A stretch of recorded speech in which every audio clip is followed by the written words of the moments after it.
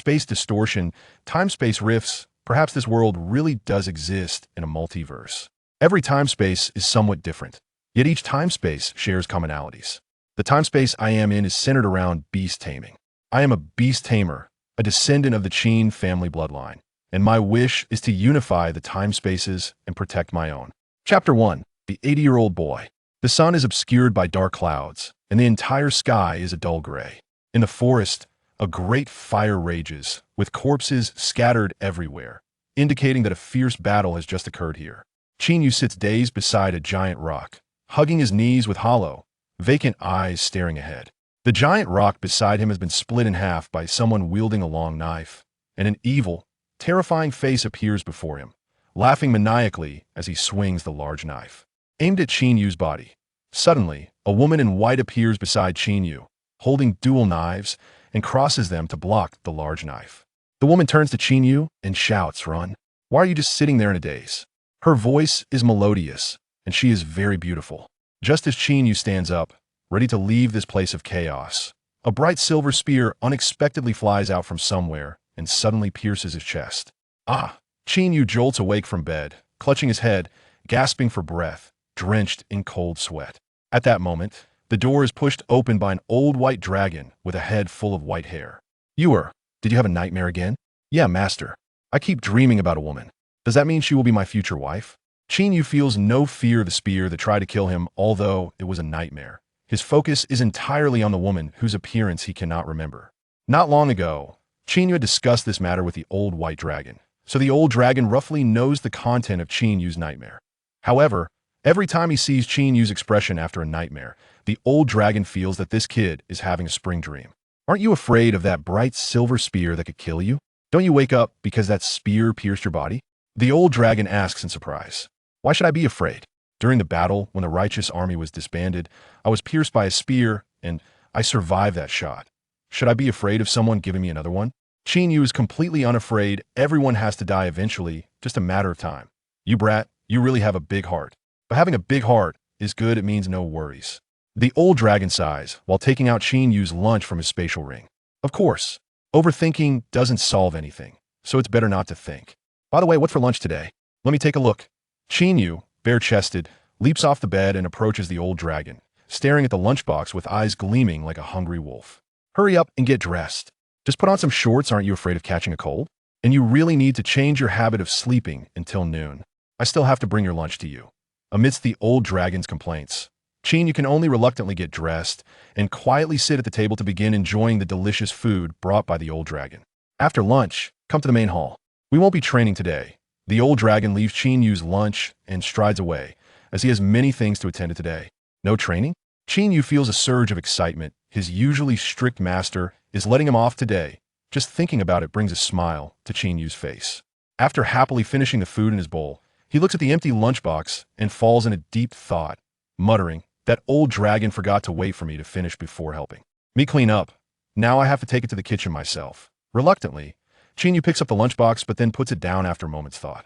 "Since someone will help me clean up, forget it. I'll just head to the main hall." With a full stomach, Qin bounces his way to the Dragon Clan's main hall.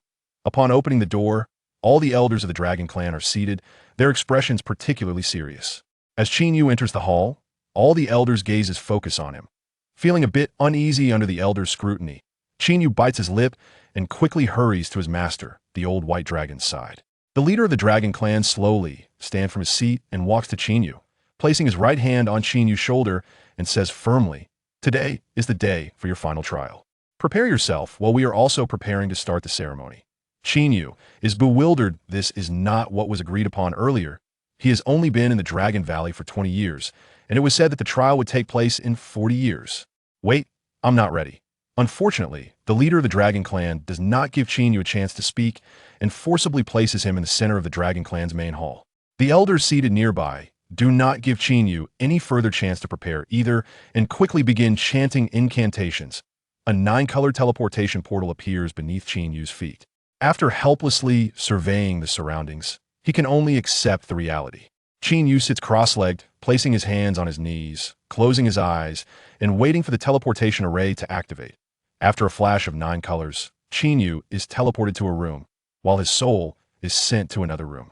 His master, The old white dragon stands beside the leader, looking worriedly at the array as Qin Yu's master and caretaker. The old dragon knows Qin Yu's abilities best. Leader, Qin Yu really hasn't mastered the synergy with the Hualong in battle yet. Are we rushing this? Then why? The old dragon is puzzled and wants to argue with the leader. At that moment, a man dressed in a blue and white robe slowly walks out from behind the leader's seat. This is my father's order. The dark forces have already set their sights on your dragon clan. Qin Yu staying here will be dangerous. Once the trial is over, I will send him to the inner realm. Moreover, I have placed the Qin family historical records at the last checkpoint of the trial. Once Qin Yu sees it, he will know what to do. As the robed man appears, all the Dragon Clan members kneel in unison, paying their respects. Young Master Qin, has the world government really completely broken free from the Qin family's control? The old dragon asks in disbelief. Not entirely, but the dark forces have infiltrated the world government. Many individuals have already been infected, including those at the martial level. A collective gasp is heard from all the Dragon Clan members. The world government, which holds the most power and comprehensive strength in the world, has actually been infiltrated by dark forces, and even top-tier figures of the martial level have been corrupted. I see. How's the battle at the family head side going? The leader of the Dragon Clan asks with concern. Since 80 years ago, the head of the Qin family has led most of the high-powered humans in a secret war, which has continued to this day and remains unresolved. Young Master Qin gazes at the center of the array, tears welling up in his eyes. He never expected that the heavy responsibility of saving the world would fall solely on his younger brother, who is still just an 80-year-old child. If he could, as an older brother, he would gladly take on this difficult mission in place of his brother. Chapter 2. Heavenly Fire, Trial of Fire. The doors of the Dragon Man tribe's grand hall were pushed open, and two injured dragon men stumbled in. Kneeling before everyone with their fists clasped, report, Chief. Many humans are gathering at the entrance of the Dragon Man Valley. They are trying to break through our defenses and enter the valley. Before the reporting Dragon Man could finish, a bright silver spear instantly pierced through his body. The other Dragon Man was startled and quickly stood up, raising his weapon to resist. A giant axe flew from a distance, spinning towards that Dragon Man. The elders of the Dragon Man tribe instantly vanished, rushing to their respective clans. Old Bai, guard the formation well. After the chief finished speaking, he transformed into a giant dragon and engaged in battle with the human wielding the bright silver spear. Above the Dragon Man Valley, dozens of giant dragons circled. They were high-ranking warriors of the Dragon Man tribe, fighting against the invading humans. In the grand hall of the Dragon Man tribe, young Master Qin stood beside Old Bai Long, looking apologetic. Sorry, some of those people are from the world government, and I can't act unless I can ensure they are completely eliminated. It's all right. I believe the warriors of the Dragon Man tribe can withstand those human invaders. The most important thing right now is Qin Yu's safety. Old Bai Long's gaze remained fixed on the center of the formation, having spent 20 years with Qin Yu and being childless. Old Bai Long had long regarded Qin Yu as his grandson. At this moment, in another space, Qin Yu slowly stood up. Looking around, he found himself in complete darkness, with only a red door glowing, guiding him forward. What are those old geezers thinking, making me participate in this trial so early? Qin Yu complained, crossing his arms. Stop complaining. Hurry up and clear the level. The elders must have their reasons for doing things. Let's not ask too much. Another voice echoed in Qin Yu's sea of souls. All right, then you come out. After saying that, Qin Yu's body began to swell, his muscles visibly growing. With a dragon head, dragon claws, dragon wings, and dragon tail appearing in succession. It's really uncomfortable to have two souls controlling one body. Hualong slowly spoke. At this moment, the dominance of the body had shifted from Qin Yu to Hualong, which is also another form of Qin Yu, the Dragon Man form.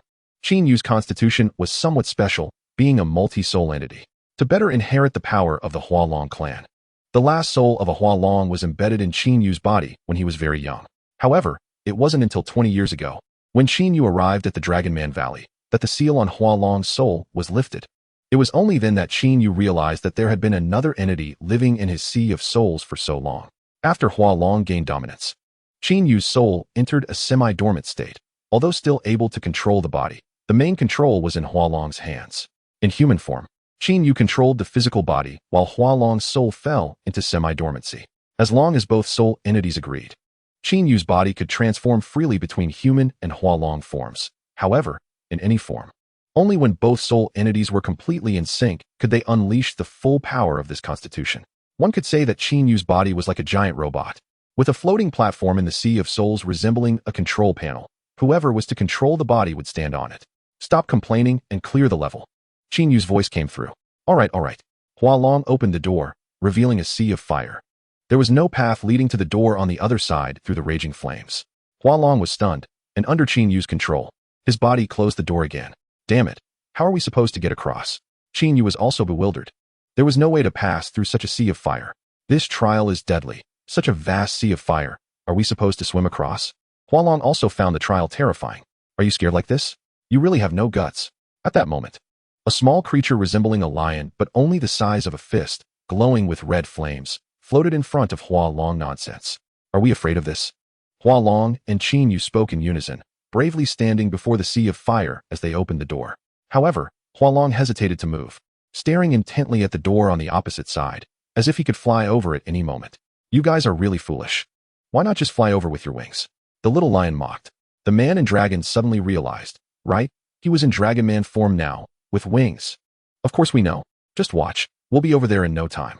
Hua Long spread his wings and was about to take off when Qin Yu appeared behind him. Looking at the dragon man in front of him, who was a meter taller, Qin Yu was taken aback. Hua Long turned his head and saw that Qin Yu was equally stunned. Qin Yu and Hua Long were originally one entity. Only one of them would appear at a time, but now they stood face to face. I forgot to tell you, my name is Heavenly Fire. This trial of fire is one of the trials I have set for you. If you two can successfully swim across this sea of fire, I will grant you the power of Heavenly Fire. The little lion floated beside Qin Yu, looking gleeful. However, Qin Yu's attention was completely off Heavenly Fire as he shouted in delight. We finally separated. This is amazing. Now I don't need to lend you soul power. Humph. Who needs your soul power? I have wings. I'm going to the other side to wait for you. After saying that, Hua Long spread his wings and flew towards the entrance to the next level. Humph. You think I can't get across just because I can't fly? Qin Yu supported himself on the ground. A surge of ice power erupted, creating a path of ice over the sea of fire. Heavenly Fire floated to the side and whispered, "Is it really that simple?" Hua Long flew faster and faster, wanting to reach the entrance before Qin Yu, proving that he was superior, thus gaining a say in the future struggle for the body. The Qin Yu on the ice did not back down. Seeing Hua Long's increasing speed, he quickened his pace as well. Having spent 20 years together, he could read Hua Long's mind like an open book. However, the trial set by Heavenly Fire could not be so easily passed. When Hua Long reached halfway, the temperature of the flames suddenly rose. And without soul power to protect him, Hua Long broke into a sweat, feeling his wings growing heavier and his vision becoming somewhat blurry.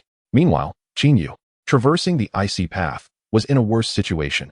Although he was temporarily shielded by soul power from the heat, the temperature of the sea of fire below was rising, and the ice he created could not withstand it. After halfway, the ice path completely disappeared, turning into water vapor that dispersed into the air. Qin Yu looked up at Hua Long. Hey, we still need to join forces to get through this sea of fire. Embracing Qin Yu, Hua Long once again soared into the sky. Qin Yu lay in Hua Long's embrace, simultaneously using the powers of ice and water elements to form a circular barrier, enveloping both of them. The further they flew, the more Hua Long felt exhausted, as if some force was pulling him back. Qin Yu felt it too. Although the temperature was no longer rising, he could clearly sense that his soul power was being drained by some force at an alarming rate. Heavenly Fire was lying not far away on the sea of fire, mumbling incantations, as both man and dragon simultaneously lost their strength, plummeting towards the sea of fire. The trial is only just beginning. Chapter 3. The Giant Bird with a Human Face. When Qin Yu fell into the sea of fire, it was not as he had imagined, with his body instantly turning to charcoal. Instead, a force of fiery energy he had never seen before surged madly into his fire element sea of souls. The soul power originally stored in the fire element sea was like a small fish being devoured by the overwhelming fiery energy. The change in the sea of souls made Qin Yu feel extremely uncomfortable. He tightly grasped his hair, using all his strength to try to dispel the invading fire elemental power. But no matter how hard he tried, those fire elements still devoured his original soul power like a fierce beast. Get lost. Get out. Qin Yu couldn't help but shout, wanting to distract himself from the pain with his cries. Beside him, Hua Long was not faring any better. His dragon scales were burned bright red, and his entire body felt as if it were submerged in magma. Hua Long kept pounding his body, feeling like he was infested with millions of bugs, gnawing at his flesh mercilessly. Tian Hua lay nearby, silently watching the changes in the two. The Hua Long clan had a powerful physical body and could adapt to all elements, while the Qin family bloodline possessed a sea of souls with 9 different elements. A human sea of souls combined with the physical prowess of the Hua Long clan represented the most powerful form imaginable. Tianhui wondered if this kid could withstand the baptism of my heavenly fire. In reality, the battle was intensifying. Those sent to capture Qin Yu seemed to be blessed by dark powers, immensely powerful. The once invincible Dragonmen clan were no match for them at all. To save the Dragonmen clan, the young Master Qin Shao contemplated for a long time before deciding to take action. Huyan, I entrust you to take care of Qin Yu from now on. Thank you. Slowly, a nine-tailed fox emerged from Qin Zhao's shadow. You need to be careful too. Qin Zhao nodded, then transferred the formation on the ground to the back of the nine-tailed fox. As long as the nine-tailed fox followed Qin Yu, he could participate in the challenges set up for him by the 9 seniors anytime and anywhere. Old White Dragon, I need to ask you for a favor, but this matter may cost you your life.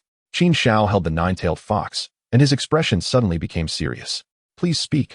We, the Dragonmen clan, will always be loyal to the Qin family. Old White Dragon clasped his hands together, kneeling on one knee with a determined look. Qin Zhao bowed deeply to Old White Dragon, then placed the slightly contorted nine-tailed fox into Old White Dragon's embrace.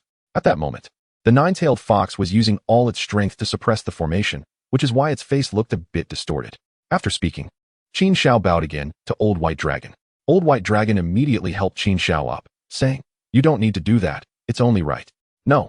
This is the duty of an elder brother. As Qin Yu's brother, please accept it. Fine.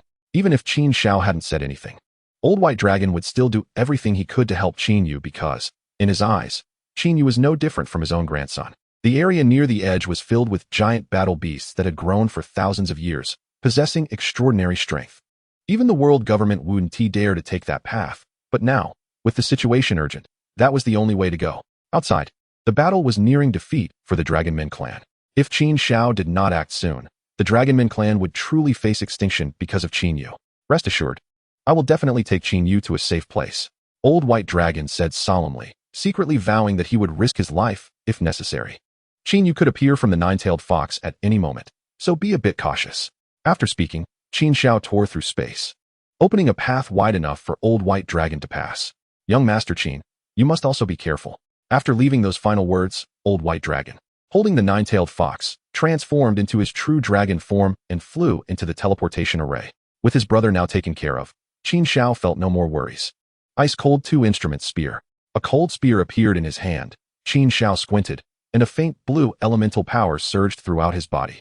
The next moment, Qin Zhao vanished from the Dragonmen clan's hall and appeared on the battlefield. He faced 2 human beast tamers wielding tridents head-on. Qin Zhao showed no mercy, piercing one through the head with the cold spear, then lifting it up, causing his whole body to launch into the air, his right leg swinging out and smashing into the other person's face. With just one kick, he sent the other flying.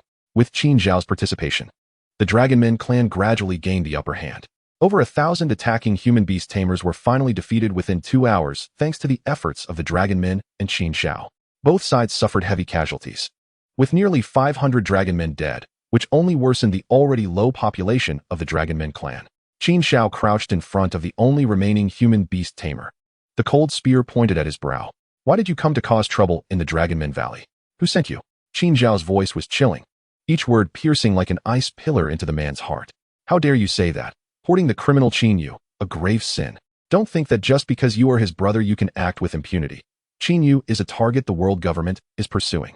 The man's words completely enraged Qin Zhao, still not telling the truth. Let me show you what torture really is.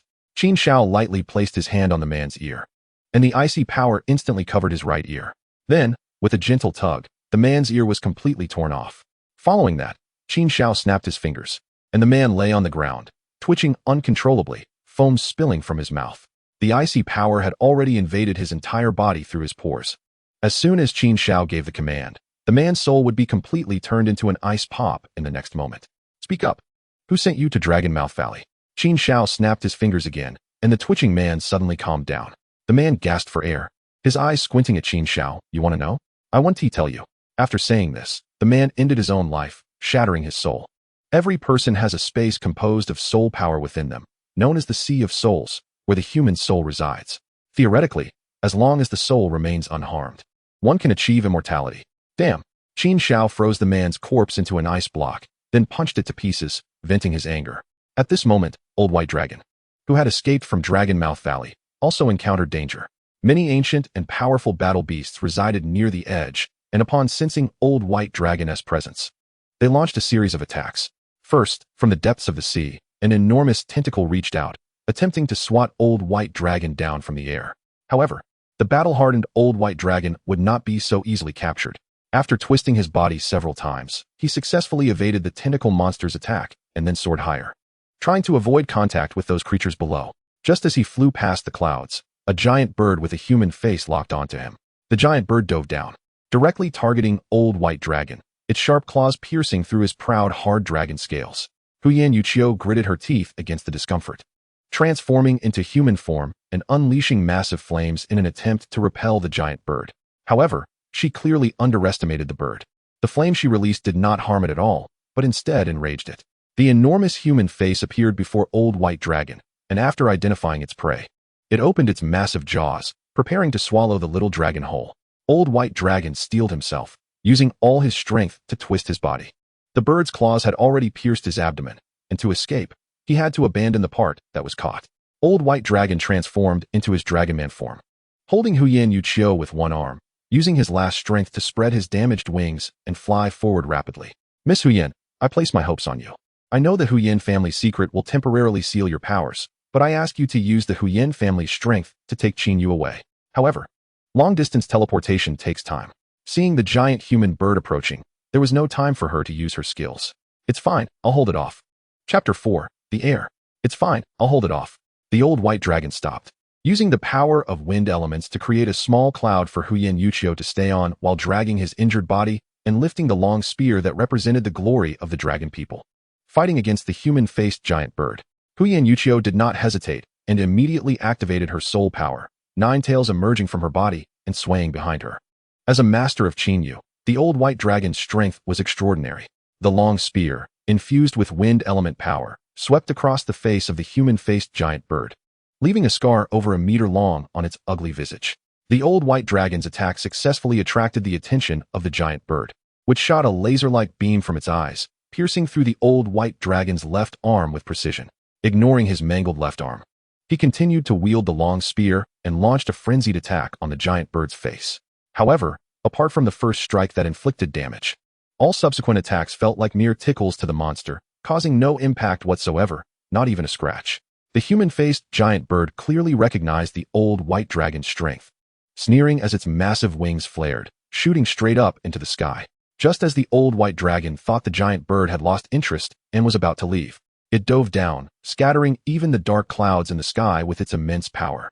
The Old White Dragon looked at Huyan Yuqiu, who was prepared beside him, and finally breathed a sigh of relief.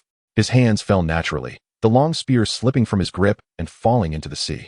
The blood-soaked Old White Dragon had no strength left, not even enough to hold the spear that represented the glory of the dragon people. Huyan Yuqiu wrapped herself tightly with her 9 tails, and at the moment the human-faced giant bird dove down, she unleashed a long-range displacement spirit technique to escape from this perilous place. Seeing that Huyan Yuqiu had already left, the Old White Dragon completely closed his eyes, his body naturally descending. Although he did not know what was happening, the food he had just caught could not be given up easily. The human-faced giant bird accelerated its dive and opened its gaping maw, preparing to feast. But at that moment, a colossal creature emerged from the seabed, its size even larger than that of the human-faced giant bird. Just as the giant bird had swallowed the Old White Dragon into its mouth, this massive creature opened its immense jaws and bit down hard, while 4 gigantic tentacles extended from the seabed, wrapping around the human-faced giant bird and dragging it into the deep sea. Qin was still cultivating in the sea of fire set up by the heavenly fire, completely unaware of what was happening outside. However, the heavenly fire received the order from Qin Shao and immediately terminated Qin trial. The sea of souls that Qin had been enduring instantly transported him to a pitch-black room. What the hell, where is this? Qin found himself in total darkness, unable to see his own hand. This is the place where your physical body resides, the Qin family's secret chamber. The heavenly fire appeared from nowhere, floating beside Qin. Its presence brought a glimmer of light to this dark place. What about my trial? Qin looked at the heavenly fire with some confusion. Does falling into the sea of fire count as failing the trial? Next time, we'll continue. The situation has changed, and we plan to let you first look at the Qin family's historical records. After you've read them, you'll know what you should do. After saying this, the heavenly fire disappeared. It was currently in a soul-body state and could not expose itself too much in the real world. However, one thing was certain. During the trial, it was only his soul body that participated, which is why both he and Hualong could appear simultaneously. Qin Yu took out a lampstone from his spatial ring, and with its light, he entered the interior of the Qin family's secret chamber. The secret chamber was much simpler than Qin Yu had imagined. The entire room contained only a rusty light sword and a somewhat worn book. The book was thick, at least 10 centimeters, with a large character Qin written on the cover. As he opened the historical book, a pile of incomprehensible characters greeted him. These were ancient texts from a bygone era. Although Qin Yu had studied classical literature, there were still many parts he could not understand. As he flipped through the pages, Qin Yu gradually began to comprehend the text, but as he read the content, he frowned. Thousands of years ago, before the borderlands appeared, the world was divided among various races and tribes, with humans being the weakest. At that time, humans huddled together in a small area of the continent. Then a legendary figure emerged, named Qin Huang. Under Qin Huang's leadership, humans launched a counterattack and waged large-scale wars of aggression, ultimately unifying the world and becoming its masters. But humans are greedy. Once humans spread across the world, they began to divide the land by family, and the world fell into fragmentation once again, leading to a significant polarization between nobles and commoners. The world plunged into war again due to human greed. To save the common people, Qin Huang led multiple families and races to form the Sunlight Alliance to fight, and in the end, through their efforts, Qin Huang established the first unified dynasty in history, the Sunlight Empire. Just then, the world underwent another change, as a massive magnetic field appeared in the ocean, enveloping the largest continent, the Human King continent, thus dividing the world into 3 parts, the inner world, the border world, and the outer world. With Qin Huang's efforts, a way to traverse the border was finally discovered. But during one crossing, Qin Huang completely disappeared. With Qin Huang's loss, the world fell into chaos once more. The successor capable of inheriting Qin Huang's will did not appear for a long time, and the world gradually descended into turmoil. Ultimately, to maintain basic order in the world, experts from various regions, led by families like the Qin family, established a world government to prevent the war from affecting the entire world. The method of crossing the border world was concealed by the world government. Thus, the 3 parts of the world began to develop independently. As he read, Qin Yu unknowingly flipped to the last page, and he couldn't help but complain. What is up with this historical book? Why are there so many blank spaces? For example, there was not a single mention of the Sunlight Alliance that Qin Huang led to unify the world. Qin Yu closed the historical book, and suddenly an old man with a white beard appeared in the book. Since you can open this book, you must be Qin Huang's successor, the inheritor of Qin Huang's consciousness. I am a shadow of Qin Huang, Huyan Chao. Hello. Hello, I am actually Qin Huang's successor. Qin Yu clutched his chest, feeling so excited that he stuttered. The figure of Qin Huang was well known, and even without reading this historical book, one would surely know the story of how Qin Huang led humanity to unify the world. Qin Huang was also the dream of every beast master, as he was the strongest beast master in the world, and everyone dreamed of one day surpassing him. Qin Yu was no exception. He had pledged to establish the Justice Army influenced by Qin Huang. Chapter 5, Mission. That's right, you are Qin Huang's successor. The Imperial Dragon Ring you hold is the best proof. Please first sign a contract with the Tai's sword, and then I will tell you your mission. A smile cracked on Qin Yu's lips, excitement bubbling over. Mission? It seems I might have inadvertently unlocked something good. He picked up the old light sword that had fallen to the side. He had no idea how long it had been lying there, as it was already covered in dust. However, Qin Yu didn't mind, carefully taking his clothing to wipe the light sword. Then he bit his thumb, squeezing out a drop of essence blood and pressing it onto the sword. In an instant, the Tai sword emitted a 9-colored glow, and the previously rusty areas were renewed. The lifeless round jade on the hilt began to shine again, indicating that Qin Yu had signed a contract with this artifact. After trying to swing it a couple of times, Qin Yu felt dizzy and nearly fell to the ground. No wonder it's an artifact. It even absorbs my soul power when I use it. Every time the Qin family's bloodline appears, it signifies that the world will face a catastrophic disaster. Please quickly enhance your strength to fulfill your mission as the heir of the Qin family's bloodline and the successor of Qin Huang. After speaking, the white-bearded old man vanished, leaving Qin Yu in a state of confusion. Mission? Why don't you tell me what my mission is? After talking for so long, you just came out to play a minor role, so I could contract the Tai sword. I thought you were some important old man. Qin Yu sat on the ground, looking distressed, and continued to flip through the Qin family history books, hoping to find more information about his mission. Just as Qin Yu was feeling down while reading, Tianhua emerged from behind and came to Qin Yu's front. Kid, although you are weak right now, there is no choice. The matters regarding the trials will be gradually addressed during your travels. What do you mean? What is my mission? Why do I have to travel? If you think about it carefully, you will understand. Also, I am one of Qin Huang's former battle beasts, a fire elemental battle beast, Tianhua. which controls the energy of heavenly fire. The trial you are going to participate in is a test given to you by the 9 great battle beasts of Qin Huang, which includes us. As long as you pass, you will gain special power. So you are a senior? Do you know what my mission is? Qin Yu completely ignored what Tianhua said and asked what he wanted to know. Consider it your predecessor. Your mission is for you to discover on your own. The shadow will tell you everything about the trials. Before that, I must take my leave. After speaking, Tianhua entered Qin Yu's mind, and then 8 different soul entities flew into Qin Yu's soul, one by one. Qin Yu held his head.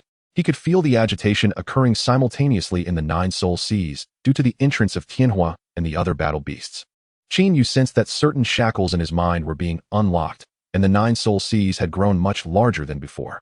Try summoning the fire element and see if there's anything different.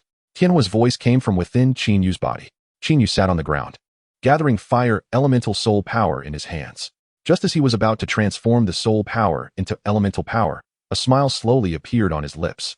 The flames in his hands were stronger than before, not only with greater lethality, but also a purer color than ever.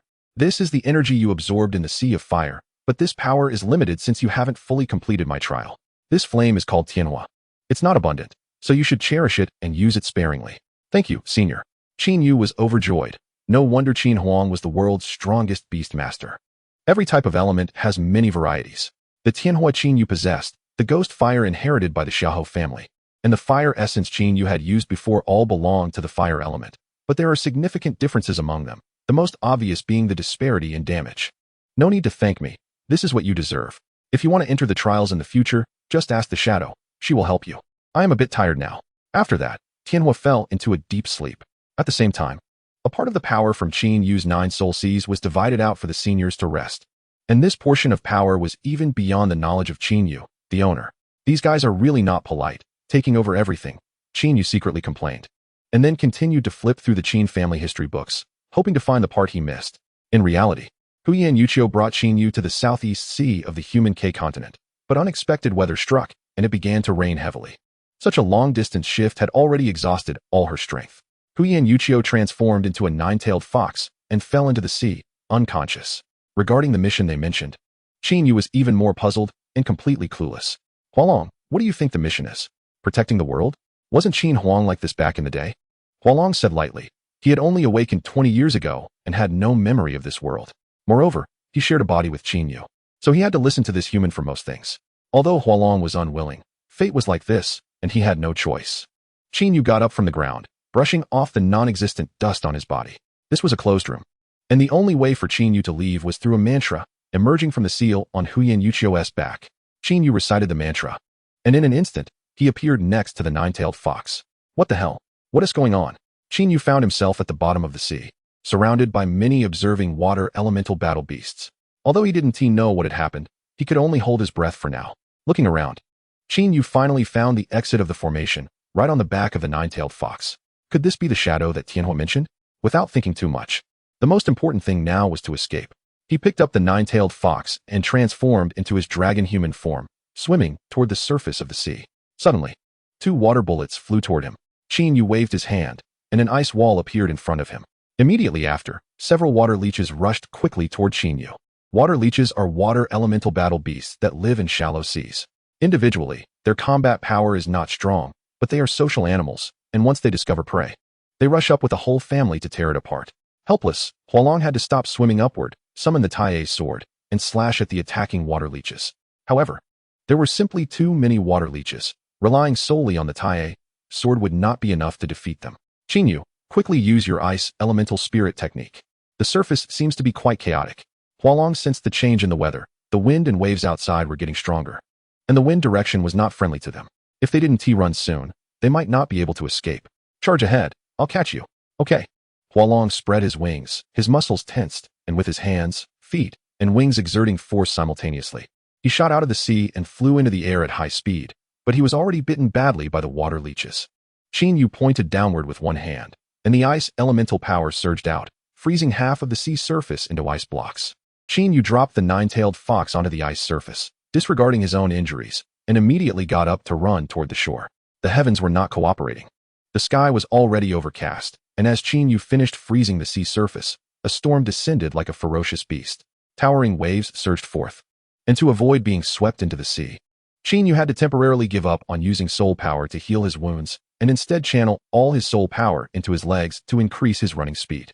With all his strength, Yu finally reached the shore just before the giant waves arrived. He felt as if all the strength in his body had been drained. And collapsing on the rocky shore while holding the nine-tailed fox, he fell into a deep sleep. Chapter 6. The Man Brought by the Waves. Thunder rumbled. Amid the heavy rain, a white sphere could be seen descending from the sky, landing in the middle of the sea. Soon after, a giant dragon flew out of the water, and then a human-shaped figure appeared, running wildly on the ice surface while holding something. In a small village on the southeast coast of the human K continent, a boy witnessed all of this. In the evening, the sky was still overcast, and light rain continued to fall. This world was filled with dangers and opportunities. The sea and forests were teeming with terrifying battle beasts, and commoners dared not venture in recklessly, only surviving cautiously on nature's bounty. The village of Xiao Lao was very close to the sea, so they were the most favored by the sea god. After every storm, the waves would always wash ashore some magical treasures. Once the storm passed, the village chief would lead the villagers to the coast to search for treasures. Curious about the wonders at home, Kelaoyan, despite the light rain outside, ventured out alone with his younger brother to the coast. Brother, will we get scolded for sneaking out? His younger brother, Kelatu, tugged at his brother's clothes, carefully following behind. Klon stuffed the umbrella into his younger brother's hand and walked alone into the rocky area, carefully searching among the rocks, as good things are usually hidden in inconspicuous places between them. Klazu looked anxiously at his brother's back, but he couldn't persuade him and could only wait for him to return on the beach. Klon paid no attention to his blocking brother and went straight to the center of the rocky area, bending down and dipping his hands into the water between the rocks, mimicking the adults as he rummaged and searched. Soon, Klon had turned over most of the rocky area, but found little. Only 2 small purple crystals the size of a pinky finger. These crystals, called Zilwan, are the 3rd hardest metal in the world and are often used for weapon casting. However, these 2 pieces of Zilwan were too small. Such tiny pieces couldn't even be used for weapon components and held no commercial value. According to custom, when adults find such small crystals during tide picking, they would usually give them to their children as toys. Since the adults were not here, Klon decided to pocket them. At that moment, a man at the intersection of the rocky area and the sea caught Klon's attention. He was the target of their trip. Klon quickly walked towards the man, only to discover that there was also a fox with 9 tails in the man's arms. However, the area trapped by the rocks had already become a bloody mess. If they allowed the wounds to bleed, they would either be washed away by the waves or drown in the sea, and would die here from excessive blood loss. Hey, are you okay? Klon cautiously placed his hand near the man's nostrils and felt a faint breath. Suddenly, the man reached out with his other hand and grabbed Klon, mumbling, "Help, help." In this world, due to the chaos of war, it was already a stroke of luck for everyone to protect themselves, let alone expecting them to lend a helping hand. It was a pipe dream, especially since this child was a commoner. Fortunately, the man was lucky. The child's heart was very kind. And upon hearing the man's plea for help, the child immediately agreed without hesitation. But how could a child's strength possibly move such a large adult and a fox? Klon turned around and shouted to his brother on the shore, "Did you forget what Dad taught us?" "Hurry up," Klon shouted again. Klazu clearly understood the nature of people in this world. Perhaps the person his brother was trying to save was a thankless wolf. To be on the safe side, the best method was to ignore him and let him perish. "Fine, I'll go by myself." Klon climbed back onto the rocky area, slowly moving towards the shore. His brows furrowed with anger. "Brother, don't be mad. I'll go right now." Seeing his brother's expression, Klazu didn't want to ruin their brotherly relationship and immediately ran towards the village. Big brother, how about I help you hide this fox first? Its fur is so beautiful, it must be valuable." Klon shook Yu's body and whispered in his ear. Humans are greedy and domineering. Once they see such beautiful fur, their first thought is definitely to strip it off and make various decorations. The man, dazed, didn't hear what Klon said clearly and thought he was asking for his name. "My name is Yu." After slowly uttering those 4 words, Yu completely lost consciousness and fell asleep. Klon was a bit stunned. His question didn't seem to be this. However, time waits for no one. The village chief would soon bring people here, and if they didn't hide the little fox, it would be skinned. Without regard for whether Yu agreed, Klon picked up the little fox and ran towards the shore. This little fox didn't seem heavy, but once in his arms, Klon realized it was a little chubby fox, and its weight was definitely comparable to his own. Thanks to growing up by the coast and having crossed the rocky area countless times, Klon maintained his balance even while carrying the chubby fox. He crossed the rocky area and beach and hid the little fox in a small tree hole, not forgetting to cover it with a layer of leaves to avoid being discovered. After doing all this, Klon was drenched in sweat, his face flushed red, clearly having exerted a lot of effort. Just as he sat down to rest, the village chief, the deputy village chief, his father, and two other young men arrived at the beach. Seeing Klon panting on the ground, his father immediately approached. "Why are you panting so hard? Did you hide something here?" As a father, he could tell at a glance that Klon was being secretive, as if hiding something. Klon quickly shook his head.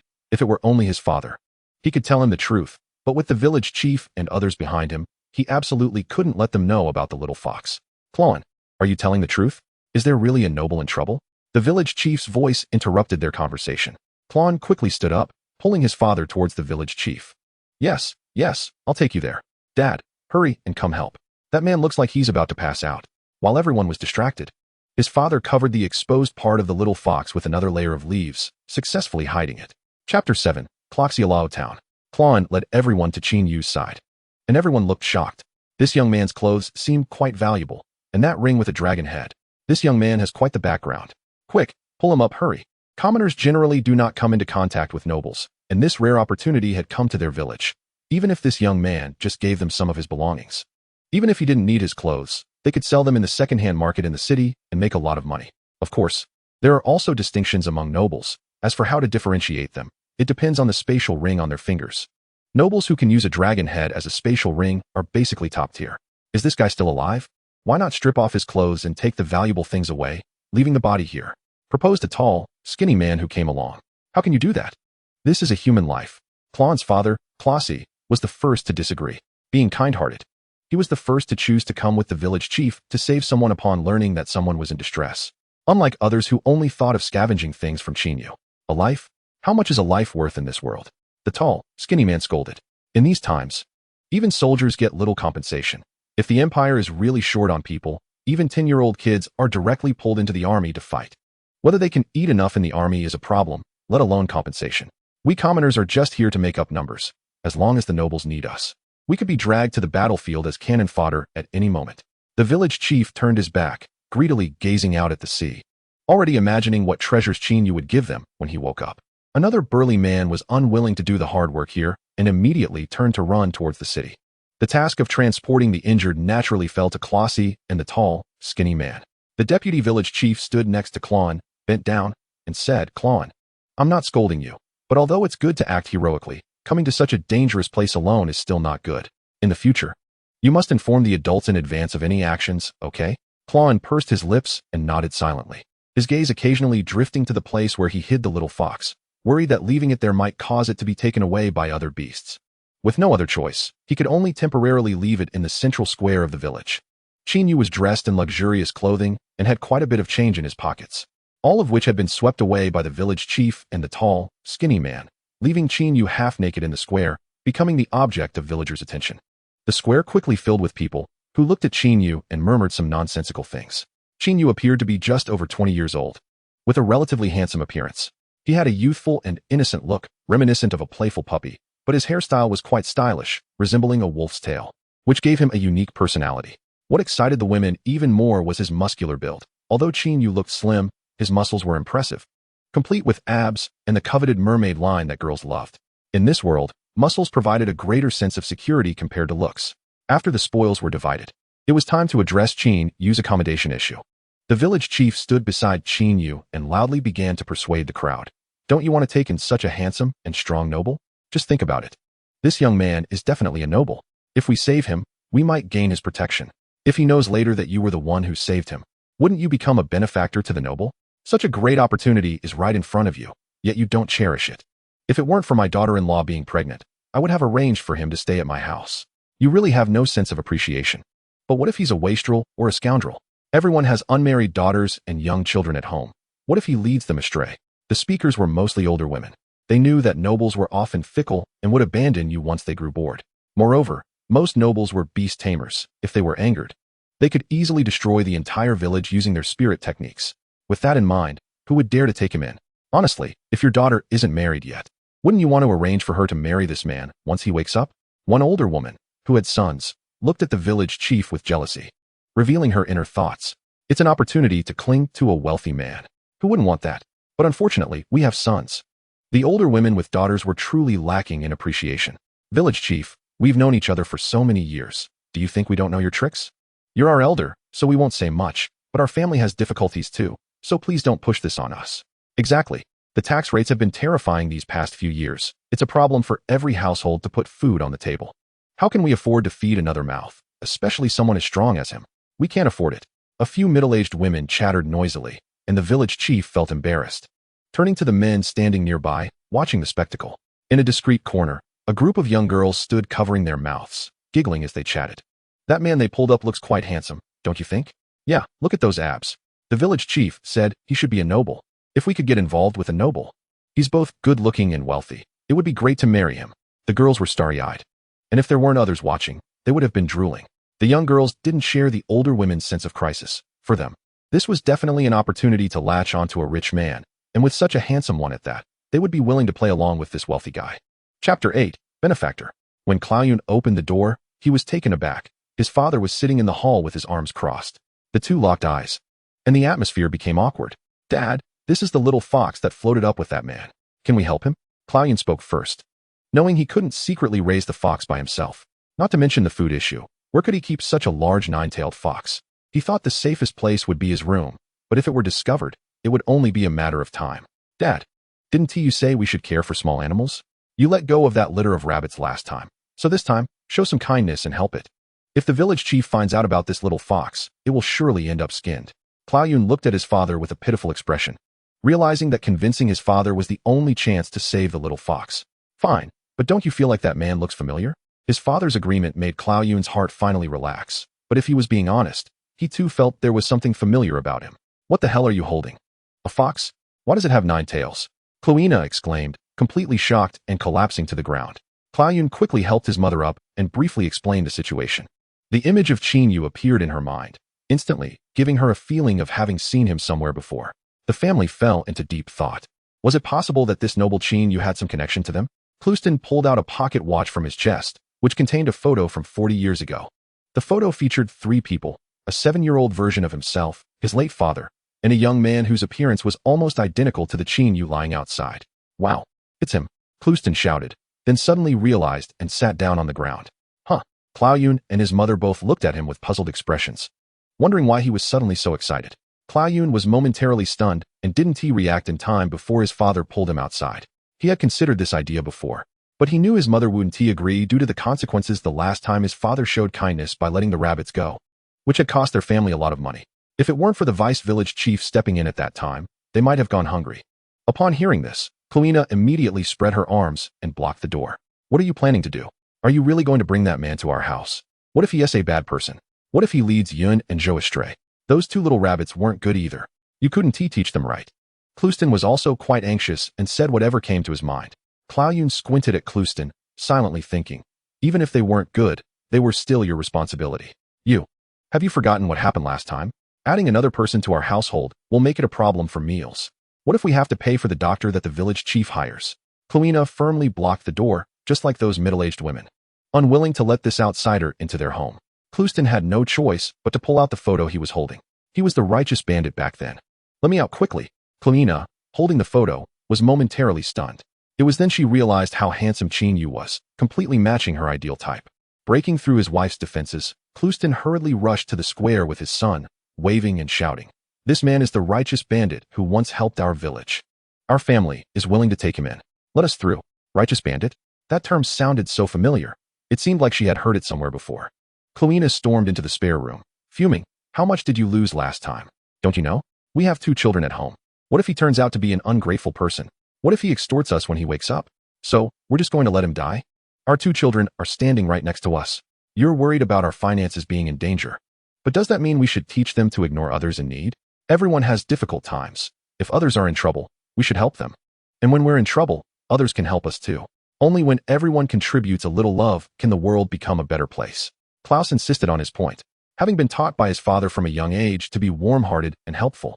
As he grew up, he upheld his father's ideals and intended to teach his own son the same way. You've shown a lot of kindness before. What if this person turns out to be like the last one? Don't you know what era it is? After the Great War, people are anxious and struggling to protect themselves. Who would dare to help others?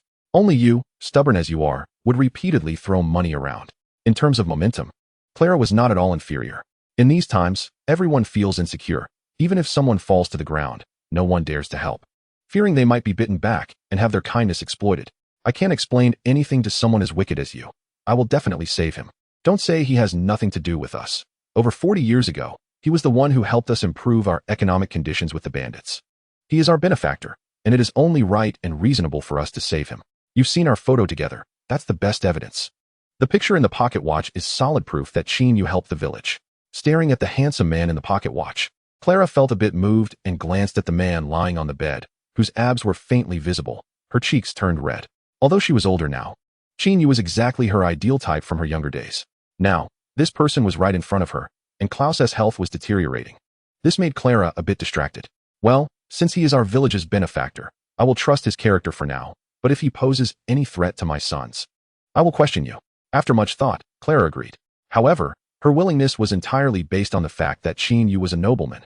Once he woke up, she would definitely scour him for something valuable to help with household expenses. Klayan looked at his father in surprise. In the past, whenever they argued, their mother was always in the right, and their father always lost. Unexpectedly, this time, he had actually managed to persuade her. Although the process was a bit bumpy, the final outcome was still good. Klaus and his son high-fived excitedly, while the two ironclad men failed to notice the subtle change in Clara's expression. Hiding behind the door, Klaus stared at his mother's flushed cheeks. Her reaction was too unusual. After a fierce internal struggle, Klaus finally stepped forward, saying he could not let him stay in their home. The three of them exchanged puzzled glances, and beyond confusion, there was more surprise. Klaus had always been the most obedient one. No matter what disputes occurred at home, he would follow the final decision, being the good child in everyone's eyes. But today he was acting out of character. Why? Because Klaus suddenly had the urge to argue back, but he couldn't clearly state his reasons. After stammering for a long time, he finally blurted out, "He will affect my studies." "Don't worry, he won't affect your studies, Mom guarantees it. We'll just arrange for him to stay in this small room and not let him come out. Once he wakes up, he will leave. He won't disrupt our normal life." Clara was the first to speak, which made Klaus feel even worse, but he couldn't say the real reason, or else his father would look too pitiful. "Exactly. What your mother said is right. He won't disturb you." It's rare for the couple to be on the same page, and Klaus quickly echoed. Klaus sighed, accepting this reality, and could only silently pray for his father. Chapter 9. 400 gold coins add insult to injury for the poor family. As night fell, a crescent moon hung high in the sky, and the doctors from the city finally arrived in the village. Upon hearing the news that the doctor had arrived, the village chief immediately led the villagers in a lineup to welcome him. The doctor came from Thunderwind City, which was dozens of kilometers away from Cloud Town. It would take at least half a day's walk to get there. The journey was long, and generally, no doctor was willing to come here to treat patients in Cloud Town. Fortunately, the person who went to fetch the doctor was quite clever. He told him that the patient was a nobleman, and that this nobleman could offer a price that no doctor could refuse, which finally managed to bring a doctor to them. "Hello, I am the village chief of Cloud Town. Please come with me." This made the village chief feel quite awkward as he extended his hand. Is this the difference between country folk and city folk? The two of them, along with the crowd, made their way to Klaus's house, and aside from the doctor and the village chief, everyone else was either peering over the wall or standing in the yard, watching and eavesdropping on the situation inside the room. The sounds from outside had long reached Klaus's ears. He knew well how hard it was to get a doctor to come, and immediately took his son outside to greet him. After the doctor arrived, he led him into the house right away. The doctor, who was being held back, frowned slightly, feeling somewhat displeased. If it weren't for the irresistible price, he would have walked away. "Village chief, please wait outside for news. Yun and I will take care of him." Klaus stopped the village chief outside the door. The villagers all knew his character. The village chief was so devoted to helping Yu precisely because he valued him as a nobleman, seeing the immense wealth he possessed. "You're not trying to take all the credit for saving the child, are you? You brat, the opportunity I'm giving you is to help benefit the village, not just yourself. Don't be so selfish. Let me in quickly." Klaus ignored the aggressive village chief and immediately pulled the doctor's wrist to enter the room, locking the door behind them. "You little brat, I never noticed you were so selfish. I've known you since you were little. You were so obedient when you were a child. Why have you become rebellious now? Hurry and open the door for the village chief. I'm worried about that child's condition." The village chief anxiously knocked on the door, fearing that if Yu woke up too early, all the credit would be stolen by Klaus, knowing full well that this doctor was the one he had invited. At that moment, the deputy village chief awkwardly made his way through the crowd and approached the village chief, suggesting that maybe they should let it go. Too many people would not be good for the patient. Not good for the patient? I'm concerned about him. How could that be bad for him? This doctor is also someone I invited. If I'm not there watching, who is going to pay? Upon hearing the mention of money, the door was finally opened. What Klaus wanted was for the village chief to take the initiative to pay. Seeing the door open, the village chief immediately rushed in without a word, locking the door behind him to prevent the deputy village chief from trying to take a share. Looking at the locked door, the deputy village chief could only express his helplessness with a pout, knowing he could only try to disperse the crowd. Having everyone gathered here would surely disrupt the normal lives of others. However, the deputy village chief's authority in the village was too weak. No matter how hard he shouted to disperse the crowd, no one paid him any mind. Inside the room, the doctor had already taken a seat. Doctor, please take a good look at him. He was pulled out of the sea and has been unconscious since, but his vital signs are fine. His breathing and pulse are normal. We haven't encountered this situation before and are afraid to act rashly. Klaus first explained Qin Yu's condition to the doctor to avoid any misjudgments. The doctor merely nodded silently, then took out various instruments from his spatial ring to begin examining Qin Yu. However, upon seeing Qin Yu's face, the doctor was taken aback. He recognized this person. Brother Yu, the doctor exclaimed. Doctor, you know him? Klaus was also somewhat surprised, not expecting Qin Yu to be so well known. Of course I know him. He is a friend of my older brother. What a coincidence. Don't worry, I will definitely treat him well. The doctor was full of enthusiasm, using several instruments to check Qin Yu here and there. Klaus felt secretly pleased, not expecting to run into an acquaintance. This would make the medical expenses easier to negotiate. However, the village chief's face turned pale. They all recognized Qin Yu, but he did not. Once Qin Yu woke up, would there be any benefits left for him? Have you done any emergency measures? After a while, the doctor began to pack up his instruments. No, this situation is too strange. Both of them shook their heads. No one in the village had ever been to school, and no one had taught them emergency measures. The only thing they knew was artificial respiration. But they didn't dare to take any further actions with Qin Yu's condition, fearing that they might make him worse. That's good, it's nothing serious. He will recover after resting for a few days. The village chief stared at the unconscious Qin Yu, his expression not looking good. I tell you, you must save Qin Yu. All the hopes of our village rest on him. If anything happens to him, we won't let you off. Moreover, we spent so much money to hire you to treat him, and you are just here messing around with all this equipment? This isn't going to count as part of your fee, right? We have already spent a lot just to bring you here. How can I know what his problem is without examining him? You, an outsider, shouldn't be asking so many questions. As a doctor, a conscientious doctor, I will definitely do everything I can to help my patient, especially since this is my brother's friend. I will spare no effort to save him. Really? Thank you, doctor. Klaus immediately expressed his gratitude. Nowadays, being able to hire a doctor was something to be thankful for, and he certainly wouldn't doubt the professional's examination results. My brother's friend is a beast master, and he's very powerful. Just to give you a simple example, look at his right hand. There were obvious signs of decay before, but now they have completely disappeared, leaving only some blood. For a beast master, as long as the soul body is not harmed, his soul power can instinctively repair his physical body. We just need to wait. So expensive? Are you robbing us? You didn't even prescribe any medicine and just came to check, and now you want to charge us 400 gold. I'm just a village chief, and I only make 200 gold a month. You want 400 gold for a single check? That's too outrageous. I don't have any money on me either. How about this, Sijin? You help the village chief pay first, and I'll pay you back later. At some point, the village chief had retreated to the door, looking like he was ready to run away. Klaus frowned. 400 gold was not a small amount. Their family could only earn a little over 100 gold a month, and now they would have to spend nearly 4 months' worth of wages. Just as Klaus was about to agree, as the woman in charge of the family's finances, Clona stepped forward. Our family hasn't recovered from that incident last time. So this 400 gold. Clona spoke hesitantly, clearly reluctant to spend this unnecessary money. The Klaus family was not wealthy. The daily expenses of their 2 boys were already quite significant, and they needed to save money for their future. This 400 gold would be a heavy burden on a family that already had little savings. Chapter 10. The strong man acts cute. The deputy village chief had a flash of inspiration and, with Clona's help, successfully entered the room. He carefully took out 100 gold coins from his pocket and placed them on Qin Yu's bed. Village chief, I think it's better to use the village's public funds for this money. After all, he is an outsider, and helping him is a decision made by most people in the village. Since that's the case, why not use everyone's common property to pay? The village chief's gaze turned cold as he glared at the deputy village chief. Why bring that up? Can't you see that I don't want to pay this money? Klaus's family immediately agreed. As long as it didn't require their family to pay, they were fine with anyone else covering the cost. Originally, the price given to him was much higher, but if it weren't for Qin Yu's sake, he would have taken the village chief to the police station long ago. The village chief shot a glare at the doctor and reluctantly said, I'll take you there. I'm responsible for the village's finances.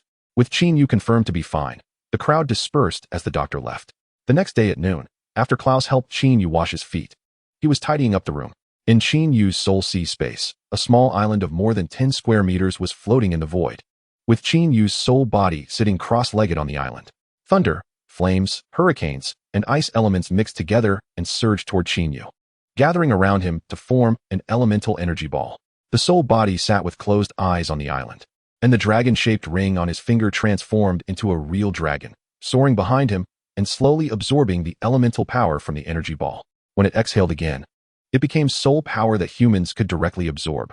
Soon after, the soul power flowed into the soul body, and as the energy ball grew smaller, the injuries on Qin Yu's body gradually healed.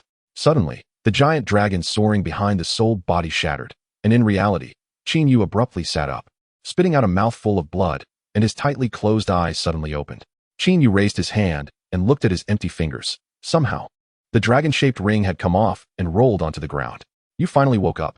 Klaus, who was by the bed, was startled, clearly taken aback by Qin Yu. Klaus's words were like thunder, and Qin Yu suddenly regained his senses. That's right, my name is Qin Yu. My head hurts so much. After regaining consciousness, Qin Yu felt an excruciating pain in his head, as if someone had hit the back of his head hard. Hello, my name is Klaus. Klaus reached out his hand to help Qin Yu, but unexpectedly, Qin Yu suddenly stood up on the bed. Where's my Emperor Dragon Ring? Where's my Emperor Dragon Ring? Qin Yu looked at his empty fingers, and in an instant, fury surged to his head. In just a few seconds, he recalled the faces of all his enemies. No way. Klaus immediately lifted the blanket, searching the entire bed, but found no sign of the ring Qin Yu mentioned. Qin Yu stood barefoot on the floor, one hand on his chin, analyzing whether any of his former enemies could be responsible, muttering to himself, could it be that old guy from the Noyu Empire? Did he send someone to steal the ring while I was unconscious? Or that old guy from the Xingqian Empire? But that old guy is honest and shouldn't send someone to steal. Then who could it be? Klaus frowned. I just helped you wash your feet, and now you. Wait, you go wash yourself. You can't find your ring, so why aren't you looking for it? Why are you just standing there? Go get a light stone to look under the bed. I've already checked the bed and didn't see your ring. No need for a light stone, I can see. Qin Yu leaned down, and after closing and opening his left eye, a golden light shot out, illuminating the entire space under the bed. Klaus was shocked. Is this the ability of a beast master? It's really under the bed. But why? Qin Yu picked up the ring, confusion written all over his face. Most equipment can form a contract with their owner, and once a contract is established, these items will not leave their owner's side. Especially with rings like the Emperor Dragon Ring, they almost never leave their owner after a contract is formed. But just now, the Emperor Dragon Ring fell off for no reason. If it wasn't taken off by those experts, how did it fall? When the village chief was pulling off Qin Yu's clothes, it seemed like he had touched the ring on Qin Yu's finger, but it didn't come off. It was said that this ring was like glued to Qin Yu's finger and couldn't be taken off at all. Qin Yu, is this ring very important to you? It's so beautiful. What is its name? Klaus stared at the Emperor Dragon Ring for a long time before changing the subject. As a country boy, everyone had been indoctrinated with the idea from a young age that one should not provoke nobles, especially beast masters among the nobles. Their strength was powerful, like deities. And if they got offended, a mere soul technique could easily destroy their village. Yes, it's called the Emperor Dragon Ring, but how do you know my name? Qin Yu put the ring back on and re-established the contract with it. Fortunately, everything in the ring was still there. Though he didn't know why the Emperor Dragon Ring fell off, he could at least confirm that it wasn't taken off by his enemies. More than 20 years ago, you led the rebel army to our village and helped improve our economic conditions. At that time, you took a photo with my father, which we still have. We rely on that photo and my father's memories to remember you. Klaoyan patiently explained to Qin Yu. Oh, I see. So what is the name of your village? Qin Yu asked, childishly dragging out the word O. Our village is called Qixiao Lao Town. Do you remember it? Klaoyan asked expectantly, hoping that if Qin Yu remembered, it would prove that their village still held some significance in his heart. The name Qixiao Lao Town sounded somewhat familiar. I'm so hungry right now. When a person is hungry, it's hard to think. Where's your fridge? Let's see if there's anything to eat, Qin Yu said, holding his stomach, which was already empty. Klaoyan was somewhat speechless. I don't have much at home either. How about I cook you a bowl of noodles? Klaoyan glanced at the time. It was almost lunchtime, and he could conveniently prepare a meal for Qin Yu. The two went to the kitchen, and Klaoyan skillfully lit the stove and boiled water for the noodles. I'm so hungry. After a while, Qin Yu clutched his stomach and howled at the sky, looking weak from not having eaten. All right. You're clearly an adult. But you're even more childish than my little brother. Klaoyan comforted Qin Yu like a dad. The two seemed to be doing something entirely opposite to their ages. Humph. Qin Yu crossed his arms and let out a light hum, acting cute like a tough guy. Chapter 11. Do you want to become a beast master? While the noodles were cooking, Yu hugged his arms, feeling as if he had forgotten something. Hualong, are you there? Do you know why the Emperor Dragon ring fell off without warning? Yu stared at the Emperor Dragon ring on his finger. He had worn this ring for a full 80 years without any similar incidents, and when he just got up, he found he couldn't sense the ring, which really scared him. How would I know? I'm not one of your Qin family, Hualong replied bluntly. He didn't even know who his own parents were or why he appeared in Yu's Sea of Souls, so how could he know anything about the Qin family? In the kitchen, Client scooped out the cooked noodles and divided them into 3 bowls. He served the largest bowl to Yu, the next smaller bowl with a fried egg to his younger brother in the room, and kept the middle bowl for himself. That's your brother? Yu stretched his neck to look into the room. Yes, he's the only child in the village who can go out and study. Don't mind him not eating at the table. It's not that he's rude. He just wants to study, Client explained for his brother. Yu lowered his head and slurped a few bites of noodles. I don't recommend it, but your cooking is really good. How about you come work with me in the future? Me? Can I? I'm just a commoner, Client pointed at himself, a bit incredulous. After finishing the noodles at the bottom of the bowl, Yu licked his lips reluctantly. Your background doesn't determine everything. As long as you have the ability and the determination to follow the organization, you can join. But I'm not a beastmaster, Client said. Feeling a bit inferior as there was chaos in the world, and he had no combat strength. You're still young. Everything is still malleable. What is impossible? If you're willing, I can be your master. Many of the rebels back then were ordinary civilians without strong abilities. But so what? As long as you have dreams and goals, it's not an issue at all. Never mind. I still have to take care of my brother. Client felt a lot of reluctance. Here was a golden opportunity laid out before him, but reality told him he couldn't grasp it. His parents were busy at home, not around during the day. His brother needed to study, and all the household chores fell on him. That's such a pity. Now that I'm full, I should take my leave. Here are some gold cards for you. Consider it a reward for treating me to a meal. If fate allows, we'll meet again. Yu took out a stack of gold cards from the Emperor Dragon ring and placed them on the table. Gold cards and gold coins were the world's currencies. But gold cards were worth 100 times more than gold coins. In the inner world, gold coins were commonly used, while gold cards were used in the outer world. Looking at the 9-tailed fox in Client's arms, Yu's long-buried memories were finally awakened. Wow, I always felt like I wanted to forget something. Turns out it's this. Client was speechless. After taking the 9-tailed fox, Yu first checked its breath. It was still alive. Qin family bloodline, Emperor Dragon dual pupils, activate. Yu closed his left eye, and the pupil of his right eye instantly expanded, shooting out 9 colored rays of light. In an instant, the 9-tailed fox's Sea of Souls appeared in Yu's mind. It turned out this creature was human. Only humans have a Sea of Souls, and therefore only humans can contract with battle beasts. You were too careless, using up your Sea of Souls like this, Yu murmured, gathering soul power at his fingertips.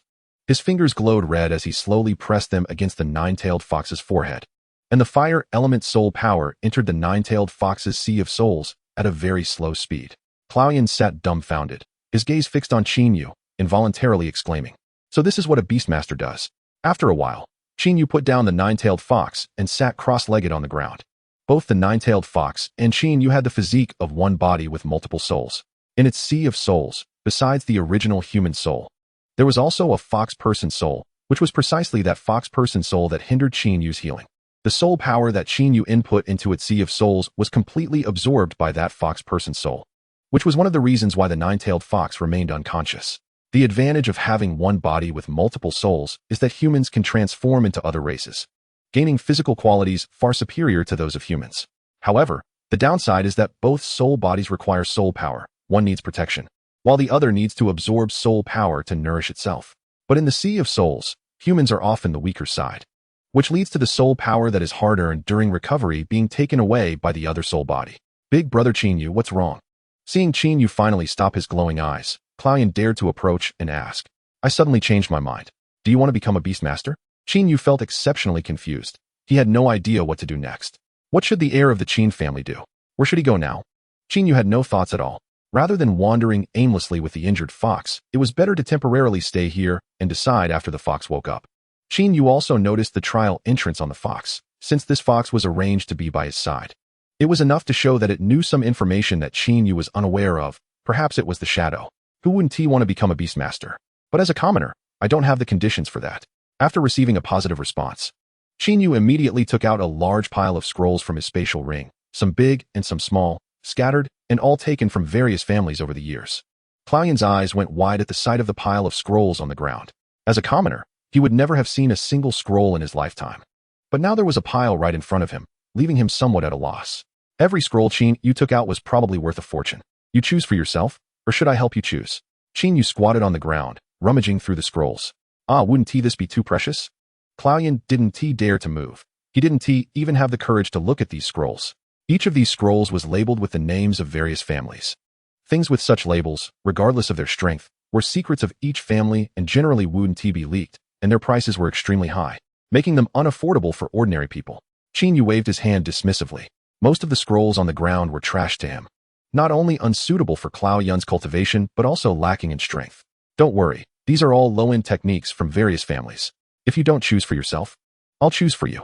My choices are quite arduous, so be prepared.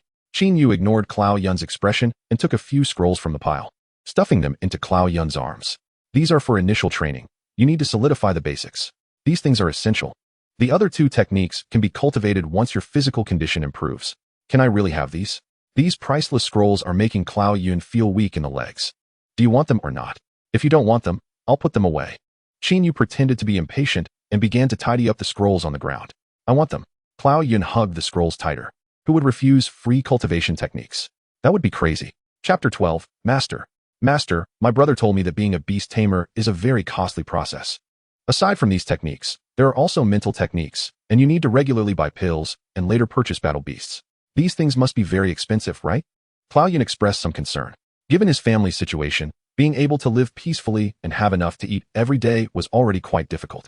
The thought of buying all these miscellaneous items felt like a pipe dream. Pills. Battle beasts? Yes, they are expensive, and based on your family's situation, you definitely can't afford it. Qin Yu's words plunged Klaoyan into despair. It seemed he had no hope. But what if I don't have them? Pills are for the useless. Only the useless rely on medicinal support for cultivation. I have never used pills. And I'm still much stronger than those noble wastes who grew up consuming expensive pills. My family can manage. You can sleep in my room. Which is bigger? Klaoyan immediately opened his door, presenting it to Qin Yu to choose. First, you need to tidy up the scrolls on the ground.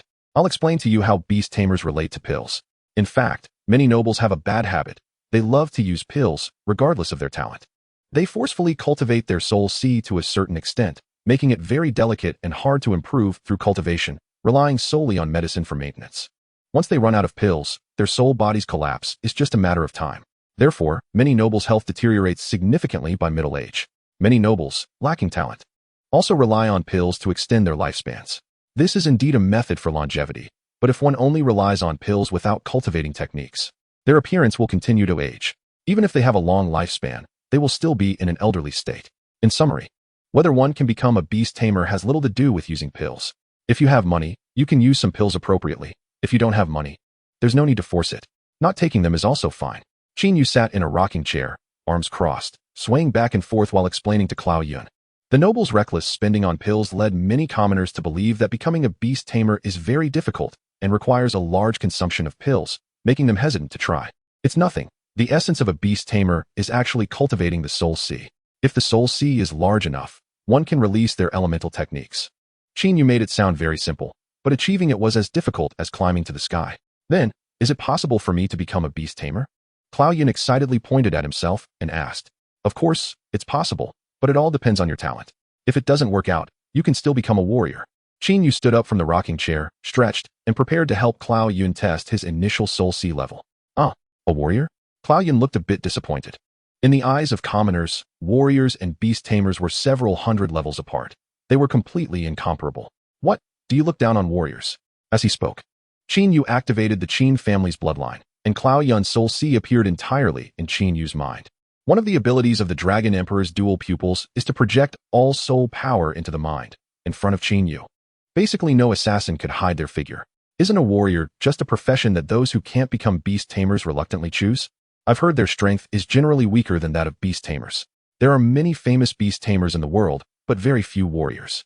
Klaoyan lowered his head.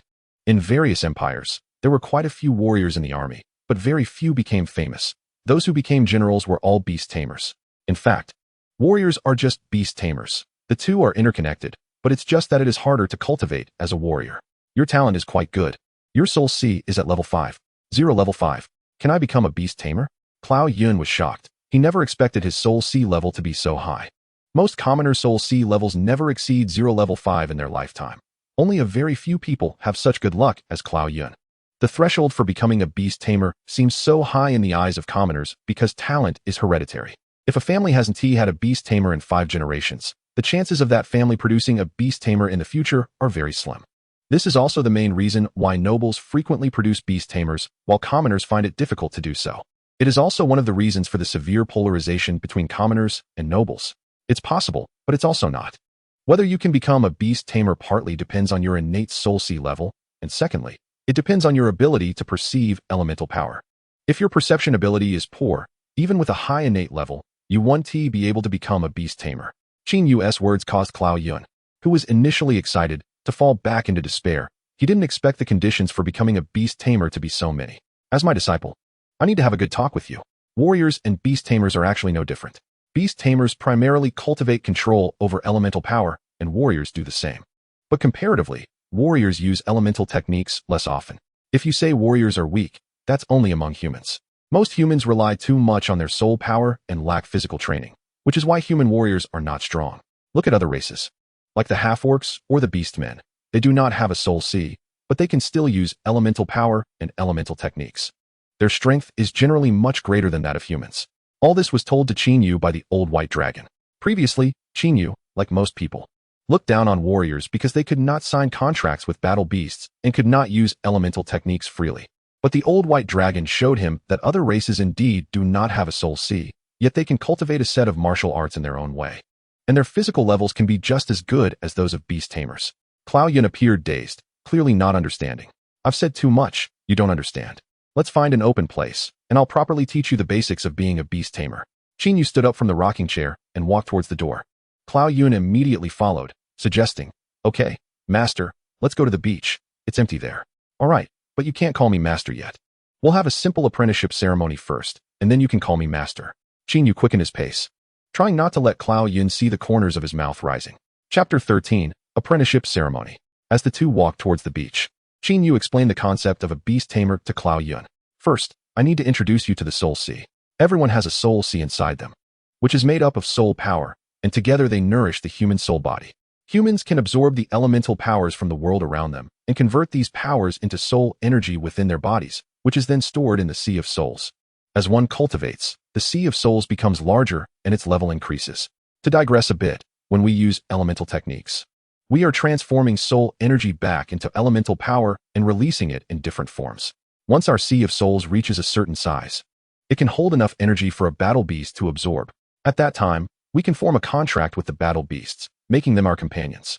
The limit for the Sea of Souls is 3. After forming contracts with 3 battle beasts, no new contracts can be made unless one of the existing contracts is dissolved. Beastmasters cultivate their Sea of Souls to expand it and form contracts with battle beasts, fighting in coordination with them.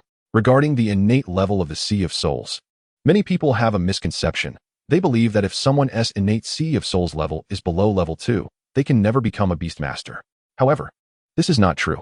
A very small number of people may have a low innate level but possess a great perception of elemental power, allowing them to absorb and convert elemental power into soul energy quickly, enabling them to become excellent Beastmasters later on. However, to date, no machine has been developed to test a person's perception level of soul energy, which is why most people are unaware of this little-known fact. Why can't martial artists advance to become Beastmasters? The main reason is that their perception of elemental power is insufficient, and their absorption and conversion speed is too slow, leading to a slow increase in their Sea of Souls level, which may even stagnate after reaching a certain level. Although Clao Yun felt a bit impatient listening to this, he didn't show it. Ultimately, it all comes down to the martial artist's lack of innate talent, which prevents them from becoming Beastmasters. Martial artists are always a step below Beastmasters. There are many combat methods for Beastmasters. Some focus more on their own development, emphasizing training their physical fitness and control over elemental power. These individuals often see battle beasts as tools to enhance their own abilities, and their combat style is quite similar to that of martial artists. Most of the Beastmasters you see are actually third-rate. They believe that as long as their battle beast is strong enough, that's all that matters. Therefore, they place more importance on the inherent strength of the battle beasts and focus more on training them, while they only require their Sea of Souls level to be adequate. True Beastmasters train in a manner that is not fundamentally different from martial artists, though it is generally more challenging for martial artists. Most families boast about how many beast masters they have, but in reality, they are just bragging. There aren't that many beast masters. As long as you are grounded and train hard, your strength will eventually grow. Both martial artists and beast masters are just vague definitions given by ordinary people. We shouldn't get too caught up in this. Taking care of ourselves and putting in the effort to cultivate is more important than anything else. As they chatted, they unconsciously arrived at the seaside where Klaus Yun first discovered Qin. One last thing, beast masters and martial artists have more than just the Sea of Souls level. Their strength is also measured by their body rhythm level. The body rhythm level is the combination of your physical fitness and your control over elemental power. My body rhythm level usually hovers around level 8, grade 5, and can reach up to level 9, grade 1 at its peak. Master, which is stronger. A higher body rhythm level or a higher Sea of Souls level. The term master should not be used casually. It should wait until we have completed the apprenticeship ceremony. As for your question, I can tell you clearly that the former is stronger. I don't know if you've ever played an arcade game. Your Sea of Souls level is equivalent to your mana bar. It determines how many ultimate moves you can unleash, while the body rhythm level is like your character level. It determines how much damage your normal attacks do, how much damage you can withstand, and how powerful your ultimate moves are. Both the Sea of Souls level and the body rhythm level are divided into 10 ranks, each further divided into 10 minor levels. As Qin spoke, he took out a square table and 2 mats from his space ring, which were necessary for the apprenticeship ceremony. After Qin's explanations along the way, Klaus Yun roughly understood that both martial artists and beast masters need to cultivate their body rhythm levels, and their strength depends on how high their body rhythm levels are. This filled Klaus Yun with confidence. He had initially worried about his lack of talent and whether he could become a beast master, but now, after hearing his master's explanation, he realized that as long as he worked hard, he could become strong and be a pillar for his family. Come on. Are we going to do the apprenticeship ceremony or not? Qin urged from the side. Let us do it. Klaus Yun immediately knelt in front of Qin and performed the customary apprenticeship ceremony, bowing 3 times. Secretly, Klaus Yun couldn't help but smile. He hadn't expected to find a master by the seaside, and now he wouldn't have to stay in such a small place as an ordinary citizen. Living a simple life, he finally had a chance to achieve fame and success. Okay, next, drink the white wine in front of you, and our apprenticeship ceremony will be complete. Qin brought out a large bowl of white wine from his space ring and placed it in front of Klaus Yun. Although it was white wine, Qin knew that this child could not handle such strong alcohol, so the white wine he brought out was very low in alcohol content, only slightly stronger than beer. Klaus Yun looked at the wine in the bowl, feeling a bit troubled. He was still young and had never been exposed to alcohol, so he had an inexplicable fear of it. Master, what does this wine taste like? Seeing Klaus Yun's troubled expression, Qin couldn't help but recall his first experience with alcohol, when he got completely drunk and spent the night hugging the toilet, calling it brotherhood. Just think of it as a slightly spicy soda. It's not as terrifying as you imagine. As Qin spoke, he picked up the wine glass, poured a little for himself as an example, and took a sip first. All right, I'll drink it. After all, it's just this one bowl. Close your eyes and drink quickly. After a brief mental struggle, Klaus Yun resolutely lifted the wine glass, pinched his nose, closed his eyes, and downed the entire bowl of wine in one go. He set the bowl down, his cheeks flushed, and his mind felt a bit dazed. Master, I finished drinking. Klaus Yun presented the empty bowl in front of Qin and burped loudly after speaking. With Qin's help, Klaus Yun quickly sobered up, and his mind cleared considerably. There's one last step, which most masters don't have, but I do. Since you're my disciple, you must leave a mark. Come on, roll up your sleeve. Qin took out a dark talisman from his ring and looked at Klaus Yun with a mischievous smile, resembling an uncle trying to coax a little girl. Does it hurt? Klaus Yun asked, covering his arm in fear. No adults in the village had tattoos, and he hadn't expected that as a minor, he would be the first to try it. Don't worry, this is my elemental technique. With this mark, I can sense your safety. If anything happens to you, I can find you through this, and I can also lend you soul energy through it. You'll be secretly happy with this mark. Without waiting for Klaus Yun's consent, Qin forcefully rolled up his sleeve and slapped the black talisman onto his arm with a loud sound. 5-word decree seal. Soul energy gathered at Qin's index finger, and with a gentle tap, the black talisman embedded itself into Klaus Yun's arm. A brilliant 9-colored light flashed, and the black background gradually faded, leaving the 9-colored cloud characters imprinted on Klaus Yun's arm. So fast, almost in the blink of an eye. Before Klaus Yun could even shout for help, the tattoo was already completed. Qin nodded. He never lied, and if he said it would be fast, it would indeed be fast. Chapter 14. Qin's Strength. With the simple apprenticeship ceremony over, Qin was ready to show Klaus Yun what it truly meant to be a beastmaster. Qin stood by the sea, lazily stretching his arms and yawning. He then turned to Klayan and said, Watch closely. This is the power that an average human warrior can unleash, roughly at the 3rd level. With a casual wave, a golden blade flew out, slicing the nearby rocks in half. Clayton's eyes widened. This is the power of the 3rd level. The master said he could reach the 9th level at most, so the power of the 9th level should be able to destroy a house without a problem, right? Continue. This is the power of the 6th level. If your burst of power can reach this level, you will be a qualified beast master.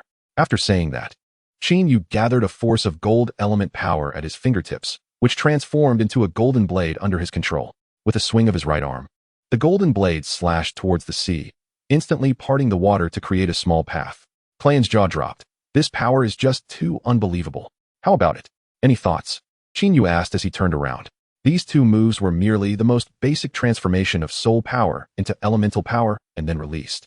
They hardly qualify as elemental spirit techniques. Seeing Clayton's troubled expression, Qin Yu continued to explain. The 2 moves I just used are both basic releases of elemental power. In the first move, I simply transformed soul power into gold element power. In the second move, I not only did the first, but also shaped the gold element power into a blade. Now I will demonstrate the 3rd move, which is a true elemental spirit technique. Releasing an elemental spirit technique involves these 3 steps. You can learn them slowly. Golden element, golden blade. Qin Yu brought his hands together, and the gold element power surged wildly from his palms, forming a giant golden sword with his hands as the hilt. The golden blade suddenly slashed down, creating a large opening in the center of the rocky area, splitting the entire rock mass into 2 parts. This is roughly the power of the 7th level. You should start with the first step, cultivating your soul sea. Take it slow, and once your soul sea is large enough, I will teach you some simple elemental spirit techniques. Qin Yu turned his back, took out a lounge chair from his spatial ring, basked in the sun, enjoyed the sea breeze, and gazed at the beautiful scenery. Life was so pleasant. The tremendous noise quickly attracted the attention of the people in Clan Town. Having lived in this peaceful village for so long, it was the first time they heard such a loud sound, and everyone couldn't help but come out to take a look. Upon hearing the noise, Clan's parents immediately thought of the man lying at home. Perhaps only he could make such a loud sound. Neighbors and passers-by noticed the couple's unusual behavior and rushed over to stop them. However, the 2 were so worried about their son that they ignored them, breaking free from their grasp and running towards the explosion site. They both regretted taking Qin Yu into their home and silently prayed for their son's safety. Otherwise, they would have to fight Qin Yu to the end. At that moment, on the beach, Qin Yu was sitting with his legs crossed, selecting scrolls for Clan. Your soul sea is of the gold element, and I'm helping you choose the Tang family's cultivation method. You should practice the soul sea according to what's on it, and the other one is for physical training. You also need to practice that. While your soul power grows, your physical fitness shouldn't fall behind. Once I think your soul sea is large enough, I'll teach you an elemental spirit technique. Clan nodded, trembling as he reached out his hands to excitedly hold them close. Master, what level did you measure your soul sea at the first time? Ha ha ha, don't feel inferior when I tell you. Qin Yu pretended to be mysterious, with a hint of provocation. Come on, it should be about the same as mine, right? A soul sea at the 0 level, 5th grade, should be pretty high. Clan thought Qin Yu was reluctant to say, because his measured level was lower than his, feeling a bit shy. It's important to know that a 5th grade level among commoners is a height many could never reach in their lifetime. Born a commoner, Clan was just a frog in a well. Outside this village, there was a vast world beyond his imagination. Alright, since you asked sincerely, I'll generously tell you. My first soul sea level was 1 level, 5 grades. Because I am the heir of the Qin family bloodline, I have a total of 9 soul seas. And all 9 are 1 level, 5 grades. Qin Yu paused for a moment before revealing his level, knowing that just looking at the 1 level, 5 grades, he could only be considered average in the Qin family. His brother's first soul sea level test was also 1 level, 5 grades. Clan was completely stunned. Just from the level, Qin Yu surpassed him by 10 levels, and what's more, he had 9 soul seas. Truly, people can be infuriating.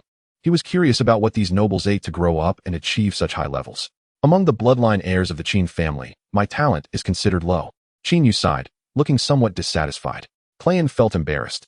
Is this what it means to be a top noble with a dragon-shaped spatial ring? Even with such high talent, he is still not satisfied. This world is vast, and we are very small.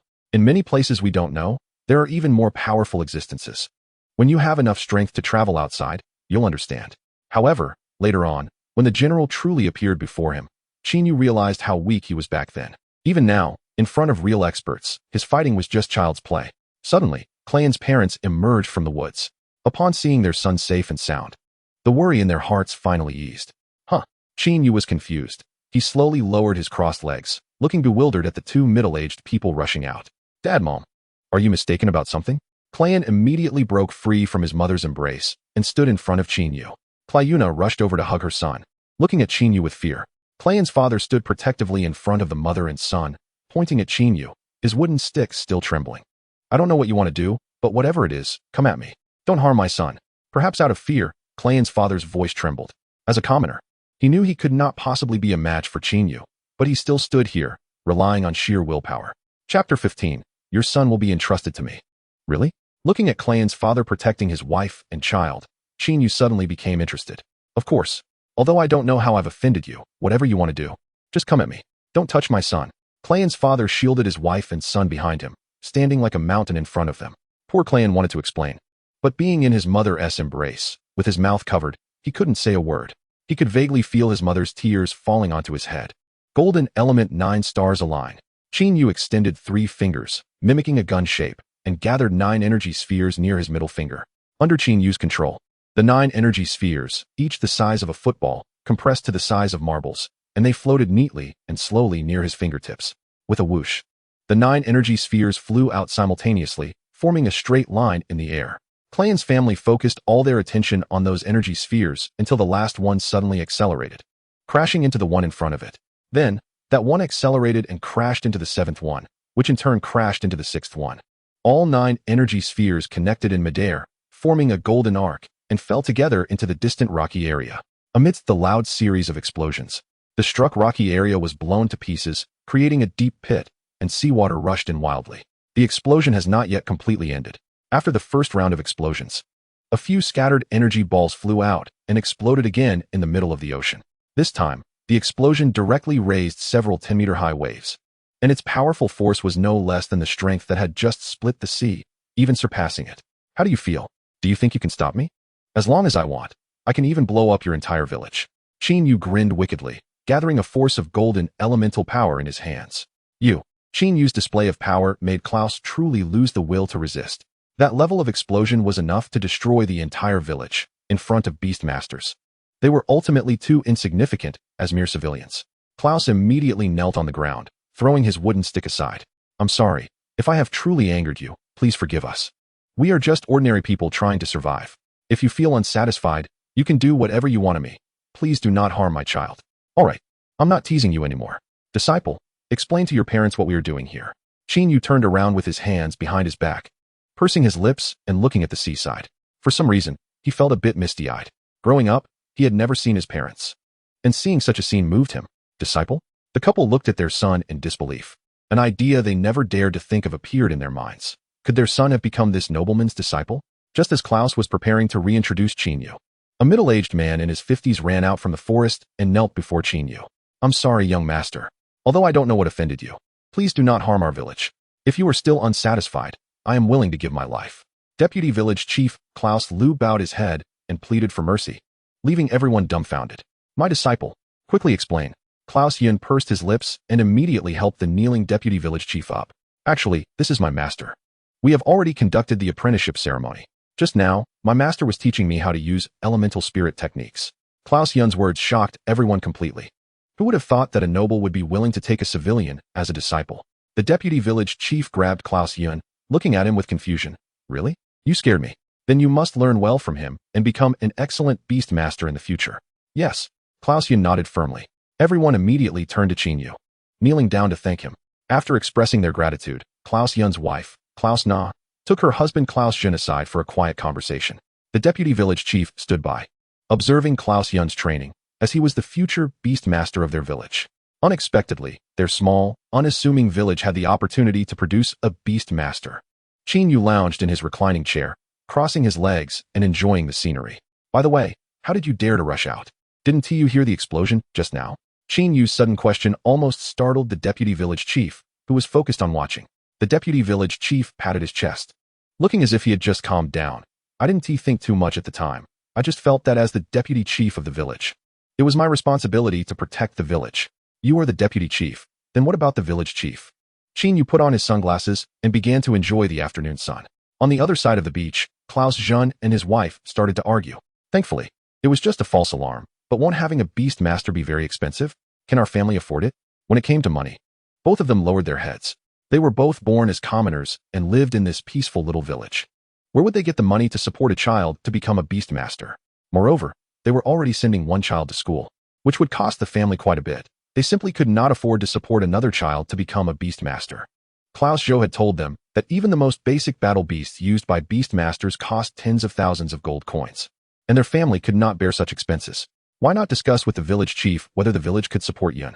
If Yun could really become a beast master, it would be an honor for the village. Klaus Zhou raised his head to look at his wife, with mixed feelings in his heart.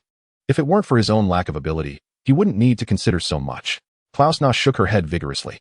They were well aware of the village chief's intentions. There was no way to negotiate this matter with him. Let's forget it. Being a beast master is dangerous. He might even be sent to the battlefield. Staying at home for a lifetime is not bad, at least it's safe. Klaus Na tried hard to comfort herself. She, too, wished her son could achieve great things, but their family really could not afford to raise another beastmaster. Klaus Jin still refused to give up. The village chief is a good person. He was willing to save that kid. If I speak to him nicely, he might agree. Humph, Klaus Na scoffed. I can assure you that the village chief will not support our family. Why did he help Zhou with school fees? Isn't it because his family has no descendants to inherit his position as village chief? Our Zhou is the only one in the village, besides the village chief, who has ever been to school. Now that the policy has changed, the next village chief's position will definitely belong to our Zhou. But Zhou is still quite young, and the village chief can still act as a proxy for a long time, so he is willing to sponsor us to curry favor with our family. You know this too. For a moment, Klaus Jun was left speechless, as this was indeed the case. However, seeing his son's longing face, he still felt a bit unwilling. The couple's conversation was overheard by Qin Yu, who said, "You continue practicing." After instructing Klaus Yun, Qin Yu slowly walked towards them. "You two don't need to be so entangled. Becoming a beast master is actually not that expensive. Klaus Yun is my disciple, and I will do my best to teach him before I leave. You two are his parents, right? You can rest assured to leave your son to me." Qin Yu's sudden approach startled the two, who were tense and on high alert. Their minds went blank, almost screaming. Chapter 16. It's you, you little brat. Who kept calling me uncle? Qin Yu explained everything about beast masters to the couple again, which made them feel a bit more at ease. Klaus Jun took out a pocket watch from the inner pocket of his clothes and placed it in front of Qin Yu. "I don't know if you still remember this. It is what you gave me back then." The place where the rebel army first provided assistance was Klaus Shaolao Town. Their first direct confrontation with the world government also took place in Klaus Shaolao Town, and Qin Yu almost lost his life there. So his memories of this place were quite deep. 40 years ago, Qin Yu was just a young boy who had just stepped into the world. At that time, his strength had just taken shape, and with the ambition to change the world and a passionate heart, he left his family, organizing the rebel army with friends, aiming to help those in need. The first stop after the rebel army was officially established was Klaus Shaolao Town. This small town had almost no interaction with other cities, and it had no unique features. Even if the rebel army wanted to help Klaus Shaolao Town develop its economy, they had no way to start. After some discussion, Qin Yu decided to give Klaus Shaolao Town a seed of a fruit unique to the outside world. The fruit grown from this seed would be as big as a soccer ball, somewhat resembling grapes, with a layer of skin. And the transparent pulp inside had a taste more like apples. It was one of the essential rations for traveling. This fruit is called Yongwan. It requires a special type of soil to plant and only bears fruit twice a year, but the yield is very high. A tree can produce at least 20 or more fruits. This fruit has a long shelf life, and it can be stored for a year without problems. Klaus Shaolao Town could sell this fruit externally. While it couldn't guarantee that it would become wildly popular in the inner world and make Klaus Shaolao Town wealthy, at least it would allow this peaceful village to connect with the outside world, ensuring that everyone in the village could have enough to eat. In the end, this fruit did not make Ku Shaolao Town explode in popularity. The reason is that this fruit is unique to the outside world. But there is a similar fruit in the inner world that can replace Yongwan. That fruit is called Lilwan fruit. The yield and size of Lilwan fruit are not as good as Yongwan, but it is more popular in the inner world than in the outer world. The main reason Yongwan cannot become popular is that the land capable of growing this fruit is very difficult to cultivate. Even if people know how to cultivate it, no one is willing to do so, making this foreign fruit seem somewhat redundant. As the leader of the 2nd Regiment, Qin Yu was the one who delivered the seeds to the village chief, so it was Qin Yu who negotiated with the village chief at that time. The village chief back then was Klaus's father, Klaus Chun. On this day, in the village chief's office, Qin Yu and Klaus Chun were chatting. This fruit cannot be found in the inner world and has roughly the same function as Yongwan. I cannot guarantee that this fruit will sell well in the inner world, but it should be no problem for your village to live a bit better than now. Klaus Jun grabbed Qin Yu's hand and quickly thanked him, saying, Thank you. You have already helped us a lot. Thanks to your village, we have hope. Otherwise, we would still be starving. Ha ha ha. It's nothing. It's nothing. Chin Yu chuckled, scratching the back of his head, feeling a sense of accomplishment for helping others for the first time. But why are you not a government organization? Why do you come to help us? For you, people like me should be like ants. Klaus Chun's voice was very soft when he said the last 4 words. Although the village chief was older than Chin Yu and was his senior, he spoke with a humble posture. You have seen the world government in recent years. The government ignores the common people, which is contrary to the government's past ideals. We, as capable individuals, want to help you as much as possible. The Dark Age has dealt a huge blow to humanity. The 3 empires are still in deep trouble and have no time to help you, while the world government stands by. If we capable people do not stand up, humanity will eventually head towards extinction. As the new generation of humanity, we should take on this responsibility. Nobles and commoners are both human, and I think there is not much difference between the two. We, who are capable, should help you. Only then will everyone become better. The village chief nodded repeatedly after hearing this. In his heart, the status of Chin Yu and others had risen a level. Having such thoughts, regardless of being a noble or a commoner, is remarkable. This kind of awareness is something even their elders might not possess. The young people who helped the village seemed to be only in their early 20s, in the prime of their youth. To choose to help those in suffering at such a beautiful age requires immense courage. However, there was one point that puzzled the village chief. Then why don't you choose to enter the world government? Wouldn't it be more convenient for you to provide assistance? The issues with the world government stem from its higher-ups. If we were in the world government, we might not be able to make decisions. Chin Yu and others, as nobles, understood some things about the government. Suddenly, the door to the village chief's office was pushed open, and a little boy rushed into the office. Seeing that there were others present, he immediately hugged Klaus Chun. Dad, I want to tell you a secret. Klaus Chun smiled and patted his son's little head. Sorry. This is my son Klaus Jun. Jun, quickly call him brother. Klaus Jun hid behind his father, peeking out cautiously at Chin Yu. The fact that his son wouldn't speak and was hiding behind him made Klaus Chun a bit embarrassed. Klaus Chun immediately bent down and patiently educated him. Look, you are already 6 years old. Why are you still so shy? He is the benefactor who helps our village. Quickly call him brother. I want to tell you a secret first. Klaus Jun pretended to be mysterious, his expression still unchanged, even showing some hostility towards Chin Yu. It's okay. Let's hear what the child wants to say first. Chin Yu touched his ear and said awkwardly, Sorry. Klaus Chun leaned forward, putting his ear close to his son's mouth. Go ahead. What secret do you have? Dad, everyone says they are robbers. You must be careful of him. I think that uncle doesn't look like a good person. Klaus Jun whispered in his father's ear. Although it was supposed to be a secret, Klaus Jun's voice was still loud enough for Chin Yu to hear clearly. Klaus Chun's face turned dark, and he secretly glanced at Chin Yu. Even though Chin Yu was willing to help the village and was a group of kind-hearted young people, Klaus Chun was genuinely afraid of Chin Yu's outburst. After all, he was still a noble, raised in luxury since childhood. Nobles have a terrible reputation among commoners, sharp-tongued, unforgiving, and unable to tolerate any harsh words. These are common faults of nobility. As a new generation, Chin Yu smiled kindly and said openly, It's okay. Children speak without thinking. I'm still sorry.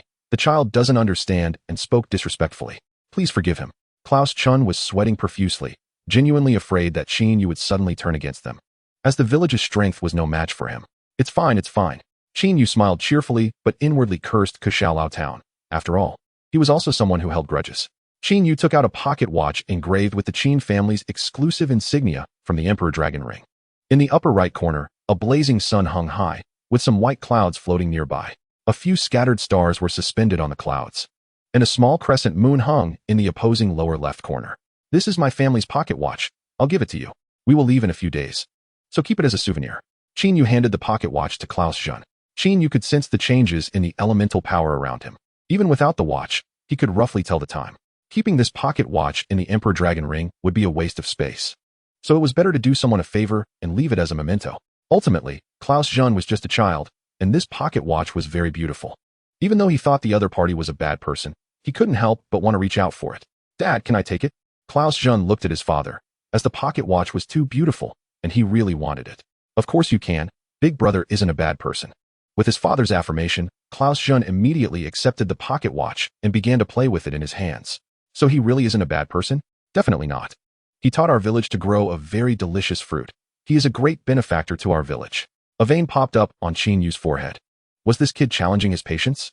Chapter 17. The First Confrontation with the World Government, Part 1. On the 5th day since the robbery relief army arrived in Kushalao Town, Chin Yu, as usual, carried a bowl of hot porridge, and leisurely walked towards the village chief's office. Today was their last day here. After finishing their tasks today, they would have to leave. Today was also different from usual. In the past few days, several leaders gathered in the village chief's office to drink morning tea and chat about life. Today, only Qin Yu was there, as the other leaders had already left the day before. After all, the world is vast, and everyone gathered together to rescue one by one. No one knew how long it would take to finish rescuing everyone, so they decided to disperse. Only the 2nd Regiment led by Qin Yu remained in Kushaolao town to help this small village, while the other members left the village with their respective regiments. Just as Qin Yu was about to arrive at the office, a commotion broke out. Is this amount of money enough? The government gives you the lightest taxes. It's only 100 gold coins per person. Can't you accept that? After the cursing, a crisp slap echoed, and Qin Yu hurriedly ran toward the village chief's office. But he didn't hold the hot porridge steady, spilling it all over the ground. As he left, Qin Yu couldn't help but turn back and glance regretfully, lamenting that such a good bowl of hot porridge was wasted. The door to the village chief's office was tightly shut, and Klaus Chun was kneeling on the ground, holding onto the colonel's leg, pleading for him to spare the village. The village has over 1,000 people, and according to the head count, they must pay a monthly tax of 100,000 gold coins. Since the Dark Ages, Kushaolao town has been self-sufficient, and gold coins only circulate within the village without any external trade. The total amount of gold coins in the village has not increased, and with such high taxes, even if they took out all the gold coins from the village, it wouldn't be enough. The colonel kicked down the begging Klaus Chun and glared at him fiercely. Since the Dark Ages, the tax system has changed, and your village has never paid taxes. You have been evading taxes. How much have you underpaid over such a long time? You still say you haven't? Who believes that? In any case, if you can't come up with the money today, don't blame us for flattening this village. Colonel, our village really can't afford such high taxes. For so many years, the village has been self-sufficient. Where would we get the money for taxes? Moreover, since the Dark Ages, the government has not helped the village develop economically, and we have no obligation to pay this tax. Klaus Chun's argument completely infuriated the colonel, as if speaking the truth made him, a government official, feel ashamed and angry. The colonel slammed the table, clenched his fist, and struck Klaus Chun, with a fist as big as a sandbag aimed at the village chief. The colonel did not use his full strength against a commoner, but even with this simple punch, he was confident it could kill in one blow. You animals! You must pay taxes to live in this world, because this world is under the jurisdiction of our world government. If you don't pay taxes, don't think you can continue living in this village. With the colonel's roar, his fist slammed down on the chair where Klaus Chun was sitting. The chair instantly broke apart, but Klaus Chun had vanished from the chair. Qin Yu pulled Klaus Chun to the side, mockingly watching the colonel who was stunned in place. What? The government is now so openly acting as the bad guy? The village's economic development is neglected, and all you think about is collecting taxes? Isn't this typical of wanting the horse to run, but not letting it eat grass? What you're doing now is called extortion, you understand. Who are you? How dare you question our world government's decision? And you are within the jurisdiction of the world government and refuse to pay taxes. What do you want? A wave of pale purple soul power surged around the colonel. This kid moved quickly, and although his strength was unclear, it was definitely not weak. He was about to use all his strength for this punch. It doesn't matter who I am. You don't need to know, because you will soon become a corpse. Qin Yu transformed into a wisp of golden smoke and lunged towards the colonel. The colonel quickly retreated. Anyone who could transform their body into elemental power must have a high level of physical harmony, and there were not many people he knew who could reach this level, which made him feel a bit wary. Thunder element purple crystal. Lightning gathered in the colonel's hand, forming an opaque purple crystal. Just as the golden smoke was about to invade his space, the opaque purple crystal suddenly slammed down, and the purple lightning surged out, enveloping the entire golden smoke. With a loud bang, the golden smoke reassembled, and Qin Yu appeared in front of the colonel. Ha ha ha, all that boasting, and you're just a paper tiger. The colonel laughed as he chased out, realizing that his previous concerns were unnecessary. Although this man's physical harmony level was high, he obviously lacked practical combat experience and had rushed in to attack a prepared colonel without any preparation. Qin Yu quickly got up from the ground, his left eye flashing with golden light, and gathered the power of gold element in both hands, using all his strength to hammer down towards the ground. Gold Elemental Fortress. The power of gold element spread out and reformed, erecting a massive high wall in front of Qin Yu. Do you think this can withstand me? Child Thunder Rhino merge. The colonel's battle beast merged with him the moment it was summoned. His muscles bulged, quickly covered by a thick layer of gray skin, and a pale white horn slowly grew on his forehead. The horn collided with the golden barrier created by Qin Yu, only leaving a small dent without causing significant damage. At that moment, the vice captain of the 2nd Regiment, and also Qin Yu's most trusted brother, Nangong Ao, walked out of a room and happened to see the colonel attacking Qin Yu. Seizing the opportunity while the colonel's attention was on Qin Yu, Nangong Ao immediately merged with his battle beast, Lei Yin. His muscles slightly bulged, his hair instantly lengthened and turned yellow, with lightning crackling at the tips. His once handsome face now bore the features of a lion. The power of lightning exploded from his fingertips, instantly spreading throughout his body. After completing the merge, Nangong Ao immediately charged at the colonel, resembling a heavy tank accompanied by lightning, exuding an intimidating presence. Nangong Ao also lacked much practical combat experience. He did not restrain his unleashed soul power during the sneak attack, and the colonel reacted the moment Nangong Ao began his assault. Turning his body, he blocked with his arms in front of him. With the enhancement of soul power, purple lightning slowly coursed over his thick skin. Nangong Ao's fist struck the colonel's arms, creating a small dent. The force of the blow pushed the colonel back several steps. However, this was not considered a serious injury for a beastmaster, and he quickly recovered. Nangong, go notify the others to stop the world government people. Hurry. Qin Yu's hands glowed with golden light as he immediately followed up on Nangong Ao's attack, giving the colonel no chance to catch his breath. And you? In every battle on the battlefield, one fights with their life on the line. As a colonel, he was most accustomed to this kind of practical experience. They knew that if they relaxed for even a moment on the battlefield, it could lead to injury or death. Qin Yu's delay in merging with his battle beast was the biggest mistake. In past battles, Qin Yu usually would not use his battle beast until the very last moment. He felt there was no need to merge in combat against the colonel, as the soul power consumed in merging was greater, and since he could win without it, he preferred not to. Another reason Qin Yu disliked using his battle beast was that although he had 9 soul Cs, he only had 1 battle beast, which was somewhat embarrassing to take out. The matches Qin Yu participated in were always safe. Various families would allow their new recruits to spar, ensuring that neither the participants nor the spectators would face life-threatening dangers. They would always hold back to avoid causing fatal injuries to the opponent. The two types of combat were completely different, and having fought safely for so long, Qin Yu naturally thought of the easiest way to defeat his opponent. But he did not know that battles on the battlefield change rapidly, and the only correct and safest choice is to kill the opponent in one blow. The proud Qin Yu even stole a glance at the departing Nangong Ao, but unexpectedly, the colonel seized the opportunity. He grabbed Qin Yu's arm, and with a forceful pull, Qin Yu lost his balance. The colonel executed a shoulder throw, slamming Qin Yu to the ground. The colonel raised his right hand, his arm muscles bulging again, and his fist swelled several times in size. The massive punch crashed into Qin Yu's jaw, sending him flying again, crashing through a wall. Klaus Chun, hiding to the side and peeking at the battlefield, shivered all over, feeling as if he had boarded a pirate ship. Now that they had provoked the world government, if Qin Yu couldn't defeat this man, the entire village would be buried with him. Chapter 18, The First Encounter with the World Government, Part 2. The noisy sounds of fighting quickly attracted the attention of many villagers, but no one dared to join in, and some had already begun packing their bags, ready to flee at any moment. Such a loud commotion also woke Klaus Chun, who had been sleeping in. Rubbing his eyes, he sleepily came downstairs. His house was right next to the village committee, and he could hear the sounds of battle clearly. As soon as he came down, he saw Qin Yu being blasted out, shattering the wall surrounding the village committee. As Klaus was about to step forward to inquire about the situation, a muscular man over 8 feet tall charged out, riding on Qin Yu's back, and began to pound on his body furiously. Thunderous strikes. The colonel's fists, as big as sandbags, poured down on Qin Yu like a torrential storm. Qin Yu's frail body obviously couldn't withstand the colonel's frenzied blows. The areas struck instantly turned bruised and purple, and even the bones inside shattered into pieces. However, due to Qin Yu's high physical level, he could recover in just a few seconds. Almost as soon as the colonel had struck, he would regain his strength. After multiple trainings, even the newly grown muscles would be harder than before.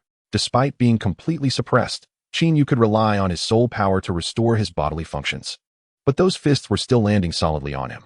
Qin Yu suddenly spat out several mouthfuls of blood, regretting why he hadn't fused with the battle beast earlier. Otherwise, he wouldn't be suffering so badly now. Stop hitting him. He is going to die. Klaus immediately rushed forward to intervene, pleading, "This is a good person who gave me a pocket watch. Please don't hit him. He is a good man." Klaus tried to grab the colonel's arm, but the colonel's strength and speed were too great. Klaus missed grabbing the arm and was instead knocked back by the force. The battle-hardened colonel was unfazed, and his attacks only intensified. He realized that Qin Yu's soul power was indeed vast. No matter how much he damaged Qin Yu's body, he could always recover immediately.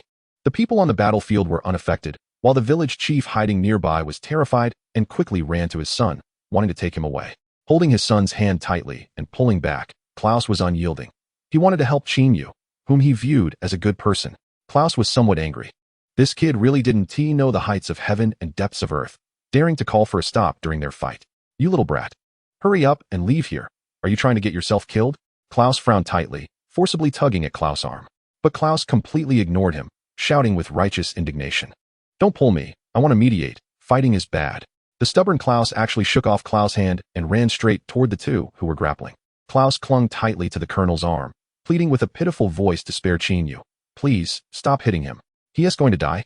In his heart, he believed the government was just and merciful. If he begged for mercy, they would surely spare Yu. But reality was not as beautiful as Klaus imagined. The colonel shot a fierce glance at the child clinging to his arm and then swung his arm, throwing him into the nearby ruins. This was not over.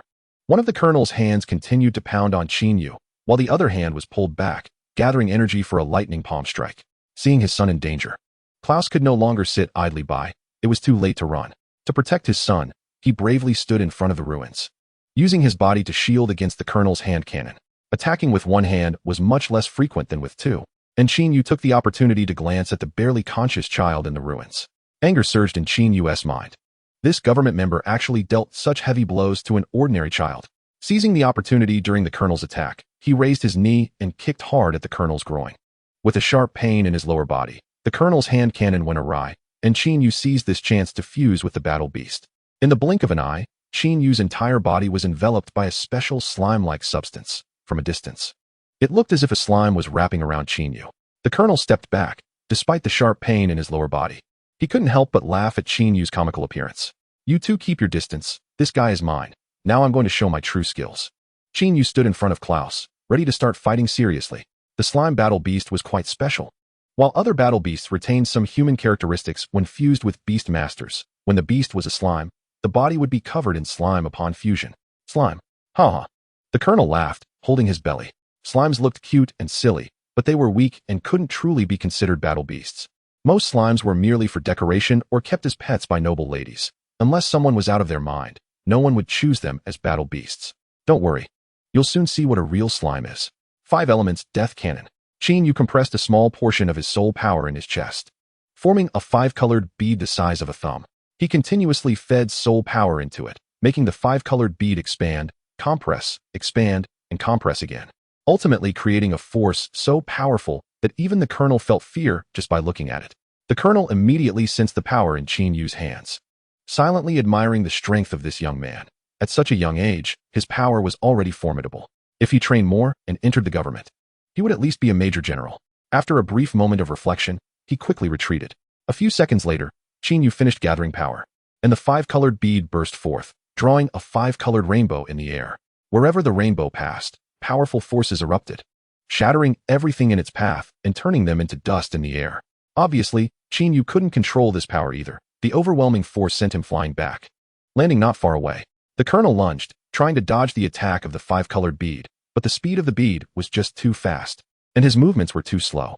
Although he reacted and attempted to dodge, he was still struck by the 5-colored rainbow, but fortunately, he managed to avoid the fatal areas. The colonel hurriedly activated his soul power, repairing the half of his body that was blown apart by the 5-colored rainbow. Yu would not give him that time. He staggered to his feet, and before stabilizing himself, he used the spirit technique Golden Elemental Mountain. 2 massive golden blocks appeared next to Yu, and under his control, they flew toward the colonel. The colonel stood up and smashed the 2 large golden blocks with his physical body, then charged toward Yu. Yu was clearly more about rhythm than strength. If it came to the damage of spirit techniques, he could never defeat Yu. To win, he had to close the distance and use physical techniques to crush Yu. After much thought, Yu still did not use the poison element spirit technique. As long as he added the paralyzing effect of the poison element, preventing the colonel from quickly recovering with soul power, he would never be able to enter his body. Thus, this battle would be a sure victory for Yu. But then he thought again. The poison element spirit techniques he knew had a very large range. There were still many civilians around, and those who had closed their doors and windows shouldn't die immediately. However, those who hadn't, once contaminated with his poison gas, Yu guaranteed they would not survive beyond half an hour. Since he couldn't use a limiting spirit technique to restrain the colonel, he decided to use an attack to limit his movements. 9 stars in a row. Yu pointed his right hand at the colonel, forming a gun shape, with 9 golden beads circling around his finger. Chapter 19. Am I a good person? 9 stars in a row. The 9 golden beads fell sequentially around the colonel, none hitting him directly, all embedding into the ground. The colonel looked at the 9 bullets that missed him and sneered. I thought your strength was strong. Turns out it's just this. The power of spirit techniques is getting bigger, but your aim, next life. Find a girlfriend early and let her teach you how to aim. Huh. Just as the colonel was puzzled, the 9 golden beads exploded simultaneously. Chinyu fell to the ground, gasping for fresh air. The recent blow was largely due to his carelessness and lack of preparation. Otherwise, the outcome would have been uncertain. He must practice hard from now on. With such significant recoil and after effects, having a girlfriend won't help at all. After the battle ended, seeing the colonel lying motionless on the ground, it was clear he was dead. Only then did the villagers dare to come out. Most of them recognized the colonel, as he had come to collect debts just last month. Previously, everyone had prayed for Chinyu to win the battle, but when Chinyu truly defeated the colonel, everyone fell silent. No one dared to celebrate with Chinyu or associate with him, knowing he had defeated a colonel sent by the world government. Once they had any ties to Chinyu, the government could easily view them as accomplices, and the consequences would be dire. The villagers could only stand outside the village committee's wall, anxiously watching Chinyu resting on the ground inside. Among the onlookers was the village chief, who wanted to check on Chinyu's injuries, but as the village chief, every word and action represented the village. If he approached Chinyu, it would imply he had a relationship with him. The village chief was grateful that Chinyu had brought the noble youths to help improve their village's economic conditions. But he didn't want to conflict with the world government. In this world, the world government was like a deity. No one dared to defy them. The cost of resisting them was always death. Their lives had just begun to improve, and they had hope. They didn't want to die. However, after a while, Klaus rushed to Chinyu's side despite his father's objections. Big brother, are you okay? Klaus helped Chinyu to his feet, and then turned to the crowd. Hurry and call a doctor. Save him. Chinyu waved his hand and softly said, it's fine. Just then, Nangong Ao descended from the sky. The lackeys the colonel had brought were already dealt with. You idiot. Don't use that move if you're fine. You know how severe the aftereffects are. Nangong Ao complained. The two had been brothers for years and understood each other's strengths well. Defeating the colonel was definitely not a problem for Chinyu. But he had chosen a mutually destructive method. It's fine, I won. Even if I lost, I still have you guys. Chinyu smiled faintly, looking at the indifferent faces of the villagers, feeling somewhat disheartened. They were so eager to help, yet when he was injured, this was their reaction. How could that not chill one's heart? Are you okay? You were hit pretty badly just now. Klaus helped Chinyu stand up again. Chinyu was taken aback. According to this child, where would his face go? He immediately retorted, no way, I was the one who pinned him down and beat him. All right, stop being stubborn. Think about what to do next. We really are unlucky. This is our first mission and we ran into government people, Nangong Ao complained.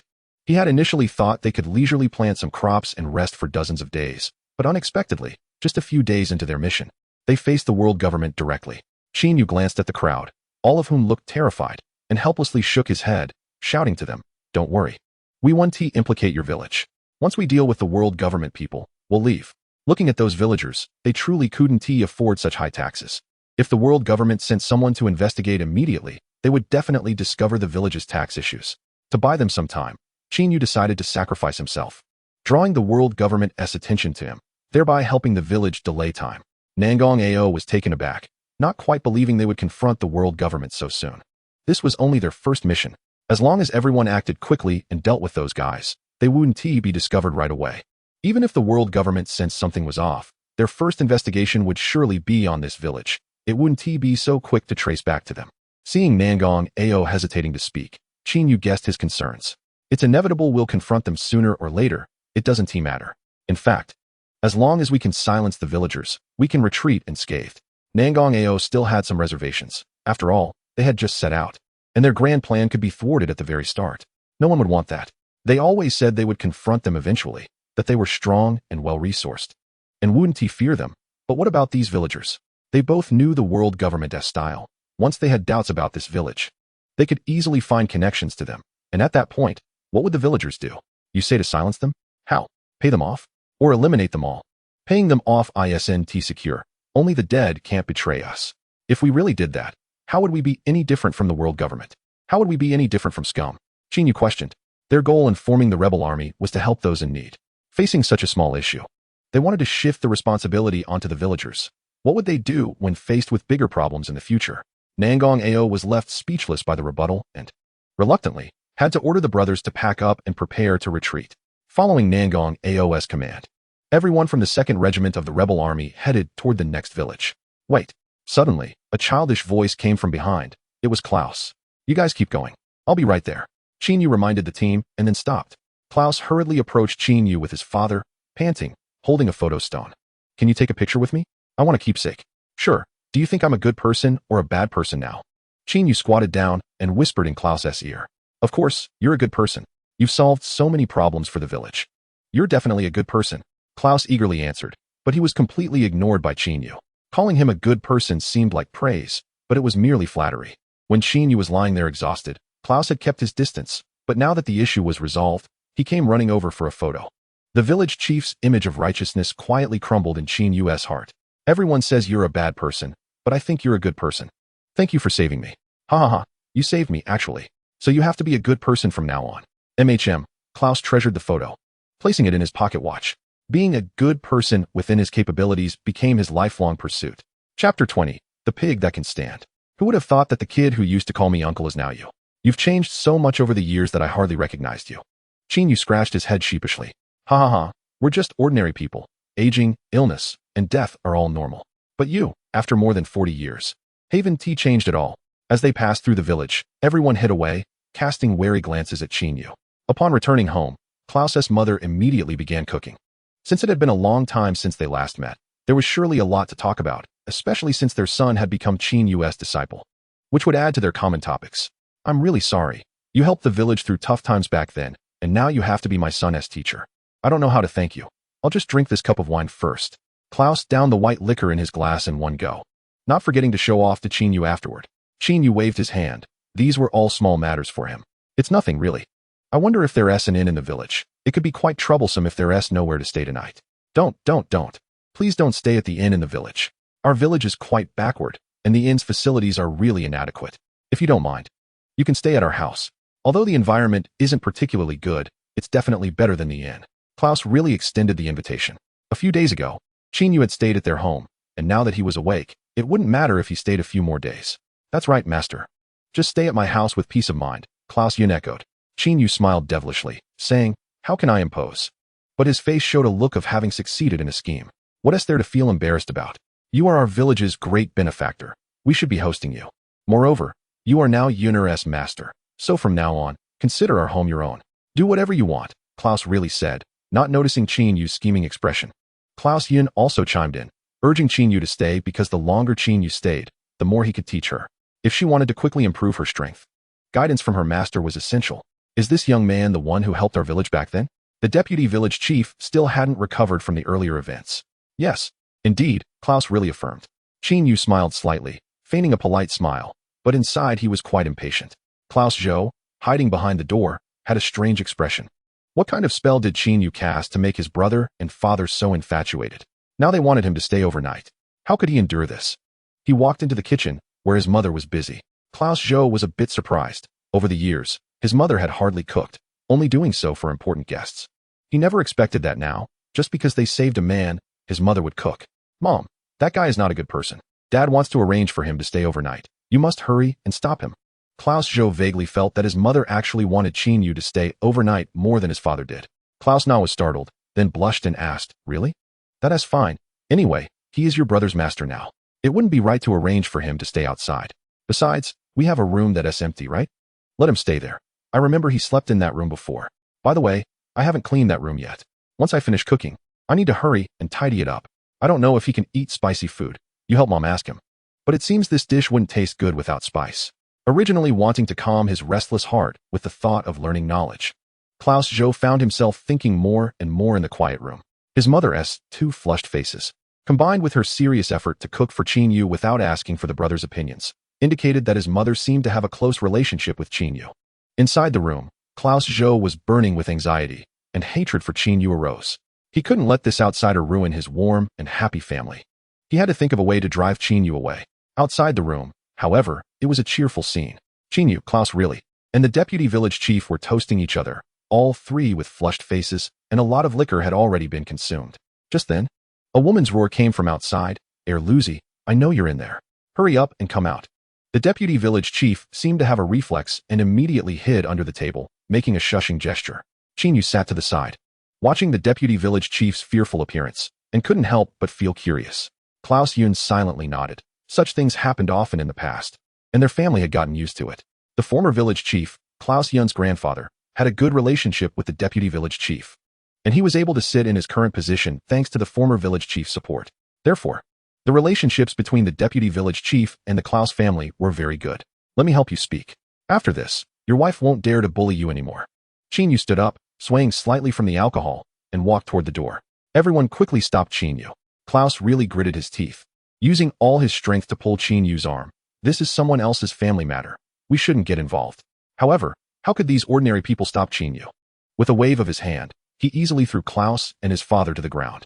Don't worry, although family matters are family matters, domestic violence is not right. Hearing that kind of voice and seeing your reaction, I can tell you definitely don't have it easy at home. Don't worry, I'll help you solve it. Do you want a one-time fix, or should I help you change your wife's character? As Chinyu spoke, the deputy village chief nodded, further solidifying Chinyu's determination to help. Seeing Chinyu about to go out, the deputy village chief, emboldened by alcohol, blurted out a line that no one expected. Be gentle. After all, she's my wife. Chinyu made a gesture and then staggered toward the door. At the entrance, a large lump of fat leaned against the door frame. Chinyu, somewhat nearsighted, thought at first that it was a pig standing up. But upon squinting and taking a closer look, he realized it was actually a person. And that person was looking at the deputy village chief's wife. Chinyu couldn't help but vomit, letting out all his dinner. Instantly, the effects of the alcohol vanished. Chapter 21, The Wronged Fat Wife. Chinyu stared at the woman in front of him, shocked. How could there be someone so ugly in this world? This woman was not only fat, but had a face full of pimples, and her gaping mouth seemed as if it could swallow Chinyu whole. Hey, who are you? Where's my heir Lucy? The house hasn't been cleaned today, and dinner hasn't been made. Do you want to starve me? Who gave you the courage? I know my heir Lucy is inside. Let me in. As she spoke, the fat woman tried to squeeze into the door, but she was too fat.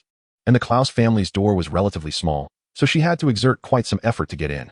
Chinyu opened the door and asked the people in the hall, "Did you design the door this small on purpose to prevent this fat woman from entering?" His smile said it all.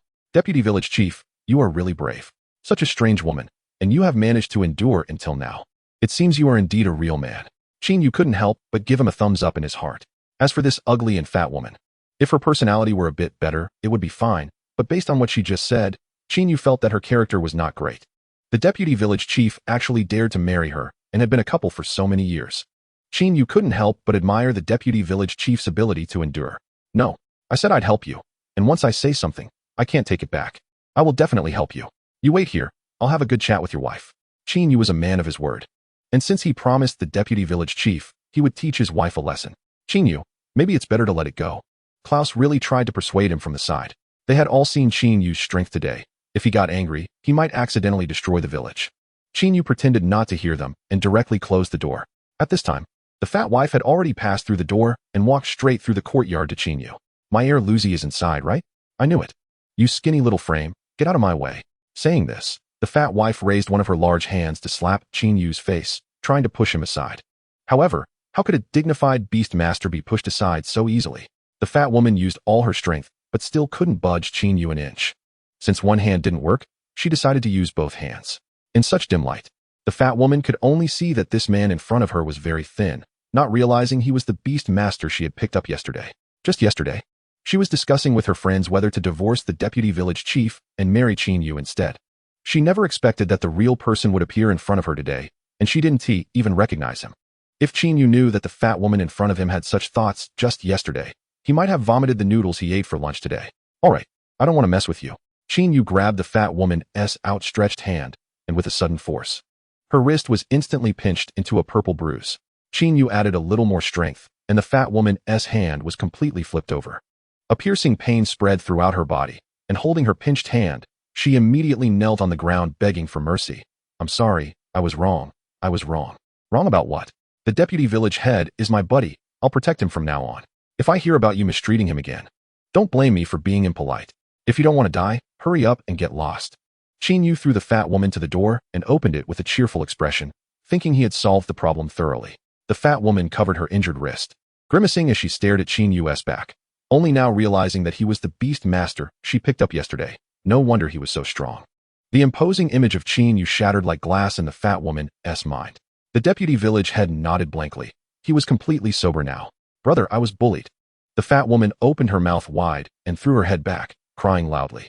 Looking at this fat woman in her 50s, the village head felt a headache. If she weren't his sister, he would have the impulse to beat her up. The village head looked impatient, completely speechless in front of his sister. You said you would protect me for life. If there's a problem, who else can I find if I don't come to you? The fat woman looked at the village head with a wronged expression, completely unaware that she had reached the age where she should be independent. It's still that LZ. Look at the kind of husband you found for me.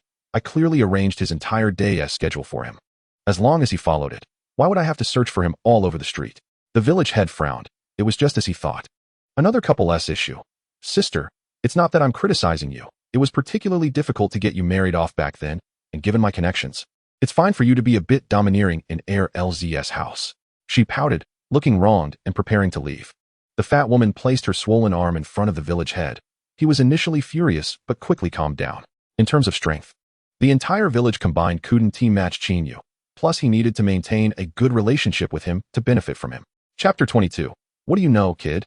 The dinner party was still ongoing, and Chinyu continued to enjoy his meal as if nothing had happened. The deputy village head, looking troubled, was noticed by Klaus Jean, and the two drank in silence, each lost in their thoughts. Clona brought over a portion of roasted chicken beast leg meat and placed a piece in Chinyu's bowl, saying this meat was particularly delicious, urging him to try it. Klaus Jean looked at his wife with a somewhat grim expression, but he didn't show it too much. Chinyu stared at the leg meat in his bowl, lost in thought. A person's charm can be a double-edged sword, often attracting trouble. The dinner party awkwardly lasted for half an hour before ending. The deputy village head and Klaus Jean had been drinking without much conversation. And even if Chinyu wanted to interject, he found no opportunity. Clona and Klao Yun were constantly looking for chances to talk to Chinyu, and he could only engage with them in a half-hearted manner. The most uncomfortable person at the dinner was undoubtedly Klao Zhou. At least everyone else had someone to talk to, but he had no one. Unlike his foolish brother, the blush on their mother's face was clearly abnormal, and coupled with their father's strange expression, this idiot Klao Yun didn't notice and was still excitedly discussing Chinyu with their mother. In Klaus Jean's and his wife's room, Klaus Jean tossed and turned, looking at his wife who had just finished bathing and was lying in bed ready to sleep. He finally asked the question in his heart. You wouldn't be interested in Chinyu, would you? Huh, what kind of question is that? Chinyu is genuinely a nobleman, handsome, rich, and powerful. Who wouldn't be tempted? But don't worry, I won't have anything with him. You know what kind of person I am. Clona said affectionately as she lay in her husband's arms. Oh, okay. Klaus Jean still felt a bit disgusted, even regretting asking. In another room, Klao Zhou was reading while Klao Yun was exercising nearby. The training plan Chinyu left for Klao Yun was nothing short of brutal, and with a very tight schedule. Klao Yun seized every moment to train, not daring to slack off even a bit. Brother, don't you think Mom has been acting a bit strange lately? Klao Zhou, sitting at the table, was completely unable to focus on his studies. His mind was filled with thoughts about their mother. Really? I think she is fine. Klao Yun, being a straightforward guy, didn't think much of it. To him, their mother and his feelings towards Chinyu were the same, admiration. You've really been blinded by him, Klao Zhou said, speechless, judging by his brother's reaction. It would be very difficult for him to find a girlfriend in the future. Just then, Chinyu pushed the door open and walked in, carrying a pile of weapons. Take a look for yourself. Choose a weapon. Chinyu scattered the various weapons all over the floor, allowing Klao Zhun to pick at will. Looking at the colorful and flashy weapons scattered on the ground, Klao Yun felt a bit dizzy. All the weapons on the ground were collected by Chinyu from various families. Although none were top tier, they were already sufficient for Klao Yun, and any one of them would be worth a fortune. Weapons. Do you have any recommendations, master? Klao Yun looked at the dazzling array of weapons, unsure of what to do. Moreover, Klao Yun didn't know which weapon was better, stronger, or more suitable. He was born in a peaceful era and was just an ordinary citizen, so in his impression, the sharpest weapon was only the butcher's knife. Chinyu picked out a pale golden spear and a red battle spear, saying, as the saying goes, the longer the weapon, the stronger it is. Both the spear and the battle spear are good choices. Klao Yun shook his head repeatedly, as he had never even seen these two types of weapons. Picking them up would definitely be cumbersome for him. Then I would recommend a light sword. I also use a light sword. And the sword is the leader of all weapons, capable of going head-to-head with any weapon. I believe this is the strongest type of weapon in the world. Chinyu still hoped Klao Yun could choose his own weapon. No matter what type he chose, Chinyu would support him. After all, a weapon is a lifelong matter. Most people will only use one type of weapon in their lives. Once they become familiar with one weapon, switching to another midway will greatly decrease their strength, and it's hard to return to their peak. Some people might switch their familiar weapon in middle age and greatly improve their strength, but that's rare. Almost 1 in 10,000. As for the light sword, I actually want to choose a sickle because I'm more familiar with it. But since you use a light sword, you can teach me more. Clao Yun was torn between the sickle he was familiar with and the light sword his master was familiar with. Clao Yun felt a bit inferior regarding his own choice. He wanted to hear Qin Yu's opinion more than following his own thoughts. I shouldn't have recommended you. You need to follow your own hardest choice. After all, weapons are almost a lifelong matter, and don't expect me to teach you too much. That's impossible. Everyone has different physical conditions, thoughts, and understandings of weapons. I can only teach you some basic things. Beyond that, you'll have to comprehend it yourself. This is how a master leads you in the door, but the practice is up to the individual. Your life is long, and on this road, no one can make decisions for you, including your parents. All challenges must be faced by you alone. I can help you for a moment, but not for a lifetime. As your master, teaching you martial arts is secondary. The main thing is to teach you how to be independent, how to be a person, and how to survive in this world. I am now giving you your first task. Tonight, choose from this pile of weapons the ones you believe you can wield. They can also be two-handed weapons. Give me your answer by noon tomorrow. Also, do not wake me up until I awaken on my own. After saying this, Qin Yu turned his back and left, leaving Cloud Klaus looking confused at the scattered weapons. Klaus Zhou, who was studying nearby, turned his head and scoffed. Is this really a master? Sounds good, but I doubt he can teach it all. He even asked you to choose. If you could, what do you need him for? Shut up and focus on your studies. My master is teaching me how to choose. The most important thing in life is making choices. There will always be forks in the road of life, and each fork requires a choice. The master has his own intentions. What do you know, you little brat? Cloud Klaus immediately retorted, firmly believing that Qin Yu had it all planned out, and was even more determined to follow him in the future. How cheesy. I really don't know what kind of charm he has cast on you to make you so obedient, even arguing with your brother for an outsider. We all listen to our parents. Life should be too comfortable. Brother Klaus Zhou completely disagreed with Qin Yu's viewpoint and casually said something before turning back to continue studying. For ordinary people, following the arrangements of those in higher positions is absolutely correct. Although Klaus Zhou was just a child, this concept was already deeply ingrained. You little brat. What do you know? Cloud Klaus sneered, then continued training. He had to become strong, to become a beast master who could stand on his own. Chapter 23, The Robbers. The next noon, Qin Yu arrived as promised, standing in front of Cloud Klaus, who was practicing. Seeing Qin Yu awake, Cloud Klaus excitedly ran over with two scythes in hand, waving them with a big smile. Master, look, these are the two-handed weapons I chose. One is a long-handled scythe. The other is a short-handled scythe. The long one attacks from a distance, while the short one is for close combat. It can attack and defend. This was the result of Cloud Klaus's thinking all night, and his eyes were filled with anticipation as he looked at Qin Yu. Looking at the two scythes in Cloud Klaus's hands, Qin Yu was taken aback. The weapon he chose was something most people wouldn't dare to select. Two-handed weapons are inherently difficult to master, and the difficulty factor of wielding two scythes increases several times. For someone with uncoordinated limbs, wielding two scythes is a nightmare. One scythe was a light purple long-handled scythe, while the other was a golden-red short-handled scythe. The light purple scythe was called Mingjiao, and the golden-red one was named Longshur. Both scythes were weapons that Qin Yu had obtained from the Bai family a long time ago. Although they couldn't be called divine artifacts, they were at least among the best in their category. Scythes are rare weapons. Even Qin Yu couldn't use them freely, so for many years, these two scythes had gathered dust in his spatial ring. He never expected to see them again now. I'm not very good at using scythes either. You'll have to rely on your own efforts to learn how to use them, Qin Yu said helplessly. A long-handled scythe is already difficult enough to use. Even he couldn't master it, let alone two. Huh, isn't this okay? Cloud Klaus looked at the weapons in his hands, feeling a bit dejected.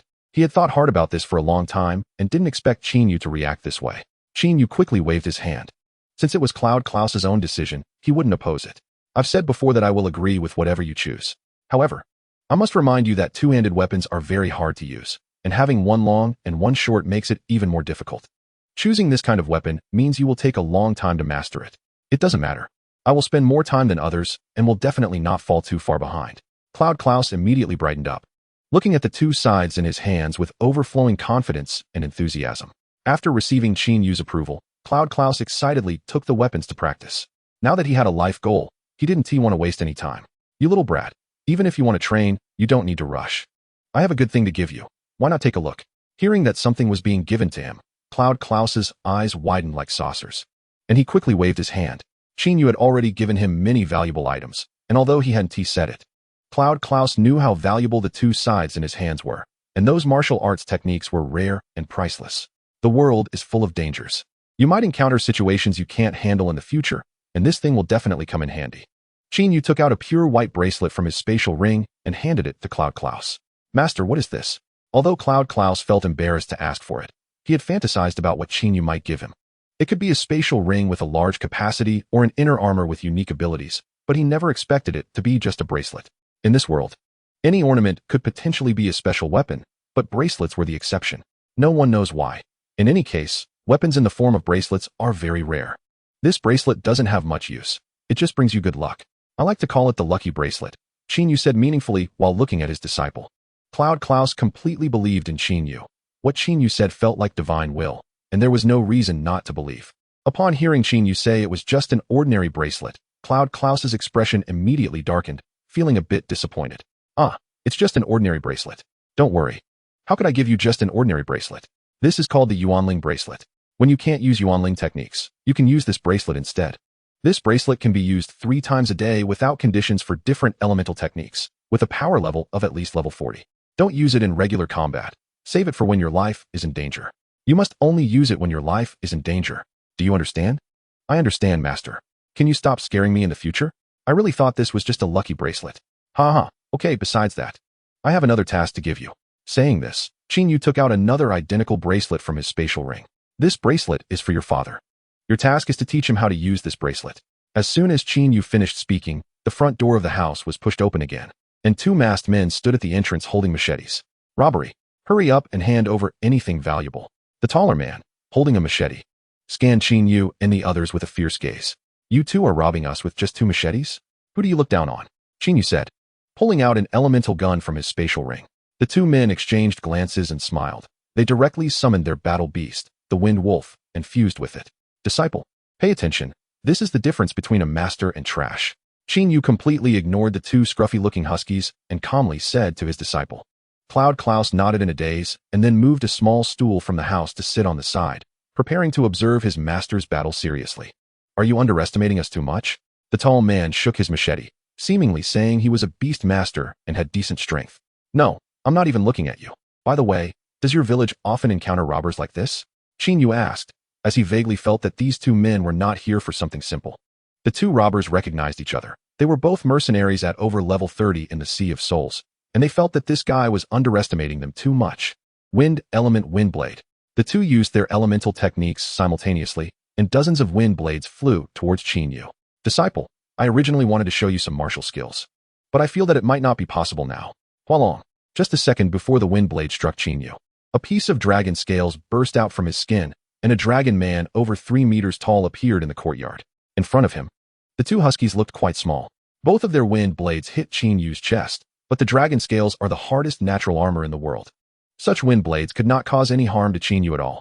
Yu let out a long roar, and the huge dragon's roar echoed throughout Qixiao town, reaching the ears of the general who was investigating the incident nearby.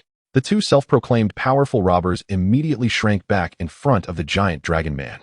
Big brother, we just misfired in our brains. Please spare us. The moment the dragon man appeared, the 2 robbers felt the hidden power within Yu's body, a power they would never be able to touch in their lifetimes, making them realize how foolish they truly were. I'm not looking down on you. It's just that you are really too weak, worthless in my eyes. As a strong person, Yu didn't want to ignore these small characters. But these 2 little thieves simply failed to pique his interest. Yes, just treat us like a fart and let us go. Did I let you go? Yu waved his dragon claw, and a huge golden city wall stood before the 2 robbers. Chapter 24. It's the village chief. Did I let you go? As soon as Yu finished speaking, he appeared in front of one of the robbers. Disciple, close your eyes. The upcoming battle will be a bit bloody. After saying that, Yu swung his arm. His fist, the size of a sandbag, smashed down, and the chosen fat robber was punched into the ground. His entire head buried in the soil, brain matter mixed with blood splattering out.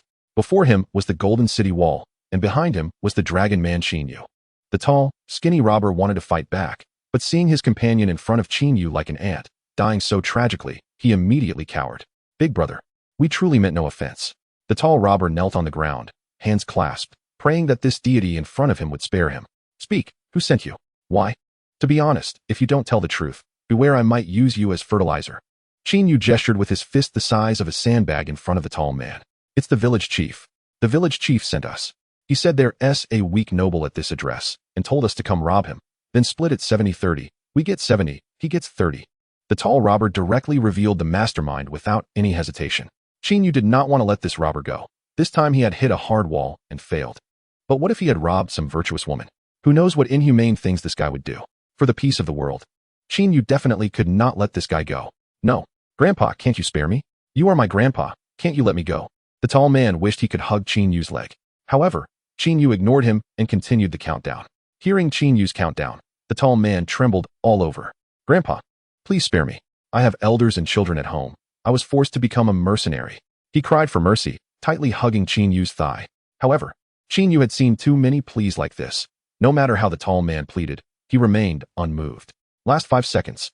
The disciple turned his head, closed his eyes, and prepared for the bloody events to come. With that, Chinyu had already gathered a surge of golden elemental power in his hand, ready to take down the man in front of him at any moment. It seemed that desperate times called for desperate measures. The tall robber realized that Chinyu was a merciless killer who would never let him go, and no amount of pleading would help. Wind Elemental Rift Slash. The surging wind elemental power gathered on the wolf claw, and as the claws swung, several wind blades rushed toward Chinyu's face. Looking for death, he grabbed the tall robber's hands and lifted him in front of him like a chick. No, Grandpa, I was just joking with you. In the face of death, dignity meant nothing. As long as he could survive, what was it to act like a grandson for a while? Chinyu couldn't be bothered to talk to this guy. A punch covered in golden elemental power pierced straight through the tall robber's body, shattering his soul with just one blow. Disciple, why do you think the village chief sent someone to kill me? I have never met him, so I shouldn't have any grudges. Cloyun thought for a moment. Maybe it's because you beat up his sister yesterday, so he sent someone to get revenge today. But he didn't expect you to be so strong. The 2 weaklings he sent are no match for you at all. Huh. That fat girl from yesterday was actually the village chief's sister? Then doesn't that make the deputy village chief the village chief's brother-in-law? Chinyu was shocked. Doesn't that dual identity of the deputy village chief attract gossip? Of course, otherwise, where do you think the position of deputy village chief comes from? But you can rest assured, the deputy village chief is much more responsible than the village chief. Then why don't you choose the deputy village chief to be the village chief? In such a small village, there aren't even any school-level positions. The position of village chief is chosen by the villagers themselves. We want to, but since our village is a secondary village, other positions are fine. But both the village chief and deputy village chief positions require education. However, the village chief is the only one in our village who has ever been to school, so it can only be him. The deputy village chief used to have a very high reputation in the village because his starting point for doing things was for the village. But after he married the village chief's sister, his personality changed drastically, becoming much more cowardly. You've seen how the village chief's sister looks. The once highly respected deputy village chief gradually became known as a coward among everyone. Oh, I see. Compared to those villagers, Chinyu felt that the deputy village chief had more courage. Master, can you not go find trouble with the village chief first? My brother's tuition was all raised by the village chief. If you take him down, my brother won't be able to go to school. Cloyun defended the village chief. With their family's economic condition, they couldn't afford to send a child to school. Without the village chief's support, they wouldn't be able to afford it at all. Alright, actually, arranging for a child to go to school was just a matter of a word from Chinyu. Although he said he could, his expression betrayed him.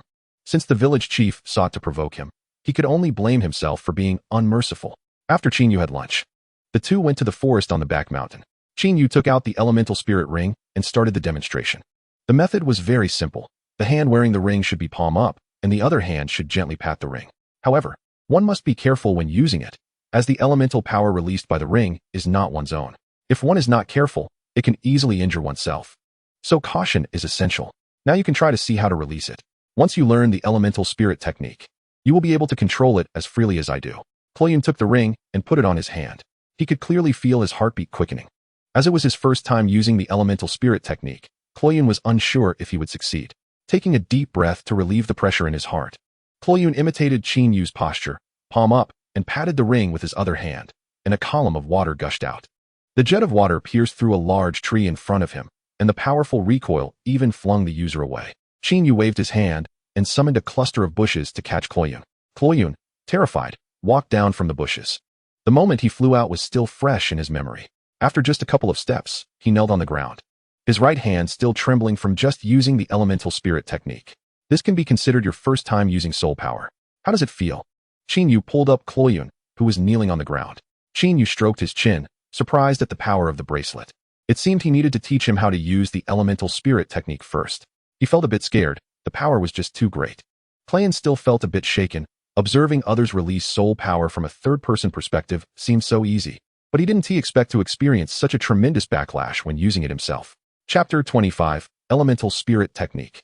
Chinyu extended his hand, gathering starry points of soul power between his fingers. Soul power can be controlled. Let me teach you a method that you can also pass on to your father. This move will be very helpful for your learning of the elemental spirit technique. Everything in the world is composed of elemental power. Humans can transform elemental power into soul power through cultivation and store it in the Sea of Souls. During battles, they can also transform the Sea of Souls back into elemental power for use. Soul power and elemental power are interconnected. As long as you learn to control soul power, you can control elemental power. Although we cannot control what elemental spirit technique the bracelet releases, we can control our own soul power, allowing our bodies to adapt to the bracelet's strength. Chinyu's fingers drew a series of golden symbols in front of Clayan, and these golden symbols floated into Clayan's body. Golden light flashed, and the flowing soul power inside Clayan was laid bare. Looking at his body glowing with golden light, Clayan felt a bit flustered. He wanted to touch the line of soul power on his arm, but the line scattered just as his hand was about to make contact. This is the soul power flowing within you. As long as you can concentrate this power at a point, for example, when Chinyu held Clayan's hand, the soul power immediately gathered. Remember this feeling and control this power in your body with your heart. Master, I want to ask you a question. You have used the gold elemental spirit technique before, right? But just now, you used with elemental power to protect me. How can you use two elements? Isn't everyone only able to use one element? There are exceptions to everything. Generally, a person has only one Sea of Souls, and whatever element that sea contains is the element they can use. However, some people are born with two Seas of Souls, so they can naturally use two elements. Hurry up and practice. Don't waste time. As for me, I am even more special because I am the heir of the Qin family bloodline. Okay. Clayan closed his eyes, sitting cross-legged to concentrate all his strength on controlling the soul power gathered in his fist. After more than an hour, this power remained unresponsive. In the end, it was thanks to Chinyu that this soul power could return to its place. Ha ha ha. Becoming a beast master isn't as simple as you imagined, right? Want to give up? No, of course not. This little difficulty won't stop me. By the time you leave, I will definitely learn how to control this power. It's good to have this drive, but it's still quite difficult to control it as perfectly as I do in just 2 weeks. Do your best. Even if you still can't control soul power by then, don't be discouraged. Keep going. The two stayed in the forest until nightfall, and when Clayan came to his senses, it was already very late. Clayan walked to the kitchen door, feeling a bit guilty. Mom, I'm sorry. I was too focused on my training and forgot to cook. Clayan was still a bit unaccustomed to such a gentle mother. There was a time before when he hadn't cooked due to some matters, and his mother had gotten angry immediately upon seeing it. If it weren't for his father's intervention, she might have really gone off on him. Bored out of his mind, Chinyu slowly walked into Clayan's room, intending to discuss future training plans with him, but he found only Clayuzu diligently studying in the room. With the intention of doing a good deed, Chinyu approached Clayuzu. He quietly asked, "Do you need help? Want me to teach you? I'm a graduate from a prestigious university in the outside world." Clayuzu already had a poor impression of Chinyu, and even when Chinyu initiated conversation, he wouldn't give him any face. "You? Do you even know this stuff? If you don't meddle and waste my time. By the way, do you have a thing for my mom?" Provoked by Clayuzu, Chinyu became displeased. After all, he was a university graduate. How could he not know these elementary school questions? He forcefully grabbed Clayuzu's homework, muttering, "You're thinking too much. How could I have feelings for your mom? With these elementary school problems, can a high achiever like me not solve them?" Chinyu didn't care about Clayuzu's second question. After reading the first page, he was a bit dumbfounded. There were many problems he genuinely couldn't solve. These weren't all elementary school questions. Many problems he hadn't even seen in university. "Can't do it, huh?" Clayuzu looked at Chinyu with a smug expression, making Chinyu feel very annoyed. "Who said I can't? I just haven't done this kind of problem in a long time and forgot a bit. You should study well and aim for a good university in the future." Chinyu threw the homework on the table, his voice a bit shaky. "TCH, if you can't do it, just admit it instead of making excuses." Clayuzu looked down on him, saying, "That's how nobles are. You can't do it but still want to show off. I just haven't done this kind of problem in a long time, that's all. Study well. I'm going to see your brother." After saying that, Chinyu ran off in embarrassment. As a graduate of a low-tier university, Chinyu didn't expect to be stumped by such elementary school questions. How could that not make him blush? Just as he walked out of the house, he saw the deputy village chief hurrying into the hall, quietly looking outside. Only after confirming that the female tiger outside hadn't followed did he sit down in the hall, patting his chest in relief. The deputy village chief is here. Yu suddenly exclaimed, causing the deputy village chief to jump. You scared me. I'm an old man and can't take your scares. Yu rolled his eyes. Can you be older than me? It must be said that the deputy village chief had poor drinking capacity. Yu had already downed more than a dozen bottles of beer, while the deputy village chief was already drunk after only 4 or 5 bottles, starting to babble nonsense. Bro, don't worry. Even if that beast master is strong, can he match 2 mercenaries? In less than a second, the chicken leg in the fat wife's hand was completely gnawed clean. I know that. But it's been almost a day, and those 2 guys still have no news. How can I not be anxious? The village chief shouted. Those 2 mercenaries cost me a lot of money. If they can snatch something good, that is fine. But if we don't get anything good, I'll be losing big time. Chapter 26, Secret Conversation. In the middle of the night, the deputy village chief, due to being drunk, walked unsteadily, appearing a bit disoriented. Still holding a half-finished bottle of beer. Stumbling around, he approached the village chief's house and suddenly caught a glimpse of a strange man sneaking in through the back door. Clearly familiar with the place, indicating it wasn't his first time. The deputy village chief was startled, and this shock cleared his mind significantly. Besides the initial fright, his first reaction was that the man was a thief, but what kind of foolish thief would choose a brightly lit house to steal from? It was no different from covering one's ears while stealing a bell. Wouldn't he just get caught? To uncover the truth, the deputy village chief slipped through the open back door and into the village chief's yard. Inside the village chief's house, the man who had sneaked in was sitting beside the village chief, sipping from a small cup of tea. How is this batch of goods? The previous batch isn't even complete. You must make up for this one entirely. The man's voice was low and eerie. The deputy village chief had a bad premonition. He could only lean against the door, pretending to be drunk and about to vomit, using the opportunity to eavesdrop on their conversation. Can't keep up? You want me to reduce the clientele? The man sounded a bit angry. Do you know how hard it is to find a client now? I barely turned some into regulars. Thanks to them, we barely scraped by last month. If we cut corners again this month, what do you think they will do to us? How can we survive in the industry? The most important thing in business is integrity. If you keep breaking your promises, how can we survive in this line of work? The village chief's opinion was not accepted by the man, and he was scolded for it. What I mean is to reduce those transient customers. They only buy once or twice anyway, and the quantity is small. The village chief murmured, his voice very low. And the deputy outside couldn't hear him at all. Humph. The man coldly smiled. I see you're getting more confused as you age. Do you dare offend transient customers? They are all troublemakers, with their mouths full of chatter. If we offend them, can we still live so comfortably? Do you ever think before you speak? He was scolded again, and in an instant, the village chief got angry. As an elder, how could he let a junior point fingers at him? The village chief's counter-question had no effect and instead elicited another cold snort from the man. You really are getting more confused with age. Why can we buy without worry? Isn't it all thanks to these troublemakers? Although they cause problems, they can also recommend customers and provide information. A bunch of almost free laborers. You don't want them? Moreover, our 2 important sources of customers are both linked to these troublemakers. Do you want to repay kindness with enmity? Kill the donkey after unloading the mill? The man's questioning voice grew louder, leaving the deputy outside a bit bewildered. What are these 2 discussing? Why does he feel like he doesn't quite understand it? It sounds like some kind of business, but not really. After hearing the man's questions, the village chief silently lowered his head. Cough. The quantity is small. I'll let it slide, but what's the most important thing about us making white grass cigarettes? We can't touch it. We can't touch it. Don't you know such a simple truth? Just because I don't say something doesn't mean I don't know. The man's tone became serious, and his expression grew much more solemn. The village chief remained silent, tightly closing his mouth, his face showing some helplessness. Let's talk properly. This year, I've been out bringing in customers. And I don't know exactly what happened in your family. Just tell me honestly. If it doesn't work out, then our cooperation ends here. You understand? I don't need you. The man stared intently at the village chief, making him break into a cold sweat. The village chief knew very well the character of the man before him and what he was capable of doing. With a thud, the village chief directly knelt on the ground, bowing his head and prostrating himself, not daring to look into the man's eyes. I'm sorry, I didn't mean to. I also don't know when my son, Xiaofu, started using it. He has been using a high concentration of white grass cigarettes and can't quit.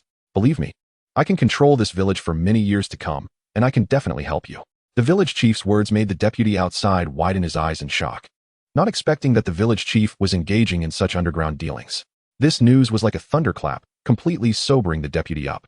Following that was a loud slap, startling the deputy, who accidentally knocked over a nearby vase. The sound of the vase shattering drew the attention of the 2 inside the room. Ignoring his flushed face, the village chief stumbled out the door. Hearing the approaching footsteps, the deputy's heart raced.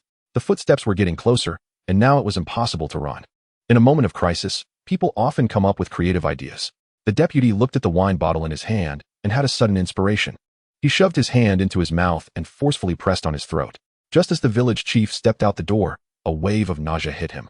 And the deputy, without any cover, vomited all over the village chief's yard. The amount of vomit was substantial, almost flooding the back door of the village chief's house. And the smell was extremely unpleasant. With a gust of wind, it wafted throughout the entire house. The village chief immediately pinched his nose, waving his hand in disgust, trying to shoo the deputy away. The deputy was notoriously poor at handling alcohol in the village, and he was the most troublesome when drunk. Once drunk, he would stagger around and, as if that wasn't enough, he liked to vomit, specifically at other people's doorsteps. Everyone had long since gotten used to it, which is why the village chief didn't think too much of it. The deputy, pretending to be drunk, tightly hugged the village chief, mumbling, "Village chief, thank you for your guidance all these years. Ugh, I'm sorry, I'll clean up this mess right away. You can rest assured. Where's your broom? I'll clean up. Ugh," he said while dry heaving, performing his drunken act to perfection, worthy of an Oscar at least. The village chief hurriedly pushed away the deputy, who was trying to barge in. He had someone in his home who couldn't be seen by anyone, even if that person was the cowardly deputy. The deputy waved his hand, wiggling a finger in front of the village chief, then took a big swig from the beer bottle, saying, "It's fine. I'm not drunk. I can drink another bottle." The village chief pursed his lips, his temper rising, and kicked the deputy in the stomach, angrily saying, "You worthless piece of trash. If you can't drink, then don't. Stumbling around like a ghost in the middle of the night, isn't that scary? You're banned from drinking from now on. If you drink again, I'll break your legs." Upon hearing this, the deputy quickly retreated, hurriedly apologizing before fleeing. Humph, he really is a coward. What a strong smell. The village chief cursed as he glared at the departing deputy, his right cheek already swollen. If I had known, I should have vented my anger on that guy. I let him off easy. The man did not rush to go out, but quietly approached the door, glancing sideways to sneak a peek at the situation outside. Seeing a drunkard leaving, he felt a bit worried. That guy didn't overhear our conversation, did he? Should we get rid of him? The man made a slashing gesture across his throat. Fine. In this day and age, we can't be careless. Otherwise, if someone really eavesdrops, it would be disastrous. The man's voice was cold and piercing, causing a chill to rise. Chapter 27. White Grass Tobacco Raw Materials. By the way, we recently found a child who looks like a noble. He drifted in from the sea and has been in a coma since he came ashore. But the doctor said he is still alive. I've temporarily arranged for him to stay at Klaus's house. Do you want to go take a look? The village chief's eyes were filled with greed. With this man as a backing, it didn't matter what kind of noble he was, as long as he didn't pay. They could just get rid of him. Noble? You don't really want to milk something from that noble, do you? You have some guts. The man couldn't help but marvel at how bold this old man was. Of course, if it weren't for money, why would I have rescued him? He must be a solitary noble. If he doesn't cooperate, we can just get rid of him. The village chief's words made the man a bit tempted. Generally speaking, noble children aren't very strong, and besides, he is all alone. In the room, the village chief's stomach was filled with the smell of the deputy's vomit, and a surge of anger rose within him. At his old age, he picked up a cane and smashed the square table by the bed in half. Unfortunately, when he saw that bill, the village chief was right there, and he quickly explained the bill, so the deputy didn't think much of it. Looking back now, that bill was definitely not simple and was certainly related to the white grass cigarettes they mentioned. The deputy headed straight to the village chief's desk, and he didn't know where he got the courage to open the drawer and start rummaging through it. The first thing he found was a small bag of white grass cigarettes. Not much, just over 10 grams. Next, he found 2 bills for purchasing imported grain, with numbers that were shockingly large. The deputy was sure he had never seen so much money in his life. Although there were bills, the deputy had never seen any imported grain. Klaustown had always been self-sufficient, so why would they need to import grain? Soon, the deputy found a locked safe under the desk. He didn't know the password, but he had a feeling that there were unspeakable secrets hidden in that safe. After taking a picture of the safe, he quietly took away all the bills he deemed too outrageous and that small bag of white grass cigarettes from the drawer. The deputy village head, burdened with thoughts, arrived at Klaus Zhen's doorstep, wanting to discuss matters with Qinyu. After all, Qinyu was a noble, and he would surely understand such matters better than himself. However, when he knocked on the door, he froze, his hand hovering in the air. After thinking for a long time, the deputy village head ultimately left with the documents. He didn't know Qinyu well enough to fully trust him. What if Qinyu was also a consumer of white grass smoke? Wouldn't that be aiding and abetting the wrongdoing? If he informed Klaus Zhen and something happened, Klaus Zhen, as an informed party, would definitely be implicated afterward. For the safety of both of them, The deputy village head chose not to tell him. The next noon, Qin Yu woke up at 12 as usual. On his bedside table, the cutlery and food were already prepared. As he ate, he praised Klaus Yun, recalling that he had casually mentioned a small habit during their conversation last night, and unexpectedly, it was already implemented today. After eating and drinking enough, Qin Yu continued to sit in the recliner, watching Klaus Yun practice. He would only step in to correct Klaus Yun if he was doing something wrong. Otherwise, he lounged in his rocking chair, leisurely observing Klaus Yun's training. Most of the residents in the town of Kliao were farmers growing Yangwan. Every year, the village head awarded the most diligent families with advanced prizes, distributing different rewards based on yearly income, and this year it was Yangwan fruit. Looking at the Yangwan in Klaus Yun's hands, Qin Yu couldn't help but frown. You guys better not eat those fruits yet. Si Jun, take me to your fruit field to have a look. Everyone was taken aback and looked at Qin Yu, wondering if there was something wrong with the Yangwan. After all, it was the village head who led them in planting it, and compared to the methods used by the rebel army back then, the efficiency had improved significantly. The two remained silent along the way, the atmosphere somewhat oppressive. Qin Yu began to converse with the Hulong in his soul. See, if I remember correctly, that kind of Yangwan can be used to make white grass smoke, right? Wasn't it taught incorrectly back then? It shouldn't be. Do you know how to grow this type of fruit tree? Of course not, but ordinary Yangwan doesn't have red spots. Having those spots can only prove one thing. Qin Yu's eyes were filled with killing intent. Yangwan with red spots tastes similar to ordinary Yangwan. But the red-spotted Yangwan contains a special substance that can numb people's nerves, causing consumers to develop a dependency on this fruit. Upon arriving at the Yangwan field, it was exactly as Qin Yu imagined. Every Yangwan had red spots. Even the roots of the Yangwan trees were the same. Qin Yu stood in front of a tree and slowly asked, "Did you guys secretly change the method I taught you?"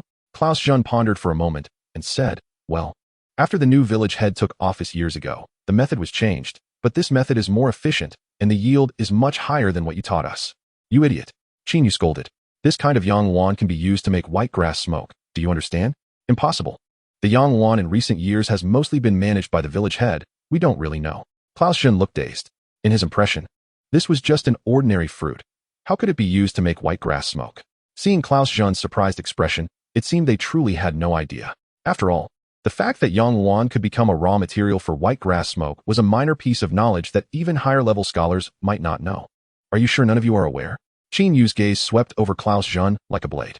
Klaus Yun hurriedly waved his hands, saying that if he had known this Yangwan could also be used as a raw material for white grass smoke, he would never have planted it in his life. "No wonder there are always bandits coming to rob our Yangwan fields. I didn't expect it to be for this reason." Klaus Yun suddenly realized. No wonder those bandits only came to rob the Yangwan in the fields. There had hardly been any bandits in the village itself. "Do you know where the bandits came from?" Qin Yu had a premonition that the bandits were definitely related to the village head. "I don't know, but I think the village head has problems. After he took office, he reformed everything, and it was after he took office that our Kliao town began to encounter bandits. Various signs indicated that this matter was related to the village head. You guys better stop planting for now. I need to investigate this village head." Qin Yu silently noted everything. This was related to white grass smoke, so the village head was definitely not simple. Chapter 28, The Village Head's Visit. Outside, the sky was clear, while inside the room, Qin Yu was napping on the bed, next to the loudly humming air conditioning unit. The recent weather had been unbearably hot. Last night, Qin Yu was repeatedly awakened by the heat, so he bought a portable air conditioning unit nearby early this morning. As Qin Yu lay comfortably asleep, a sudden knocking on the door grew louder, waking him up. Stretching in bed and turning over, Qin Yu fell asleep again, thinking Klaus Zhou would answer the door for him. In another room, Klaus Zhou was diligently studying, and surprisingly, his thoughts were similar to Qin Yu's. He sat at the desk without any intention of moving. Finally, after 10 minutes, both could no longer endure it and angrily arrived at the door, pulling it open. Qin Yu recognized the elderly man in front of him, but as a noble, how could he fear a mere village head from a small village? Even if the King of Heaven came, he wouldn't escape the wrath of someone who had just woken up. "What are you knocking for? It's so annoying. What time is it to knock so hard? Don't you know there are people sleeping inside?" Qin Yu's questioning filled everyone's faces with question marks. It was already 4 in the afternoon, and even if it was a nap, everyone should be awake by now. Klaus Zhou tugged at Qin Yu's sleeve, almost gritting his teeth as he said, "This person is the village head. You can't scold him. What if he withdraws the funding for my studies because of you?" His voice was low, barely audible to Qin Yu and himself. However, Qin Yu completely ignored him and continued to berate the old man who interrupted his sleep. Moreover, since the village head was likely connected to white grass smoke, Qin Yu was even more furious. Last time was just a minor issue. But this time he cursed the village head's ancestors for 18 generations, and his words were extremely harsh, almost needing to be muted. Passers-by who heard it couldn't help but shiver. What was going on? Is this telegraph coming to life? The foul language was spewing out faster than the donkeys in the production team. Only after Yu felt comfortable did he allow the village head to enter the room. After all, he didn't know him, and if he and Klaus Jun had urgent matters to discuss, it wouldn't be good to delay. Klaus Zhou immediately apologized, saying, "I'm sorry, village head, he doesn't understand anything. Please don't take what he just said to heart." With a dark face, the village head sat down on a nearby chair. As an elder, he had never been subjected to such humiliation, and the one insulting him was a kid younger than his own son. The village head quickly caught on to the key phrase, realizing that he had indeed been right to curse earlier. "You're finally awake. I heard from others that you woke up, so I came to find you right away. How's your health?" The village head said hypocritically, seemingly unconcerned about Yu's earlier foul language. "What business is it of yours? Just tell me who you are and why you came to our house." Yu glared at the village head and questioned him. Flattering someone without reason is suspicious. Once I learned that this person was the village head, I knew his purpose was definitely not to care about me. "Could you please speak more politely? After all, he is an elder." Klaus Zhou tugged at Yu's sleeve. He knew that as a noble, Yu was completely unafraid of the old man. So he could only persuade him from a moral standpoint, as the village head held his fate in his hands. "Elder? He can't be older than me. Looks like just a little old man in his 60s. I'm almost 90, you know? If my sleep was disturbed, I would be very troubled." Yu patted his chest, coughed twice, lowered his voice, and pretended to be an old man. "You can't be over 80, can you? You're just lying." Everyone expressed their disbelief. Yu looked like he was barely in his 20s. "Believe it or not, I don't care." Judging by his appearance, Yu did indeed look very young. He could easily be mistaken for an older brother from Klaus State, but in terms of actual age, he was indeed older than the village chief. Yu didn't expect that he hadn't even gone to investigate this guy yet, and here he was delivering himself to the door. Looking at the tall men in black behind the village chief, it became clear what the village chief's purpose was. "So what?" Yu said somewhat sarcastically. "What exactly do you want to say? If you have something to say, just say it. Don't go looking for trouble." Yu's tone shifted, becoming extremely arrogant. "I just want to say, we helped you too. So why did you only give Klaus and his son one bracelet each? Do you look down on us?" The village chief grew more and more agitated, as if he would jump up if he said 2 more sentences. Just then, the deputy village chief rushed in from the doorway, panting as he stood beside the village chief. "Maybe we should let it go. After all, we haven't helped at all. Last night, Klaus not accidentally let slip that Yu had given 1 bracelet each to the father and son, and this news reached the village chief's ears this morning." The deputy village chief had wanted to inform Yu in advance, but he didn't expect the village chief to arrive so quickly. "You have to know, we saved him. Shouldn't he give us something in return?" The village chief's question left Yu speechless. Klaus Yun had also told him about that day's events. It was Klaus Yun who saved him from the water, and it was Klaus Zhizhen who was willing to take him in. What did that have to do with this village chief? "Village chief, people need face and trees need skin. It's not good to ask for things so openly." The deputy village chief advised again. During these days of interaction, the deputy village chief had roughly understood Yu's character, which was somewhat childish. If he angered him, no matter whether he had any connection to Bai Chaoyan, he would directly deal with you. "Umph, you're just a worthless deputy village chief. Don't meddle in my business." The village chief shouted, causing the deputy village chief to tremble all over, completely intimidated. And he immediately shut his mouth and continued to hide behind the strong men. "If you don't give me anything, that's fine. I'll just go ask Klaus Zhizhen for it. After all, it was the village that arranged for you to be here. Without us, how would Klaus Zhizhen have this opportunity?" The village chief was just a rogue. Since he couldn't get benefits from Yu, he decided to target the easier-to-bully Klaus Zhizhen. Yu clenched his fists, really wanting to punch this scumbag. But he held back. Being connected to Bai Chaoyan and being part of a group that produced Bai Chaoyan meant that he must be involved with many people behind him. If he wanted to catch them all at once, he had to endure first. Once Yu found enough evidence, it wouldn't be too late to take them all down. "You just want something valuable, right? Don't make things difficult for my friend. Here, this is for you." Yu impatiently threw out a sachet. The village chief picked up the sachet and examined it for a long time, but still couldn't figure out what it was for. He sniffed the smell, which was quite ordinary. "This is a sachet that can improve the soul C level of beast masters. Just hang it nearby while cultivating. And it can increase your cultivation speed. In your words, it can prolong life and enhance beauty." Yu looked reluctant, as if he had really given away something valuable. If this sachet were sold, how much could it fetch? The village chief's eyes lit up as he stared at the sachet, his eyes wide. "Something that can prolong life. Do you think it would be cheap? It should be at least a 5-figure price in the market." "I'm not sure of the exact price. Qin Yu raised his eyebrows, seemingly showing off to the village chief. Really? That's good. Let us go. The deputy village chief lingered at the doorway, casting timid glances at Qin Yu, as if he had something on his mind, and after a while, he reluctantly left. Klaus Zhou also seemed interested in the sachet and hurriedly asked, "Does that sachet really have such effects?" If it really works, he wanted to get one for his mother. After working hard for so many years for the family, she had it tough too, handling everything big and small, and she had developed quite a few wrinkles. Qin Yu quickly waved his hand, of course, but the effect is minimal. The herbs in that sachet are all leftovers from making pills, just substandard products. Even hanging it by the bed for 50 years wouldn't be as effective as a regular pill. As for the price of that sachet, well, even 1 gold coin would be considered high. What? Do you want one too? I have plenty here. Of course. Qin Yu wouldn't give anything too expensive to someone like the village chief, who wanted to gain benefits without effort. Even the 2 sachets he gave him felt a bit regrettable. Oh, forget it.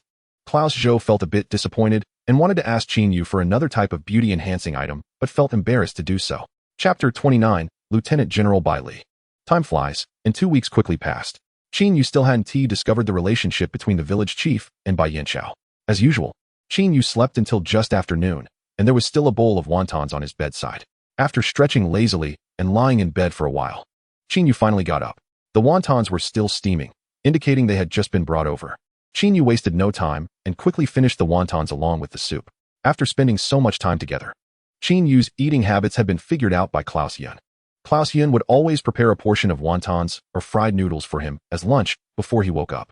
It's a pity this kid can't follow me. What a great chef he is. He sighed, lazily carrying the empty bowl out of the room. In the yard, Klaus Yun was sitting quietly, meditating, his whole body emanating elemental power. Qin Yu approached and gently patted his shoulder. I'm leaving tomorrow. Today is your time to show off your cooking skills. Klaus Yun was taken aback. Wasn't he supposed to check his training results? Why was he being asked to show off his cooking? Have you ever had barbecue? Tonight, we're having a barbecue party. Just thinking about the barbecue party made Qin Yu a bit happy. After all, he hadn't had it for a long time. Barbecue? You mean roasting meat over a fire? Of course I've had it. You underestimate us too much. Klaus Yun replied somewhat indignantly. Although he was just an ordinary citizen and hadn't had formal barbecue, he had tried skewered meat before. Qin Yu nodded, and then took Klaus Yun to the market to shop. The two first went to a dessert shop to buy a candied strawberry and a cup of milk tea each. They were pleasantly surprised. They didn't expect that such a remote place as Klaustown would sell milk tea. While they were waiting for their milk tea, the conversation of 2 passers-by caught Qin Yu's attention. I heard that a lieutenant general is coming to our village for an inspection. It seems there's a wanted criminal living here, and he's here to catch that person. One passerby whispered to the other while sneaking a glance at Qin Yu. Could it be the one that Shurjin pulled out of the sea? I heard that the world government is turning every village upside down to catch people. Will it affect us? I don't know. I heard they kill without hesitation. I hope we won't get implicated.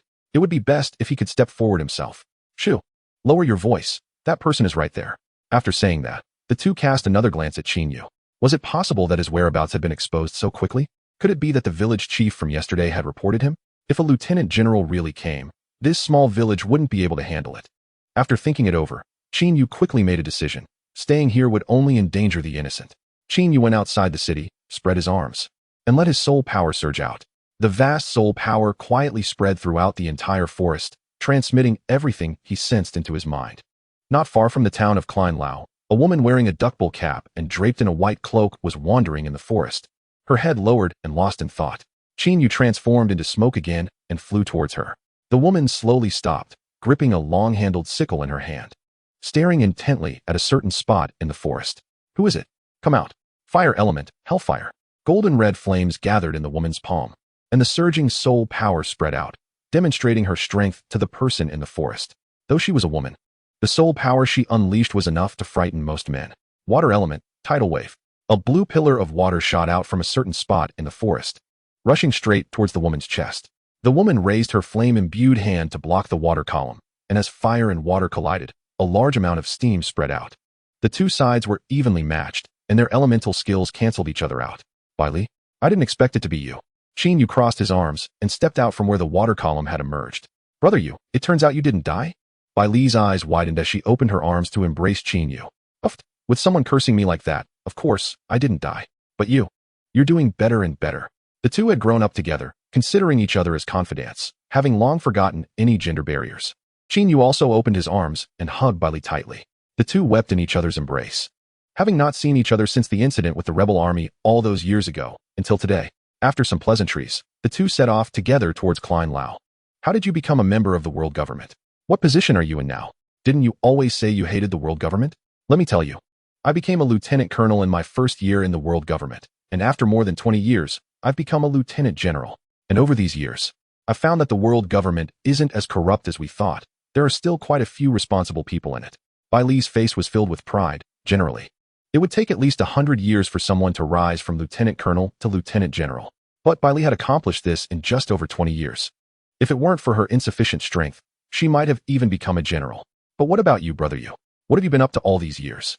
Why haven't I heard anything about you? No matter how I used my connections or the power system of the world government, I couldn't find any trace of you. It's like you evaporated from the world. After the war, everyone said Qin Yu was dead. As his good sister, Bai Li naturally didn't believe it. For many years, she had been investigating where Qin Yu had gone, almost turning the entire inner world upside down without finding any trace of him. I went to the outer world. I've been cultivating there for these past few years. The revelation left Bai Li wide-eyed. The only way to cross into the outer world was through the world government. Bai Li had thought about the possibility of Qin Yu going to the outer world before. She had also investigated the records of those who left for the outer world back then, but Qin Yu's name was nowhere to be found. So how did you get there? The outer world? Why is there no record of you going to the outer world in the government? How did you manage it? The situation back then was quite complicated. After our army was defeated, I retreated with Nangong and happened to encounter the 5 tigers. We were overwhelmed and defeated. And when I woke up, I was already in the outer world. After that, I continued to cultivate there. Bai Li interrupted Qin Yu, realizing that the events from back then were indeed more complex than she had imagined. Suddenly, a bold thought emerged in Qin Yu's mind. Wasn't the belief behind the establishment of the rebel army to save the common people from fire and water, to complete what the world government had failed to do? But in the end, the plan failed because it touched the interests of the world government. As you can see now, the common people are still living in the same misery as before. After all these years, I've come to understand that our approach back then was wrong. While it could help temporarily, we couldn't stay in that place forever. To solve this problem, we must uproot it. The root cause is the currently corrupt world government. Since we can't change this world, let's establish a new order. What do you think? Want to join me? Anyway, I have no plans for what to do next. Why not? Like Qin Huang, conquer the world and make it once again a world of the Qin. Bai Li was stunned after hearing this, not expecting Qin Yu to be brewing such a bold plan. You really have guts, but I like it. Do you have a plan? Qin Yu firmly shook his head. No, we don't have enough manpower right now. I want to gather our old brothers first. All right, let me tell you some insider news. From what I know, many of our brothers are locked up in various cities. But don't worry, they are absolutely safe in prison. The outside world is chaotic, and the prison is much safer. I can continue to stay in the government as an undercover agent to help you gather information. Which city are you in charge of now? Let's go rescue that person first. Traveling alone feels quite lonely. Bai Li, a lieutenant general, was likely the highest rank in the city she was in charge of, so it would surely be much simpler to bring a prisoner out from her managed city. I'm in charge of Manzhou City, which is a bit far from here. I came here because I happened to be on a business trip in Fenglei City and got news that a fugitive colonel had appeared in Klein Lao. I came to see if he was actually here. Do you remember Klein Lao? It's where our rebel army had its first operation, and it's also where we fought the government face-to-face for the first time. I have a pretty deep impression of that place. I remember. I currently live in Klein Lao, but I haven't heard of such a colonel. We can investigate together since I don't have anything else to do. Chapter 30. Honest people speak honestly. Bai Li linked her arm with Qin Yu's and swaggered down the street, attracting the attention of many passers-by. Qin Yu's identity was still unknown, but Bai Li's rank of lieutenant general was particularly eye-catching. Seeing the two walking together so intimately, it was clear that Qin Yu's identity was not ordinary. The two arrived at the only vegetable market in Klein Lao. According to Krao Yun, everything in the market was grown by the villagers themselves, making it very green and environmentally friendly, safe for consumption. Boss, how much is the pork per pound? The first thing to do at the market, where various types of meat are essential for barbecuing, was of course to buy meat. This boss has such a bad attitude. And the pork is so expensive. He seems like a black-hearted merchant. Should we go to another place to buy? Bai Li leaned closer to Qin Yu and whispered softly. What? The butcher jumped up from his rocking chair as soon as he heard the words black-hearted merchant. He threw a cleaver onto a piece of pork in front of Bai Li and glared at the two, saying aggressively, black-hearted? The government doesn't help us laborers at all. And the tax rates are sky-high. If the price of pork doesn't go up a bit, how can we survive? I have an elderly parent and young children. My whole family relies on me to sell pork for a living. If I don't raise the price a bit, where will I get the money to support them? The butcher's voice was loud enough for almost half of the market to hear, and all the onlookers, upon recognizing their identities, couldn't help but cast sympathetic glances at the butcher. It is indeed a bit expensive. How about we compromise at 50 crystal coins? I'll take all of it. Chinyu generously pulled out a stack of gold coins and slapped them on the table. Generally, pork would only cost around 40 to 50 crystal coins, and selling it for 60 would be considered quite expensive, but this butcher was asking for 80, which was indeed quite greedy. No. It seemed the words black-hearted merchant had truly struck a nerve with the butcher. Rarely did anyone offer to buy all of his meat, and he actually refused outright. I'm a butcher, but I also have my principles. You called me a black-hearted merchant, so I'll be black-hearted this once. I won't sell you this pork. The butcher crossed his arms, looking quite proud. Don't push your luck. Bailey lowered her voice, staring intently at the butcher, her killing intent pressing down on him. Boss, I advise you to quickly sell all 50 crystal coins to us. My friend here is a government major general, and she has a bit of a bad temper.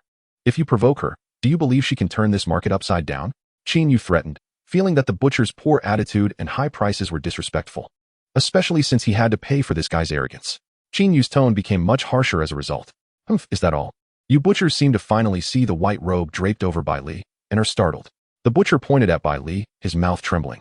Stuttering and unable to articulate what he wanted to say, his body uncontrollably retreating until he bumped into the other side and stopped. Hey, are you selling or not? Bai Li's loud shouts startled the butcher, making him shiver. Sell, of course I'll sell. My little brother was blind, and didn't he recognize you too? Please let this go. I have elders above me and children below me. It's not easy for me either. The butcher trembled in fear, looking like he was about to kneel. Seeing the boss's attitude change so quickly, Bai Li nodded in satisfaction. Just as the boss was weighing all the pork and preparing to settle the payment, the deputy village head walked over from somewhere and said, Don't buy pork from this place. Their scales are inaccurate, and they often hide meat, so what you receive is always short. Most people in the village know about this. As a friend of Chinyu, the deputy village head was an honest person and wouldn't lie. Thus, the two's gaze towards the butcher grew colder. The butcher widened his eyes, looking at the deputy village head, cursing him in his mind. It was one thing to speak the truth within the village, but now he was in front of outsiders, showing him no respect at all. How would he continue to be a fellow villager? And in front of him was a major general. It was said that she had a bad temper. If she got angry, who would be responsible if she flattened the entire village? Oh, Bai Li's mouth dropped open. She didn't expect that even after such a threat, the butcher still dared to have ulterior motives. No, don't listen to this old man. He is crazy and talking nonsense. My scales absolutely do not have any discrepancies. I swear, if there is any shortage this time, may I be struck by lightning. The butcher raised 5 fingers to the sky, speaking fervently. Chinyu smiled lightly, and with a thought, dark clouds suddenly gathered in the sky, and thunder flashed. Everyone looked at the sky and then at the butcher, fearing the sudden silence in the air. Chinyu was the first to break the awkward silence. Actually, I don't care how much it costs. I'm not short of this little money.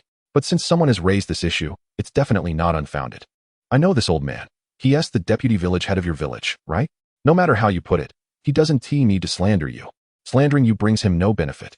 To punish you, I will pay you anyway, selling it to me at 50 crystal coins per pound. Additionally, I'll give you money to buy some chicken, lamb, and beef. Just buy as much meat as you can, and help me buy a barbecue grill, as well as vegetables and seafood. Get everything that can be grilled. We're not short on money. Chinyu took out 5 gold cards from his pocket and tossed them in front of the butcher. Do you need all this? Can I get 2 more helpers? I can't carry all this alone. This request was practically asking him to buy the whole market. He couldn't carry all this by himself.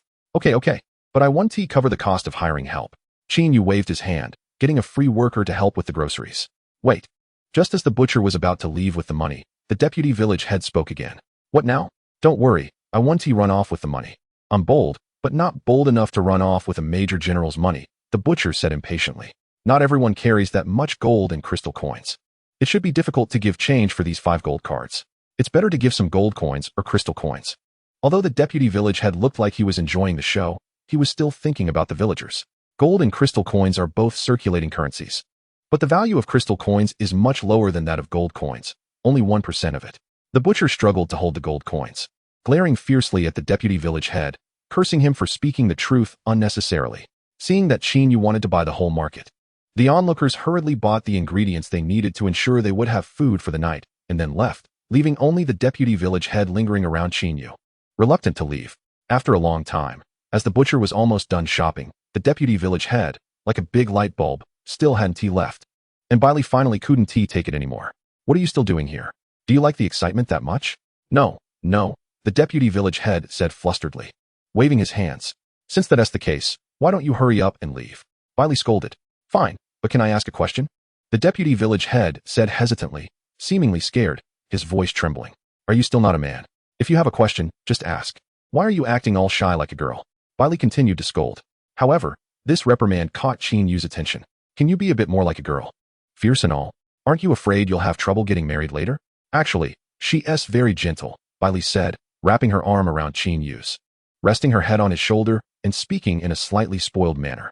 This scene made everyone envious, regardless of looks, figure, or status. Bailey was a dragon among people, and it was surprising that she had such a good relationship with Qin Yu, a noble with an unclear background. It should be impossible, right? I don't care about these things. I don't know either. What do you think? Bailey looked at Qin Yu. Although she was a major general, she had never managed money. Qin Yu quickly shook his head, having lived in the outside world for so many years. How could he know? All right then. The deputy village head left with a strange expression, slightly disappointed, lowering his head as he walked away. The two exchanged glances. Qin Yu frowned at the departing deputy village head, feeling that this guy knew some information they were unaware of and seemed troubled. Should they ask? Forget it. He's just a deputy village head with such a weak character. I saw him standing next to us trembling for so long without daring to say anything. I don't even know how he got elected as deputy village head with that personality. Bailey also glanced at the departing deputy village head. Her eyes filled with disdain. Qin Yu crossed his arms, feeling slightly uneasy. Chapter 31, Mysterious Man. The girl had a devilishly sexy figure. Her long black hair shining dazzlingly in the sunlight, and her long legs were clad in a snow-white ultra-short mini-skirt, showcasing her perfect physique. Claudian was deeply entranced by Bailey's beauty, unable to extricate himself. Disciple, come help. Qin Yu pulled out the materials and tools he had just bought from his spatial ring. Coming. Claudian grinned, nearly drooling. He was just an old pervert. Qin Yu set up the barbecue grill in the yard while the other two arranged the yard a bit, forming a makeshift stall. Let us take care of the meat first. Bailey, you just go wash the vegetables. No one objected to Qin Yu's arrangement. And so the two boys walked into the kitchen. Master, is that woman your wife? With only the two of them left in the kitchen, there was no need to worry about Qin Yu feeling shy. Qin Yu quickly waved his hands, his cheeks flushed. Of course not. We're just ordinary friends. We're too familiar to be lovers. Why not? It's precisely because you're familiar that it's good to be lovers. If you're not familiar at all, what is the point of being together? Claudian was confused. Only when both parties were familiar could they have the possibility of becoming a couple. You're still young. You don't understand now. When you reach my age, you'll know that love is very complicated. Being too familiar is not good. And being too unfamiliar is also not good. You have to grasp the right balance for two people to become lovers. Regarding dating, it's about meeting a girl you like and wanting to date her, not liking her just because you want to date. The latter feeling is false, Qin Yu said lightly. They had known each other for nearly 80 years, and he knew when the other person was lying. Their understanding of each other was as deep as the worm in his stomach. Fine, but if that sister confesses to you, would you accept it? Claudian played the gossip role, most interested in such matters, feeling accomplished every time he learned something others didn't. Why ask so much? Just chop your vegetables. Claudian glanced at Qin Yu's overly ripe face. The answer was obvious. It seemed he was just one confession away from getting a teacher's wife. The preparation time for the barbecue was still quite long, as they had to wash, cut, and skewer the food on bamboo sticks.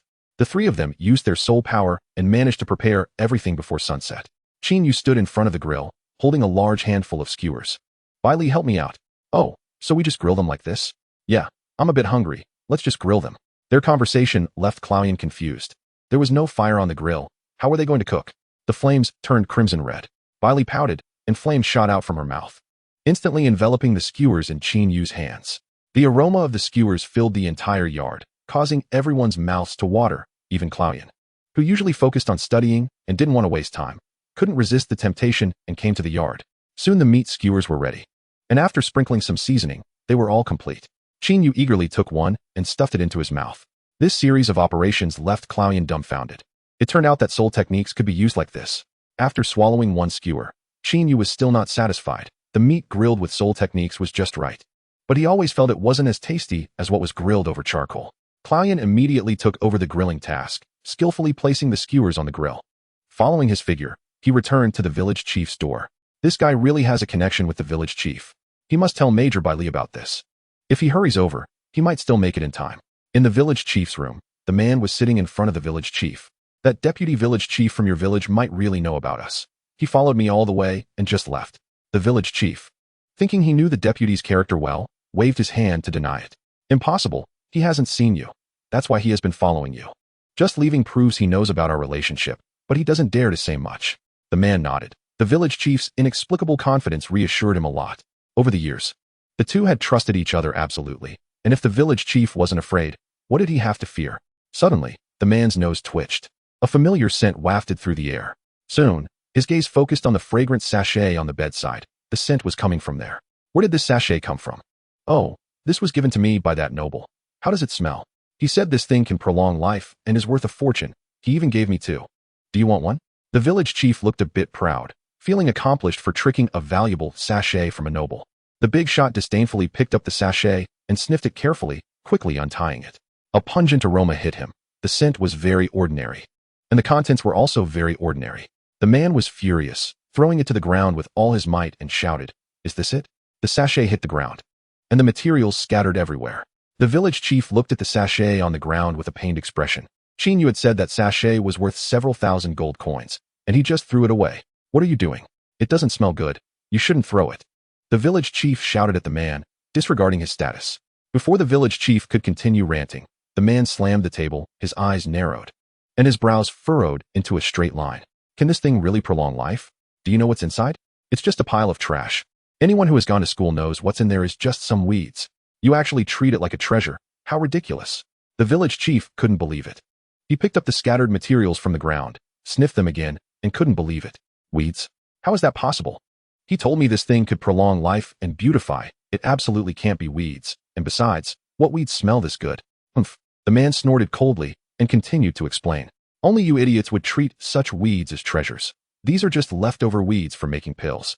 And they can sell for 2 or 3 pounds for 1 gold coin on the market. This thing is worthless and has no value. Generally used to eliminate odors at home. No way.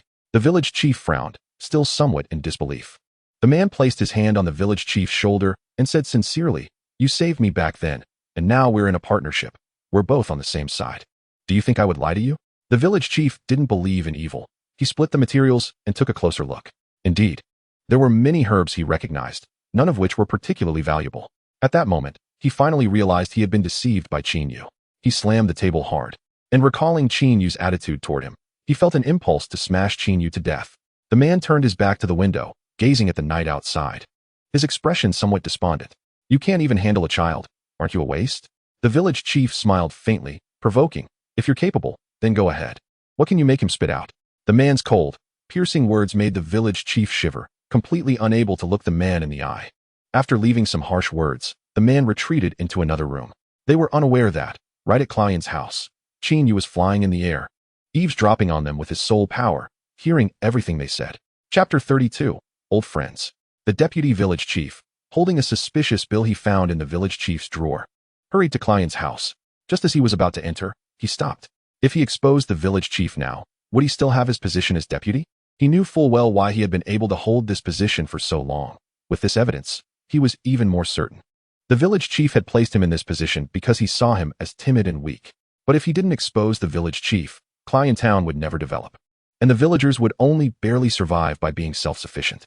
The deputy village chief was caught in a dilemma.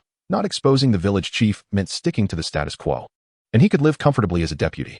Exposing the village chief, while not guaranteeing a qualitative leap for Client Town, would definitely improve the villagers' lives. At least no one would worry about what to eat tomorrow. The deputy village chief, who had been loitering at the door, caught Bai Li's attention. They had met at the market, but they weren't familiar, so Bai Li's wariness increased several notches. After a while, the deputy village chief continued to loiter at the door, and Bai Li's patience finally wore thin. Stepping outside, her gaze fell on this suspicious guy. The deputy village chief instinctively wanted to leave when faced with Bai Li's stare. Bai Li waved her hand, a ball of crimson flame blocking the deputy village chief's path. "Want to leave? Explain yourself first. I saw you sneaking around here for almost 10 minutes. What do you really want?" Looking at Bai Li's fierce gaze, the deputy village chief trembled all over, even speaking with a quiver. "And no, I was just passing by. Do you really think I'm stupid? You've been circling under my nose for almost 10 minutes. And you just happened to pass by?" Bai Li's questioning made the cowardly man break out in cold sweat. "Actually, I have something to discuss with you. Don't kill me. Don't kill me. I'm innocent. I only found out about this recently." "Say it." Bai Li waved his hand, and the raging flames immediately disappeared. The vice village head stumbled over to Bai Li, pulling out several sheets of paper from a folder. These are the tax payments and records of selling Yang Wan since the village head took office. Take a look at this. And also the financial statements of the village over the past few years. Qin Yu happened to come over as well, and Bai Li divided the materials in his hand, giving her half. Both of them frowned, and their expressions worsened as they looked. Qin Yu was also puzzled. Clearly, there were projects that could be sold outside. So why were there no merchants passing by on the streets, not even a single outsider? That's right, and your tax revenue is also wrong. How could it still be 50 gold coins per person? This rule has long been changed. Since 10 years ago, the government has been taxing based on individual wages. If one's monthly income is less than 50 gold coins, there's no need to pay taxes. Yet all the villagers here are calculated based on a monthly income of 60 gold coins, paying only 2 gold coins each month. Where did such a large sum of money go? Not looking was one thing, but seeing it was shocking. In such a small place, there were so many hidden, unspeakable matters. These were stolen from the village head's office. No one in our village can afford such high taxes, so we can only let the village head replace this money with the fruits harvested. This money is directly handed over by the village head's family to the government. And the business of Yang Wan is basically managed personally by the village head's family. We are only responsible for growing it and handing it over to him. As for why our finances have sharply decreased every 3 months, it's because of the bandits. They come to our village every 3 months to collect protection fees. All these things connect, and the truth is about to come out. The vice village head became more and more frightened as he thought about it, trembling uncontrollably. Are you suspecting that your village head embezzled so much money? Bai Li speculated. Yes, that's right. I also suspect he has connections with the bandits on the mountain. That gang comes to the village every 3 months and cleans out the village completely. The most suspicious thing is that they know every hiding place for money. Most importantly, every time the village head stands up to distribute money to everyone, ensuring his continued role as village head. Don't you think this is a bit strange? And I found this in his office. The vice village head said, pulling out the white tobacco he had stolen a few days ago. Bai Li's expression changed dramatically. While the previous matters were minor, the involvement of white tobacco was different. Qin Yu also frowned. The village head was indeed managing a project related to white tobacco. All the empires are currently boycotting white tobacco, and once discovered, manufacturing or hoarding it is a serious crime. Can you confirm that this white tobacco belongs to the village head? Qin Yu continued to ask. More than 40 years ago, white tobacco was everywhere. What the vice village head has could very well be left over from that time. I am sure, absolutely sure. I even suspect the village head and that man are involved in the production of white tobacco, because I heard them talking about business and such. The documents in the vice village head's hand were wrinkled from being clenched tightly. Why don't we go take a look? Bai Li suggested. Once it involves white tobacco, Bai Li couldn't remain indifferent. Wait, let me first sense that man's strength with my soul power. Be ready for a fight at any time. Qin Yu stopped Bai Li, who was about to rush out the door. Qin Yu clearly understood Bai Li's strength, having reached the level of a quasi-major general over 40 years ago, and was likely even stronger now. 5-element insight, activate. Qin Yu sat cross-legged on the ground, sending out his soul power in a wide-ranging probe. This method consumes a lot of soul power, but is the fastest way. Moreover, this amount of soul power was just a drop in the bucket for Qin Yu. The soul power spread from Qin Yu as the center, quickly radiating outward, covering the entire Ku Shao Lao town. Standing aside, Bai Li was secretly amazed.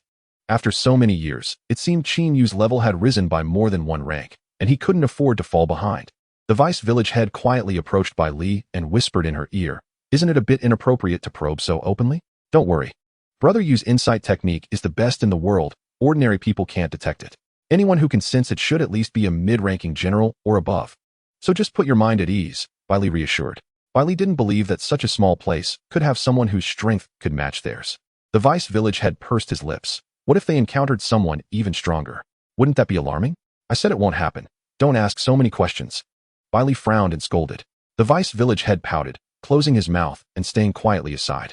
After a while, Qin Yu slowly stood up. Don't worry. That guy's strength is below ours, and he's also our old friend. I really didn't expect that guy didn't die back then. Clenching his fists, Qin Yu was somewhat surprised. Old friend? You know him? The vice village head's mouth dropped open.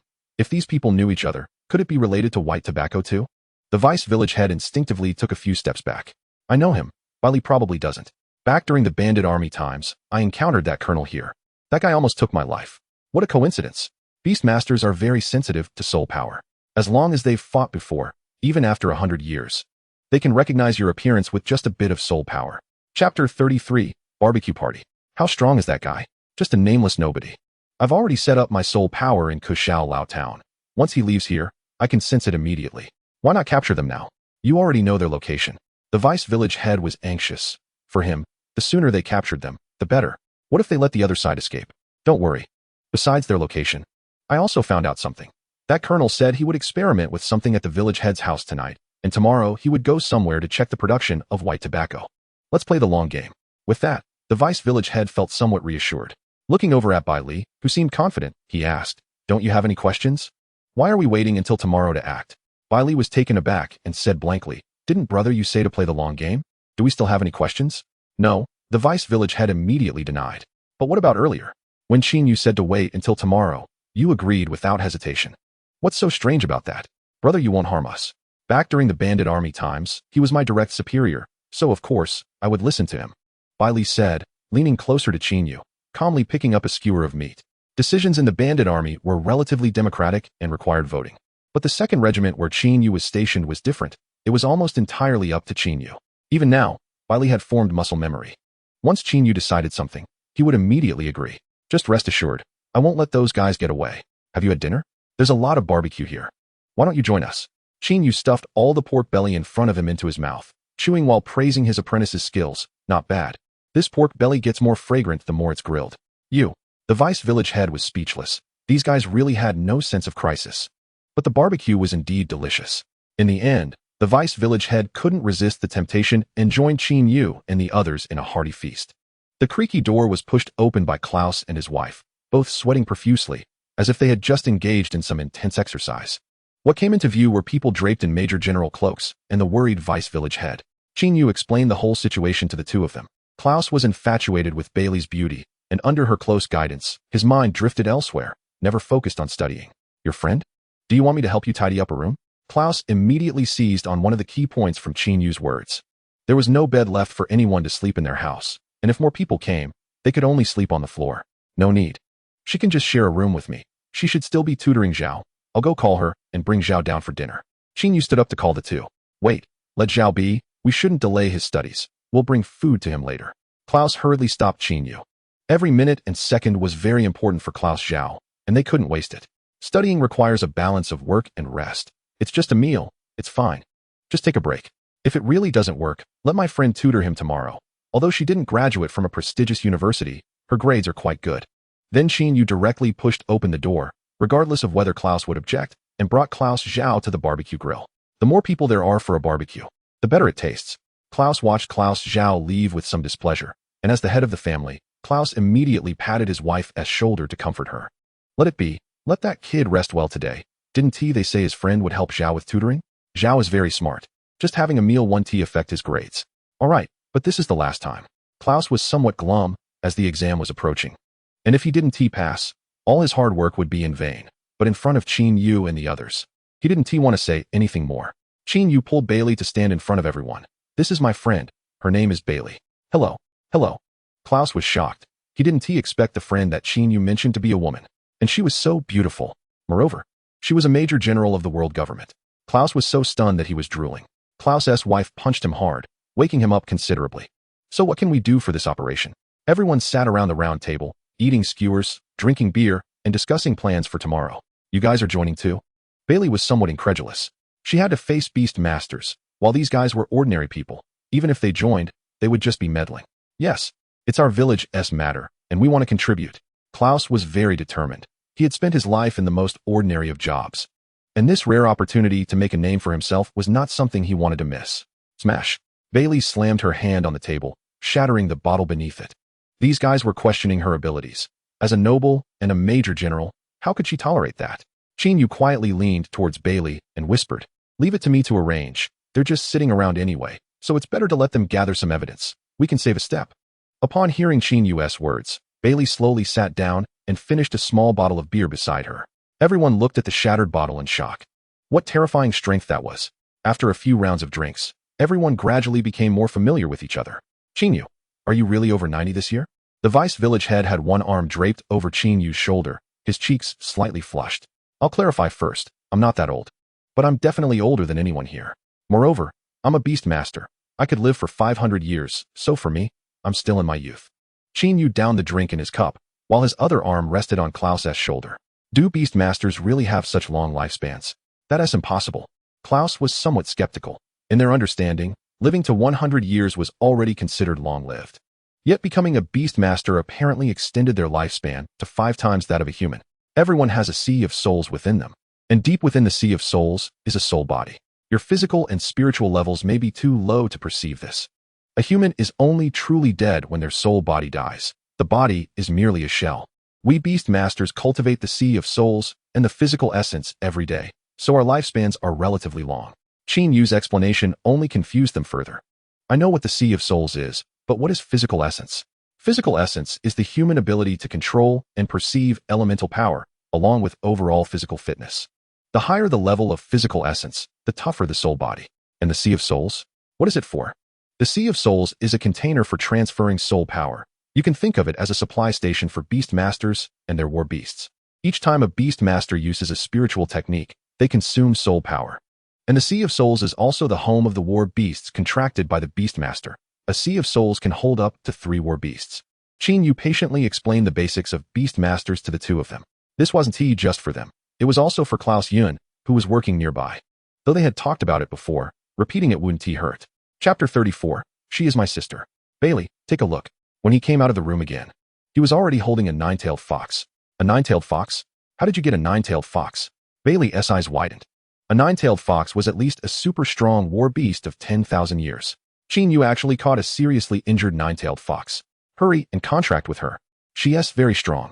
Please, she's a person, just like me, a human with multiple souls. This should be her weaker form. Qin Yu's words instantly plunged Bailey, who was initially excited, into despair. She thought she had encountered a super strong war beast, but it turned out to be a human. Bailey felt somewhat disappointed. She came out of the outside world with me. She should know some things I don't. Then Qin Yu recounted what had happened that day to Bailey. You want me to help you wake her up? Bailey quickly understood Qin Yu's intentions.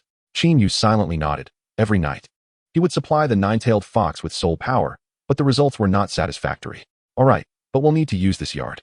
We need to set up a formation to ensure our safety. Without hesitation, Bailey agreed. Since it was a 9-tailed fox arranged by Qin Yu, it must be extraordinary. Klaus dared not resist, immediately taking his wife and children, the barbecue grill, etc., to the front yard to barbecue, leaving the yard for Qin Yu and the others. I can only accommodate the power of fire elements, so be careful not to misuse it. If there's a big explosion or something, I want to be responsible. While speaking, Bailey used soul power to draw a large formation on the ground. I know, don't worry. Qin Yu placed the 9-tailed fox in the center of the formation. Then both he and Bailey simultaneously channeled fire elemental soul power into the 9-tailed fox's body. Initially, it was the same as before. As soon as soul power entered this body, the fox spirit's soul body eagerly absorbed it.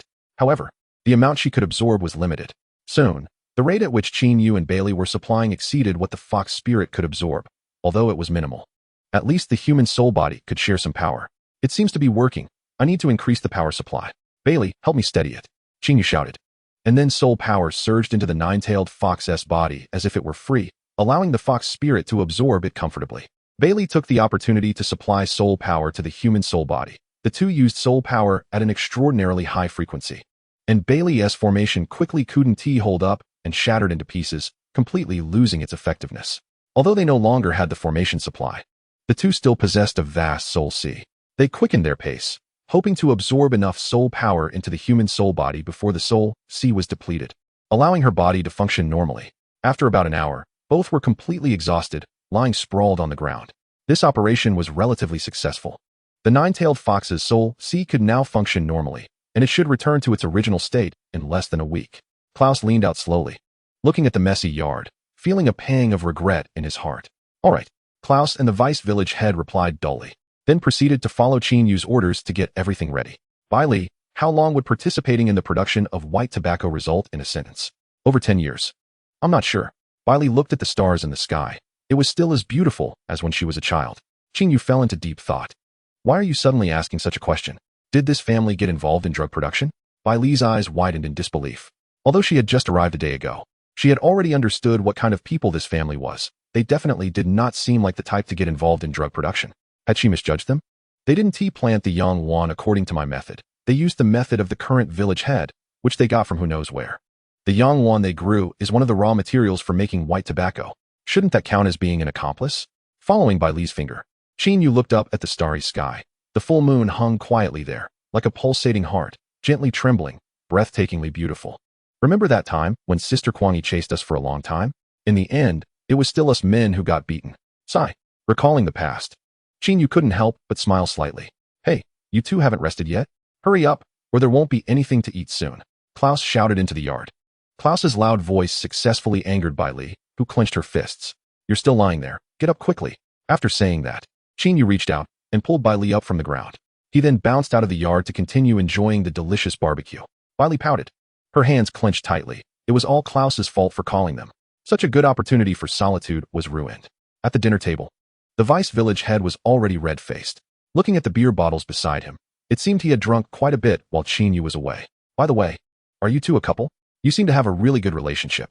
The vice village head, emboldened by the alcohol, asked. Everyone looked at Qin Yu with expectation. Who could resist the temptation of gossip? All eyes were curiously fixed on him. Qin Yu felt his face turn red from being stared at. This was always the most awkward moment. No, Bai Li is just my sister. We've grown up together. I've always seen her as my sister. As for a romantic relationship, that's impossible for us. Qin Yu's words instantly extinguished everyone's curiosity about the gossip, while Bai Li, sitting beside him, still pouted. Initially shy, her expression darkened after hearing Qin Yu's words. As someone with experience, Klaus quickly noticed something was off with Bai Li and subtly signaled to Qin Yu. Looking at Klaus's raised eyebrows, Qin Yu completely misunderstood his meaning. Brother Zhizhen, you can't be drunk. Your eyes look like they're twitching. Klaus was speechless. This dense guy was hopeless. It's nothing, just got some sand in my eyes. After saying that, he pretended to rub his eyes seriously.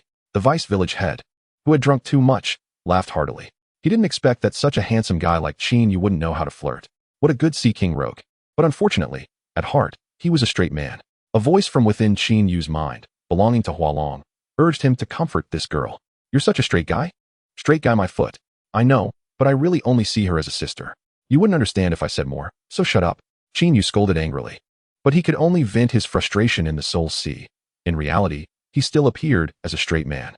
Chapter 35, The Vice Village Head's Request. The Vice Village Head, slightly tipsy, looked ahead and burped. Being a beast master is great. Strong abilities, long lifespan, not afraid of being bullied. If only I were a beast master too. Klaus comfortingly patted his shoulder. Who wouldn't want to be a beast master? But we don't have that kind of talent. And becoming a beast master should be quite difficult, right? Both of their gazes shifted to Qin Yu, hoping to get an answer from this beast master. For me, it's actually not bad. The initial stages of cultivation can be tough, but you get used to it later on. Disciple, listen carefully. Don't be afraid of the difficulties at the beginning. Once your physical abilities improve and you reach a certain level of control over soul power, cultivation becomes quite simple. Like playing. For instance, it took me 10 years to level up my Soul C from level 20 to level 60. Qin Yu's expression was very calm, as if he were talking about something as simple as eating or drinking. Bai Li rolled her eyes at Qin Yu. If cultivation were really as easy as you say, we wouldn't have so much trouble. You think everyone is as abnormal as you? Yun, don't listen to your master's nonsense. You need to cultivate diligently. The realistic Bai Li directly knocked Klaus Yun's head, instantly extinguishing his enthusiasm for training. What is going on here? The vice village head was puzzled. One said it was very simple, and the other said cultivation was difficult. Who should he believe? Brother Yu is not wrong. Once you have a certain level of control over soul power, cultivation becomes easy. But you need to know that it's very hard to reach that level. Most people won't achieve it in their lifetime. Even my control over soul power is only half-baked. To reach the level Brother Yu mentioned, you need extremely high talent.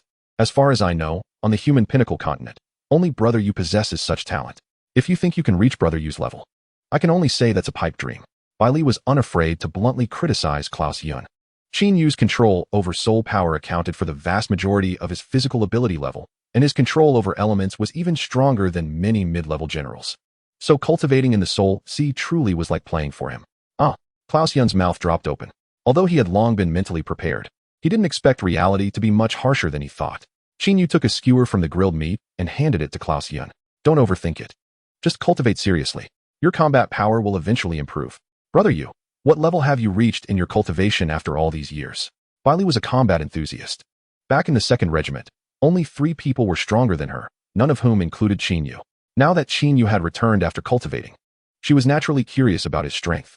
I'll show you when the opportunity arises. I won't disappoint you. But you, have you been training well all these years? Of course.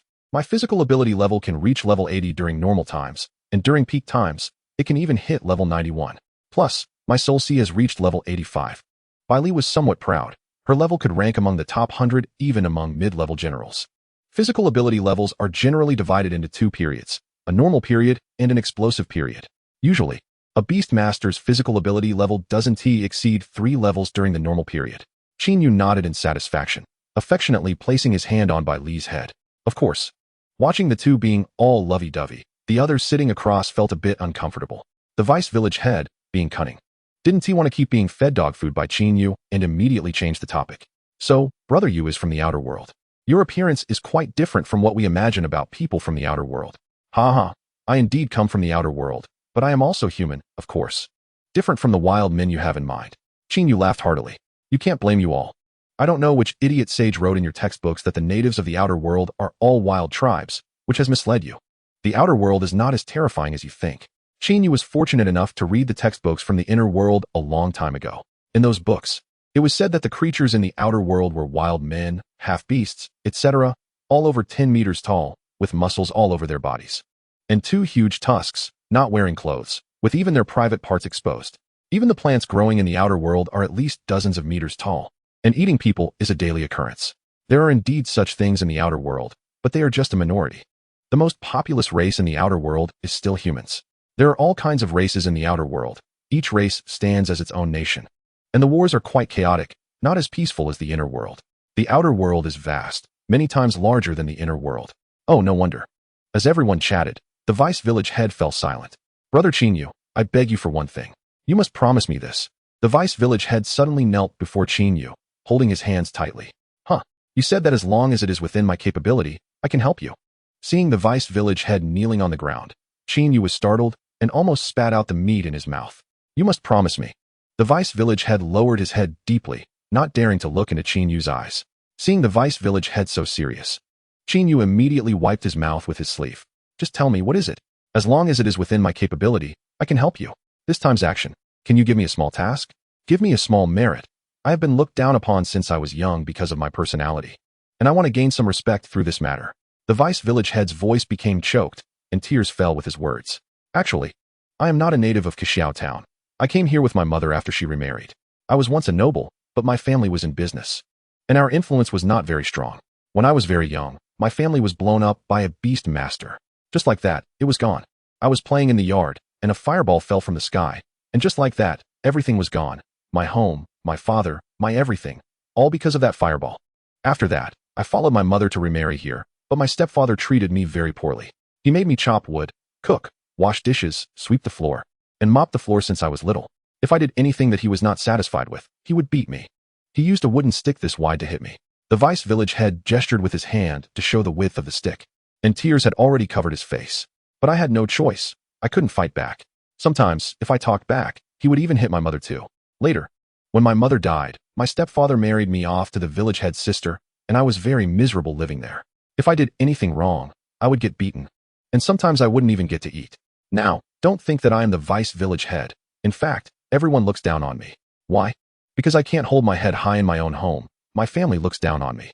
To be honest, I know my wife is having an affair with the old Wong next door, but what can I say? The village head's family is powerful. If I have any complaints, I might even have trouble getting enough to eat in the future. The vice village head was tearful, and for him, this was indeed an opportunity to turn things around. Qin Yu gently patted the vice village head's back and comforted him, saying, "It will get better, don't worry. I can't wait. I want to expose them. I want to reveal the village head's ugly behavior. I want to tell everyone that I am not a coward. Brother Qin Yu, just tell me, what can I do? As long as I can do it, I will do my best." The vice village head's emotions erupted, raising his head to stare at Qin Yu. His eyes filled with determination. With the help of alcohol, the indecisive vice village head finally made up his mind. He would stand up to testify against the village head and expose this guy's heinous actions. Brother Qin Yu, can you count me in too? I also want to contribute to the village. Klaus Jin slowly put down the wine bottle in his hand, his voice equally firm. Qin Yu looked at the determined two and smiled slyly, readily agreeing. All right. Chapter 36. This young man. The sun slowly peeked through the clouds, revealing its already flushed face. Like a shy girl peeking at the earth, everyone stood in front of Qin Yu. Master, give the order. Klaus Yun had a face full of excitement. It was his first time participating in such an exciting activity. This is a caffeine pill. Each of you should take one to avoid getting sleepy later. Qin Yu distributed the caffeine pills, and everyone swallowed them without hesitation. Wait, son, you should stay at home. The operation is dangerous. Leave this to the adults. Klaus Zhun immediately stopped his son, not wanting a child to be caught in danger. You two should probably worry about yourselves. I know my disciple's strength. As long as he doesn't panic, he can fully unleash the spirit techniques I taught him. Ordinary people are not his opponent. With Qin Yu's words, Klaus Zhun felt relieved. After such a long time of training, he had some confidence in his son. How are we going to act? Do you have any plans? The vice village head asked. Very simple. The task I give you is also simple and safe. Brother Zhun, you go to the village head's house with my disciple. Since he is involved in the white tobacco activities, there must be some residue of white tobacco in his home, and even if there isn't, there must be evidence of embezzlement. You are responsible for finding it and taking photos with the photo stone. Good. Both of them replied firmly. Vice village head. As the village head's assistant, it shouldn't be a problem to delay the village head, right? They couldn't search the village head's house right under his nose. The premise was that the village head had to be outside, and naturally, the task of delaying the village head fell to the vice village head. All right, no problem. His initial tone was very firm, but as he continued, his voice became smaller, lacking confidence. The vice village head's expression was a bit strange, but Qin Yu didn't mind. After all, an old village head couldn't possibly be a match for an adult man, right? Finally, let's follow our old friend to take a look. I think the place he is going to is where they make white tobacco. No problem, I understand. As a lieutenant general, he had executed such tasks hundreds of times. The specific process was already second nature, and there was no need for Qin Yu to say much. Then let us get started. Qin Yu used his soul power to sneak a peek at the village head's house. That person was already on the move. Everyone nodded in agreement. And the two beast masters, Qin Yu and Bai Li, transformed into two streams of red soul power and floated away, while the vice village head sneakily left Klaus Zhun's house. One of the compulsory courses for beast masters is soul power transformation, which tests not only the control of soul power, but also is the simplest method for beast masters to conceal themselves. Just as the father and son were grabbing their weapons and preparing to set off, Klaus Na pushed open the door. You two are not allowed to go. What if something happens? Klaus Na scolded. Don't worry, nothing will happen. We're just going to sneak a peek at the village head's house. What danger could there be? Klaus Zhun simply reassured her and hurriedly took his son away, leaving Klaus Na standing alone in the wind, feeling somewhat speechless and helpless. After Klaus Na called in sick to work with the phone stone, she brought out a chair and sat in the yard waiting for her husband and son to return victorious. Klaus Zhou, with a small bag on his back, rubbed his eyes and slowly walked out of the room. Mom, why didn't you stop brother and dad? Could this all be a conspiracy by Qin Yu? He killed dad and brother, then married you to inherit our family. Klaus Zhu's imagination ran wild, and his words were shocking. Hearing her youngest son's concerns, Klaus Na's previously tense mood dissipated, and she covered her mouth with a light laugh to comfort him. Don't worry, Qin Yu wouldn't do that. We know our place. We are not worthy of him.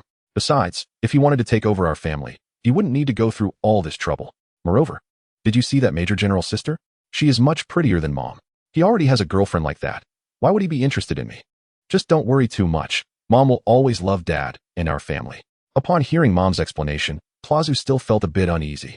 But when Qin Yu lived in our house, you always blushed secretly, right? The teacher said that's a sign that a girl likes a boy. Foolish child. You'll understand when you grow up. Hurry and go to school. Mom is free today. Do you want to go to school together? Who doesn't like a handsome guy or a beautiful girl? But everyone has their basic bottom line. Even if we like them, it's just a matter of admiration. We keep that feeling in our hearts. After all, such delightful love isn't true love. Klaus Zhu shook his head. I'll go by myself. Qin Yu and the others took the lead to ambush at the entrance of the village east of Cloud Town, which is the closest to Cloud Mountain. Based on Qin Yu's judgment, typical hideouts wouldn't be in the forest because the target would be too obvious. If someone passed by, they could easily discover it. Those eerie caves, which no one dares to enter, are the best hiding spots. Moreover, the person's trajectory was running towards the east. Due to Yang Wan Tian being in the west, there were fewer people coming and going in the east. A little girl was carrying a backpack, hugging her legs, and lowering her head, seemingly waiting for something. Could that girl be a companion of that person? Don't let her innocent appearance fool you. She might be a beastmaster like us. I've seen Tian Shan Tong Lao. She could be one of those. Looking like a little lowly, but in reality, she could be a 100-year-old old witch. Qin Yu stared at the girl vigilantly, joking seriously. Brother Yu, don't joke at a time like this. If that girl really is one of those people, with your control over soul power, can't you sense her soul power? She's just an ordinary girl.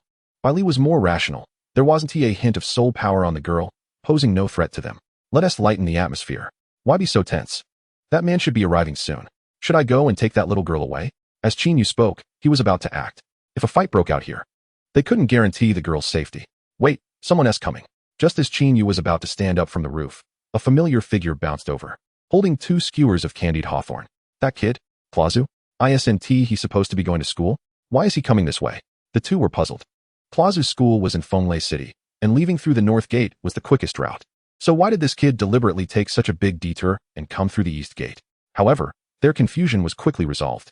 Plazu happily took the little girl's hand and stuffed the candied hawthorn into her hand. The two held hands, shoulder to shoulder, walking together towards Fenglei City amidst laughter. Wow, these young people, so mature. No wonder he asked me such questions. Qin Yu was astonished. Today as kids are truly impressive. Chapter 37. Qin Yu, Dragon Man. As they watched the 2 children leave, Qin Yu and the others soon awaited the person they were waiting for. Sure enough, it was that guy. Didn't he die? Qin Yu frowned, not expecting that his failure to kill him back then left behind such a menace.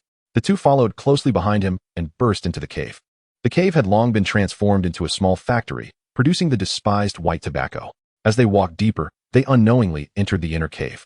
In a deserted area, the colonel took out a ball of mysterious black energy from his spatial ring. You idiot! The black ball roared in anger, followed by 2 black long guns pointing directly at Qin Yu and his companions' foreheads. Qin Yu and the others were forced to reveal themselves, dodging the incoming spears.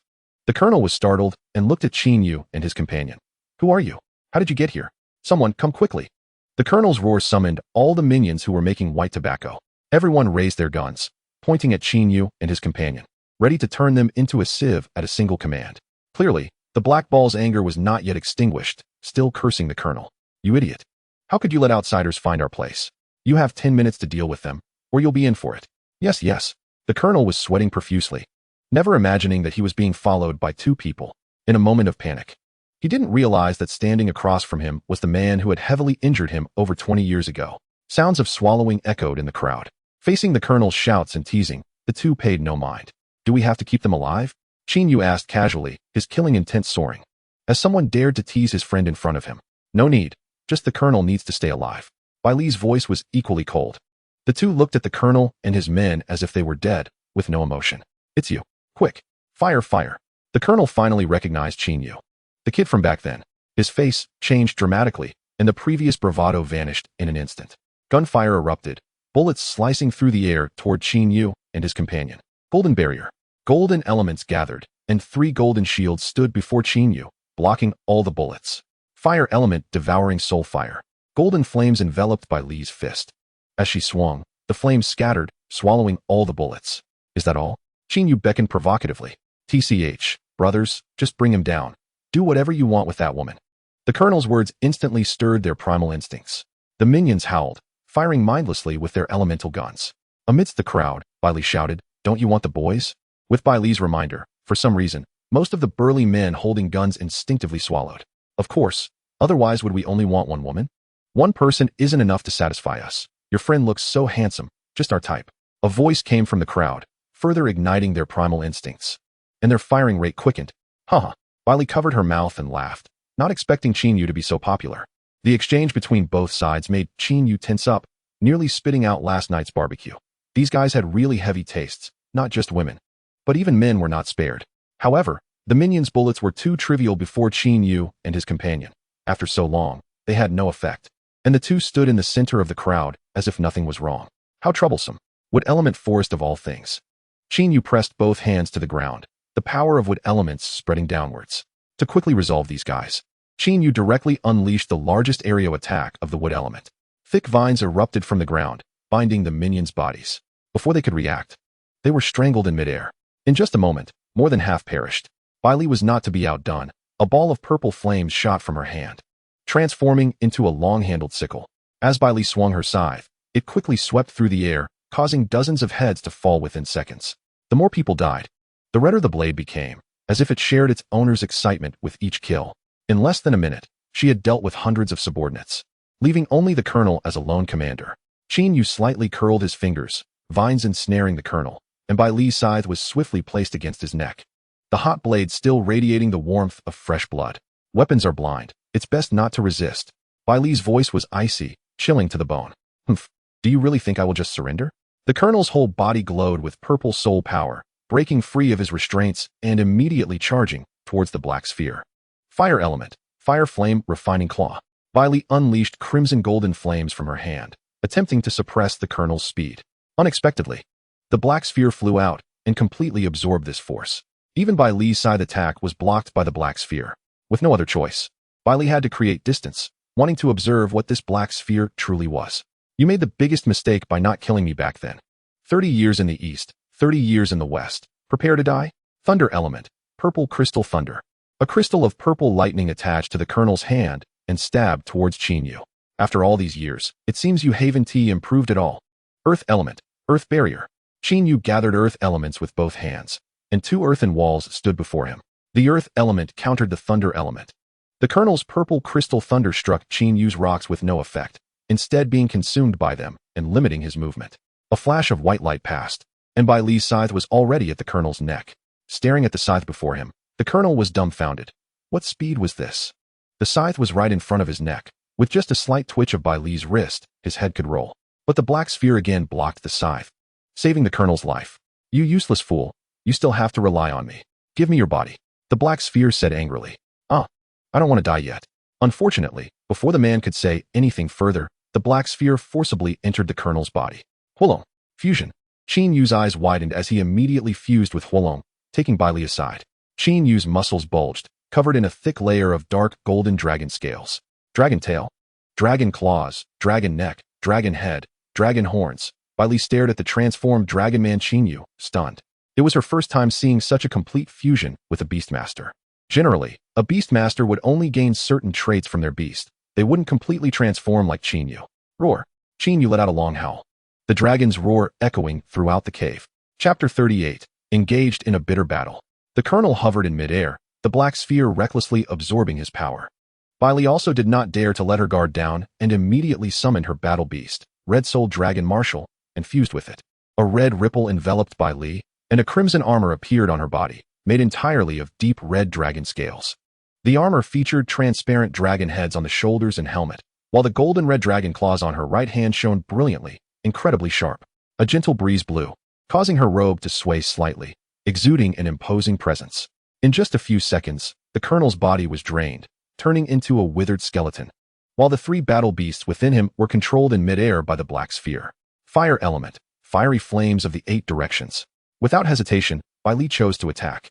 8 fireballs floated on Bai Li's giant claw, and with a thought, they flew towards the black sphere. The moment the fireballs touched the black sphere, they exploded, filling the entire cave with smoke. Wind element, wind howl. Qinyu opened his dragon mouth wide, took a deep breath, and blew out, dispersing the smoke that obscured his vision.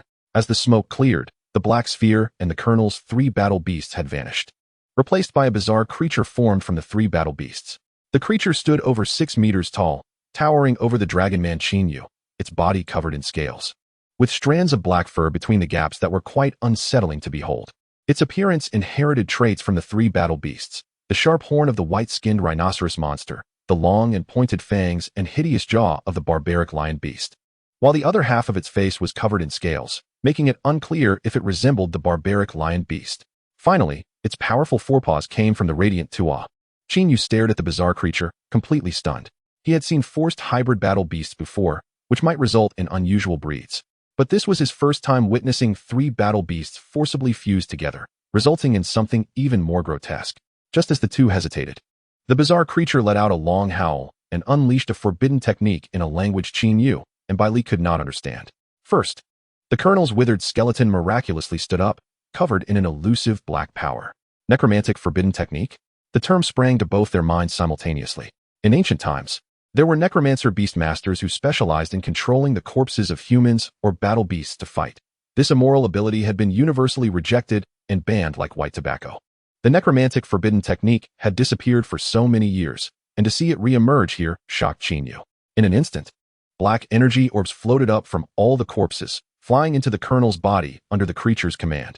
The colonel, once just a skeleton, instantly expanded several times, his eyes wide open and filled with bloodshot fury. Roar. He let out a zombie-like roar. The colonel's skin turned deep green, his muscles bulging irregularly, and his nails elongated, appearing terrifying from a distance. Quickly deal with this. The power of these two is abnormal. It's not ordinary necromantic magic. We must finish this quickly. A voice from the Sea of Souls echoed in Qinyu's mind. Qinyu nodded. Indeed, This was a creature even his predecessors would fear. Indicating its strength was no simple matter. Fire element, fiery flames of the 8 directions. The two unleashed their strongest fire element attack simultaneously, sending fireballs charging towards the bizarre creature. The zombified colonel was completely controlled by the bizarre creature. To block their fiery flames of the 8 directions, the colonel's body expanded several times, completely shielding the bizarre creature. After enduring 2 hits from the fiery flames of the 8 directions, the colonel's body was already pierced. His wounds charred black. The 2 monsters were unfazed, continuing to claw and strike toward Qin Yu and Bai Li. You handle the colonel. I'll take on this big guy? Qin Yu's scales turned red, the power of the fire element surging. Be careful. Fire element, fiery hell claw. Bai Li's giant claw, wrapped in fire element, doubled in size. The massive claw struck the colonel, directly pushing him back. Bai Li tried to create distance between the 2 battlefields to avoid collateral damage. As the bizarre creature's claws attacked, Qin Yu did not dodge at all, relying on his hard dragon scales and massive body to crash directly into the bizarre creature. Thus, the 2 gigantic monsters grappled, employing the most primal forms of combat, clawing at each other without yielding. Although the colonel had turned into a zombie, he still retained human memories and remembered basic combat techniques. The colonel used his sharp nails as weapons, fiercely resisting Bai Li's ferocious attacks.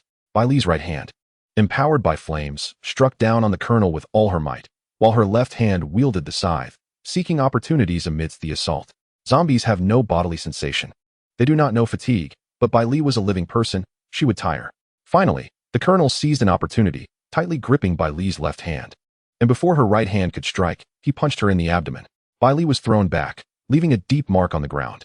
There was no time for her to rest on the battlefield. She immediately got back up, but it was too slow. The colonel's claws followed closely, viciously scratching Bai Li's arm. The sharp claws could even penetrate dragon scales, and 3 bloody marks immediately appeared on Bai Li's tender, fair arm. The attack was not over. The colonel's right hand formed a fist, gathering an unknown black power, and with a dragon ascent punch, struck Bai Li in the abdomen. Bai Li was sent flying by the powerful force, and the colonel kicked her again in the abdomen, sending her flying out of the cave and crashing into the forest outside. The pain in her abdomen made her spit out a mouthful of congealed blood. Bai Li immediately focused her soul power to heal her body, using her scythe to support herself as she slowly got up. It had been a long time since she experienced such an exhilarating battle. The colonel extended his long claws, attacking Qin Yu. Don't mind me. I want to duel this guy. The situation in the cave immediately turned into a 1 versus 2, but it was unclear why this creature was so stubborn, refusing the colonel's help and insisting on a one-on-one duel with Qin Yu. The poor colonel, trying to do a good deed, was scolded and could only retreat from the cave, looking for Bai Li, whom he had injured, to continue the fight. You will regret this. Qin Yu's bravado wasn't finished. The creature charged again, biting down on Qin Yu's shoulder. Its huge fangs could actually crush Qin Yu's dragon scales, leaving him shocked and scrambling to grab the creature's head. In battle, maintaining a calm mind is essential. The fact that the creature could crush dragon scales was too shocking, and for a moment, Qin Yu didn't know what to do. This allowed the creature to seize the opportunity, its huge and sharp claws piercing fiercely into his lower back. The dragon scales were no match for the giant claws, and 2 massive cracks appeared instantly. Qin Yu cried out in unbearable pain. The creature pressed the advantage. Its fist filled with black mysterious power smashed into him. Qin Yu was sent flying, embedding himself into the earthen wall. Is this it? Is this all the Qin family is capable of? Looks like I was overthinking it.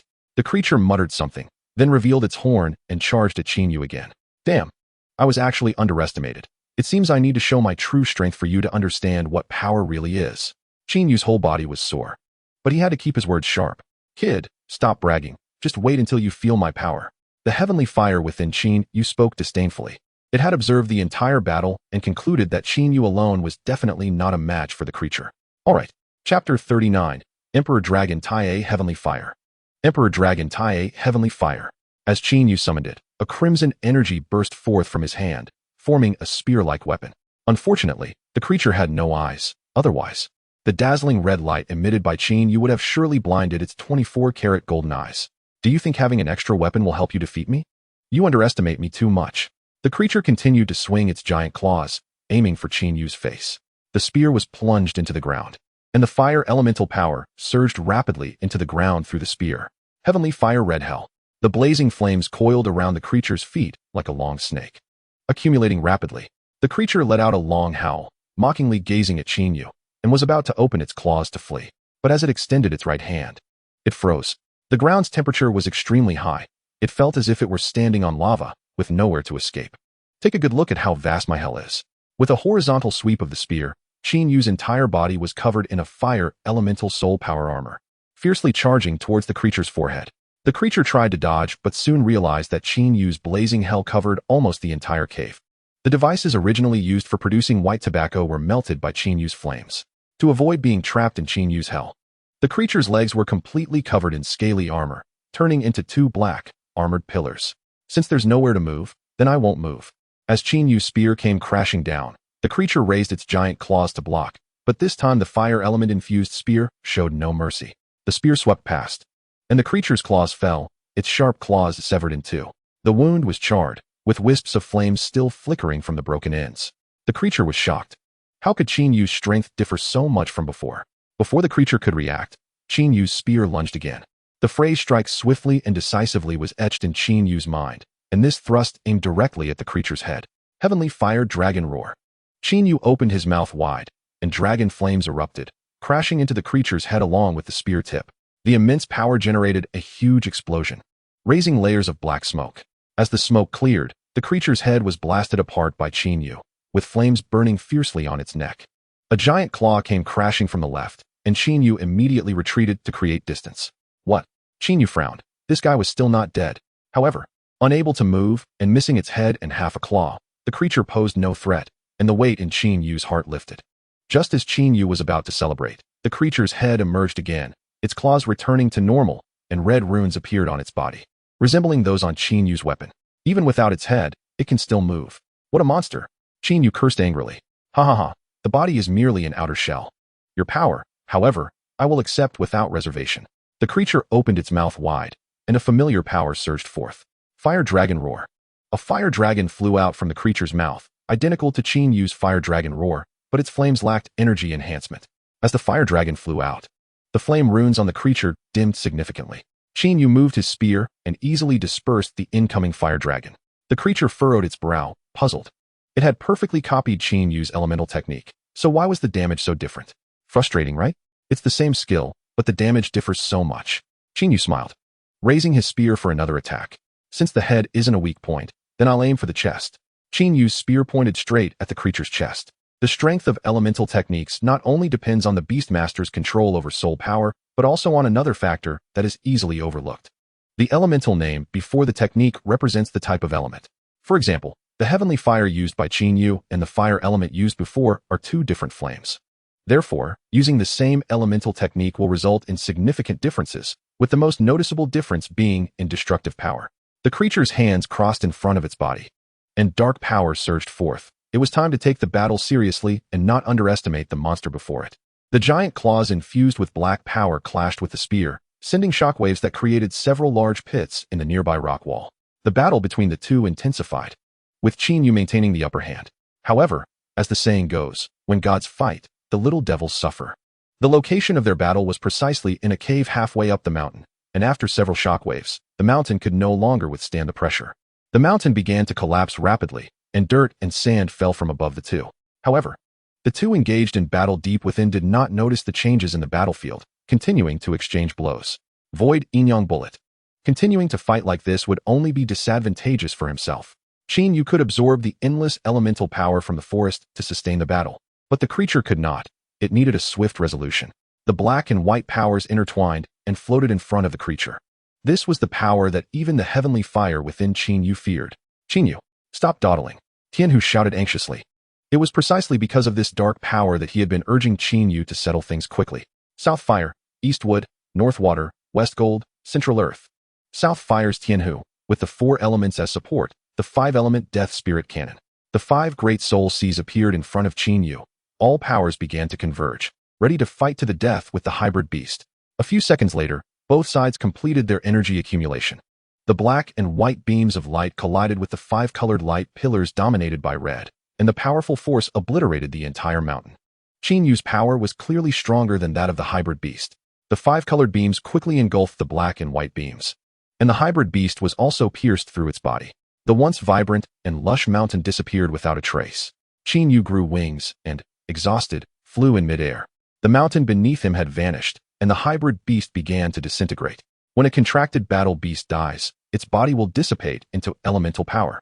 And the hybrid beast was no exception. Its body was slowly disintegrating, blowing away with the breeze. The black bead shattered into several pieces, scattering on the ground. Bailey, covered in scars, slowly flew to Qin Yu's side. Is it resolved? He's a bit stronger than I imagined. Are you okay? Qin Yu looked at Bailey, whose right arm was only half intact, feeling heartbroken. I'm fine, but that guy is stronger than I thought. Bailey gasped for breath. She had been too careless, not expecting the opponent's strength to far exceed her imagination, which led to her severe injuries. As a mid-ranking general, Bailey had participated in many activities, but the opponents she encountered were not very strong, and she had never gone through life and death battles, causing her mindset to gradually change, which led to her being too complacent in the confrontation with the zombie colonel. What about this mountain? Qin Yu looked at the flattened mountain he had caused, feeling a bit awkward. It's okay. It's not a famous mountain anyway. Besides, we're closer to Thunder City now. As beast tamers, it's inevitable to destroy some things in battle. This is unavoidable. Chapter 40. Danger approaches. At this moment in Kushaolao town, the deputy village head and 2 others were squatting at the door of the village head's house. I'll distract the village head, and you 2 hurry to his house to find the stolen money. From my judgment, there must be many unspeakable things in the village head's house. By the way, keep an eye out for anything that looks like a key. I found a locked box in the village head's office. You should search carefully.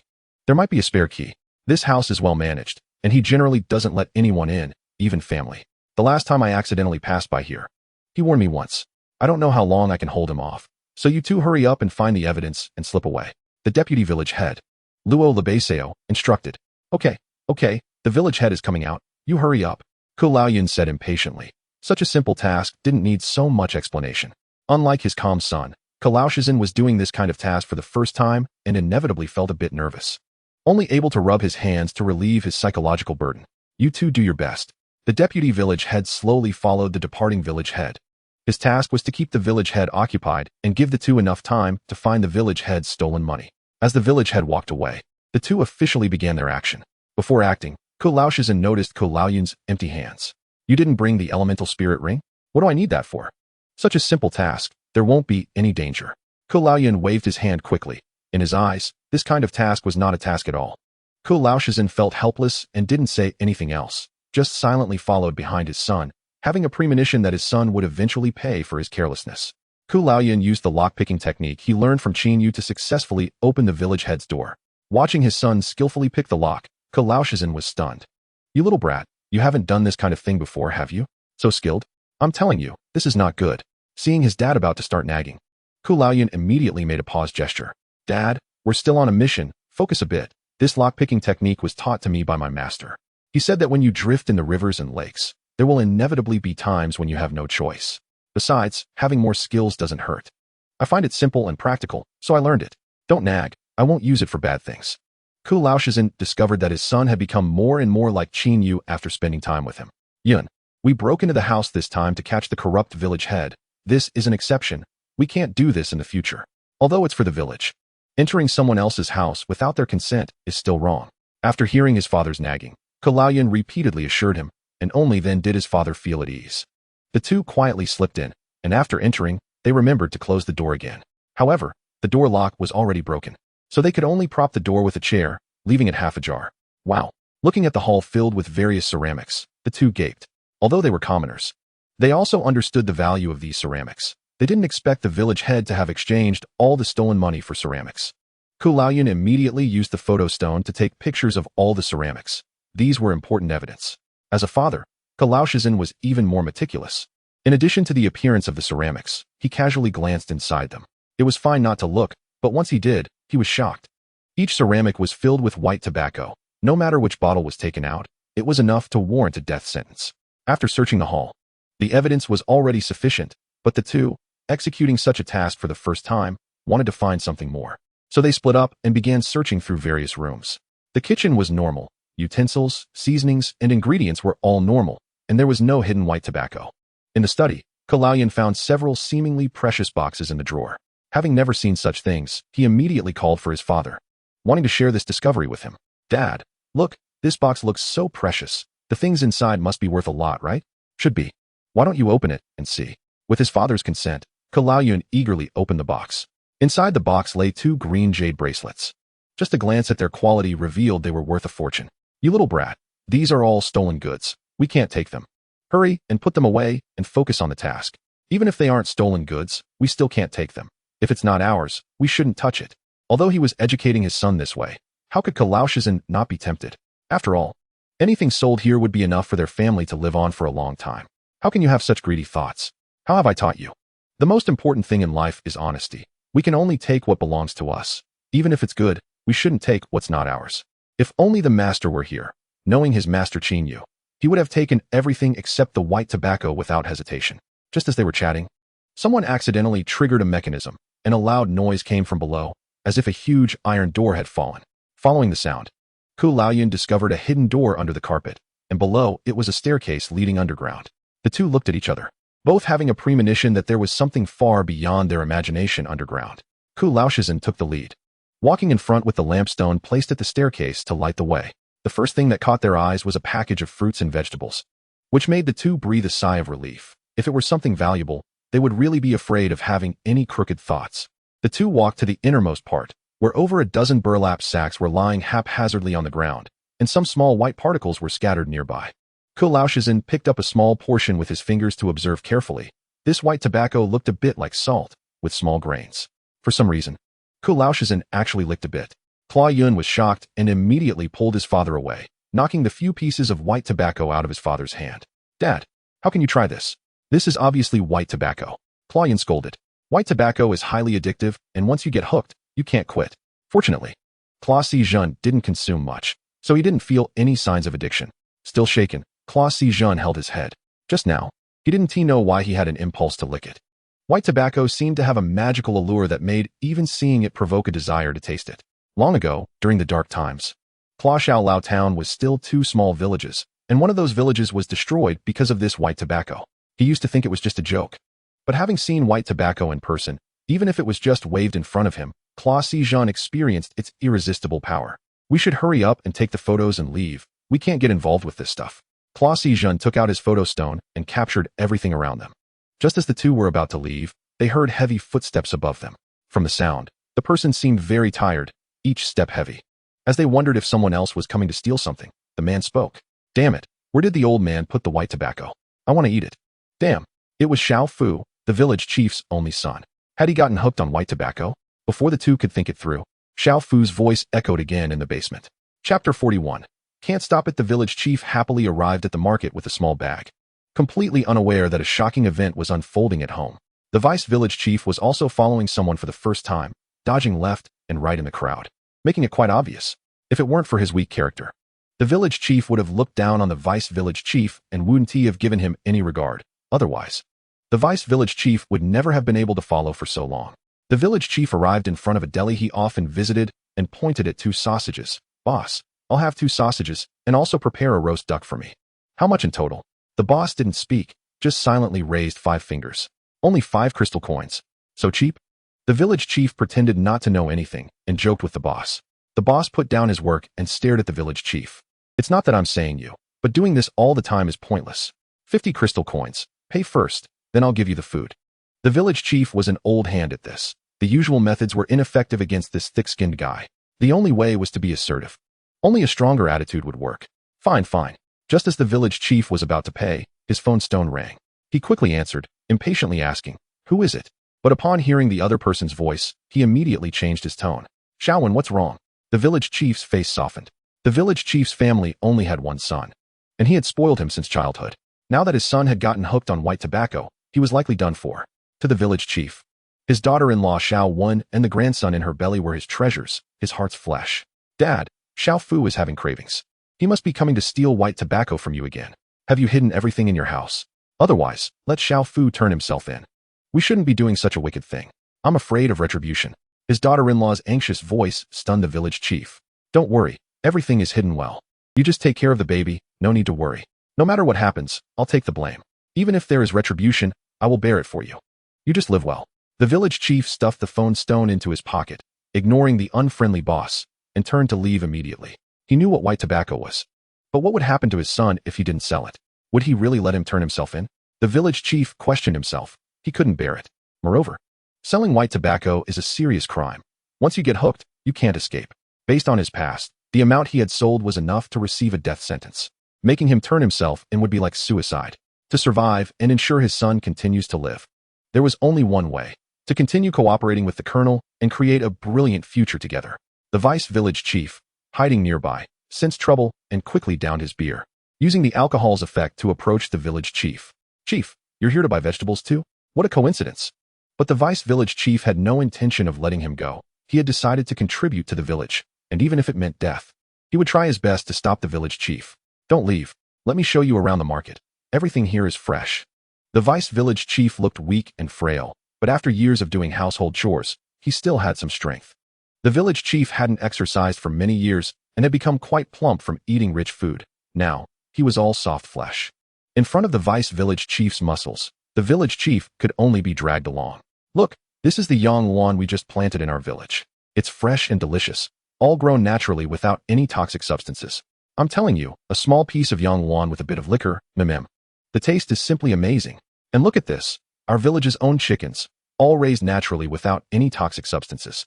By the way, the fertilizer we use for planting yangluan is made from our own poultry droppings. It's all natural, so you can eat it with confidence."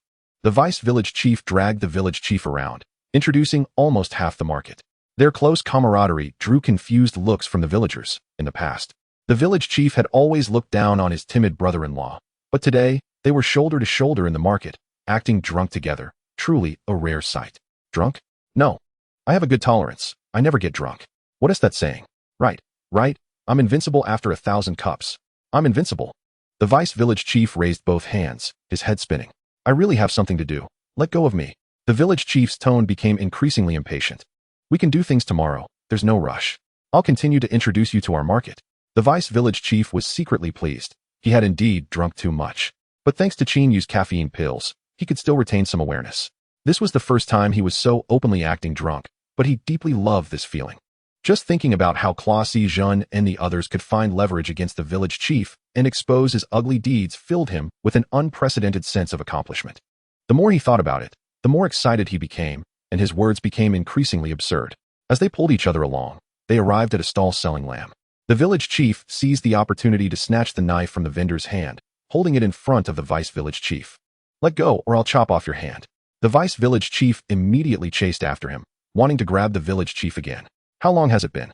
Claw Si-jun and the others must not have finished taking photos yet. I have to push harder." The village chief shouted, utterly annoyed by the vice village chief. Hearing the word sister, the vice village chief shuddered. It was far more terrifying than the knife. Seeing that the vice village chief had finally let go, the village chief immediately ran home. The vice village chief stood still, silently sighing. His leverage was in the village chief's hands, and he couldn't persuade him at all. The surrounding people pointed and discussed the vice village chief's unusual behavior and how he seemed frightened at the mention of his wife, which made him very embarrassed. He could only leave the market in shame, under the gaze of everyone. Arriving at a deserted alley, the vice village chief took out his phone stone and called Claw Si-jun. It was this phone call that had put the two in a predicament. Buzzing sounds from the phone stone vibrated from Klaus's pocket, and both father and son widened their eyes. The call came at just the right moment. As soon as Xiao Fu discovered the basement, the phone stone rang. Even if Klaus hung up quickly, Xiao Fu still heard the resonating vibration in the basement. "Who is it? Who is in the basement?" Xiao Fu's voice emerged, and both were drenched in cold sweat, randomly hiding behind a pile of vegetables and fruits. The deputy village head frowned. How come these two didn't answer the phone? He never would have thought that at this moment, Xiao Fu would have a fit and head to the village chief's house. Seeing Klaus not answer the phone, the deputy village head was full of impatience, not realizing that the two were in grave danger. Soon after, the deputy village head called again, and this time it connected quickly. He shouted with all his strength, "You can't stop it. Hurry and retreat." Chapter 42, The Addict Xiao Fu. Xiao Fu, using the light from the lampstone, slowly approached the basement. White tobacco. Xiao Fu's nose twitched as he caught the scent of something good hidden deep in the basement. Ignoring the earlier vibrations of the phone stone, he immediately ran towards the pile of white tobacco. Seeing Xiao Fu leave, the father and son breathed a sigh of relief. Thankfully, he didn't search carefully, or they would have nowhere to hide. "Hurry up, be careful." Klaus was reluctant to turn and look at Xiao Fu. After all, they were once close friends. He never expected that after many years apart, they would meet again, and he had become addicted to such an evil substance as white tobacco. Xiao Fu's eyes were bloodshot as he dove into the pile of white tobacco, greedily inhaling it. Since the photos were taken, the village chief couldn't deny it. There was so much evidence here, and you could run from the monk but not the temple, with so much white tobacco piled up at home. After confirming the photos and the photo stone once more, the two prepared to leave quietly. The buzzing of the phone stone sounded again, but this time Klaus had experience. He answered the phone before the sound echoed throughout the basement, just as he was about to ask the other party to be quiet. The deputy village head's roaring voice erupted. "You can't stop it. Hurry and retreat." The loud voice echoed throughout the entire basement. Even Xiao Fu, who was inhaling the white tobacco, noticed. Xiao Fu suddenly looked up, his face smeared with white tobacco, and his eyes filled with blood vessels. From a distance, those red eyes and his pale skin resembled a legendary vampire. The father and son shuddered, their hairs standing on end. "This is bad. You hurry and go find someone for help." Klaus immediately pushed his son away, willingly sacrificing himself. He still couldn't use the wristband that Qingyu gave him. But to protect himself, he could only grab a white radish as a weapon that was as long as his calf. "You are Klaus. My good friend. How did you end up here? No, you saw what just happened, right? Then don't leave." A chilling murderous intent radiated from Xiao Fu's red eyes. Even childhood friends couldn't survive if he saw what they had become. Klaus shielded his son behind him, regretting bringing him into such a dangerous situation. White tobacco has a little-known side effect that temporarily enhances human capabilities, but the side effects are also huge. With the power of white tobacco, even the frail Xiao Fu could unleash an astonishing strength. As he shouted, Xiao Fu charged at the two with a dagger. Golden element, star connection. Unfortunately, he was too nervous. One golden energy ball hadn't even formed before it shattered. "You hurry and run. Go find your master for help." Klaus once again pulled his son behind him, while he charged forward to grapple with Xiao Fu. Klaus's weapon was the white radish, which smashed down on Xiao Fu's dagger but only managed to make a dent in it. Xiao Fu blocked Klaus's attack with his right hand holding the dagger, while his other hand formed a fist and struck Klaus in the abdomen. Klaus groaned in pain and fell to the ground, clutching his stomach. Klaus Yun, standing aside, raised his hand again, pointing at Xiao Fu, but his trembling hand couldn't even summon the golden elemental power this time. Xiao Fu looked at Klaus Yun mockingly, as if he were watching a clown performing tricks. "Kid, with your psychological quality, you might as well stay home and farm with your dad. Being a beast master isn't suitable for you. None of your business, you addict." Klaus Yun shouted, gathering his soul power again. He was starting to hate his master. Qingyu had never mentioned that if you were overly nervous, you wouldn't be able to unleash your elemental skills. The words addict completely enraged Xiao Fu.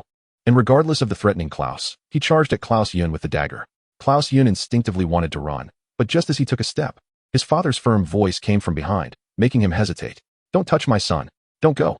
Yun, run. Don't worry about me." For his son. Klaus endured the pain and stood up, embracing Xiao Fu. But he forgot that Xiao Fu had a knife. With a sudden flick of the arm holding the dagger, it plunged into Klaus's waist, blood spraying out as intense pain caused Klaus to fall to the ground again. Klaus Yun watched from a distance, tears streaming down his cheeks, feeling helpless and unsure of what to do. "Don't worry, once I take care of your son, I'll come back to kill you." Xiao Fu raised the dagger again and walked toward the dazed Klaus Yun. At this moment, Klaus Yun was completely frozen, witnessing so much blood for the first time. Seeing his father so brave for the first time, and realizing that someone could genuinely point a weapon at another without hesitation. Too many firsts left this young man in shock. Shock, fear, worry, and guilt intertwined with various negative emotions in Klaus Yun's heart, overshadowing his will to survive, leaving his mind blank. Should he run? Or save him? "Hurry up. What are you still standing there for?" Xiao Fu's eyes were bloodshot, his mouth wide open, drooling at the corners, and the veins on his body bulging, making him look like worms hanging on his face from a distance, appearing exceedingly creepy. His hands were still stained with Klaus's blood, which had turned the white tobacco red upon contact. Klaus, clutching his injured waist, looked up, and in the dim light, saw Xiao Fu. A pale vampire is drinking blood. A phenomenon that only appeared in legends flashed through his mind, filling him with fear, and Klaus fainted again. Xiao Fu was slightly older than Klaus, and they were childhood friends. Xiao Fu, who loved to exercise since he was young, eventually became a martial artist. Though not very strong, he still became a role model for the youth in the small town of Klaus. However, in recent years, for unknown reasons, he stayed home during the day and rarely went out, only occasionally venturing out at night. Those who had seen him in recent years said he looked as if possessed by a ghost, often dazed and exhausted. It wasn't until today that Klaus learned the real reason. The village chief's son, who once served as his role model, now only left him with regret. Chapter 43, Witnessing Death. Klaus Yun quickly ran out of the room, and just as he was about to open the door to escape, the door opened automatically. The village chief hadn't reacted yet when the deputy village head ran in front of him, still chattering away with irrelevant nonsense. Did these guys discover his secret? A terrifying thought crossed the village chief's mind. No wonder the deputy village head was acting so strangely today, constantly clinging to him. It turned out that all of this was to delay himself, giving Clao Yun time to find evidence against him. The village chief raised a piece of porcelain from the side and roared as he smashed it towards Clao Yun. The porcelain shattered on the ground, scattering white tobacco everywhere. The training over the past few days had elevated Clao Yun's physical abilities to several levels. Such a simple thrown object attack could not possibly hit him. Clao Yun looked around and found the only window leading to the outside world. The window, having not been opened for too long, was rusted shut and could not be opened at all. Behind him was the entrance to the basement, and in front of him was the furious village chief. Clao Yun realized he was a bit foolish. After barely escaping the tiger's mouth, he had once again put himself in danger within just a few minutes. Chief, how about we go have a drink again? My treat. The deputy chief stood behind the village chief, still oblivious to the fact that the plan had been exposed. The village chief pushed the deputy chief into the house and immediately closed the door to prevent them from leaving. Drink at your house. Or should we go to a restaurant instead? I have money, my treat. The deputy chief lay on the ground, mumbling incoherently. You guys are too much. How dare you break into my house? It seems my secret has been exposed. I need to quickly catch that little brat too. No survivors. The village chief glared at the deputy chief, repeatedly kicking him in frustration. The village chief's kicks completely woke the deputy chief up, and for a moment, he forgot to resist, hugging his head and mumbling, I didn't mean to, it was Qin Yu's idea. Soon, the village chief had vented enough and casually grabbed a piece of porcelain, smashing it onto the deputy chief's head. The deputy chief fell to the ground, blood immediately oozing from the spot where he was hit. With the deputy chief dealt with, the village chief felt a lot more at ease. Just then, the door was pushed open again, and it was surprisingly Xiao Fu. Xiao Fu stood at the door, holding an axe with bloodshot eyes, glaring fiercely at the village chief. Drool dripping from the corner of his mouth. This basement had two exits. One led to a room, and the other led to a nearby warehouse. Xiao Fu, who had been sucking on white tobacco, suddenly noticed the other exit, and a thought flashed through his mind. He wanted to kill everyone who saw him. Seeing his son approach, the village chief was filled with rage. Just as he was about to scold his unfilial son, he saw him charging at him with the axe. What are you doing? The village chief shouted, a bad premonition hitting him. This premonition came true in the next second as Xiao Fu's axe brutally struck into the village chief's abdomen, leaving a horrifying gaping hole as the blade was pulled out. Blood gushing out continuously. The village chief clutched his wounded abdomen, unable to believe that his son, whom he had raised with great difficulty, would unhesitatingly strike him with an axe. Clao Yun heard the huge commotion outside and couldn't help but open a crack in the door, squinting his eyes to stare outside. Coincidentally, Clao Yun witnessed the entire process of Xiao Fu committing the crime. Watching the blood gushing from the village chief, Clao Yun couldn't help but open his mouth to scream. But he couldn't. He would be discovered. To keep himself from making any noise, Clao Yun desperately covered his mouth with his hands, trying not to make a sound. Tears slowly fell. He never expected to witness the entire process of 2 murders today. He was scared, terrified that he would be the next target for Xiao Fu. Xiao Fu put away the axe and looked at the white tobacco scattered on the ground, feeling the urge again. He bent down, stuck out his tongue, and greedily sucked in the white tobacco mixed with blood. Crazy, this person was completely insane. Seeing such a scene, Clao Yun, as a child, couldn't hold it in any longer and dry heaved a couple of times. The sound of his dry heaves quickly attracted Xiao Fu's attention, and the thought of eliminating all witnesses reappeared in his mind. Picking up the axe again, Xiao Fu's face was covered in blood. Grinning widely, he approached the door, with a mix of saliva and blood hanging at the corners of his mouth, swinging with his body movements, making his entire face look terrifying. The deputy chief, lying on the ground, slowly opened his eyes, and the first thing he saw was the village chief's wide-eyed face, terror immediately spreading in his mind. Although it was dangerous, the deputy chief still slowly turned over. The lifeless face was quite frightening. Seeing that the deputy chief was not dead yet, the village chief, summoning strength from who knows where, pulled out a key from his pocket and quietly placed it in the deputy chief's pocket, mumbling, I beg you, take good care of my daughter-in-law and grandson, it's all my fault. But turning around, a blood-soaked demon appeared before him, laughing maniacally as it swung the red axe at the wooden door in front of him. The deputy chief regretted turning around. It would have been better not to.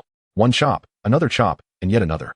Each chop felt like it was striking at the deputy chief's heart, his heartbeat quickening, accompanied by difficulty in breathing. He wanted to leave, but didn't dare, so he could only lie on the ground, trying to lower the sound of his breathing. Soon, the wooden door was smashed open by Xiao Fu. Xiao Fu peered through the hole, scanning the room. Little baby, don't run. You can't escape. Since Xiao Fu could appear from outside the door, it proved that there was another exit in the basement, which was their only hope. Just as Clao Yun was fully focused on searching the basement, Xiao Fu's voice came, and the term baby made him shiver all over.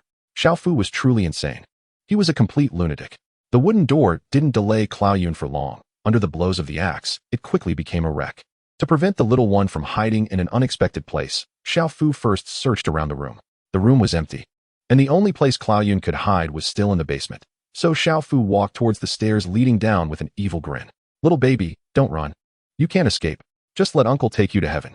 Xiao Fu's voice echoed down into the basement, sending chills down Clao Yun's spine just from hearing it. Clao Yun was startled. It turned out his father really did bring it. If he had known earlier, he wouldn't have been so careless and should have listened to his father's advice and brought the spirit ring. But thankfully, his father had brought it. Clao Yun took the spirit ring from his father's hand. He was going to fight back fiercely. Chapter 44, A Narrow Escape. But looking at the ring in his hand, Clao Yun fell into deep thought again. Although Qin Yu had taught him how to use the spirit ring long ago, he had never used it in actual combat. The spirit ring could also harm him. If used improperly, the result would be that Xiao Fu wouldn't even need to act. Clao Yun could end up dealing with himself. However, without the spirit ring, relying solely on his own strength, Clao Yun stared at his hands, feeling that his own strength was relatively safe. But could he really use the spirit skills? Tap tap tap. Xiao Fu's footsteps grew closer, accompanied by his eerie laughter. Clao Yun found a pile of vegetables and fruits, stacked everything together to form a small fortress, and crawled inside to hide. Xiao Fu held a lantern in one hand and an axe in the other, grinning wickedly as he entered the basement. Kid, hiding again? No problem, I'll find you soon, and let your dad keep you company on the road to the underworld. Whatever, I'm going to die anyway, might as well gamble. Clao Yun finally made up his mind, aimed at Xiao Fu, and firmly slapped the spirit ring. A column of water shot out from his hand, just like before, the same water skill, and the powerful recoil pushed him back again, crashing through the vegetables and fruits along the way. Clao Yun regained his composure and looked towards the place where the water column had sprayed. Xiao Fu stood there unharmed, but a small dent had been made in the wall beside him, indicating that the previous strike had missed him and his own position had been exposed. Just then, a loud noise erupted from outside, the sound of an explosion from the battle between Qin Yu and the strange creature. The ground shook, and all the houses in Claw Shaolao town swayed left and right. The townspeople on the street turned their gazes towards the mountain, which had completely vanished from the east. As everyone marveled at the disappearance of the mountain, Claw Na, who was sitting at her doorstep, suddenly stood up and looked towards the east. That was also the location of the village chief's house. Could it be? A bad premonition surged in her heart as Claw Na stood up and ran towards the village chief's house. Inside the village chief's home, after a brief shaking, the deputy village chief was completely awakened. He looked outside the door and then at the room with the basement, where two small figures appeared in his mind. The white figure urged him to hurry and help Clao Yun, or else a vibrant life might soon disappear. The black figure urged him to run. Even if he went to help, he might not be able to save Clao Yun, and besides, Clao Yun was not his relative. Why should he help him? What benefit would it bring him? There was none. Just finding evidence of the village chief's crimes should be enough for him to take credit. I suppose I'm just a worthless life. If I can save Clao Yun, maybe Qin Yu will look at me differently. The deputy village chief made up his mind and walked towards the basement. In the basement, after experiencing the shaking, Xiao Fu felt dizzy, which gave Clao Yun an opportunity to strike. This time, he still chose to use his own powers because he feared that, like before, the water column he shot out would miss Xiao Fu again, which would be somewhat embarrassing. Clao Yun concentrated on driving the soul power within him, trying to gather it at his fingertips to form a round pellet. Xiao Fu's cackling laughter interrupted Clao Yun's spirit technique again. Ha ha, how scary. I didn't expect you to actually use a spirit technique. Its power is quite large, but unfortunately, your aim is still lacking. Be careful. Practice more before going to someone else's place. Xiao Fu raised his axe and stared fiercely at Clao Yun, slowly approaching him. The sound of footsteps made Clao Yun's heart tighten. He wanted to use it one more time, but found that the water column had accidentally sprayed him, piercing through his index finger and causing it to vanish for more than half. He hesitated again. The pain in his finger made him reluctant to use the bracelet again. At that moment of distraction, Xiao Fu rushed in front of him, and just as he was about to strike down with his axe, someone unexpectedly pulled him back. In the dim light, Clao Yun saw it was the deputy village chief. After a long psychological battle, he finally came, looking for death. Xiao Fu's arm suddenly thrust down, stabbing hard into his abdomen. With a scream, the poor deputy village chief fainted again. Lying on the ground, he slowly squinted at Clao Yun not far away, continuously apologizing in his heart. I'm sorry, I regret it, I'm scared. But Clao Yun was unaware of all this. He was very grateful that the deputy village chief had come to save him. You old fool, how dare you come and stop me like this? You're really asking for it. Xiaofu kicked the deputy village chief several times. Everything was going smoothly until this old man suddenly appeared, disrupting his grand plan. Xiaofu looked back at Claw Yun and let out a monstrous sound, sending chills down Claw Yun's spine. Little baby, I'm coming. Just obediently die? Your father hasn't been dead for long. You two can keep each other company on the road to the underworld. Get lost. Go die? Claw Yun shouted with all his might. He no longer hesitated and raised his mutilated hand. Claw Yun didn't hesitate anymore. Losing another finger was nothing compared to his life. He slammed the bracelet down again, and a plume of dark green smoke shot out, quickly filling the entire basement with toxic gas. The deputy village chief and Claw Yun, inhaling the gas, soon became dizzy and collapsed on the ground. Xiaofu's consciousness also weakened, swaying as he staggered towards the pile of white smoke. In the last moments of his fading awareness, Xiaofu's mind was still filled with the white smoke. He wanted to take another bite. With a thud, Xiaofu fell to the ground, and the basement fell into a dead silence. The toxic smoke enveloped the entire house, even spreading out onto the street outside. The passing villagers stared wide-eyed at the green smoke billowing from the village chief's house. Some of the more fearful individuals ran to the other side, as if the toxic smoke would soon spread throughout the entire village. After the smoke stopped spreading, many of the bolder individuals, driven by curiosity, lingered near the village chief's house, as it was their first time witnessing such a spectacle. Some eager to take credit had already rushed out onto the street to look for the village chief, since such an incident had occurred at his home. Perhaps if the village chief was in a good mood, he might give them something. Claw Na ran over, panting, and looked at the house emitting green smoke, nearly collapsing to the ground. She knew well that her husband and son might still be inside, and that the green smoke could very well have come from them. Though on the verge of breaking down, Claw Na maintained her composure and immediately took out her communication stone to call her husband. Perhaps he had already completed his mission and left, or had gone somewhere else to celebrate, just forgetting to contact her. Claw Na thought this. But reality dealt her a heavy blow. Her husband did not answer the phone, and after 3 attempts, Claw Na completely concluded that her husband must have met with misfortune. Claw Na broke down, tears streaming down her face as she muttered curses against Qin Yu and the others. If they hadn't shown up, her husband and son would never have taken such a risk. Chapter 45. Is there still hope? Claw Na wanted to rush in, but was stopped by a bystander. Let me go. I want to get in. Claw Na shouted in despair. Her husband and son were definitely still inside. She had to see them alive or dead. The bystanders, unaware of what had happened, knew that the green smoke was definitely not a good thing, and could only do their best to prevent Claw Na from going in to meet her death. Just when everyone was at a loss, Qin Yu descended from the sky, carrying Bai Li. Looking at the house enveloped in green smoke, the two showed no expression. Qin Yu merely looked around, unsure of what he was searching for. Suddenly, Claw Na broke free from her restraints and rushed to Qin Yu, grabbing his clothes and shouting, "Quick, get rid of this green smoke. Si Jun and the others might still be inside." Her shocking words stunned the onlookers. Who would have thought that the notoriously stingy village chief would actually let Claw Si Jun into his home? Qin Yu's expression didn't change much. Just a hint of surprise. Sniffing the green smoke in the air, he relaxed. Fortunately, it's just the paralysis powder emitted by the spirit bracelet. Qin Yu had used the spirit bracelet before and had never encountered a toxic element in spirit techniques, but it turned out Claw Yun had released it. And it was a high-grade paralysis powder at that. It's nothing, just paralysis powder. Bai Li spoke first, recognizing the capability of the green smoke at a glance. She had a good relationship with a poison element beast master and was quite knowledgeable about poison element spirit techniques. You stay outside and watch the bystanders. We can't cause a panic. I'll go in and take a look. There were still many bystanders gathered outside, and if they continued to stay there, it would only cause chaos. Someone had to remain outside to keep watch. As a major general, Bai Li certainly had authority among the people, and Qin Yu was also quite worried about his apprentice's safety. So, it's better for Bai Li to stay outside to maintain order. Feng Yuan Feng Xiao. Qin Yu stood in front of the house, exhaling a puff of azure wind, which then disappeared into the air along with green smoke. The two entered the house, and what met their eyes was the village chief lying on the ground with a large gash in his waist, surrounded by a large pool of fresh blood and white tobacco. That must be the village chief. Is he dead? A bystander pointed at the village chief lying in the room. Yes, there is so much blood around him. Look, what is that white thing next to him? Bystander B's sharp eyes quickly spotted the reflective white tobacco on the ground. Could it be white tobacco? Why would there be white tobacco in the village chief's house? The term white tobacco immediately spread, and the bystanders began to discuss and speculate about what had happened in the village chief's house. Qin Yu squatted down, placing his hand on the village chief's body, spreading his soul power. It's hopeless. The soul has already died. Qin Yu shook his head helplessly. Once the soul is dead, even a deity cannot save it. The two continued deeper, following the blood trail to the basement, where they saw 3 people lying on the ground. Clona involuntarily shivered. She had a bad premonition. Holding a lantern stone, she hurried to her husband's side, looking at the horrifying wounds on him, and finally, her mental defenses were completely shattered, tears streaming down her face uncontrollably. Chinyu bent down, wanting to inspect carefully.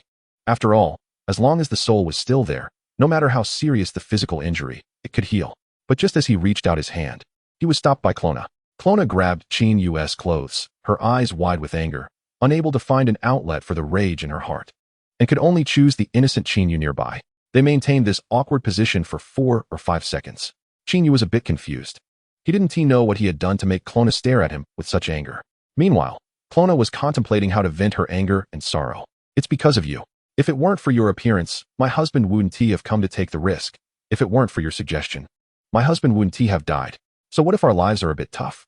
At least we were together as a family. Everyone was here, all because of you. Clona's accusations left Chinyu momentarily speechless. After all, it was indeed because of his presence that Claus Jun had the opportunity for this action. But he had never expected such a thing to happen. Who would have thought that a mission to infiltrate and find evidence, going to an old man's house, a house of someone who could almost be said to be defenseless, would lead to both of them being harmed? Let me take a look. This wound isn't deep. If treated early, there might still be a chance. Chinyu just wanted to shout that it was unfair, but with 2 injured people right in front of him, it wasn't the time for idle talk. Huh. Then hurry up and take a look. What are you all standing there for? Clona shouted, looking very angry. Chinyu was speechless. Isn't it because you stopped me that I haven't approached Claus Jun's body yet? Approaching Claus Jun, Chinyu directly used the fire element to burn away his clothes, revealing the wound. Chinyu frowned. This wound seemed to be caused by an axe or similar weapon. It was very deep, almost reaching his navel, and after such a long time, it was indeed hopeless from the outside. After all, Claus Jun was just an ordinary person. He wouldn't use soul power to protect his soul. As long as there was physical damage, the soul would suffer the same. This wound isn't deep? Is there still no chance? Clona shook Chinyu's body, originally relieved by his words that the wound wasn't deep. But seeing the actual depth of the wound now, she nearly fainted. Don't touch me. If you keep moving me, I really want to be able to save him. The low growl accompanied by soul power shocked Clona, freezing her in place. Chinyu rarely showed an impatient expression. He ignored Clona and gently placed his hand on Claus Jun's head, spreading his soul power. He was already prepared for the worst. Even if Claus Jun's soul was shattered, Chinyu would try to gather it back together and see if he could save him once. The emitted soul power quickly provided feedback to Chinyu. Unexpectedly, Claus Jun's soul was still there, just split in 2. And there were also numerous injuries to the soul. Healing him would definitely be no problem, but whether there would be any after-effects afterwards, Chinyu could not guarantee. Go bring Bai Li over. Your husband is fine, and I will treat him next. Chinyu sat cross-legged on the ground, placing Claus Jun in front of him. Clona didn't dare to delay and immediately found Bai Li. Just as everyone was busy preparing to treat Claus Jun, Claus Yun quietly got up alone, feeling relieved upon seeing his master. Master, is my father okay? Chinyu was startled, finally remembering that his disciple was still lying not far away. He is fine. He should wake up in a few days. Now, tell me what happened. How could your father get such serious injuries on a task that was supposed to be so safe? Because of Xiao Fu, the village chief's son. The deputy village chief stumbled to his feet. This was his moment to take credit. Thank you, deputy village chief. If it weren't for you holding that man back at the last moment, I wouldn't have been able to release this green smoke. Claus Yun was full of gratitude. In his memory, it was thanks to the deputy village chief's delay of a few seconds that he had enough time to prepare. It's nothing. The deputy village chief touched his remaining sparse hair, feeling a bit embarrassed. Although he didn't specify, Chinyu saw the man lying nearby and understood roughly. Chapter 46. You're risking your life to save others. Bai Li followed Clona to the basement, looking at the white tobacco scattered everywhere, feeling incredibly shocked. To be cautious, Chinyu still called Bai Li as a member of the world government. They would definitely use special transportation methods. What? You still want to save him? Bai Li frowned. The man in front of her was clearly already dead. What is Chinyu thinking? Clona slowly got up, grabbing Bai Li's clothes. Don't you want to save him? It's all your fault that my husband is like this now. It's all because of you. Bai Li wasn't as good-tempered as Chinyu. A scythe suddenly appeared in her hand, resting against Clona's neck. I warned you. Your husband questioned and wanted to help. Moreover, according to government laws, civilians assisting government personnel in completing tasks are considered voluntary help. Even if you sue, the government will only give you some money out of humanitarianism. Bai Li's tone was very unfriendly. She could guarantee that if Chinyu weren't here, This woman clutching her collar would have lost her head. Bailey, it's not me. Because I'm friends with your husband, I can save him, but Bailey isn't. Hurry and let her go. I don't want to waste soul power saving you. Chinyu advised, believing Bailey would strike. Clona loosened her grip, no longer speaking, holding her head in fear. The other party was a noble, and they were all beast masters. Even if they slaughtered the village, no one in the village would dare to say a word. Chinyu slowly set up an array in the room. Relying solely on his soul power, he would be drained dry. He needed a spatial array that could provide constant replenishment. Bailey crossed her arms and leaned against the wall, standing aside. You go. Are you really planning to save this man? Still the same question, still perplexed. As a noble, as a beast master, given their social status, they didn't need to be responsible for this man's life or death. So why should Chinyu expend so much effort to save someone who had no value to him? Bailey found this particularly incomprehensible. Don't worry, I will be fine. This man is my friend and I should save him. Just like if I were injured, I believe you would do everything you could for me. Chinyu's explanation seemed weak and powerless to Bailey. So what if they were friends? Their identities were so different that there was no need for it at all. After all, he was just a commoner. There were plenty of friends like him, so why be fixated on this one? Moreover, how long had they known each other? Without needing to say much, you should know my style of doing things. Please activate this formation for me later. Look at that man's condition. You should know this is risking your own life for his. Even if he is your friend, he is just a commoner you just met. It's not worth it, Bailey shouted, trying to stop Chinyu from this foolish act. Fine, no matter who it is, as long as they are my friend, I will do it. Friends are not distinguished by status. Chinyu refused to back down. You should leave now. I need to go into seclusion. Bailey rolled her eyes dramatically in response, followed by a loud slam of the door. Chinyu straightened Klaus's body, concentrating all his soul power at his fingertips. The royal dragon's double pupils of the Qin family opened. Chinyu placed his hand on Klaus's forehead. Closing his right eye, his left eye emitted a 9-colored light. With the help of the royal dragon's double pupils, Klaus's soul sea appeared in his mind. After that, all he needed to do was use his soul power to piece together Klaus's shattered soul, and it would be a success. Bailey exited the room, and Clona was anxiously watching the situation inside with her son. You can leave it to brother you. Just rest assured. I don't know what that guy is thinking. Bailey sighed, secretly channeling her soul power to activate the soul power formation set by Chinyu. The entire house was instantly filled with soul power. Thank you. Thank you. I was overwhelmed before and acted impulsively. Clona, realizing she might have offended Bailey, quickly apologized. Bailey waved her hand, not wanting to argue with a commoner. In this world, commoners are humble, whether in the inner world or the outer world. The world is divided into 3 parts: the inner world, the border region, and the outer world. As a noble, one's birthplace is crucial. If you were born in the border region, your status would not be high anywhere, regardless of being a noble or commoner. Thus, the border region is the most peaceful place among the 3 parts and has the highest number of slave exports. Next is the inner world, which is predominantly human. Naturally, human nobles have the highest status, although there are still distinctions among nobles, which can be complicated. Other races exist in the inner world, but if they lack strength, they generally become slaves. Lastly, the outer world is entirely strength-based. The more powerful a family is, the greater their influence. However, in any place, commoners are slightly above slaves in existence. In the eyes of nobles, they are insignificant. This mindset is deeply ingrained in all nobles' minds. And Bailey from the outer world is no exception. Thus, Bailey sat at Chinyu's door, holding the still sleeping 9-tailed fox, and said nothing. Is there anything we can help with? I also want to contribute. Clona asked softly, now afraid to provoke this female demon. After all, she was saving her husband, and if she did nothing, she would surely face gossip from outsiders. These days, brother, you will be in seclusion. So you should prepare more nutritious meals and leave them at the door. Don't go in to disturb them. At home, you all should avoid speaking loudly. Brother, you needs absolute quiet, or else he might accidentally piece your husband's palm onto his thigh. Bailey spoke without mercy, and the latter part of her joke made the 3 of them shudder. Okay, no problem. Clona nodded repeatedly. Bailey didn't want to get too involved in saving Klaus. She still had the village chief, the colonel, and the issue with Bai Yinchao to deal with. After much thought, the position of village chief ultimately fell to the vice chief, who was quite pleased with the outcome. The key given by the village chief was indeed the key to a treasure chest, which he thought would contain valuable metals, but instead held some photographs of the village chief with Xiao Fu and his daughter-in-law. Looking at these photos in the chest, the vice chief couldn't help but feel emotional. The village chief might not be a very good village chief, but he should be a good father and a good father-in-law.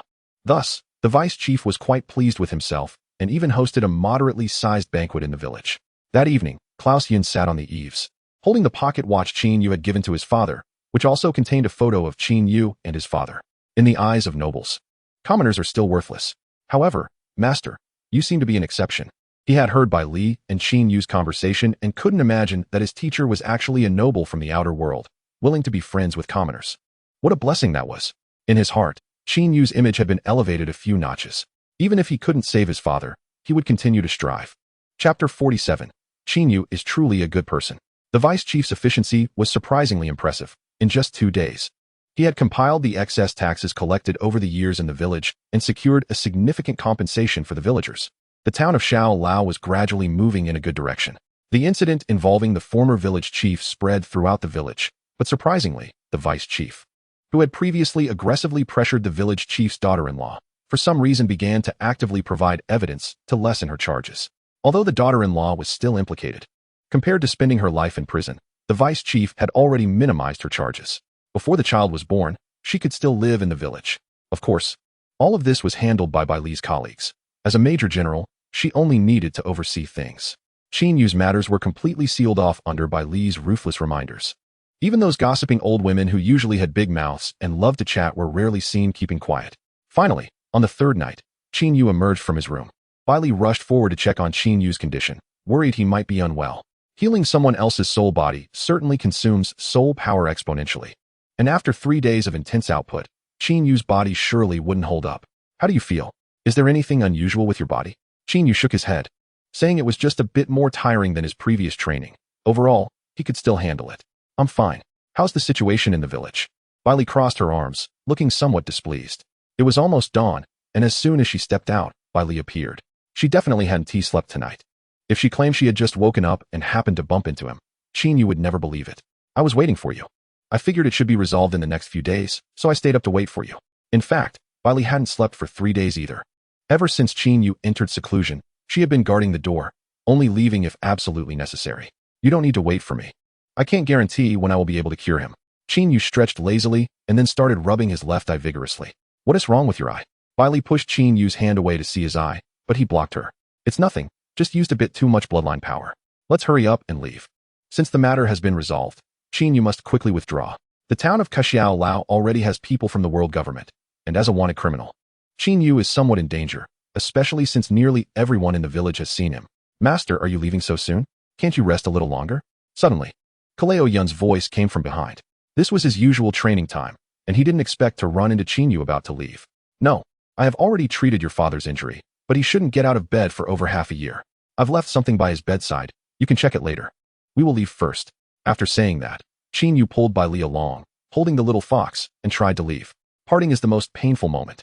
Qin Yu originally wanted to leave quietly, but was unexpectedly discovered. Okay, Master, can you take a picture with me? I want a souvenir. Kaleo Yun took out a photo stone, as he didn't know when he would next see his master. Seeing the photo stone, both fell into deep thought. But I'm the one on this thing. If you have my photo, you might get implicated. Qin Yu took out an old wanted notice from his spatial ring, which prominently featured his large face, and the bounty was shockingly high. Kaleo Yun was a bit stunned upon receiving the wanted notice. Wasn't Qin Yu a noble? How could he be wanted by the world government? Wait, Master, aren't you a noble? Nobles can be wanted too? Kaleo Yun's worldview was somewhat shattered. In his mind, nobles were basically people of the world government. Nobles are nobles, and the government is the government. These two must be distinguished. Qin Yu's pale explanation left Kaleo Yun even more confused. Was it because his family was too weak that the world government couldn't protect them? Being wanted is one thing, but the world government might not necessarily catch you, Bai Li said meaningfully. The world government is a mixed bag. Almost every family has spies within it. With them around, the world government generally doesn't do anything to nobles, especially in recent years. Most of the rebels back then were nobles. And the reason they were never caught by the world government was due to their respective family powers. If they hadn't really touched the interests of the world government's higher-ups, they wouldn't have been caught so quickly. It doesn't matter. I'll just say I don't know you. I absolutely won't betray you. Kaleo Yun extended a hand and swore to the heavens. Ha ha ha. Fine. Just keep the photo hidden well so no one else sees it. Reluctantly, Qin Yu chose to compromise, and the three took a group photo together. When the photo appeared, Kaleo Yun was about to say something to his master, but he found they had already vanished. Have they already left? Master, when I succeed in my training, I will definitely come find you. Wait for me. Kaleo Yun secretly made a decision in his heart and continued his training. 2 days later, Kaleo Shurjin finally woke up from bed. Holding his head and looking at his bandaged wounds, He found it hard to believe. I'm actually still alive. Dad, you're finally awake. Kaleo Zhou rushed to his father. Tears and snot flowing together. Kaleo Shurjin responded blankly, still unable to believe he could survive. The news of Kaleo Shurjin's awakening quickly spread throughout the village. Kaleo Yin quietly placed an old photo in his father's hand. Dad, can I keep this pocket watch? Master took a photo with me. And I want a place to put this little photo. Of course, Qin Yu is indeed a good person. Have they all left? Yes, they left in a hurry. All right. If there's a chance, I must thank him properly. Having walked through the gates of death, Kaleo Shurjin began to ponder Qin Yu's motives. He had sustained such serious injuries. It must have been troublesome to treat him.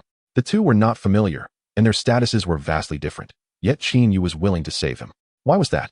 After thinking left and right, the only answer he could come up with was that Qin Yu was a good person. After the vice village chief learned about Kaleo Shurjin's awakening, he organized a banquet for him, as he had recently benefited quite a bit. After the banquet, the vice village chief did not leave, but sat by Kaleo Shurjin's bedside with a wine glass, sharing some heartfelt words. With his help, the village covered all living expenses for Kaleo Shurjin until his full recovery. Kaleo Na also resigned from her job to become a full-time housewife, taking care of her husband and son. The fact that Kaleo Na could so decisively quit her job was largely thanks to Qin Yu. When he left, he had left behind 10 gold cards, which were enough for their family to live on for a lifetime. Chapter 48, Overlord-Level Battle Beast. One day after leaving Kaxiao Lao Town, Qin Yu was by the river, soaking his feet while holding the little fox. Suddenly, he felt a tremor in his arms. The little fox had woken up. The little fox stared with wide eyes, looking blankly at Qin Yu's face, and Qin Yu looked back at the little fox. After a long time, both their faces turned crimson. Young Master Qin, can you put me down? The little fox's voice came through, and Qin Yu quickly nodded, placing the little fox beside him. You were in a coma for a long time. After I entered the trial, what happened in Lonko Valley? Why was I right next to you when I came out? Why do you have the formation array for entering the trial on you? A series of questions left the little fox a bit puzzled. Old White Dragon. Is he okay? Why haven't I seen him? Qin Yu, holding the little fox, widened his eyes. He should have already perished in the sea. He sacrificed himself to cover our escape. This news hit Qin Yu like a thunderbolt, making his head spin. The old white dragon was his master, and for 20 years in Lonko Valley, that old guy had been by his side. Their bond was deep. Suddenly hearing that the old white dragon had passed away, Qin Yu found it hard to accept. The little fox seemed to really like Qin Yu, constantly burrowing into his arms. Do you know what my mission is? Qin Yu curiously asked, as it was something he was most concerned about. Unfortunately, the little fox also didn't know. Little fox, you should also be a body with multiple souls. Why is your normal form a fox? What about your human form? Qin Yu asked incredulously. Because I am originally a fox, my other form is human. To be precise, I am a body with 3 souls. But my fox and human souls are completely compatible, and the two can merge into one. Qin Yu nodded. The world is indeed full of wonders. Oh, the little fox is awake. Seeing the little fox curled up in Qin Yu's arms, Bailey couldn't help but feel a bit jealous. Yeah, I was soaking my feet there, and this little guy woke up. Could it be that it smelled your stinky feet and got startled? Bailey joked. Nonsense. My feet don't stink. If you don't believe me, take a whiff. Saying this, Qin Yu really stretched his foot toward Bailey. Bailey raised the roast chicken in her hand and said fiercely, if you don't want a night's roast chicken to taste like your stinky feet, put those feet down. In front of the roast chicken, Qin Yu ultimately yielded and slowly put his foot down. Bailey directly used her soul power to roast the chicken at an astonishing speed, while others took over 10 minutes to roast it evenly. Bailey only needed a wave of her hand, and in a few seconds, a superior roast chicken was ready. This is the advantage of a beast master in the wild. Soul power can replace many things. Qin Yu took a roast chicken and pulled off a drumstick, placing it in front of the little fox. Just as the little fox was about to open its mouth to bite down, suddenly a figure dashed past Qin Yu, snatching the drumstick from his hand, leaving the little fox empty-handed. Don't run, the little fox shouted. A talking fox. The sure-phone beast was startled and almost fell from the tree. The little fox opened its 9 tails and rushed towards the direction of the wind-devouring beast. The wind-devouring beast struggled madly, but it was of no effect. Its tail was as tough as steel, and it couldn't bite through it at all. The little fox pulled it in front of itself. You dare to steal my chicken leg. The wind-devouring beast kept screaming until, just before losing its life, it summoned other wind-devouring beasts. Qin Yu looked at the wind-devouring beast and couldn't help but smile. This little guy, though mischievous, had good talent. The howls of monkeys coming from all directions were enough to prove it, as one blue monkey head after another popped out. Their pairs of deep blue eyes fixed on Qin Yu and the others, making Qin Yu feel a bit uneasy. Hualong. Qin Yu directly transformed into his dragon human form. With a roar, an invisible pressure spread outwards. The Dragon Clan's pressure made many younger and weaker wind-devouring beasts unable to catch their breath. However, this did not include the wind-devouring beast that was entangled with the little fox. Chinyu noticed this and couldn't help but be amazed. To withstand the pressure of the Dragon Clan, this little wind-devouring beast's talent was enough to look down on most of its peers. It was what humans often referred to as a genius. Suddenly, a huge roar came from behind the monkey battle beasts. The roar was very similar to Chinyu's, carrying soul power and having an absolute pressure effect. After this roar, those monkeys who had been stunned by the Dragon Clan's pressure regained their composure. Unexpectedly, there was actually a king-level battle beast in this forest. Wiley was a bit surprised when he passed through this forest before. He hadn't realized there was a king-level battle beast here. Battle beasts can roughly be divided into 4 grades based on talent: common, epic, king, and legendary. They can also be classified into tiers, calculated similarly to human body rhythm levels. King-level battle beasts are generally the kings of certain tribes, and their strength should not be underestimated. The monkey battle beasts consciously made way, allowing their king to approach Chinyu. This was a wind-devouring beast over 4 meters tall, in its adult form, covered in deep blue fur, with bulging muscles beneath and 2 huge tusks at the sides of its mouth, baring its teeth at Chinyu and the others. Eye to eye, Chinyu felt a wave of nausea. "What are you staring at, you big gorilla?" Without thinking, Chinyu's fist, as big as a sandbag, flew towards the gorilla's face. With a thud, the gorilla leader's body flew straight back. Then, Chinyu jumped on the gorilla leader and began to rain down blows on its huge and ugly face. The gorilla leader raised its hands to protect its face, trying to avoid Chinyu's heavy strikes from breaking its features. The remaining monkeys dared not intervene, only watching awkwardly from a distance. This was their boss's fight, and their participation would affect the king's performance. Chinyu raised his fist, gathering a massive amount of soul power. If this punch landed, the gorilla leader would either die or lose an arm. Just as Chinyu's fist was about to fall, the previous little wind-devouring beast rushed over, striking from below, catching Chinyu off guard. Chinyu felt pain in his backside, not expecting this guy to be so treacherous. Playing the monkey steals the peach.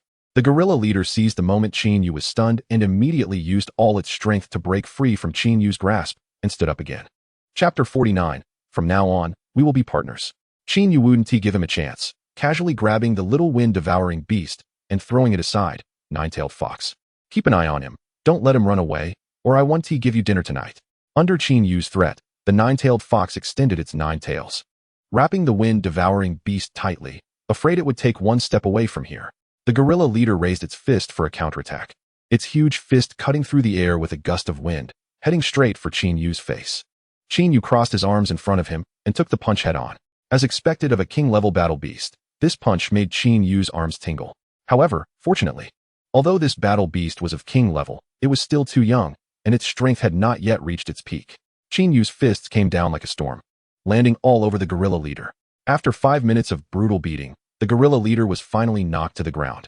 A deep dent formed on its muscular chest from Chinyu's strikes. After the leader fell, all the monkeys rushed forward like mad, wanting to avenge their leader. The gorilla leader slowly raised its hand and said something in a language humans couldn't understand, and then these monkeys scattered in all directions. Chinyu watched the departing monkey battle beasts and had no intention of pursuing them. "Let this little guy go, I want to talk to him." The 9-tailed fox nodded and used its tail to bring the wind-devouring beast to Chinyu. Just then, the gorilla leader, somehow regaining its strength, stood up again and rushed to the 2 of them before Chinyu could catch the wind-devouring beast, snatching it away. Under everyone's gaze, the gorilla leader placed the wind-devouring beast in a safe spot, and then raised its fists, ready to continue fighting. Wiley, deal with him. At Chinyu's command, the gorilla leader's abdomen was slashed open by a sickle, a large wound appeared, and blood began to flow out. The wind-devouring beast did not flee. Instead, it used its small body to block in front of the wind-devouring beast. Chinyu's interest in this little guy grew stronger. "How about you travel with me from now on? I think you and I have very similar personalities. We will definitely be great partners." Unfortunately, Chinyu's words did not resonate with the wind-devouring beast. It screamed and struggled, wanting only to escape from Chinyu's grasp. Helpless, Chinyu had to let go of the wind-devouring beast, silently watching it run away into the distance, glancing back at the injured leader. Chinyu couldn't help but smile. "We will definitely be great partners in the future. What about this big guy?" Wiley's sickle grazed the gorilla leader's neck, seemingly ready to chop off its head at any moment. "Do you have herbs in your space ring? I have 2 soul-nourishing pills here." Chinyu took out 2 pills containing a large amount of soul power from the Earth Dragon Ring, forcefully pried open the gorilla leader's mouth, and tossed them in. "Aren't you going to recruit him into your team? It's not easy to encounter a king-quality battle beast. No, I'm interested in another little guy. Hurry up. Do you have any herbs? Otherwise, this guy is really going to die, Chinyu urged. Reluctantly, Bailey could only take out some herbs he had stored in his space ring, handing Chinyu some external wound medicine. Chinyu quickly treated the gorilla leader's wound. Having often been injured in the past, his bandaging skills were nearly maxed out. Small wounds like the gorilla leader's were nothing. After taking the 2 soul-nourishing pills, the gorilla leader soon regained consciousness, looking at Chinyu and Bailey packing up their things with confusion in its eyes. These people should not be poachers, as poachers are generally weak and numerous. Since they are not poachers, why didn't they contract with me after defeating me? I am a king-level battle beast, which is something many wish to see but cannot. You're awake. We are leaving now. You should rest here for a while and leave early. It looks like it's going to rain soon, and we need to find a place to avoid the rain. Goodbye. Chinyu cheerfully greeted the gorilla leader, then cleaned up the leftover garbage and continued on the road with Bai Li and the nine-tailed fox. There was still a long way to go to Wine Thunder City. The gorilla leader looked a bit dumbfounded. What exactly were these guys' intentions? After Chinyu and the others left, the wind-devouring beast ran out from the other side of the bushes, protecting its father. Today's fortune isn't great. By evening, the sky was overcast, and soon a fierce storm broke out. Chinyu and the others were staying in a small earthen house built with earth elements, enjoying the beautiful scenery outside the window. Bailey, how much longer until we arrive? Chinyu asked while playing with the slime in his hands. Probably another 2 days. Don't be anxious, Bailey replied, holding a nine-tailed fox and affectionately rubbing its belly with her cheek. Suddenly, a series of howls from monkeys came from outside the door. Chinyu had a bad premonition. You stay here, I'll go take a look. The person and the fox nodded. The nine-tailed fox suddenly saw the slime left on the chair and grinned mischievously. Then, a spectacle appeared in the room. Bailey was holding the nine-tailed fox, the nine-tailed fox was holding the slime, and all 3 had a rosy glow on their faces. Following the sounds, Chinyu arrived at the riverbank, where a group of monkey battle beasts had gathered, anxiously gesturing. Chinyu quickly pushed aside a few monkey battle beasts to investigate. Damn, your injury isn't healed yet. What element vines? It turned out that the gorilla leader had fallen into the rushing current while holding 2 baby monkeys, and he was gripping a nearby tree trunk, using his body to shield the babies from the water while enduring the force of the current. Nearby, the little monkeys without tools could only fret, and those making tools produced items that were pitifully inadequate. Chinyu extended 2 long vines from his hands and quickly tied the leaderess body. Please, save the babies first. Chinyu seemed to hear a voice, but looking around, there was no one in sight. Turning to the gorilla leader, could it be him? Chinyu lengthened the vines, securing them to a nearby tree, and then sent out the vines again to pull the babies ashore first. Don't just stand there, help pull. The gorilla leader was massive. Relying solely on the tree for support was almost wishful thinking. Unknowingly, Chinyu began directing the team. On my count of 3. Pull with all your strength. 1, 2, 3. Pull. With Chinyu's command, soon this massive creature was pulled ashore. Chinyu took out 2 soul-nourishing pills from the Imperial Dragon Ring. From now on, be careful, don't fall again. After saying that, Chinyu pried open the gorilla leader's mouth and tossed the pills inside. Having finished the urgent task, it was time for Chinyu to leave. As he was leaving, he took out a group photo from his pocket, a picture from when the 2nd Regiment of the Rebel Army had a rescue mission. Chinyu's gaze lingered on the girl at the edge of the photo. I don't know if it's fate, but I encountered this group of battle beasts again. It's a pity I haven't been able to contract that wind-devouring beast. The wind-devouring beast looked reluctantly at the departing Chinyu and the gorilla leader. Noticing its thoughts, pointed to Chinyu's back and nodded. The wind-devouring beast, somewhat incredulous, pointed at itself and then glanced at Chinyu. The gorilla leader nodded affirmatively. The wind-devouring beast happily dashed to Chinyu's side and, with a swift move, caught Chinyu off guard. You little rascal. Chinyu felt a chill under his waist. Just as he was preparing to deal with this mischievous monkey, it stopped and extended its hand. So that's how it is. Then we'll be partners from now on. Chinyu wasted no time and directly contracted with the wind-devouring beast. Chapter 50, A Thunderclap in the Sky. The next day at noon, Chinyu and Bai Li were enjoying the sunrise at the mountain peak while having lunch. Suddenly, dark clouds gathered in the direction of Wind Thunder City, and the power of the lightning element surged. With a rumble, a purple lightning bolt descended from the sky, striking the mountaintop directly. Chinyu looked at Bai Li, his eyes filled with disbelief. Did you see that? It should be Sister Kuang Yi's brother. Only they could inherit the power of the thunder god. Bai Li's words left Chinyu somewhat disappointed. He had thought it was Kuang Yi resurrected. It turned out to be her brother. After finishing breakfast, they quickly tidied up their trash and set off again. After 2 days, they finally crossed the towering mountains that separated the village from the city, arriving near the city walls of Wind Thunder City. In fact, They could have arrived faster. But Qin Yu was too sluggish, sleeping until noon, having lunch, and only setting off in the afternoon. Moreover, it was dangerous at night, so they wouldn't travel then. They only traveled for one afternoon each day, which delayed them. Entering the city required passing through security at the city gate, and with Qin Yu's identity, he certainly couldn't enter openly. They could only hide to find an opportunity. With your general status, can't you take me in directly? I'll just stand next to you as your assistant. Of course not. Even if I go in, I have to be searched, let alone you pretending to be an assistant. You should have learned disguise techniques properly back then. If you had, we wouldn't be in such a mess now. But I can take the little fox in. After saying this, he affectionately patted the little fox. You don't understand government machinery? Even disguises can be easily detected. We can't rely on disguises to sneak in. We should think about whether to dig a tunnel or fly in from above. I think those two options are more reliable. Reliable, my foot. Wind Thunder City has a barrier. Whether you enter from above or below, you'll be detected. Once the alarm rings, we'll be exposed. Then what do you suggest? We can't just break in. Qin Yu was utterly despairing, not expecting entering the city to be such a hassle. We wait. When those soldiers change shifts, we'll go in then. I suppose that's the only way. The bored duo, along with the fox, could only hide and play cards. Until dusk descended. Just as they were about to give up waiting and consider breaking in, a funeral procession passed by them, carrying 3 coffins toward the city. According to the tradition of Wind Thunder City, to allow the deceased to rest in peace and receive blessings from the Wind God and Thunder God, the citizens would place the deceased in coffins and then transport them to the Wind God and Thunder God temple outside the city for prayers before burying them on a mountain in the northern part of Wind Thunder City. Completing the ceremony. Heaven sent opportunity. Let us go. Qin Yu transformed into smoke and drifted toward the funeral procession. Hurry up. Such a good opportunity. It'll be gone if we miss it. You're not scared, are you? It's just a corpse. You should have seen more than I have, and you're scared? Bailey, what are you waiting for? Let us go? Qin Yu reappeared, grabbing Bailey's wrist. I'm a general. I can walk in openly. Bailey looked at Qin Yu as if he were an idiot. Qin Yu, I almost forgot about that. Then let us see you in the city. Qin Yu turned into smoke, quietly slipping into a coffin before reappearing. The 2 guys carrying the coffin frowned. Why does this coffin suddenly feel so heavy? Could it be that a ghost got in? But ghosts don't have weight. It can't be that the corpse revived and is using a clone technique in the coffin, right? This weight is clearly not from one person. The more they thought about it, the scarier it got, and ultimately, the 2 brothers gave up thinking. If it's heavy, then it's heavy. As long as we don't see anything, it hasn't happened. Inside the coffin was pitch black, and Qin Yu couldn't see anything. Even though he had previously spoken so casually about it, actually being inside the coffin made him quite scared. He took out a light stone from the Imperial Dragon Ring, illuminating the inside of the coffin, which made things much better.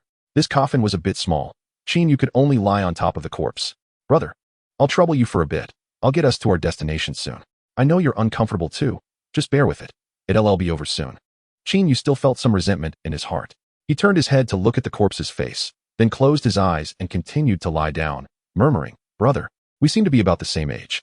Please understand me. I don't have much to give. Just take this as compensation. Don't come to find me at night, okay? I hope you have a good time down there. Qin Yu took out a piece of emerald and placed it in the corpse's hand, feeling much more at ease. He was not superstitious, but spending so much time with a corpse made anyone have bad thoughts. What if this person was truly vengeful and decided to disturb his dreams? Just thinking about it was creepy. To avoid having this corpse haunt him at night, Qin Yu resolutely chose to use the emerald to settle his debt, considering it the cost of a day trip for the coffin.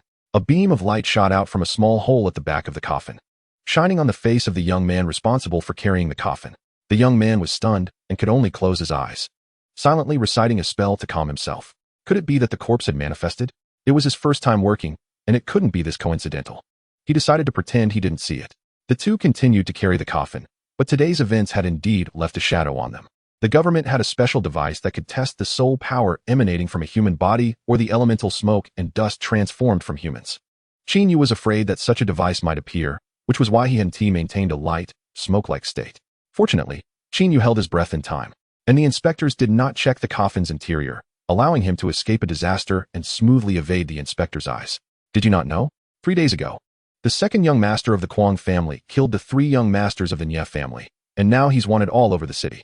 Aren't we delivering the 3 young masters of the Nye family? I feel sorry for the Nye family. All 3 heirs are dead. That's so tragic. Do you know why the 2nd young master of the Kwang family killed them? How would I know? The Nye family has always been arrogant and domineering. It's normal for someone to impose sanctions. Qin Yu in the coffin perked up his ears and muttered to himself. Isn't the 2nd young master of the Kwang family the brother of Kwang Yijie? I think his name is Kwang Shao. I'll ask more about it when we get to the city. Anyway, we need to go to the Kwong family. I don't know if that guy has inherited the power of the Thunder God. If he has, that would be a significant fighting force. Qin Yu was silently calculating how to bring this guy under his command. He had seen how powerful the Thunder God's power was before. After entering Wind Thunder City, he waited for a while and only left the coffin after ensuring he was completely out of the inspector's sight. Bai Li, relying on her status as a major general, smoothly cut in line to enter Wind Thunder City, and the two met at a corner. What is the next step? Bai Li leaned over and asked softly. Let's go to the Kwong family. I remember they have books related to the Thunder God. I want to check on that monster. I have to say, the two fully armed people walking down the street became even more conspicuous. After all, it was the height of summer. And who could wear a stuffy mask and a particularly large robe while strolling down the street? All right, you really can't let this go. That monster is indeed strange. But in Bai Li's view, it should have come from some other world. In the past 10 years, Qin Yu had lived in the outside world. Flipping through all the books there, almost everything was imprinted in his mind. For such a monster, Qin Yu was sure there was absolutely no record of it in the outside world. Chapter 51, Summer Wind. As the sky gradually darkened, the two unanimously decided to call it a day and find a place to eat. Relying on his memory, Qin Yu arrived at a restaurant called Zui Xiang Lu, one of the Kwong family's properties. Qin Yu was fortunate enough to have had lunch here once at the invitation of the deputy leader of the 2nd Regiment. Kwong Yijia. The food was good, the portions were large, and the prices were reasonable, making it a place where both nobles and commoners could dine. Years had passed, but the sign was still the same, though the interior had been renovated. It used to be a simple little wooden house with only 2 floors and no decorations. Now, the little wooden house had grown much taller, from 2 floors to 5, and the previously unadorned interior had been replaced with luxurious tiles. Most of the patrons were dressed in fine clothing, and commoners were hardly seen. Qin Yu instinctively turned to attack, his fist landing squarely on the man's face, sending the man flying to the ground. He raised his fist again, ready to continue attacking. Bai Li quickly rushed over, grabbing Qin Yu's arm and taking a closer look at the man on the ground. It was Xiaofeng, a familiar face. A big question mark appeared over Qin Yu's head. Familiar face? You hit hard. The fallen Xiaofeng covered his swollen cheek, looking aggrieved. With the restaurant's lighting, Qin Yu finally recognized the man lying in front of him. Xiaofeng? You scared me to death. He pulled him up from the ground, yelling in complaint. The standing Xiaofeng immediately gave Qin Yu a bear hug. Good brother. We haven't seen each other in over 20 years. How have you been? Low profile, low profile. Bai Li, why don't we hug too? We haven't seen each other in decades either. Xiaofeng released Qin Yu and looked at Bai Li with a lecherous gaze, his eyes sweeping over her impressive figure, making him lick his lips involuntarily. Xiaofeng opened his arms and leaned in, not caring whether Bai Li agreed. Just as Xiaofeng was about to hug Bai Li, Qin Yu's arm blocked the two of them. Just look, hugging is enough. Was Qin Yu jealous? Bai Li's mind instantly filled with various indescribable scenarios. Looking at Bai Li's flushed cheeks, both men were stunned, questioning internally, what is she thinking? Why is her face so red? Have you had dinner? Let's have dinner together so we can chat properly. Xiaofeng broke the ice with an invitation. You treat. We eat. Qin Yu was not polite. What are brothers for if not to treat each other? Xiaofeng knew from Qin Yu's serious expression that, regardless of whether he agreed or not, this meal was on him. After so many years of brotherhood, Qin Yu only needed to give a look, and he understood. I'll treat. But you two hurry up and take off those black robes. Do you know how obvious you both look? It's like you're wearing a sign that says, I'm a prisoner, come catch me. This black robe is just too obvious. Do you think my face can appear in the city? If I don't wear this, I'd have been exposed long ago. This black robe and mask made Qin Yu feel stuffy and hot. The fact that he hadn't suffered from heat stroke while wearing it was all thanks to the ice element within him. Don't worry, basically no one will recognize you. Hurry up and go. If I get caught, you have to take responsibility. All right. There are too many things to deal with all day long.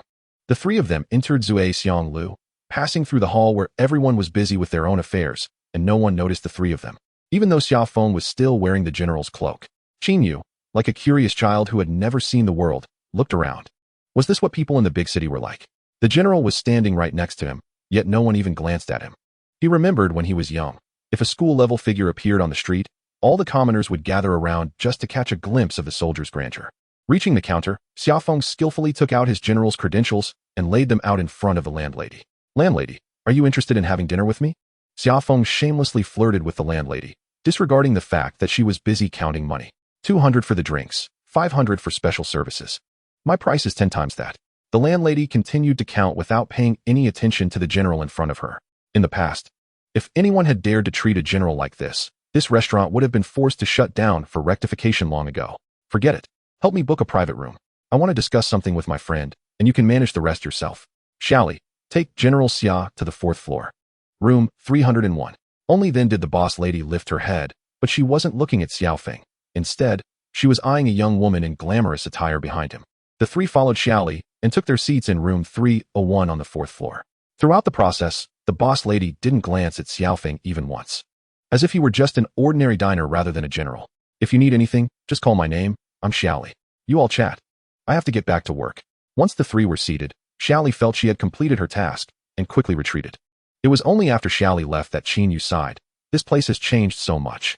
Both the DCOR and the staff had transformed. It used to be a late-night diner where anyone could come for a drink if they were troubled. But now it had completely turned into a restaurant and bar for the elite, even offering some indescribable special services. The current Zue Xianglu could be said to have changed entirely, except for its sign. Bai Li frowned, incredulously saying, Sister Kuang actually invited you to a place like this? And are you sure this restaurant still belongs to the Kuang family?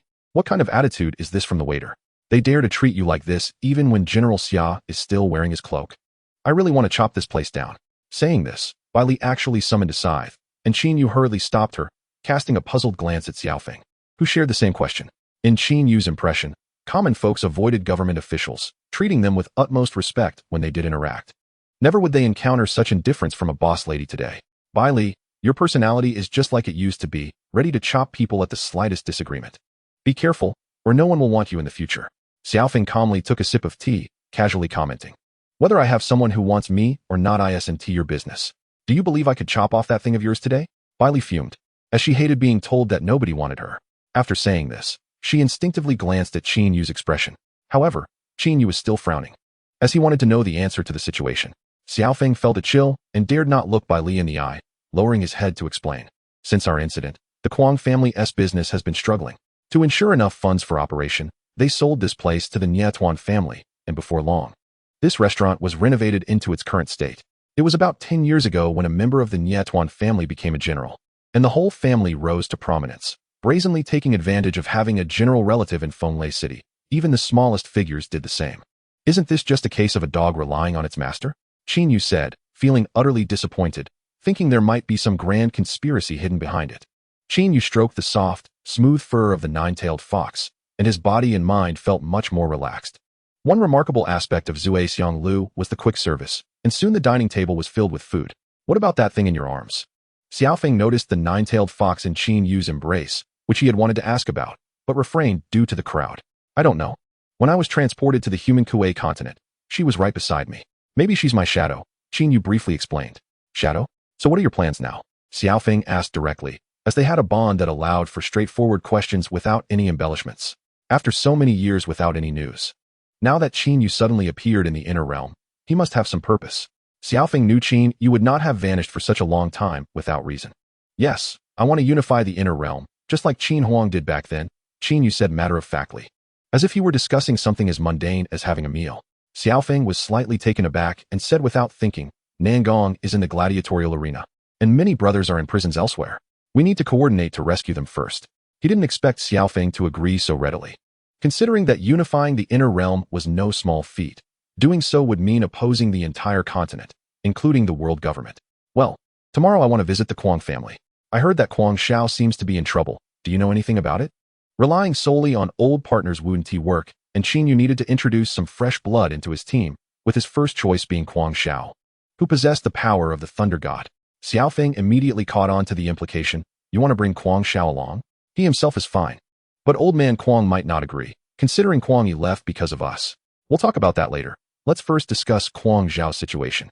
Alright, the story goes back a week. Xiaofeng put down his chopsticks and began to recount the incident that had caused a stir throughout Fenglei City. A week ago, Kuang Shao was training his Thunder God power at home. He was sitting in the training area, reciting the incantation to use the Thunder God power, with his muscles bulging and contracting wildly, the veins on his arms popping up and disappearing. The Thunder God power instantly increases the user's muscle strength to a new dimension. But this instantaneous enhancement comes with certain negative effects. To minimize these effects, one must have a body capable of withstanding such force. The method of training the Thunder God power is straightforward. Keep using it until your body adapts to the strength. Suddenly, a wail from the thunder horn pierced his mind, and his limbs felt as if they were being stabbed by needles, causing excruciating pain. Despite the agony, Kuang Xiao slowly stood up. Since his sister's passing, the Thunder Horn had been placed in the beast nurturing site on Thunder God Mountain, but Kuang Xiao was still worried, so he signed a contract to share the damage, allowing him to sense if the Thunder Horn was threatened, no matter where he was. Now, with a splitting headache, he could only imagine how badly the Thunder Horn was injured. However, soon the pain eased somewhat as the Thunder Horn unilaterally lifted the contract, giving Kuang Xiao a very bad premonition. He dashed out of the house towards the back mountain, having previously been using the Thunder God power to temper his body. The sudden blow had stimulated his body, and while the damage from the impact gradually faded, the pain remained unbearable. Even walking felt like torture. He soon arrived at the beast nurturing site where the Thunder Horn was kept. Kuang Xiao squatted for a moment to rest before entering. What greeted him was two soldiers responsible for guarding the beasts, excitedly counting a stack of cash. "Where's my Thunder Horn?" Kuang Xiao was not at all interested in where the soldiers got so much money. All he wanted was to find his Thunder Horn quickly. "Young Master Kuang?" The two soldiers were taken aback upon recognizing the Kuang family young master. One of the quicker-witted soldiers stepped forward, explaining, "Your Thunder Horn has been taken to the top of the mountain for healing by the boss. It's not here at the moment." Kuang Xiao frowned. He didn't believe such nonsense. "Can it heal here? Why take it to the top of the mountain?" A heavy hammer appeared in his hand, and he placed it on the shoulder of the soldier who spoke. A wave of heaviness hit the soldier's shoulder, causing him to stumble and nearly fall, only saved by his partner who steadied him. Kuang Xiao said nothing. His actions spoke volumes. "I truly didn't lie. You can ask our boss." The soldier's voice trembled. He was already scared silly when Kuang Xiao summoned the hammer. It was said that just Kuang Xiao's hammer weighed over 200 pounds, and combined with Kuang Xiao's strength, a single blow would turn him into mincemeat. "Humph, I gave you a chance." Kuang Xiao sneered, with a twist of his hand holding the heavy hammer. It smashed down violently onto the soldier's head. The poor soldier was driven halfway into the ground like a nail. The impact landed on the soldier's head. Although it was hard, it couldn't withstand such a heavy blow. Blood mixed with brain matter splattered everywhere, some of it landing on another soldier's face. "I was wrong. Please don't kill me," I said. "I'll say anything." Soldier A was truly frightened by Kuang Xiao. Who would have thought this young master would act so swiftly, and in such a cruel manner? "Where's my Kuang Leijiao?" Kuang Xiao only had one question. He just wanted to know the answer. "3 young masters from the Nietuan family came here before and specifically demanded your Kuang Leijiao. They gave us a large sum of money, and we couldn't resist the temptation, so we gave it to them. They should be at the mountaintop now. As for what they plan to do with your Kuang Leijiao up there, I don't know." "Good." Without saying another word, he swung the hammer again, shattering this soldier's head into pieces. "You can't withstand a little temptation. You just took some money and sold my battle beast. People like you are a disaster to keep alive." Kuang Xiao muttered to himself. After receiving the news, this bad premonition intensified. Kuang Xiao struggled to run to the mountaintop, but what he saw left him dumbfounded. 3 boys, roughly the same age as Kuang Xiao, surrounded Kuang Leijiao, who lay on the ground. All 4 of its strong legs bore different injuries, cuts, burns, frostbite, and even green marks indicating poisoning. Most infuriatingly, Kuang Leijiao was pregnant. And these guys had the audacity to cut open its belly, with the little Kuang Leijiao inside nowhere to be found. Blood dripped from the gash in its belly onto the ground, and the sight of the open wound ignited Kuang Xiao's rage. This anger even made him temporarily forget the pain in his own body. With the power of the Thunder God fully unleashed, Kuang Xiao's speed, under its influence, almost reached the effect of teleportation. He arrived behind one of the boys and swung down the hammer with all his fury. The hammer, filled with rage, pierced through the red-scaled armor the boy wore, including the body beneath it. The boy's soul disintegrated in an instant, disappearing without a trace. After forming a contract with battle beasts, beast tamers can merge with them to gain their strength and traits. Just like the boy who had just died. His battle beast was a lizard with hard red scales, and after merging, the boy grew red scales on his body. Each soul C can only hold 3 battle beasts, which can be swapped at will. However, once swapped out, the severed bond will lead to their demise. A person only has 1 soul C, though exceptions exist. Some geniuses are born with 2 or more soul Cs, allowing them to have more battle beasts, more combat styles, and greater strength. The other 2 boys were stunned and looked towards the instigator. Upon realizing who had come, they instinctively took a small step back. Kuang Xiao was the inheritor of the Thunder God's power, and his reputation, like his explosive temper, was well known in Thunderstorm City. Chapter 53, The Thunderclouds. Kuang Xiao slowly approached the 2, his full power exuding an even more intimidating aura. His eyes shot out purple soul energy, and his bulging muscles had already torn through his shirt. The soul energy swirling around him replaced his clothing, becoming his thunder armor, while the heavy hammer he dragged left a deep mark on the ground. From a distance, Kuang Xiao now resembled a thunder god. As if sensing the call of the thunder god, dark clouds gathered in the sky, with thin bolts of lightning interweaving and crashing down, producing a thunderous roar. The two boys had never witnessed such momentum, and their legs trembled involuntarily, unable to run. I am Nye. He is Nye. We are both heirs of the Nye Tuan family. You can't kill me. Nye was forced to the ground by Kuang Zhao's imposing aura, his voice trembling. Humph. Even if it's the king of heaven, anyone who dares to touch my sister's Kuang Lei Jiao must die. With each step Kuang Zhao took, he left a shallow footprint in the ground, making Nye heart leap with each step. Nye only redeeming quality was his self-awareness. He clearly knew he was a good-for-nothing rich kid, his strength being among the lowest of his peers, while Kuang Zhao, in stark contrast, was among the top. Without the protection of his family, this weakling was no match for the outstanding Kuang Zhao. Realizing the gap in their strengths, Nye wasted no time. Kneeling on the ground, clasping his hands above his head, and shouted in the loudest voice possible, I was wrong. I apologize, I'm sorry. Seeing his brother kneeling, Nye immediately followed suit. Kuang Zhao's demeanor clearly indicated that he wanted both of them to pay with their lives, but he was only in his 30s. With a bright future ahead, they didn't want to die. Faced with survival and dignity, both chose life. Once a person is dead, what does that insignificant dignity count for?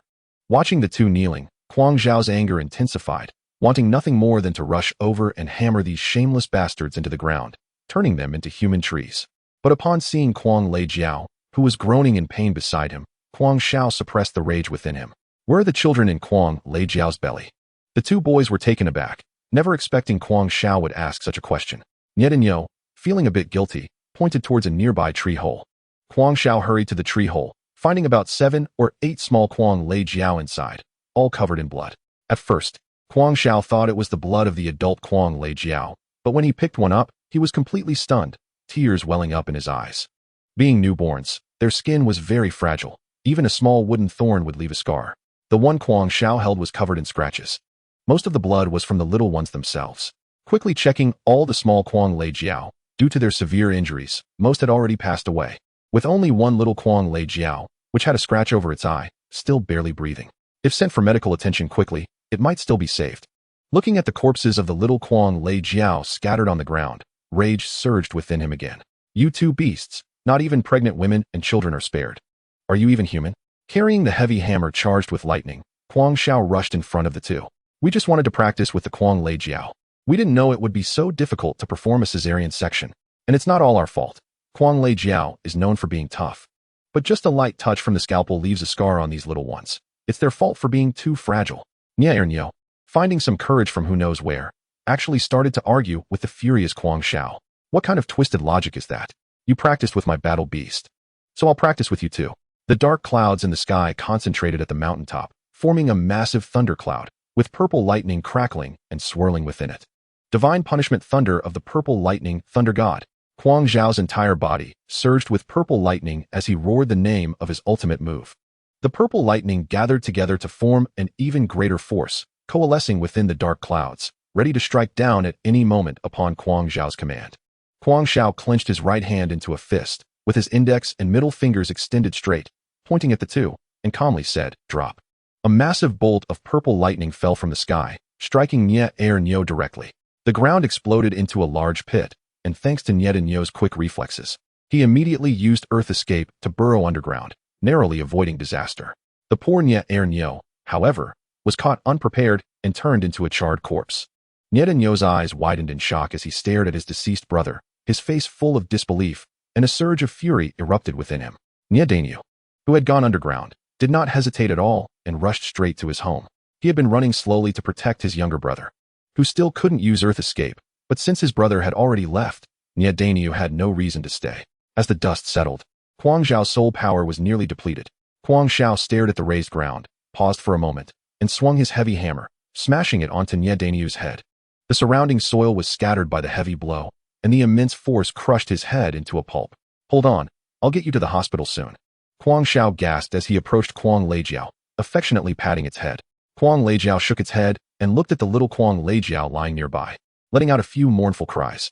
Empowered by the power of the thunder god, Kuang Zhao lifted the 10-ton Kuang Lei Jiao with ease, while the little one was placed in a bamboo basket at his waist. Kuang Zhao took heavy steps and slowly walked down the mountain.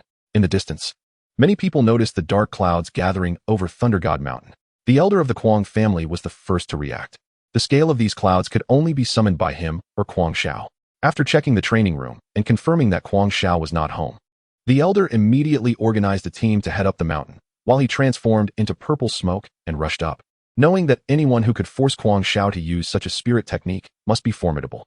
Halfway up the mountain, a young boy was carrying a massive war beast down, and when the elder of the Kuang family took a closer look, he realized that the boy was none other than his beloved grandson. The elder looked at his grandson with a pained expression, as Kuang Shao was already sweating profusely from exhaustion. To survive, Kuang Shao could not expend all his soul power. After using most of it, he had to rely on his physical strength to carry Kuang Leijiao. On the way, Kuang Shao told the elder everything that had happened, revealing that the Kuang family had officially become enemies with the Nye family. Unfortunately, the Kuang family was a step too slow. The Nye family had received intel first, went to Thunder God Mountain, rearranged the scene, and directed all the blame at Kuang Shao, accusing him of killing 3 heirs of the Nye family over a minor dispute. The bodies of the little Kuang Leijiao were also cleaned up, and the other side casually found a passerby as a witness, who was later silenced. In the end, only Kuang Shao knew the truth of the incident. The general of the Nye family was directly in charge of Xiaofeng, and even though the Xia family and the Kuang family were family friends, Xiaofeng could not help at all. With no evidence or connections, the Kuang family had to swallow their anger and accept the outcome. Later, to protect Kuang Shao, the Kuang family, after discussing with Xiaofeng, decided to pin everything on Kuang Leijiao, dragging the still-injured beast off to prison. After hearing Kuang Zhao's story, the three fell silent. It turned out that the lightning they had seen that day was indeed caused by Kuang Shao. Chapter 54. Good people get no reward. The scorching sun blazed down on the earth, and for survival, most people could only walk hurriedly under the sun on the crowded streets.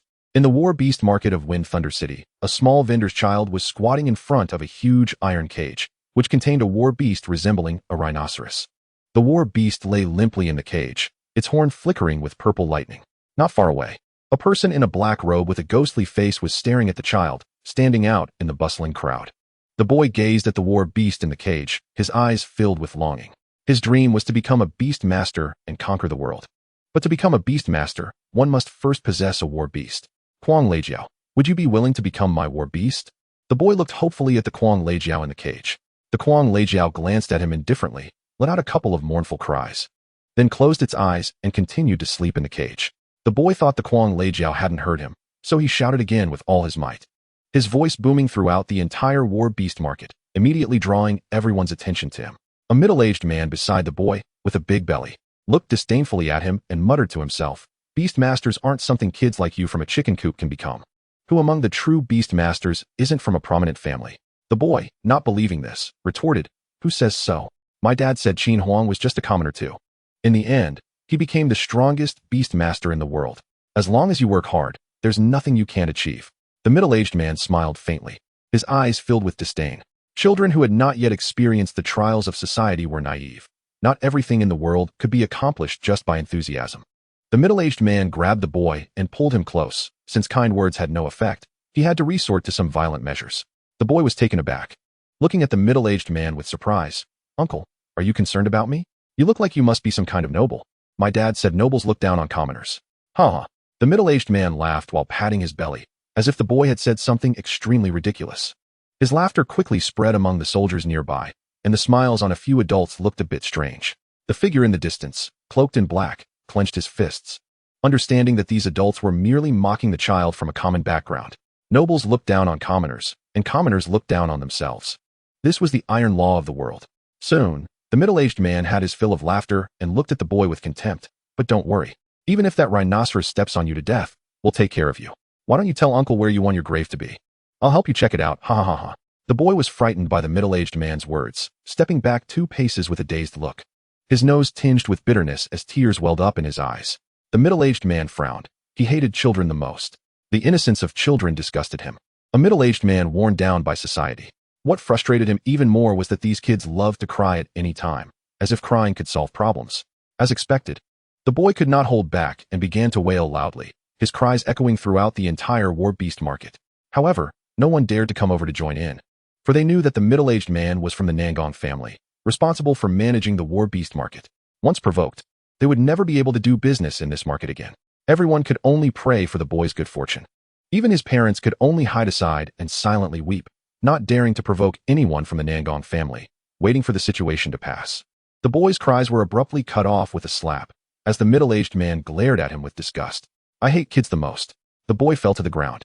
Foaming at the mouth, the middle-aged man had used a significant amount of soul power in that slap.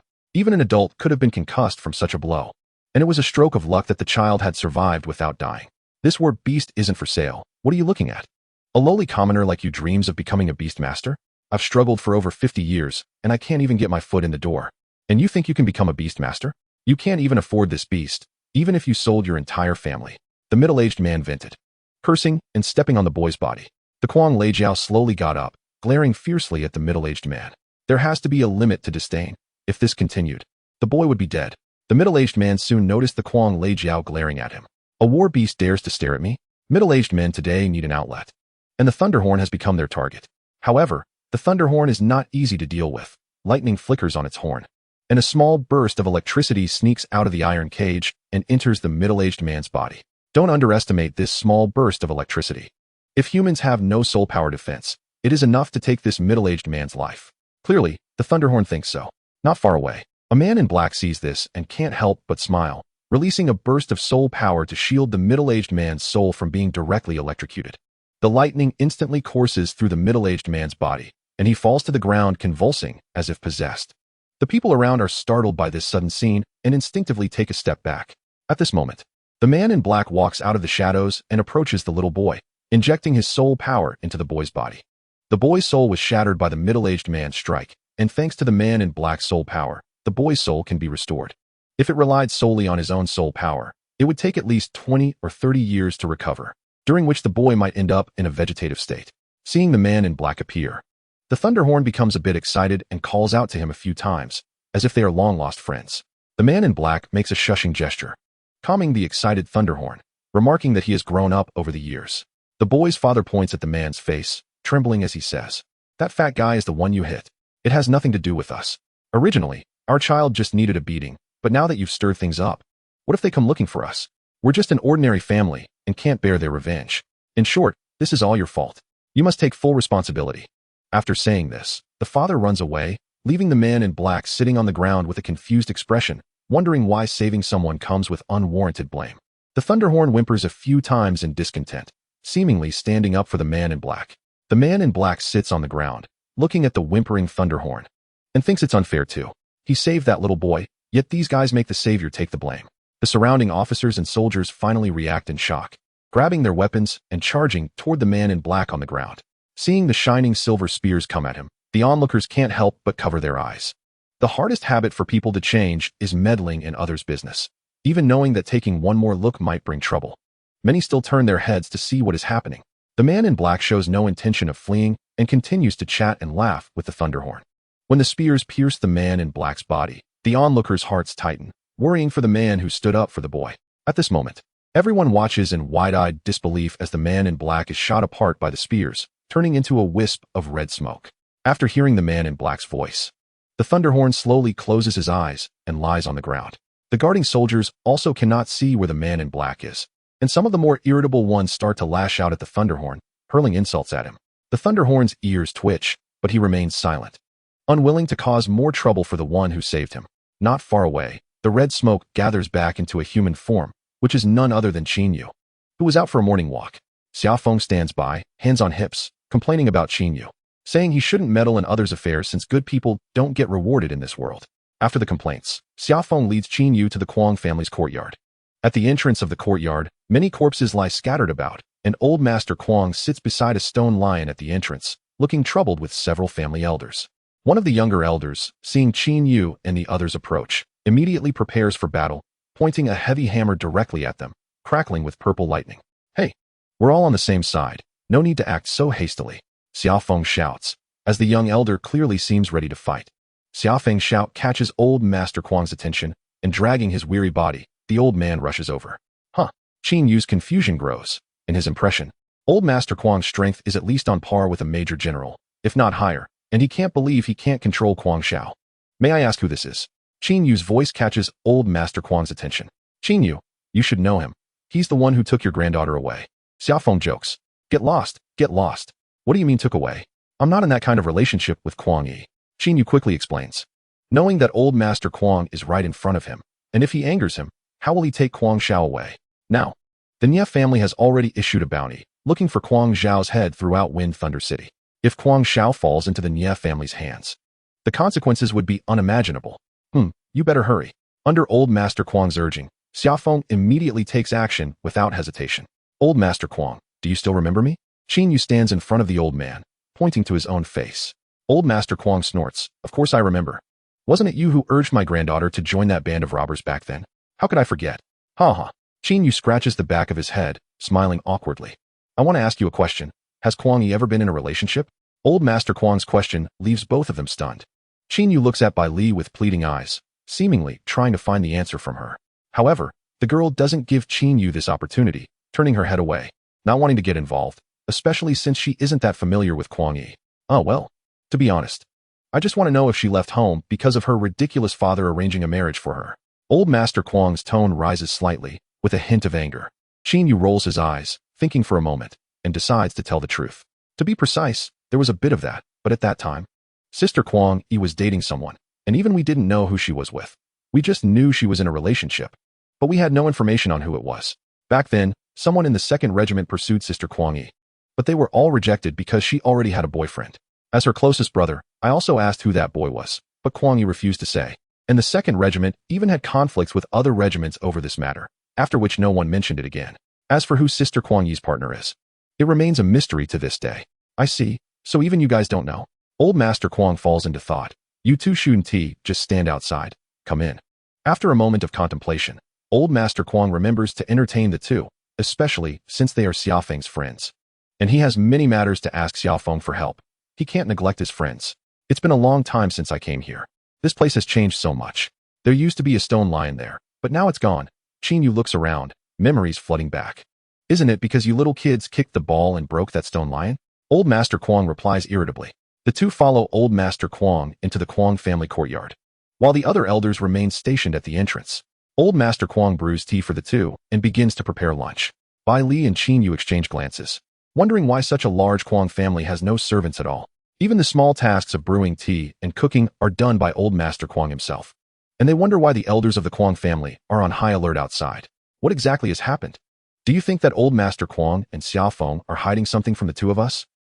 Why don't you ask them later? Xing Yu nodded and softly agreed.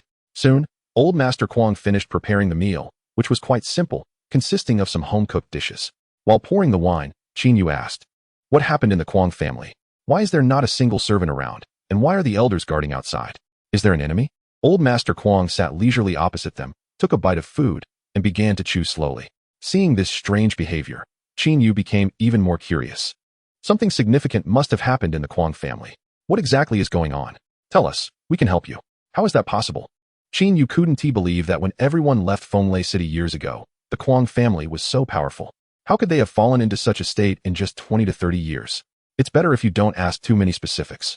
We also have our difficulties, Old Master Kuang said slowly, his face filled with despair. Xing Yu sighed deeply. It seemed he couldn't get any clues from this old guy. If a person doesn't want to speak, no amount of questioning will work. Since he couldn't get anything out about the Kuang family, Xing Yu decided to ask about what he wanted to know. Old Master Kuang, I know you still can't fully trust us, but that is okay. As long as there is anything we can help with, please let us know, and we will do our best. I would like to ask you something, if it's convenient. Xing Yu's attitude suddenly took a complete turn, leaving the two present feeling a bit unaccustomed. Bai Li was even more surprised, not expecting the usually carefree and silly Xing Yu to show such a gentlemanly and respectful side. Old people like well-mannered children, and Old Master Kuang was no exception. He waved his hand, and his expression softened considerably, saying, go ahead. Then I'll ask. Do you know of a power that can combine battle beasts into a kind of strange monster that has characteristics like both manes and scales? Moreover, it can absorb human souls, turning corpses into fighting corpses. What Xing Yu described was the black orb from that day, which he inferred should be an embodiment of some kind of power. After hearing Xing Yu's description, Old Master Kuang was a bit startled but quickly calmed down, suppressing the shock and taking on a thoughtful expression. Meanwhile, Bai Li took the little fox to look for Xiaofeng, wanting to gather more clues from him. Chapter 56, Ticket Scalpers. The gladiatorial arena is not far from the Kuang family estate. It only takes about 15 minutes to walk there. The common people on the street are busy with their own affairs and do not pay much attention to a mysterious figure in a black robe standing nearby. In previous years, there have always been similar characters, wearing black robes and masks, pretending to be mysterious on the streets. Such people are either powerful experts whose names cannot be revealed or perverts who show off their big treasures to women they encounter. Along the way, Yu reminisced about the changes in Fenglei City over the years while also memorizing the surrounding routes, hoping to provide some escape routes for Nangong. Almost every city has a gladiatorial arena, and small arenas are directly linked to prisons. Most of those fighting to the death are criminals awaiting execution, and these arenas are established to extract their last bit of value. Larger arenas have their own gladiators, who are often desperate individuals drawn here by money, while a small portion of arenas train children from commoners from a young age to fight when they come of age. However, this requires a significant investment of time and money, so very few arenas do this. Each city's gladiatorial arena is managed jointly by the city lord and at least one military officer dispatched by the world government. The profits, aside from the mandatory taxes paid to the world government and the empire, can be kept by them. The income from the arena can be quite considerable, with ticket sales, betting, food, and drinks all contributing to their earnings. To motivate the death row inmates, there is an unwritten rule in gladiatorial arenas worldwide. As long as you are not targeted by the world government, if you win 3 matches in the arena, you can walk away unharmed. Because of this rule, a new profession has emerged: executioners who move between various arenas, maintaining good relations with them. Whenever they receive a task, they can arrange for the arena's internal personnel to assist, thus providing the arena with additional income.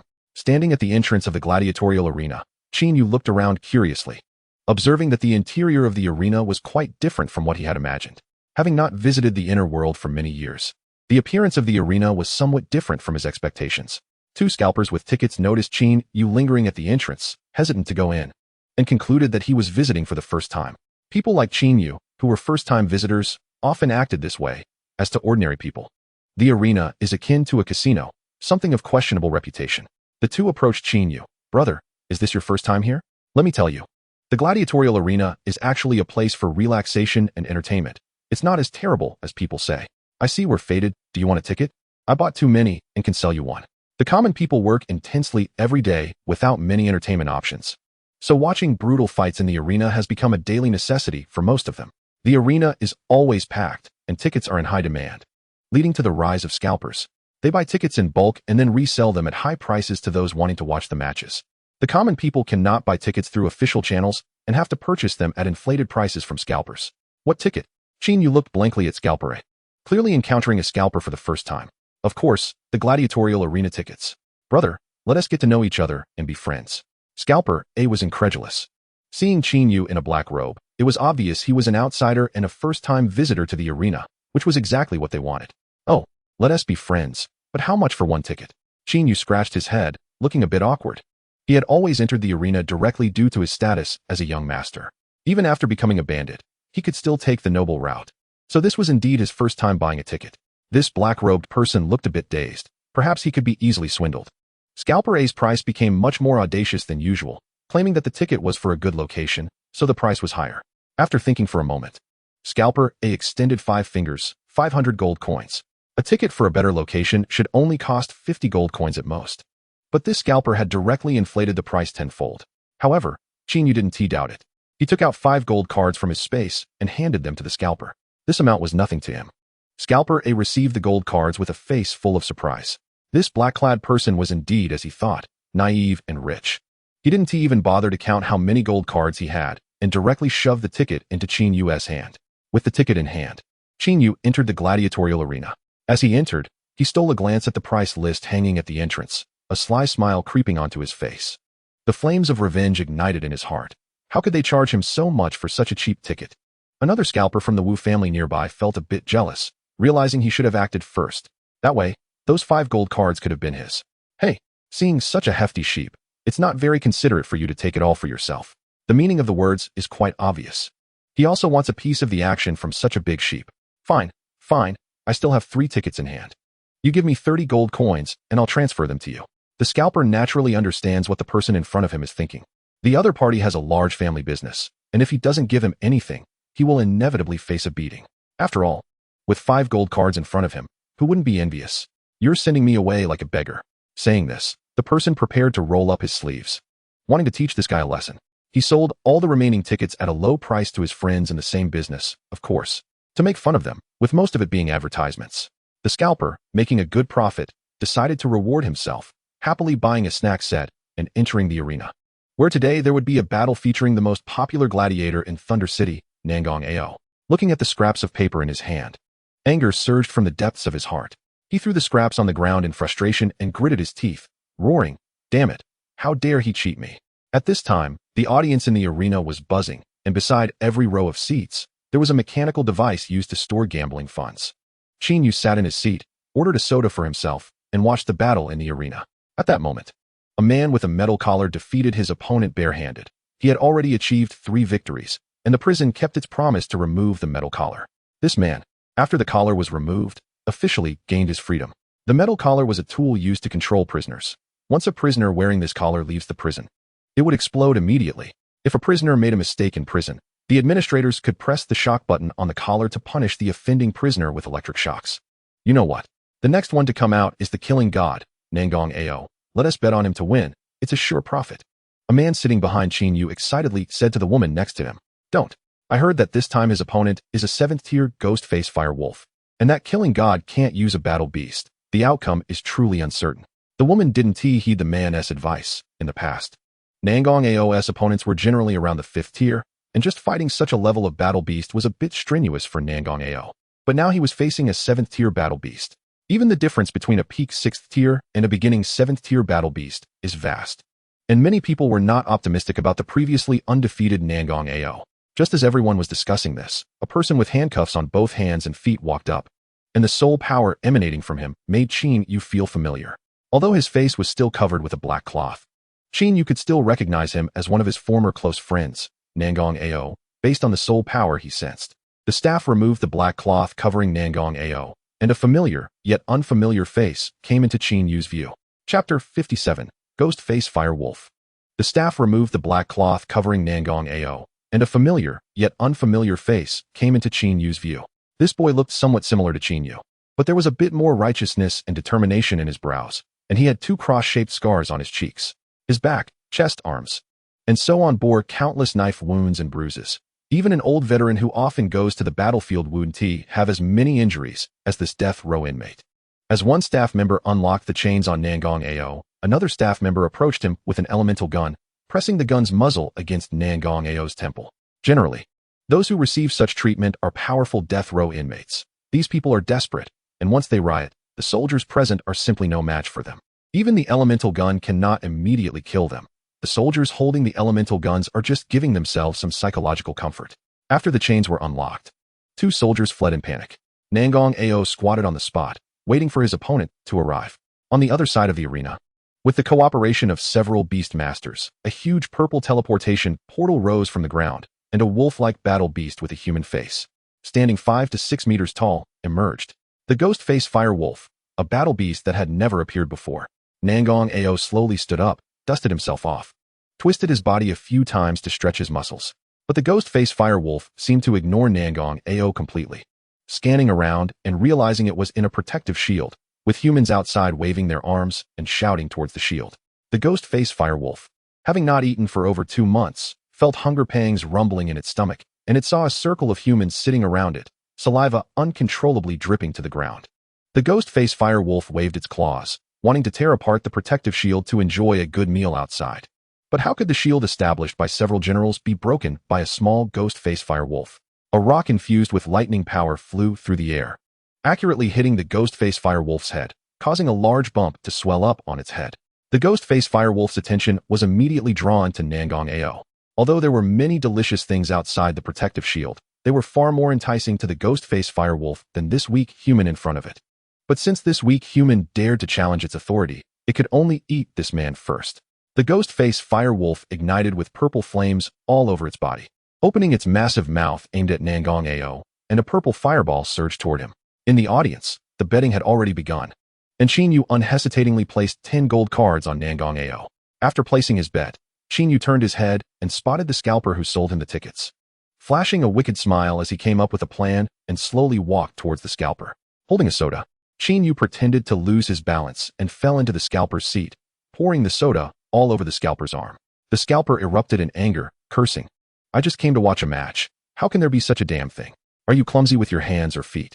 Not only did you bump into my chair, but you also spilled soda all over me. Do you know how sticky this soda is? Sorry. Yu took out a few tissues from his spatial ring and carefully helped the scalper wipe his arm. Yu's hand merely brushed against the scalper's hand, and the spatial ring on the scalper's finger disappeared without him noticing. The scalper's spatial ring was of the lowest grade, cheap, but with a small storage space and low security. Generally, the spatial rings used by nobles need to be bound to the soul sea, and others cannot remove them. But the spatial ring used by the scalper did not have this function. The scalper wanted to push away Yu, who was wiping his arm. But just as he was about to do so, he caught sight of the mask hanging at Yu's waist and suddenly realized something. No, it's fine.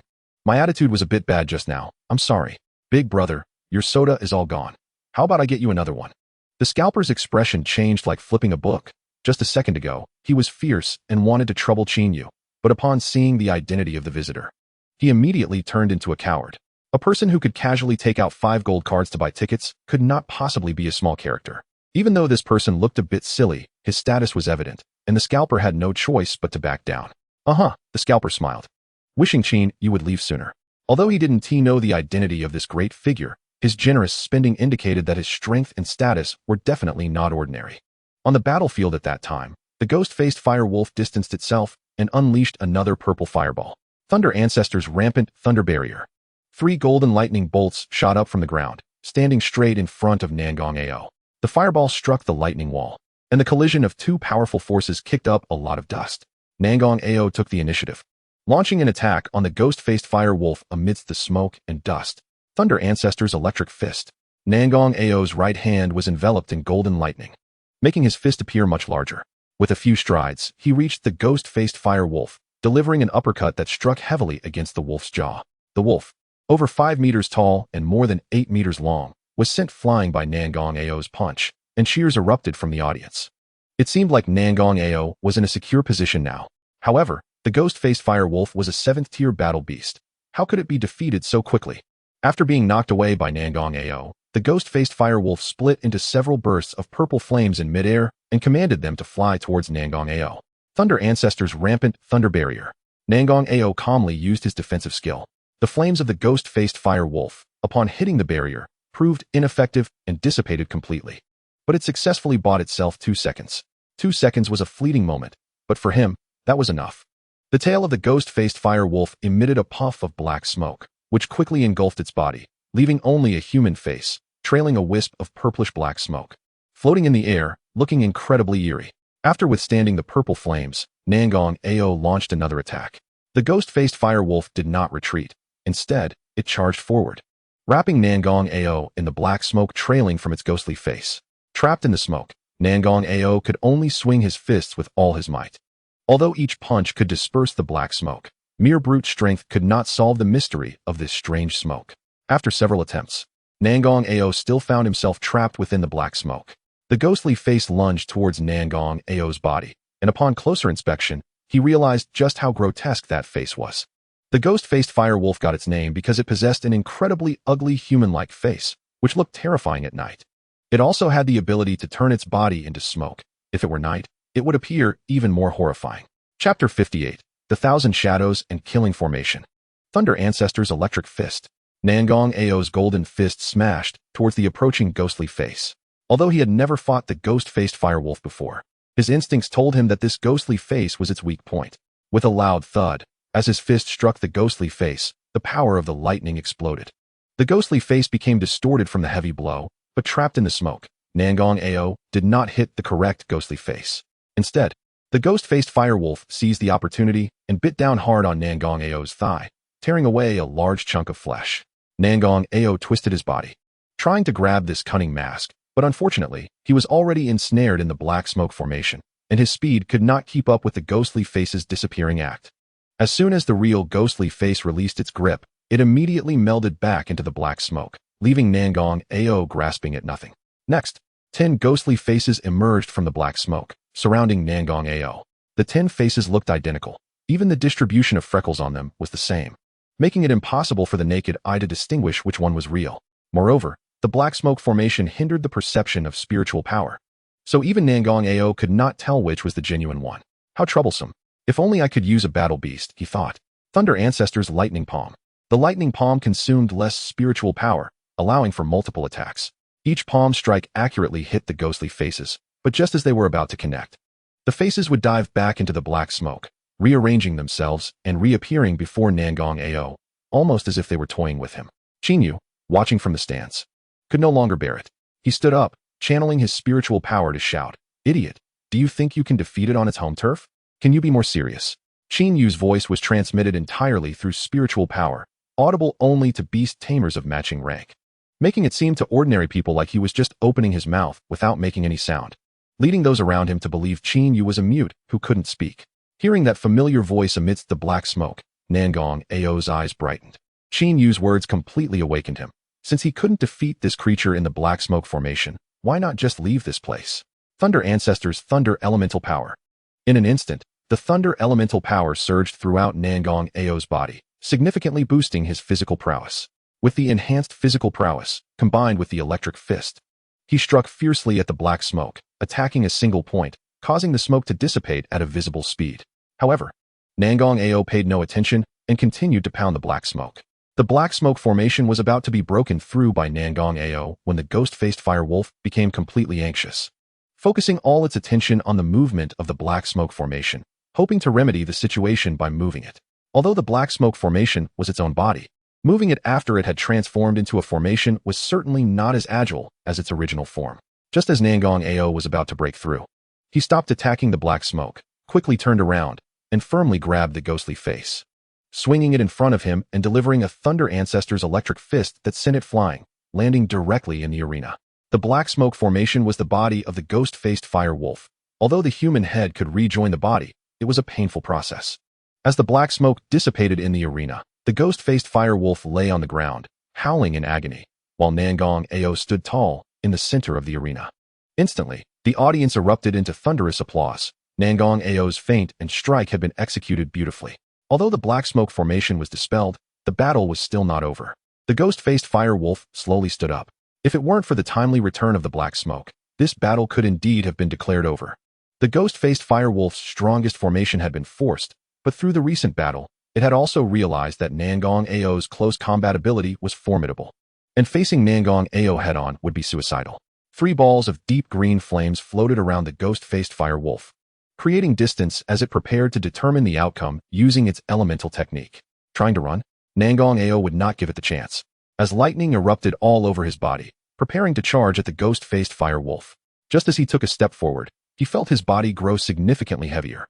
The black smoke was indeed not that simple. The elemental affinity of the ghost-faced firewolf was primarily poison with secondary fire.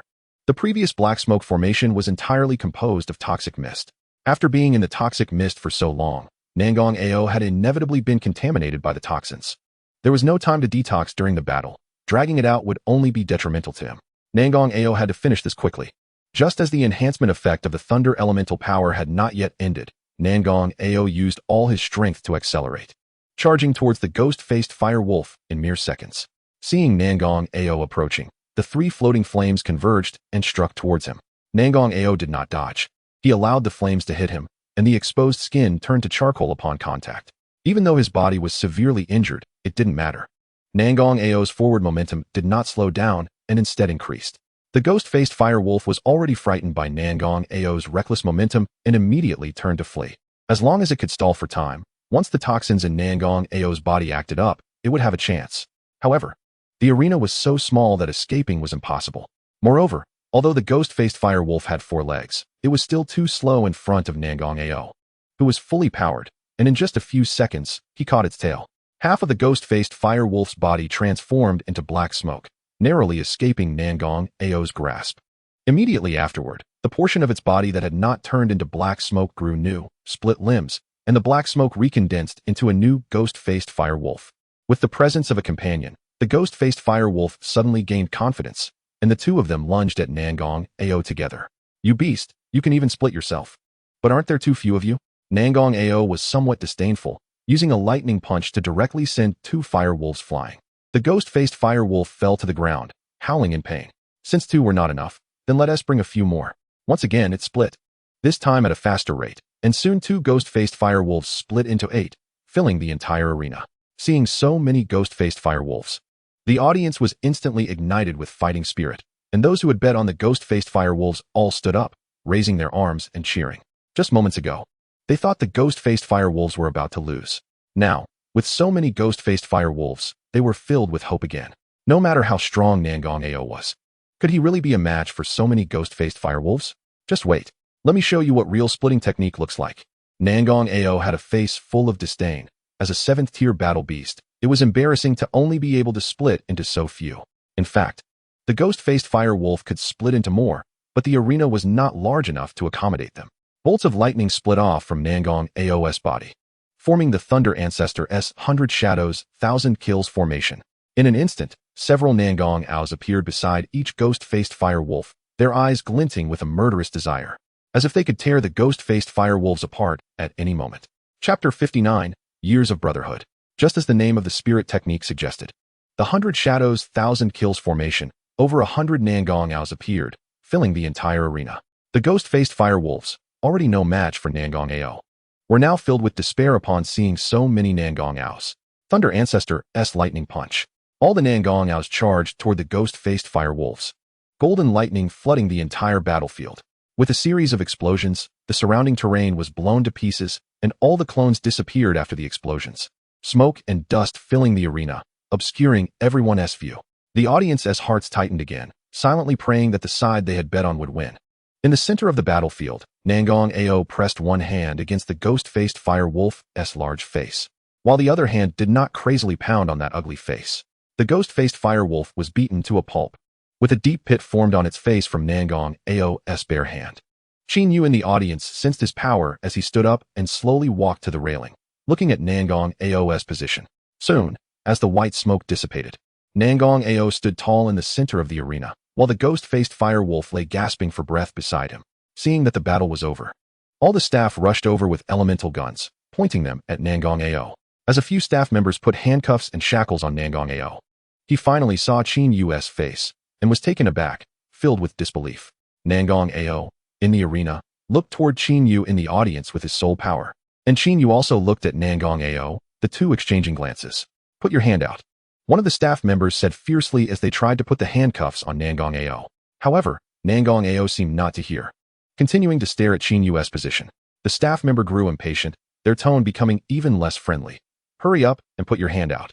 There are still several more death matches to go. Don't waste time. As they spoke, they reached out to forcibly pull Nangong Ao's hand up.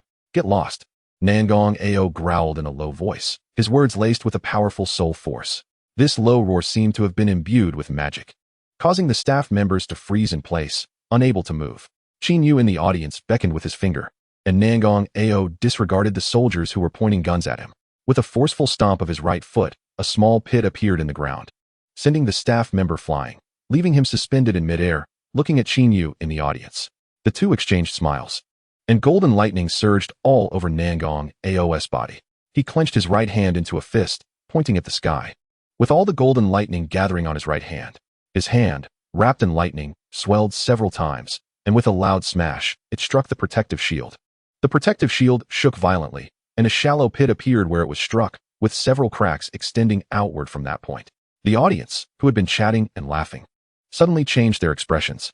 Although Nangong Ao's punch did not shatter the protective shield, cracks had already appeared on it, and no one could guarantee that it wouldn't break. Qin Yu in the audience similarly unleashed elemental power, delivering a heavy blow to the protective shield from the outside. The protective shield in the arena was far from the impenetrable barrier the common people imagined. It was built by the nobles, and the protective shield was also released by the nobles, yet it was meant to protect the common people. The nobles did not care how many commoners died or were injured, as long as it brought them profit. Therefore, most protective shields in the arena were mass-produced using spirit artifacts, with average protective performance, and they became increasingly unstable over time. As Qin Yu's fist hit the protective shield, it declared its retirement. The protective shield was completely shattered by the two, with cracks spreading rapidly, covering the entire shield. With just a slight push, the protective shield would completely break apart. The common people in the audience no longer cared about their bets, rushing towards the exit of the arena. At this moment, saving their lives was the most important thing. The crowd surged towards the safety passage, causing considerable chaos, while the staff shouted on the side, trying to maintain order, but their voices were completely drowned out by the chaos, and everyone continued to rush toward the safety passage. Taking advantage of the confusion, Qin Yu finally met Nangong Ao. Are you okay? How did you end up in the arena? Qin Yu asked through the protective shield. The two instinctively stopped their actions. If this protective shield collapsed, the force unleashed would be enough to kill everyone in the arena except for the two of them in an instant. They just needed to create chaos by damaging the protective shield to buy time for their conversation, without needing to actually destroy it. I'm fine. As for why I'm here, it's a long story. How about you? Did you escape after we parted ways? Qin Yu shook his head. When the 2nd Regiment was being pursued, it was split into 2 teams, with Nangong Ao and Xia Feng's team responsible for attracting the pursuers' attention, sacrificing themselves to protect others. Most of them could rely on their family's power to avoid disaster even if captured. The other team was led by Qin Yu, and if they were captured, they might not be able to protect themselves, so they prioritized escaping to save themselves. After all, as long as the Green Hills remain, one need not worry about firewood. Unfortunately, the world government would not let them escape so easily, and that year, over 100 vice admirals and 9 generals were dispatched all at once. The fledgling band of robbers simply could not withstand such a powerful lineup. And after the 2 teams separated, it was only a matter of time before they were scattered. What about the others? Are they okay? Nangong Ao continued to ask. After he was captured, he had been fighting in the arena, completely losing contact with the outside world. Over the years, he had no idea how his companions were doing. All right, whatever you decide, just arrange it. Nangong Ao replied without hesitation, just like back then. Aren't you going to ask what it is? Aren't you afraid I'll sell you out? Qin Yu smiled lightly. Not afraid, since you can't beat me anyway, Nangong Ao said calmly, confident in his own strength. Back then, Qin Yu couldn't defeat him, and he believed that after so many years, his strength was still above Qin Yu's. Qin Yu snorted coldly. During all these years outside, he had been diligently cultivating. While he indeed couldn't defeat Nangong Ao back then, things were different now, and the outcome of a rematch was uncertain. When do we act? Nangong Ao asked succinctly as ever. Tomorrow. I'm not sure about the exact time either. Just act when you sense my soul power. Then help me bring my buddies out from my house. Gladiators can't use battle beasts. So Nangong Ao has kept the battle beasts at home. Now that Qin Yu has arrived, he wants to follow Qin Yu out again. Fighting is essential. And as a beast master, lacking battle beasts would significantly reduce his combat power. Alright, as longtime brothers, they had no need for any roundabout conversations. They got straight to the point and wrapped up the matter in just a few simple sentences. Chapter 60, Guangxiao. In a small restaurant not far from the arena, Bai Li and Xia Feng met and exchanged information. It turned out that there were such forces in Wind Thunder City. No wonder you didn't tell brother Yu. Bai Li slowly brought the egg from her spoon to her mouth. Yeah, this has to be kept secret for now. Once brother Yu knows about this, he definitely won't let it go easily. If he gets involved, we won't be able to explain it to the government. Xia Feng finished the drink in his cup. He was already troubled by this matter, and now Qin Yu had come. Don't worry, I'll keep it a secret from him, Bai Li assured. The reason Bai Li was so anxious was that she feared Xia Feng might turn against them at a critical moment. They were all brothers who had fought together and experienced life and death. She really didn't want to see them turn their blades against each other. Once she learned that Xia Feng was on the same front as everyone else, she could forgive him for whatever he had concealed. By the way, where did you get that thing in your arms? Xia Feng pointed to the 9-tailed fox in Bai Li's embrace, puzzled. Has the taste of people become so perverse nowadays that they don't even spare foxes? It's brother Yu's. I'm not sure where it came from, but it's fluffy. So I just hugged it. After saying that, Bai Li rubbed her face against the 9-tailed fox. Brother, you must also be hiding some things from us. Like this little guy you're holding. Xia Feng gazed at the 9-tailed fox, increasingly feeling that Qin Yu was not human. Maybe, but we've known each other for so long. He wouldn't harm us. Yeah, that's true. By the way, the food in this restaurant is actually quite good. Just then, a loud noise came from outside, originating from the arena. The citizens who were eating thought it was an earthquake and immediately put down their chopsticks, forgetting to pay, and rushed out the door. Only Bai Li and Xia Feng remained calm in their seats, continuing to savor the delicious food. Even if they used their toes to think, they knew who was causing the commotion. Most of the citizens had already evacuated outside the arena. The scalper who had sold tickets to Qin Yu also fled the arena. And the sudden occurrence left everyone unprepared. In order to save their lives, the scalper didn't even retrieve the betting money he had thrown in. Even the lunch he had just bought, a hamburger, was left on the ground during the escape, trampled into a pancake. The scalper, feeling his empty stomach, entered a restaurant, looking at the menu while complaining. Today really is a mix of good and bad. The match wasn't finished, and the protective shield was broken first. I've really run into a streak of bad luck. Hey, waiter, bring me a #1 combo. The waitress, who was tidying up, immediately stopped her work upon hearing the scalper's call, took out a paper and pen, and approached him. Hello, what would you like? Did you not hear me? Don't you have ears? I said I want a #1 combo. Can't you hear that? The scalper angrily cursed. venting the frustration he had received in the arena on the waitress. "I'm sorry, I was busy earlier. You want a #1 combo, right? It'll be ready soon." The waitress quickly noted down the order and prepared to head to the kitchen. Although the waitress came from a humble background, she was quite pretty, a rare beauty. Therefore, the scalper had ill intentions and relentlessly grabbed her arm, saying in a sarcastic tone, "I won't make it difficult for you. Just accompany me to have some fun. And if I'm happy, I'll forgive you." The waitress frowned and immediately struggled, but the scalper's strength was too great for her to break free. "Please don't do this, or I'll call for help." The waitress cried out shyly, but the more she struggled, the more excited the scalper became. "Call for help? Who do you think will help you? Behave, and I want to make it hard for you." The scalper confidently spread his arms, as if to show off the indifferent people behind him. "Help! Someone please!" The waitress shouted, but in this indifferent world, no one would intervene, especially in a place crowded with commoners. The commoners were struggling to protect themselves, and once they got involved with someone they shouldn't, the only outcome was death. Even if that person was just an inconspicuous small vendor. In the kitchen, the waitress's father was trembling behind the door. He certainly didn't want his daughter to be defiled by the scalper, but he was just a cook and had no way to intervene. Since the scalper dared to commit evil here, it was surely because he had some sort of backing or strength. This assumption made the cook too afraid to leave the kitchen and speak up for his daughter. "Go ahead and shout, even if you scream your throat out. No one will come to save you." The scalper's ugly face was once again revealed, and his restless hand had already reached into the waitress's clothes. Suddenly, a strong force came. "Sorry, I'll scream my throat out." A young man dressed in a purple robe glared fiercely at the scalper. "Who are you? Do you know who I am if you dare to touch me?" The scalper was not the least bit flustered and even wanted to laugh. It was surprising that someone would still act heroically in this day and age. "I am Kwang Xiao. I don't care who you are." Saying this, Kwang Xiao's fist slammed into the scalper's face.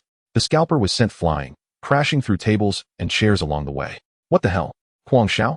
The scalper slowly got up, muttering Kwang Xiao's name. He had some impression of that name and felt like he had seen it somewhere. When his hand brushed against his mouth, he realized that blood had already left a mark on his lips, and upon further examination, he found that his front teeth were gone. The scalper stood dazed for a long time, pain shooting through his body. Unable to hold back, he let out a scream. This reflex arc is really long. Bai Li and Xia Feng both thought simultaneously. Kwang Xiao took out a stack of gold coins from his space ring and placed them on the counter. "Sorry. I will take responsibility for the broken tables and chairs here." The boss timidly pushed away the gold coins that Kwang Xiao had left. He didn't dare to accept them. "By the way, it's you. The Nietuan family is looking for you." The scalper pointed incredulously at Kwang Xiao.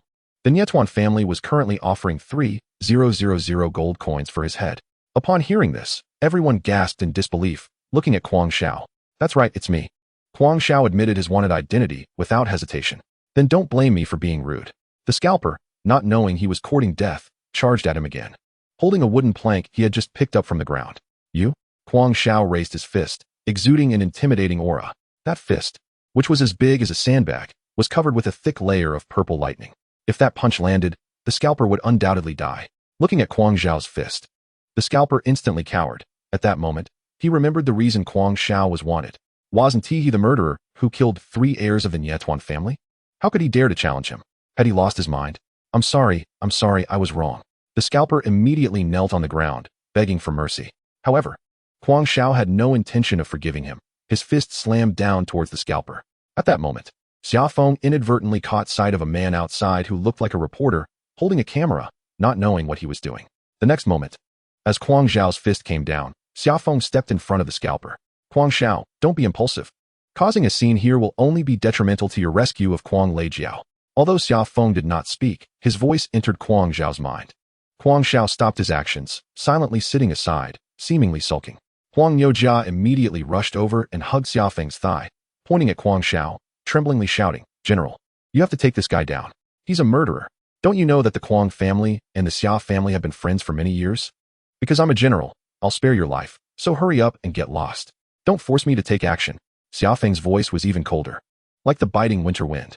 Huang Yojia suddenly realized, feeling as if he were in an ice cellar, cold sweat pouring down him, but at the same time, he felt extremely fortunate. Without lingering any longer, he immediately stood up and ran out the door. Chapter 61. Hurry up and cuff me. At this time, in the gladiatorial arena, 2 men were still suspended in midair. All the staff rushed over with elemental guns, aiming them at Nangong Ao. Nangong Ao. And the black-robed man talking to him. "You have violated public order and have committed a crime. I advise you to surrender quickly."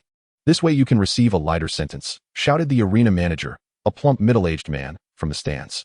However, Nangong Ao had no intention of paying attention to the middle-aged fat man and continued chatting with Chinyu. The middle-aged fat man could no longer hold back and said to a soldier beside him, "Quickly bring Wu Chao and Major General Sun Yun here. Hurry." "Yes, yes."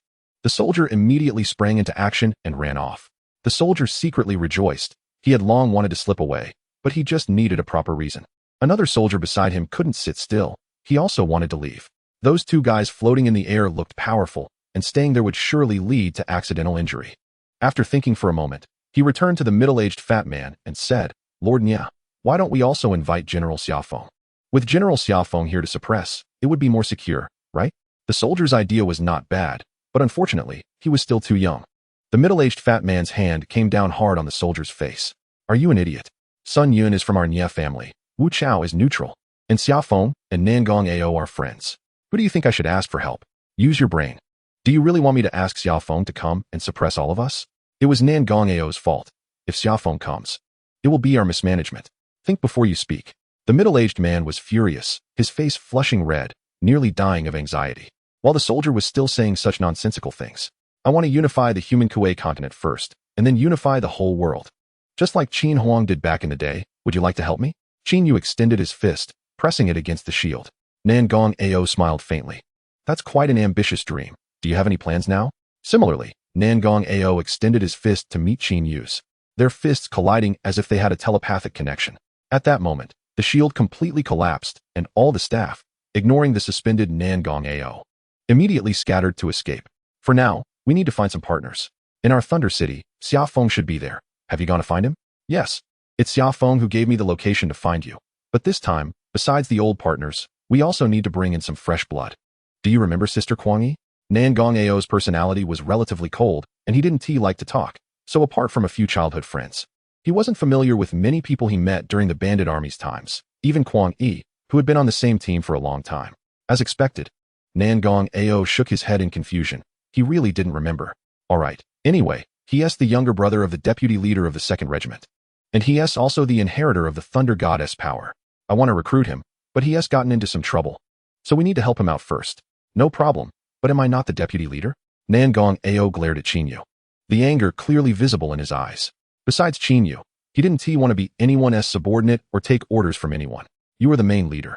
She is the deputy. Her main job is to help me, right? You don't like to meddle in other people's business. So I need to find someone to help me manage the 2nd Regiment? That makes sense, no problem." Qin Yu's explanation successfully convinced Nangong Ao. His proud nature meant that only Qin Yu could keep him in check. "So, do you need me to help you with anything?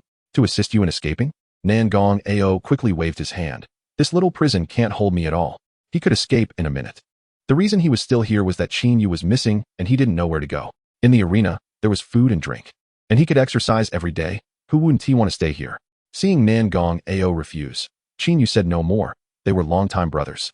And the specific reasons didn't need to be elaborated on. Those who understood would understand. "By the way, help me bring out my battle beasts.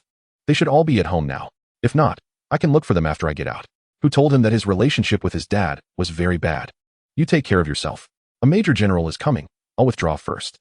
Their conversation ended with the appearance of Sun Yun, and Qin Yu transformed into a wisp of red smoke, disappearing with the wind. Sun Yun reached out, wanting to grab Nangong Ao by the neck. But Nangong Ao lightly sidestepped to avoid Sun Yun's hand. "What? Flying so high, trying to escape?" Sun Yun glared at Nangong Ao viciously. He had long disliked him and saw this as a perfect opportunity to teach him a lesson. "If I wanted to escape, I would have done it long ago. Do you think you stinking fish and rotten shrimp can stop me?" Nangong Ao looked at Sun Yun with disdain. If it were Wu Chao, Nangong Ao wouldn't be so dismissive, but just Sun Yun, he truly didn't take seriously. Tough talk. Although the two continued to chat verbally, their bodies had already started to grapple.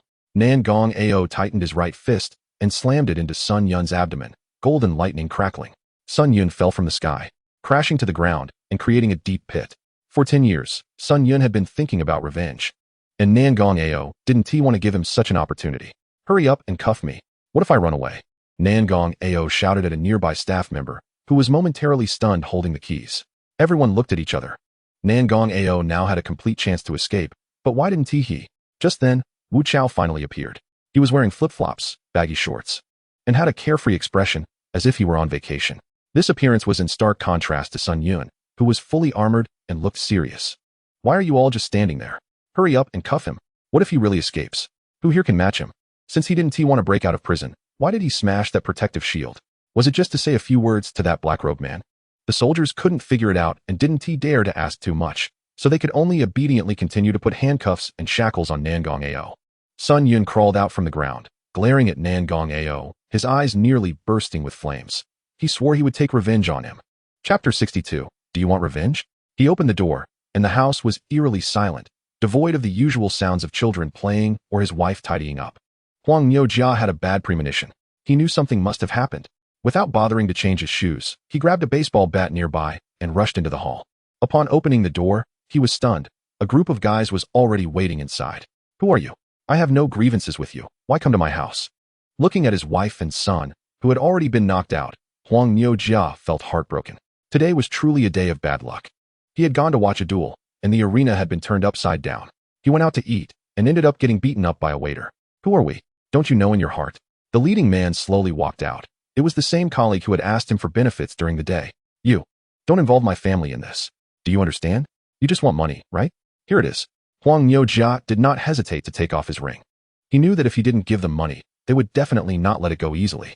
As he touched the ring in his hand, Huang Niujia was completely dumbfounded. It's gone. The ring is gone. The ring that contained all his assets is gone. Who stole it? That brave young man. Or General Xiaofeng. Or the waitress. Suddenly, the scene of Qin Yu bumping into him flashed in his mind. No, it must be that man. The one who was first deceived by him and then bumped into him. It must be him. Realizing the whereabouts of the ring was useless now. He needed to come up with the money to give to these robbers. Wait, my space ring is gone. I can't find it, but I can give you money. If not, I can sell my house and give you the money. Please, don't hurt my wife and children. Huang Niujia knelt on the ground, repeatedly banging his head against the floor. The sound was quite loud, but they would not believe him so easily. My name is Wu Zai. Major General Wu Chao is my distant uncle. Don't lie to me. Be careful, or I will throw your wife to my brothers for fun or toss your children into the sea to feed the fish. Originally, Wu Zai wanted to say something filthy to scare the man even more, but upon seeing Huang Niujia's wife, who was as large as a mountain and whose facial features were not particularly correct, Wu Zai instantly lost his confidence. How much is your house worth? I think selling your son would probably earn more, right? Wu Zai laughed sinisterly. He knew quite a few people involved in child trafficking. No. Huang Niujia begged again, this time directly hugging Wu Zai's thigh. The Wu family is wealthy and powerful. They don't lack this little money, right? I'm begging you. Spare my family. Huang Niujia was also someone who had been through the grind in society for several years. He knew very well what nobles thought. Nobles wouldn't care about his little money. They came to his house just to save face. But he was just an ordinary person. How could he compete with nobles? He could only try to give up benefits to save himself. Looking at Huang Niujia, who was missing a front tooth, Wu Zai fell into deep thought. Damn. You haven't been robbed, have you? Did we act too slowly? Huang Niujia immediately reacted and quickly shifted all the blame onto Qin Yu. That's right. The kid I sold the ticket to rob me again. What bad luck? You can keep your broken house. Let's go. From now on, keep your distance from anyone from the Wu family. Wu Zai kicked the door open and left. He just wanted to see Huang Niujia's reaction, and it pleased him. He didn't care about such little money. If he couldn't rob it, he wouldn't bother to force it. After Wu Zai left, Huang Niujia went to check on the condition of his wife and son. They had already stopped breathing. Huang Niujia broke down and screamed. These guys actually killed his two closest relatives. After the breakdown, Huang Niujia could only curl up and squat in a corner. He had no chance to appeal for himself and didn't know where to go to appeal. The other party was a noble. Once this matter reached the police, only he would be arrested. This is the world, the gap between nobles and commoners. A mysterious figure emerged from a corner of the room. The voice was somewhat deep, suggesting it was a robust middle-aged man. Huang Niujia immediately stood up, looking around in panic. Do you want revenge? The voice was very strange. And the question was also strange. Would an ordinary person ask such a question upon first meeting? Huang Niujia broke down. He ran to the street, hoping to shake off the voice. He covered his ears and ran to the riverbank. But no matter where he went, that voice always echoed in his ears. The question remained the same, unchanged. Lying on the grass by the river, Huang Niujia exploded. He no longer thought so much and shouted out what was in his heart, even though these words might lead to his death. Yes, of course I dream about it. I want to tear them apart, throw them on the ground, and trample their dignity. Huang Niujia's voice attracted the attention of passers-by, but no one was willing to stop. They just covered their heads or hats and hurried away. Although they liked to hear gossip, They could tell at a glance that this guy had enmity with someone. They absolutely could not get too close to him. What if he was provoking a noble? A black bead flew out from the ground and drilled into this man's body. Now I give you power. Go and take your revenge. Huang Niujia lay on the grass, his eyes vacant. The skin on his body began to peel off, growing layers of thick black scales and black mane. His mouth expanded sideways, and his teeth became sharp and long. Soon, Huang Niujia's entire body was covered in scales. Slowly standing up, he staggered towards the riverbank, opened his mouth wide, and swallowed a carp that swam by. At the Nangong family, Qin Yu was lying on the roof, observing inside. Although he had never met Nangong Ao's father, from what Nangong Ao said, this old guy was impossible to communicate with, especially regarding Nangong Ao. So it was practically impossible to go through the front door and discuss with him to hand over the battle beasts. To rescue Nangong Ao's battle beasts, Qin Yu could only resort to stealing. This was the only way. The Nangong family had few servants, and the elders were generally not strong. So he should have no problem sneaking in. After observing, Qin Yu put on a black battle robe and prepared to act. Who are you? Where do you think you're going? A deep and serious voice came from behind, and Qin Yu trembled all over, almost losing his balance and falling off the roof. Chapter 63, The Past of the Nangong Family, 1. Damn, how did you find me? Qin Yu patted the dirt off his body. He had hidden so well but was still discovered, and this guy was so elusive that he hadn't noticed, so his strength must be considerable. You hid your soul power very well. I didn't sense it at all. But you're such a big person, lying on my house's roof. Do you think the servants below are blind? Qin Yu followed the man's finger and looked down. The servants were secretly glancing up at him. Cough. Being discovered is being discovered. It doesn't matter. It seems you should be a certain elder of the Nangong family. Just let Nangong Ao's father come see me directly. I have something to discuss with him. Qin Yu's attitude was somewhat arrogant. Even towards his brothers, he had become more unpleasant in demeanor. Nangong Ao. That ungrateful son? I am his father, Nangong Zheng. Who are you? What do you want from me? The middle-aged man put his hand behind his back, quietly issuing a summoning order. He could evade the eyes of so many people in the Nangong family, even avoiding the ancestral formation surveillance, hiding in the Nangong family. His strength was definitely not ordinary. If it weren't for the entity hiding too stupidly, they wouldn't have discovered Qin Yu's trace. After Nangong Zheng issued the summoning order, Qin Yu immediately sensed it. It seemed a great battle was inevitable. Qin Yu stated his purpose directly. Fighting with his brother's family would inevitably reach Nangong Ao's ears, and he would feel terrible. If possible, Qin Yu preferred to resolve the issue peacefully. That ungrateful son's battle beasts? Qin Yu? I understand, come with me. Qin Yu was stunned. Was this old guy so easy to talk to? Was he really going to return the battle beasts to him? This was too different from the stubborn old man that Nangong Ao had described. Hey, are you going to keep it or not? Seeing Qin Yu dazed on the roof, Nangong Zheng asked impatiently. Yes, yes. Clap. A few tiles on the roof were accidentally kicked off by Qin Yu, falling to the ground and shattering into several pieces. Several servants covered their mouths and chuckled, then quickly grabbed brooms and dustpans to clean up. Qin Yu looked at Nangong Zheng, his big eyes blinking innocently, clumsy and unsure. He really didn't know if his judgment was right. Nangong Zheng sighed and walked ahead to lead Qin Yu. The two arrived at the study, which was filled with books, and a thick blue book caught Qin Yu's attention. It wasn't very polite to ask others for books right away, so Qin Yu kept quiet and obediently sat down in the position arranged by Nangong Zheng to drink tea. Are you really brothers with that rebellious son? Qin Yu patted his chest, looking proud, of course. Good brothers for 80 years. How did you two meet? I don't remember seeing you before. This should be our first meeting. Qin Yu propped his chin and thought carefully for a moment. Indeed, he had never seen him before. Right.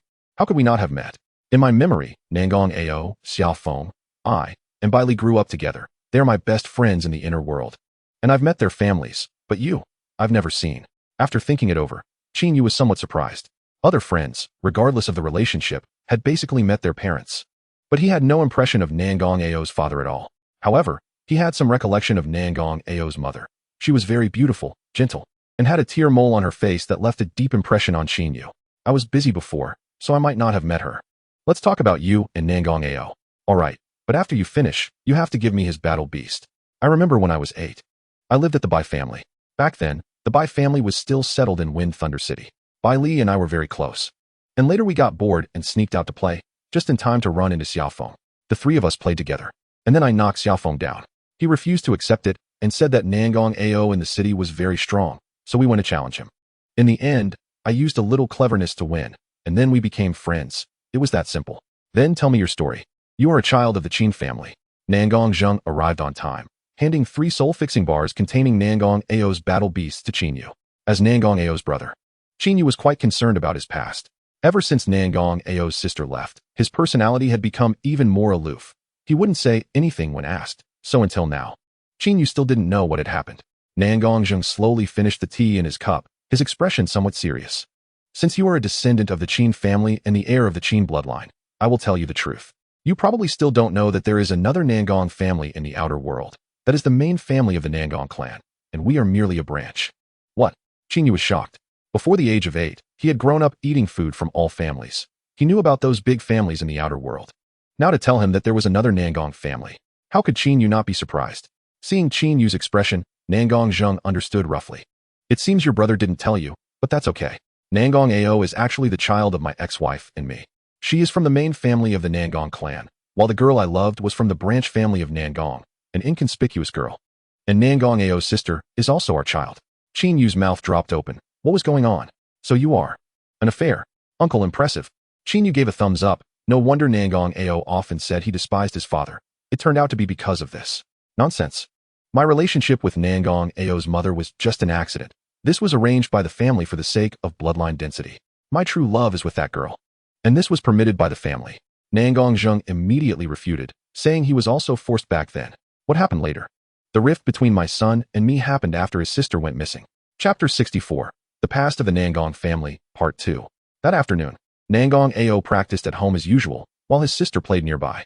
Suddenly, Nangong Zheng brought in a group of unknown people, starting a gathering and taking most of the elders in the family to celebrate, though no one knew what was being celebrated. While practicing in the courtyard, Nangong Ao finally created his own Yuan spirit technique, the 100 Shadows 1000 Kills formation, and immediately shared the good news with his mother. His mother looked at Nangong Ao with a blank expression, showing no joy, and continued with her work. You should go tell your dad. He should be happy. However, after repeated persuasion from his mother, Nangong Ao still went to his father, who was drunk. Hey, Dad, I created a Yuan spirit technique. Do you want to see it? Yuan spirit technique? Ha ha ha. What could a kid in his 20s create? Go practice properly, and don't disturb me while I'm drinking. By the way, while I was gone, did you take good care of your sister? She's my precious little meatball. If I find out you upset her, don't blame me for being rude. Nangong Zheng glanced at the nervous Nangong Ao with indifference. Only when it came to his daughter did his expression change slightly. After casually dismissing Nangong Ao, he kicked back and continued drinking. Nangong Zheng's lazy attitude completely ignited Nangong Ao's anger. With a palm, he smashed his father's desk, then, fuming, left the Nangong family and went to the back mountain to relax. Over the past 20 years, Nangong Ao had seen his father only a handful of times, and their conversations were even fewer. Every time they met, his father's eyes were always on his sister, just like that. Nangong Ao didn't understand why his father treated them so differently. He looked forward to what his father would give him after not seeing him for many years. When they met, what they would say. But the higher the expectation, the greater the disappointment. Nangong Ao opened his arms, smiling brightly as he ran toward his father, hoping his father would pick him up, expecting a gift from him. His father also opened his arms, but he didn't embrace Nangong Ao. Instead, he embraced his sister beside him. In an instant, everyone's gaze focused on the father and daughter, while Nangong Ao stood alone aside, feeling despondent. I brought you gifts. Hurry and open them to see if you like them. His father placed one of the gift boxes in his sister's hands. She quickly opened the box, revealing a luxurious, exquisite, and dazzling little dress inside, making her extremely happy. Seeing his sister's joy, his father smiled along. Nangong Ao stood by, expressionless, feeling somewhat lost and embarrassed. After a while, his father finally remembered he had a son and tossed another gift box in front of Nangong Ao, saying casually, "This is yours." Then he embraced his sister, with his mother and various elders following, all happily walking into the house to start eating. Nangong Ao squatted on the ground, silently opening the gift his father had brought. At that moment, he was still happy. At least he still had a gift. Opening the box, he found a bracelet inside. An ordinary bracelet with no special features. Picking up the bracelet, tears welled up in Nangong Ao's eyes. Why was his sister's gift a delicate little dress while he, the birthday banquet's main character, received such an ordinary bracelet? Why did his father treat him so differently? Did he not belong here? Reflecting on the past, Nangong Ao felt a pang in his heart. He had never fit in with that family, even though he was the young master of the Nangong family. But whether it was his mother or the elders, no one cared about his feelings, his well-being. All he faced at home were endless urgings, urging him to practice, to eat, to sleep. It wasn't until evening that Nangong Ao slowly awakened. Suddenly, he felt a shock in his heart, sensing that something bad was about to happen. Nangong Ao quickened his pace and rushed home. His sixth sense had always been accurate. Whenever he predicted that something would happen, it would always come true. Upon reaching the front door, before Nangong Ao could collect his thoughts, the door was forcefully pushed open by someone. Several strong men, their faces covered, rushed out of the Nangong courtyard carrying burlap sacks. Nangong Ao couldn't dodge in time and was knocked to the ground. Watching the strong men flee, Nangong Ao was a bit dazed. How did these robbers get past the Nangong family's defenses? What about the elders inside? Soon, his mother's voice snapped Nangong Ao out of his reverie. Quick, your sister has been kidnapped. Hurry and save her. It's human traffickers. They've taken your own sister. Nangong Ao immediately got up and chased after the direction the traffickers had fled, activating his soul power as he ran. Golden lightning crackled in his hands. The moment he spotted the traffickers, he unleashed the golden lightning. The lightning surged forward, growing larger and more imposing, like a hungry lion charging toward its prey. One of the traffickers threw down the burlap sack in his hands, turned around, and also activated his soul power. A wall of earth, as thick as a city wall, rose up in the center to block the golden lightning and obstruct Nangong Ao's pursuit. Oh yeah, finally caught the son of thunder. Let us get out of here. The traffickers quickly resumed their retreat outside the city. Damn it. With that towering wall of earth, if I go around here, they'll get away. Nangong Ao gritted his teeth, gathering his soul power in his fists. He punched the wall of earth fiercely, again and again. Even with the protection of his soul power, his fists were still not as hard as the wall. Although he quickly punched through it, his hands were left with numerous injuries. Ignoring his bleeding hands, Nangong Ao continued to chase after the traffickers. Clearly, Nangong Ao's strength was inferior to the traffickers, and he was much slower. Even when fully enhancing his legs with soul power, he still couldn't catch up to the fleeing traffickers. That kid is really persistent. We can't let him see our group. You guys go ahead. I'll hold him off. The traffickers quickly noticed the determined boy following closely behind. The one who had just created the wall of earth volunteered to stay back to deal with this stubborn kid. All right, move quickly, the leader of the traffickers agreed, taking the burlap sack from the other's hands and continuing to retreat. Kid, let me have a go at you. The trafficker surged forward, his body radiating with earth elemental power as he charged at Nangong Ao. Chapter 65, The Past of the Nangong Family, Part 3. Seeing the man charging at him, the hot-blooded Nangong Ao showed no sign of retreat. Golden lightning erupted all over his body as he charged at the trafficker. The golden lightning clashed with the reddish-brown rock of the trafficker, but unfortunately, their powers were not on the same level. The trafficker's fist struck Nangong Ao's face, sending him flying. Is that all you've got? The trafficker hovered in midair, looking down mockingly at the fallen Nangong Ao. Don't worry, I haven't even used my true abilities yet. Nangong Ao was well aware that he was just being stubborn. The power gap between them was vast. He was no match for that man, and with the elemental disadvantage, he had no chance of winning. Nangong Ao's mind raced as he fused with his battle beast, Thunder Yen, and then sat cross-legged to channel his soul power, aiming to unleash the deadly move he had just learned, the 100 Shadows 1000 Kills formation. Unfortunately, the opponent didn't give him any time to execute it. The trafficker also fused with his battle beast, and a massive rock body suddenly descended from the sky. Nangong Ao's small body was utterly defenseless against such a gigantic meteor. Nangong Ao suffered a crushing defeat. This was the second time he had been utterly defeated in his life. The trafficker brushed off the dust from his clothes and didn't even bother to look back at the boy lying on the ground. The boy's strength was too weak to be his opponent. Their battle attracted the attention of many citizens, including a young boy named Kwang Yi. Ignoring everyone's attempts to stop him, Kwang Yi insisted on shoving a soul-gathering pill, which he had painstakingly saved up for, into Nangong Ao's mouth. After consuming the pill, Nangong Ao quickly regained consciousness and glanced at the girl who had saved him. She was very beautiful, but unfortunately, he was too blinded by anger to clearly see her face. I will repay you for the pill. You can come find me at the Nangong family. Nangong Ao's heart raced, and his mind spun quickly. His strength was too weak. He was no match for those traffickers. He needed to find some help, and his idiot father was still drunkenly asleep, making him feel an impulse to kill him. However, he knew it wasn't the right time yet. Since no one could help him, he would have to improve his own strength. But what could he do to elevate his power several levels in such a short time? Suddenly, Nangong Ao thought of the monster in the basement. Without any hesitation, he ventured alone into the basement of the Nangong family. This was a forbidden area. Under normal circumstances, no one was allowed to enter here, and it was Nangong Ao's first time coming in personally. The basement was small, and upon entering, he saw a yellow, semi-transparent, humanoid battle beast. Surrounding it were 4 pillars, each covered with deep and incomprehensible inscriptions. Thick iron chains, thicker than Nangong Ao's legs, bound the battle beast to the four pillars. The elemental power in the basement was abundant, with golden particles visible everywhere, proving this fact. Kid, you are a descendant of the Nangong family? A mysterious voice entered Nangong Ao's mind. He looked at the battle beast in confusion. It hadn't moved at all. Who was speaking? Don't look around, kid. It's me. This is telepathy. I am the ancestor of thunder and lightning, Chong Liang. What is your name? My name is Nangong Ao. Senior, can you help me? My sister has been kidnapped, and I want to increase my strength. Without any hesitation, Nangong Ao knelt before the battle beast, completely prostrating himself. Blood of Ao Xing flows within you, yet you are just a waste.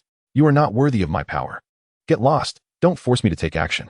The voice of the battle beast was authoritative and terrifying. Although it was sealed here, it could easily kill the boy before it. Upon hearing the word sister, a hint of warmth appeared on Chong Liang's face. You want my power? But it's not that simple.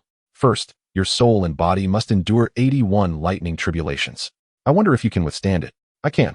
Nangong Ao's tone was exceptionally firm. As long as he could gain power and save his sister, he could endure all the pain. The 81 lightning tribulations are not ordinary tribulations. Chong Liang hadn't finished speaking when Nangong Ao interjected. I can do it. Please, senior, believe in me. His tone remained resolute, showing no sign of wavering. Chong Liang raised his head, looking at the determined Nangong Ao, and sneered, as expected of a descendant of Ao Xing. As long as you promise me one thing, I will help you. Say it. Ha ha ha ha. I, Chong Liang, am finally back in the world. Kid, come sit in front of my formation. You must always remember my request. I won't be able to help you much after this, so use my power wisely. Nangong Ao sat down in front of Chong Liang. With a thought, Chong Liang made the four stone pillars shake violently, and the iron chains binding him slowly broke. Golden lightning surged crazily into Nangong Ao's forehead. Ah!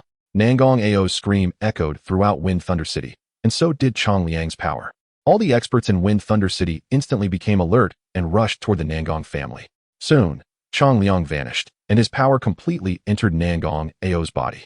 Nangong Ao's physique suddenly enlarged several times, growing tiger-like fur, whiskers, teeth, mouth, and even his entire face transformed into that of a tiger.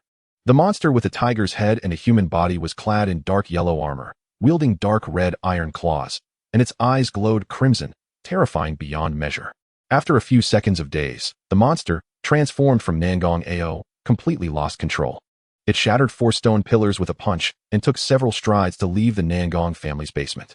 The soul sitting on the floating stone also began to endure the baptism of lightning, with bolts growing thicker striking down on Nangong Ao's soul.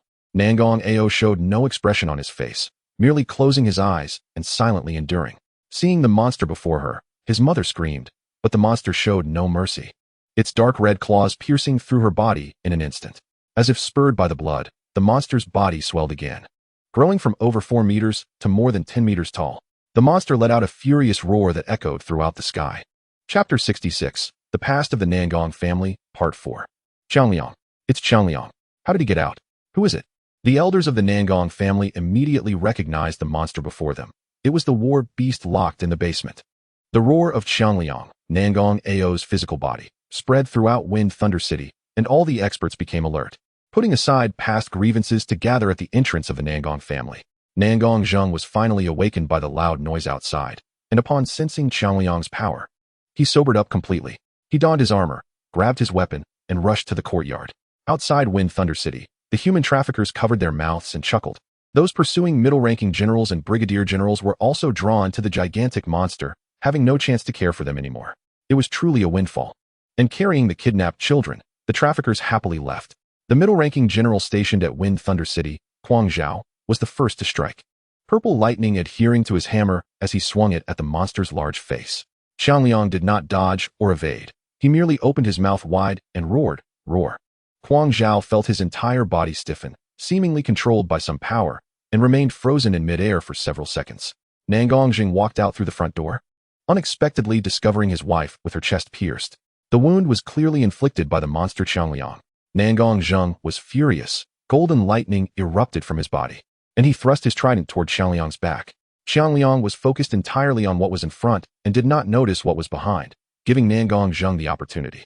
His trident plunged into Qiangliang's back, causing Qiangliang to howl in pain. Qiangliang finally stopped holding back, grabbing Nangong Zheng's body and violently throwing him down. Nangong Zheng fell to the ground, creating a large pit. The elders of the Nangong family quickly surrounded him, lifting the family head, Nangong Zheng, to safety. Nangong Ao. Nangong Zheng gritted his teeth, spitting out those 3 words in rage. Huh. The elders were all extremely surprised. No one expected that the one who released Xiangliang was actually the eldest young master of the Nangong family. That brat must be out of his mind to make a deal with Xiangliang. Nangong Zheng's words attracted Kuang Zhao's attention. So he made a deal with Xiangliang? Nangong Zheng was furious, but there was no time for them to chat on the battlefield, as Xiangliang's attacks came one after another. After enduring 70 bolts of lightning, Nangong Ao's soul power was nearly depleted, and he could only rely on his own soul to withstand the next 11 bolts. Nangong Ao continued to sit upright, waiting for the lightning to strike. Kid, why not just give up? I'm already surprised you've lasted this long. At your current physical state, you don't need 11 bolts. Even one would scatter your soul. Xiangliang's voice echoed. He could control 81 bolts of lightning, and if Nangong Ao said no, he could immediately stop. However, Nangong Ao also couldn't complete the trial left for him. No, continue. Nangong Ao gritted his teeth, enduring the lightning strike. Following that, the 72nd and 73rd bolt struck, and Nangong Ao held on. At the 80th bolt, the dark clouds dispersed, and Xiangliang's voice came again. Kid, you've passed my trial. The next 2 bolts will be the sum of all the previous ones. You won't be able to withstand them. Although I can't guarantee you'll quickly enhance your strength. With my help, your future cultivation will be much faster. Oh, what happens if I endure the last 2 bolts? Nangong Ao's voice was somewhat weak. He could feel his soul reaching a critical point. Whether he could withstand the last 2 bolts was left to fate. Of course, your power will significantly increase. Fully inheriting my power as the Thunder Ancestor, Xiangliang said proudly. However, over the millennia, only the last master, Ao Xing, has managed to withstand these 2 bolts. Nangong Ao clutched his chest, feeling somewhat tempted. What is different about your power? If you perfectly inherit my power, then the prefix of your elemental spirit techniques will all change to Thunder Ancestor. I shouldn't have to explain the meaning of that, right? TCH. What is the difference from my Golden Thunder? Nangong Ao scoffed. It was just a change of prefix. What could be different? Xiangliang was speechless, if not for this prefix. Why would you inherit my power? Besides, I am the ancestor of lightning. Your Golden Thunder is just a part split from me, all branches of the Thunder Ancestor. The prefix of elemental spirit techniques determines their type. For example, Nangong Ao's Golden Thunder and Kuang Zhao's Purple Lightning have different effects. Then there are still 2 bolts left. Bring it on. I can take it. Nangong Ao was extremely confident. Although the probability was small, he knew that once he inherited this power, his strength would absolutely leap qualitatively. Nangong Ao was willing to take the gamble. All right, I won't stop you. This is your choice. After saying that, the sky once again filled with dark clouds, and the 80th bolt of lightning was gathering power. In reality, Xiangliang had already begun a massacre. Those with only school-level strength could not withstand the lightning summoned by Xiangliang. All the experts in Wind Thunder City were either dead or injured. The most severely affected were the Wu family. All 15 school-level experts they sent were killed by Xiangliang, leaving only Brigadier Wu Chao alive. Other families also suffered heavy losses. With over half of their experts dead or injured, the support from the world government had yet to arrive, leaving everyone feeling cold inside. However, Xiangliang's condition was not particularly good either. After Nangong Ao withstood the 75th bolt of lightning, his body began to shrink gradually. The previous height of over 10 meters was now reduced to just over 6 meters, nearly halving. Moreover, his strength weakened significantly with his size, and his once impenetrable skin was cut by others, while the iron claws on his right hand were broken, blood covering his entire body. Monster, take this strike of Thunder Hammer. Old Master Kuang swung a powerful hammer horizontally. Brat, watch me kill you. Nangong Zheng raised his trident and charged furiously at Nangong Ao. Just as the trident was about to stab into Nangong Ao's body, a youth about the same age as Nangong Ao, clad in golden armor and stepping on golden clouds, appeared, effortlessly catching Nangong Zheng's attack with just 2 fingers. Nangong brother, don't be impulsive. Nangong Ao has inherited the power of the Thunder Ancestor. I shouldn't have to explain the rest. After the youth spoke, everyone trembled, feeling even greater intimidation than from Xiangliang. I understand, Nangong Zheng said unwillingly, looking at his son with mixed feelings. With the youth's intervention, this farce finally came to an end. Chapter 67, The Eve of Battle. After the story was finished, Nangong Zheng slowly drank the tea in his cup. Qin Yu listened with some fascination, not expecting that Nangong Ao had concealed such a significant story. After a brief moment of thought, Qin Yu asked the first question. Who is the youth you mentioned? Is it my brother? Yes, that is correct. I believe you came here to read this book. Saying this, Nangong Zheng took the blue-covered thick book that Qin Yu had previously set his eyes on from the shelf. Nangong Zheng did not disturb Qin Yu, who was seriously flipping through historical books, but quietly sat aside to brew and drink tea. The first page of the thick blue book prominently stated, Nangong, descendant of the Thunder Ancestor. After about an hour, Qin Yu had flipped through the entire book that recorded the history of the Nangong family from its establishment to the present. This book was incomplete. Qin Yu felt somewhat disappointed, as many events recorded in it were only fragmentary. Moreover, there were many characters that Qin Yu could not understand, likely remnants of ancient script. Indeed, this book was indeed incomplete. If you want to see the complete version, you would have to look for it at the Nangong family in the outside world. However, I believe that after reading this book, you should be able to confirm one thing. Nangong Zheng brought the freshly brewed fine tea to Qin Yu. Well, the Nangong family is also one of the member families of the Sunlight Empire, and the guardian battle beast is the Thunder Ancestor Qiangliang. So I won't be polite and will take Nangong Ao away. After finishing his words, Qin Yu drank the tea in one gulp, as if he were drinking beer. Watching Qin Yu drink so heartily, Nangong Zheng couldn't help but feel a bit pained. Such good tea was not being savored. Well, I have no objections. But I still need to remind you, be careful of the Nangong family in the outside world. I have already severed ties with them, and they may not be as easy to talk to as I am. What do you mean? Qin Yu, who had originally decided to leave, suddenly stopped and looked at Nangong Zheng with fierce eyes. Just after he finished speaking, Qin Yu's sword was at Nangong Zheng's neck. You have heard the story just now. We have grievances. However, out of respect for your brother in your face, I did not kill him before you came. Now I want to avenge my wife. Please give me a chance. Nangong Zheng was not afraid at all, and continued to sip his tea expressionlessly. For all these years, he had never stopped thinking about revenge, wanting to personally behead his own son. However, the descendants of the Qin family had not appeared for a long time, and he could not make a move, nor did he dare to. Don't you think all of this is caused by yourself? Nangong Ao is your biological son. You should know how you treated him. You also said that you were drunk that day, which led to your daughter being abducted without timely intervention. This is your own mistake. Qin Yu's voice was cold. Nangong Ao was his brother. Since there was an enemy in front of him who declared he wanted to kill Nangong Ao, Qin Yu could not let him live, even if this person was Nangong Ao's biological father. I have also been thinking about this for many years. At that time, the defending generals of Wind Thunder City were all our friends, all allies of the Nangong family. With their strength, how could they not stop those traffickers? I don't believe it. But why couldn't they stop those traffickers? It was all because of that brat Nangong Ao, who made some deal with Qiangliang at such a critical moment, causing his physical body to be uncontrollable. With a snap, Nangong Zheng crushed the teacup in his hand, feeling that he was in no way at fault. Truly hopeless. However, with your current strength, you should not be a match for Nangong. Do as you wish. Qin Yu was left speechless. This was indeed an unexpected situation. Wasn't Nangong Ao also desperate to save his sister, and had to resort to such a tactic? Don't worry. I won't make a move now. I know my strength. In the future, when I have the chance, I will find him. Take this too. Nangong Zheng threw a golden spear, which was engraved with a golden lion head and inscribed with profound thunder element runes. Qin Yu took the spear and stored it in the Imperial Dragon Ring. Qin Yu transformed into a wisp of purple smoke and vanished. It was better for Nangong Ao to resolve the matters of the Nangong family himself. However, Qin Yu really wanted to punch this man. Wasn't Nangong Ao also his son? Even if he was born from a woman he did not love, Nangong Ao was still his own flesh and blood, right? Back at the Kuang family's courtyard, Xia Feng and the others had been waiting in the yard for a long time. Let's introduce ourselves. My name is Qin Yu, your future boss. From now on, just call me Brother Yu. Qin Yu changed his usual demeanor, losing his previous playful attitude, and spoke seriously to Kuang Shao. Kuang Shao looked confused. Who was this person wanting to be his older brother right upon arrival? As a young man full of vigor, Kuang Shao was naturally unwilling. Why should he? Who did he think he was? Kuang Shao, be a bit more polite. Do you still want to save your sister, Kuang Leijiao? Old Master Kuang spoke. Mentioning Kuang Leijiao, Kuang Zhao's whole demeanor drooped. For her sake, he endured. Let's quickly draft a battle plan. Kuang Leijiao is currently held at the Beast Market. Tomorrow, you go there directly, and I'll go to the Colosseum to rescue Nangong Ao. Whoever we encounter, we take down. Then we regroup here. Do you understand? Qin Yu's plan was straightforward. Anyone who heard it couldn't help but praise him as a tactical genius.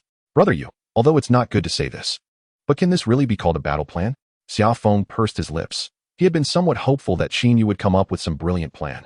After all, after knowing him for so long, it was the first time Qin Yu actively mentioned the words battle plan. Well, this is the result, right? As expected. Just as Xia Feng predicted, it's the same as having no plan at all. When the boat reaches the bridge, it will go straight, go with the flow. That's the best plan. I'm really not happy right now, so don't make me beat you up. Qin Yu's serious expression did not diminish at all. After all, he had just learned that Nangong Ao actually had such a father. Who could not be angry? Xiaofeng was speechless. Let me arrange it. To reduce your troubles, I will host a banquet tomorrow inviting Major General Xiaofeng and Bai Li, as well as Major Wu Chao, to dine together.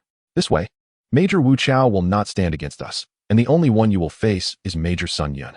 With this arrangement, I believe Major Xiaofeng and Major Bai Li will not have to rack their brains over it. Old Master Kuang, being the only adult here, had long thought of a plan and arranged everything. Hearing Old Master Kuang's plan, Xiaofeng and the others nodded frequently. Tomorrow, a large-scale battle is bound to occur. The two affiliated with the world government cannot just stand by and do nothing. If others see it, they will be talked about. All right, I don't care. The meeting is dismissed. Qin Yu waved his hand, and everyone dispersed. Old Master Kuang took Qin Yu to his room. Bai Li let out a sigh of relief. He did not know what Brother Yu had gone through, but he seemed very angry. However, it was also good. He should have forgotten about the matters in Wind Thunder City. After tomorrow, I will take them away. You guys should act early as well. Although Brother Yu usually seems carefree, it doesn't mean he isn't smart. It was only a matter of time before he figured it out. Xiaofeng nodded silently. But he also had to thank Qin Yu for causing trouble in Wind Thunder City, as it gave him time and opportunity to investigate the Nye family.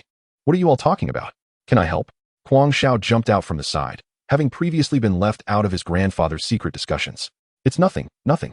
After the battle tomorrow, just follow Brother Yu. You should rest early. Xiaofeng immediately spoke, trying to play it off with Kuang Shao. This matter must be kept from this young master. Kuang Shao didn't think much of it, nodded, and thought he needed to sleep well for the battle tomorrow. Chapter 68. Hu Yen Yu Qiu.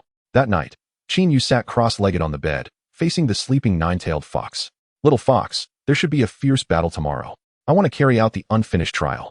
Seeing this fox eating and sleeping and eating, even at such a critical moment, Qin Yu was filled with irritation. He grabbed the fox's body with both hands and shook it vigorously while calling its name. All right, stop shaking. Finally, with Qin Yu's relentless efforts, the little fox successfully woke up. Little fox, I want to conduct the trial again. When dealing with that strange beast before, Qin Yu had attempted to use the power of heavenly fire. Such a powerful fire elemental energy was more than 3 times the strength of his own power. If he could perfectly inherit this power, his strength would surely soar several levels. All right, you can come in. The little fox lay on the bed, exposing the formation on its belly. Qin Yu was not polite and immediately activated the spell to enter the unfinished trial of fire. Soon, Qin Yu's physical body lay on the bed, falling into a deep sleep, while his soul entered the trial of fire. It was just like last time. Still a sea of flames. The blazing fire excited Qin Yu. As long as he crossed this river, he would be able to master the power of heavenly fire. At that moment, heavenly fire slowly emerged from the sea of flames, hovering in front of Qin Yu. Heavenly fire resembled a lion-like fire elemental battle beast. Its entire body enveloped in blazing flames, but in the state of a soul, Qin Yu could not determine what kind of battle beast it was. Today's trial was the same as before, but I suggest you all practice for a while and then check out the trials of other elements. This is not a one-by-one process. You can absorb a little power from each elemental trial first. The voice of heavenly fire came softly. Qin Yu was taken aback, staring blankly at the equally bewildered Hualong. So it can be done this way. I suggest you check out the lightning elemental trial first. After all, besides fire, lightning has the strongest destructive power. All right. After saying that, Qin Yu jumped down, directly diving into the sea of fire in front of him. With the experience from the last time, Qin Yu was much more careful this time. Besides using soul power to shield himself, his soul sea was almost in an outward opening state, in order to better absorb the power of heavenly fire. Seeing this, Hualong also jumped down after Qin Yu. But he was still as itchy as last time. However, the words heavenly fire had already quietly appeared on one of his dragon scales. The lightning element, besides the fire element, is the most destructive among the 9 elements. With 2 elements now, Qin Yu's combat methods would become even more diverse. Qin Yu continued to practice until dawn before exiting the training space, stretching lazily. He planned to wash up and get ready for bed. Moving the woman lying on him aside, Qin Yu got out of bed, put on his slippers, and walked out of the room. There's a woman in my bed. Where did she come from? She seems to be naked. Qin Yu's heart raced. He had never seen a naked opposite sex before. And some not-so-good thoughts popped into his mind. Carefully opening a crack in the door, he peered through, and indeed, there was a naked woman lying on his bed. Could this be the legendary flower thief? No wonder a refined, handsome man like me is so rare in this world. But when did this girl set her sights on me? I usually wear a mask and a cloak. While Qin Yu was pondering, Bai Li appeared before him. Brother Yu, why are you sitting outside so late? Huh? Qin Yu realized that he had unknowingly sat on the ground while peeping into his room. Feeling embarrassed, he scratched his head, quickly stood up, and brushed off the dust from his clothes. Nothing much, just came out to wash up. I was just practicing and got all sweaty. Oh, then you should go to bed early. We have to move tomorrow, don't sleep until noon. Then let us move at noon. It's late, as a girl. You should go to bed earlier. Staying up late is bad for your skin. Hurry and go to sleep. Qin Yu was so startled by Bai Li's sudden appearance that he broke out in a cold sweat, immediately looking for an excuse to get her to leave. All right. Are you hiding something from us? Bai Li stared seriously at Qin Yu. Their years of friendship allowed her to see that something was off with him. No. What do I have to hide from you? What about you? Are you hiding something from me? Qin Yu suddenly asked seriously. I've told you everything I can tell you. Do you want to hear some of the little secrets of girls? Facing Qin Yu's counter-question, Bai Li was unfazed. The naked woman was still lying on his bed, and at this moment, Qin Yu remembered that there was also a nine-tailed fox with him before. To prevent the woman from catching a cold, Qin Yu covered her with a blanket and started looking for the little fox. Little fox, where are you? Little fox. Qin Yu called out softly while tiptoeing around, each step careful so as not to wake the woman on the bed. Just as Qin Yu was fully focused on searching for the little fox, a woman's voice came from behind him, startling him so much that he shivered. Don't look for me. I am the little fox. That is my other soul body. Qin Yu looked up and saw a stunningly beautiful woman standing naked in front of him. Countless wicked thoughts flashed through his mind, and inadvertently, his lower body reacted. Hello. Qin Yu awkwardly greeted the woman. Hello, my name is Hu Yen Yu Qiu. I am Qin Zhao Shadow, but now I should be your shadow. You can ask me anything you don't understand. Hu Yen Yu Qiu's voice was pleasant and magnetic, and Qin Yu felt that she looked familiar, as if he had seen her somewhere before. Oh right, in my dream. You are the one who appeared in my dream. Qin Yu was shocked, looking incredulously at the woman before him. What nonsense are you talking? Don't you have any questions to ask me? A hint of blush appeared on Hu Yen Yu Qiu's face. You seem to be not wearing clothes. If you don't mind, you can wear mine first. Although they are all men's clothes, I prefer unisex styles, so girls can wear them too. Facing the goddess from his dream, Qin Yu was somewhat flustered. The woman thought for a moment and nodded. Okay. Qin Yu immediately took out a pile of clothes from his spatial ring. His spatial ring was much larger than ordinary ones, so all sorts of things were stuffed into the Emperor Dragon ring. The woman casually picked a set of clothes and put them on, and from the moment she started choosing clothes, Qin Yu turned his head away, trying not to see her naked body. You say you are my shadow? Yes, if you need help in the future, just ask. I'll go through fire and water for you without hesitation, Hu Yen Yu Qiu said firmly. No need to be so serious. You should be sent by my brother to protect me, right? From now on, we are friends. Just do what you want. You don't have to obey my every command. Qin Yu hurriedly waved his hand. He hated that kind of master-servant relationship the most. The Qin family and the Hu Yen family had always had countless connections, and Qin Yu knew a bit about it. Strictly speaking, even if the master ordered the shadow to die, the shadow would obey without hesitation because their genes were inscribed with the words that obey the descendants of the Qin family, which was precisely what Qin Yu disliked the most. Friends, huh? Then I want to sleep now. Can I go to sleep? Hu Yen Yu Qiu tentatively asked. When Qin Yu entered the training, the door of the training formation had to be open. To maintain the formation, Hu Yen Yu Qiu had consumed a lot of soul power and physical strength, and now she just wanted to sleep beautifully. Then go to sleep. You are you. We are friends, so you don't have to listen to everything I say. You can do what you want. MHM. Hu Yen Yu Qiu developed a slight fondness for Qin Yu. As a shadow, she had no rights to act independently. Everything had to be obeyed by the master. But being around Qin Yu gave her a strange sense of security, allowing her to feel safe enough to let loose. Qin Yu scratched his head, covered the woman with a blanket, and then made a bed on the floor beside her. Chapter 69, the action begins. After covering the little fox with a blanket, Qin Yu changed his clothes and went to the hall. At this moment, most of the people were already seated at the dining table, waiting for a command from Qin Yu before they could take action. As a descendant of the Qin family, I fundamentally disagreed with this matter. But to resolve the long-standing danger in our Fenglei city, Wu Chao, as the only elder here with more age and experience than the crazy old man, inevitably spoke with an air of superiority. Uncle Wu, let us start eating quickly. Brother Yu, you guys should also hurry up and act. Xiaofeng hurriedly raised his glass and clinked it with Wu Chao's. Xiaofeng had 1,000 thoughts racing through his mind. Had he known, he wouldn't have let these two meet.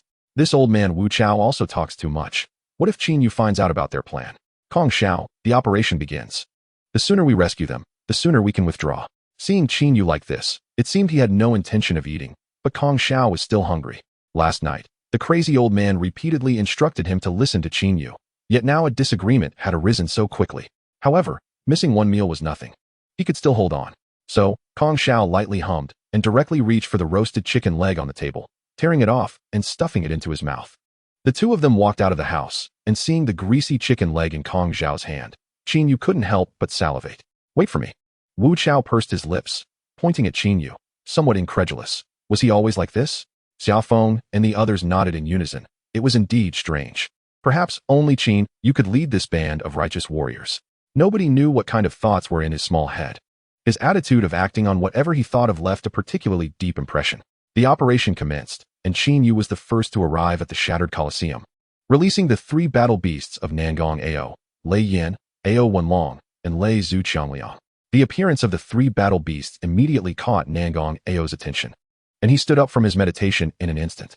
This startled the guarding soldiers. Usually, this guy wouldn't move unless he was going to fight, and today he suddenly stood up, which was indeed frightening. These shackles were made of soul-binding stones, specifically used to imprison this Beast Master prisoner. As long as the Beast Master made contact with the soul-binding stone, he could not convert his soul power into elemental power. In an instant, the soldiers became alert, raising their elemental guns, all aiming at Nangong Ao. You are not my opponents. If you don't want to die, get lost. Nangong Ao's voice was long and deep. Although not loud, it echoed throughout the underground prison. The soldiers exchanged glances, and, after a brief moment of thought, they unanimously decided to run. Nangong Ao was clearly in the mood to escape. If they stood here foolishly, they would definitely be affected. If they faced Nangong Ao directly. There were over 100 of them, but they were all ordinary people. It looked like a lot, but it was simply not enough to even be a snack for Nangong Ao. He could take them all out with just one move. Nangong Ao kicked open the big door and flew into the air. At the moment he appeared, the battle beasts rushed towards him. Having been separated from their master for so long, they had too many emotions to vent to Nangong Ao. At this time, all the soldiers had already run outside the door. Some quick-witted ones rushed to find the city lord first. These foot soldiers had no right to speak. Perhaps only the city lord could hold the power. The city lord's mansion was not far from the Colosseum, and the soldiers quickly arrived at the city lord's doorstep. City lord, Nangong Ao has escaped. The leading soldier watched as Nangong Ao soared into the sky, with three battle beasts flying towards him. His expression growing increasingly urgent, and his voice rising a few notches. What? A loud roar came from inside the room. The city lord, who was just about to take a nap, immediately stood up and rushed to the window. The sky was overcast, and a giant dragon was coiling above the Colosseum, its gaze fixed on a half-naked man inside the arena. Without needing to think, it was obvious that the man was Nangong Ao. This was a serious situation. The city lord opened the door, disregarding everything else, and directly slapped the leading soldier across the face. What are you all doing? You can't even keep an eye on a prisoner, and what use is it to come find me? I'm just a level 20 beast master. How can I fight him? Hurry up and find Major General and the others. After saying this, the city lord personally led the soldiers to Wu Chao's house. Unfortunately, Wu Chao had already been taken away by the crazy old man, and there was no one at his home. Meanwhile, in the beast market of Fenglei City, Kong Xiao was standing to one side. The once bustling beast market instantly became desolate upon seeing Kong Xiao's arrival. The moment Kong Xiao rushed in, a heavy hammer appeared in his hand, and purple lightning instantly engulfed his entire body. The surrounding soldiers, upon seeing Kong Xiao, immediately armed themselves and stood in front of the iron cage. But Kong Xiao's reputation preceded him. The soldiers trembled at the sight of the imposing Kong Xiao. Hand over the key. Activated by the power of the Thunder God, Kong Xiao was filled with strength, and with one foot stomped on the ground. He created a small pit, thrusting the hammer in front of him with a very displeased expression, standing before the soldiers. His powerful aura caused all the soldiers to slowly take a step back. No one dared to confront Kong Xiao head-on. I'll give you 5 seconds, otherwise. Don't force me to take action. Lightning coursed through the giant hammer and exploded beneath one soldier's feet. That soldier's body instantly burst apart, blood splattering onto the soldiers beside him, causing cold sweat to break out on all the soldiers. If the lightning storm exploded beneath their feet, they wouldn't be able to escape with their strength. 5, 4, 3, 2. Kong Xiao's countdown echoed throughout the beast market, and no soldier dared to step forward. If no one steps up, then I'll have to take action. The sky grew dark, and a bolt of purple lightning descended, attaching itself to Kong Xiao's giant hammer. The grand scene caused most soldiers to slump to the ground, and some of the more timid ones even lost control of their bladders. Even those standing couldn't stop their legs from trembling. Wait, young Master Kong. We're just ordinary soldiers. Here's the key. Just as Kong Xiao's giant hammer was about to come crashing down, finally, one soldier dared to step forward and speak to Kong Xiao. Taking the key and opening the iron gate, Kong Xiao finally rescued the Thunder Horn. It was unclear what Kong Xiao was thinking. Perhaps he had too much energy and nowhere to expend it. As he directly hoisted the several-ton Thunder Horn and walked towards the Kong family courtyard. One person and one beast advanced slowly, giving the soldiers a chance to notify Sun Yun. Sun Yun's home was not far from the beast market, and they arrived in just a few minutes.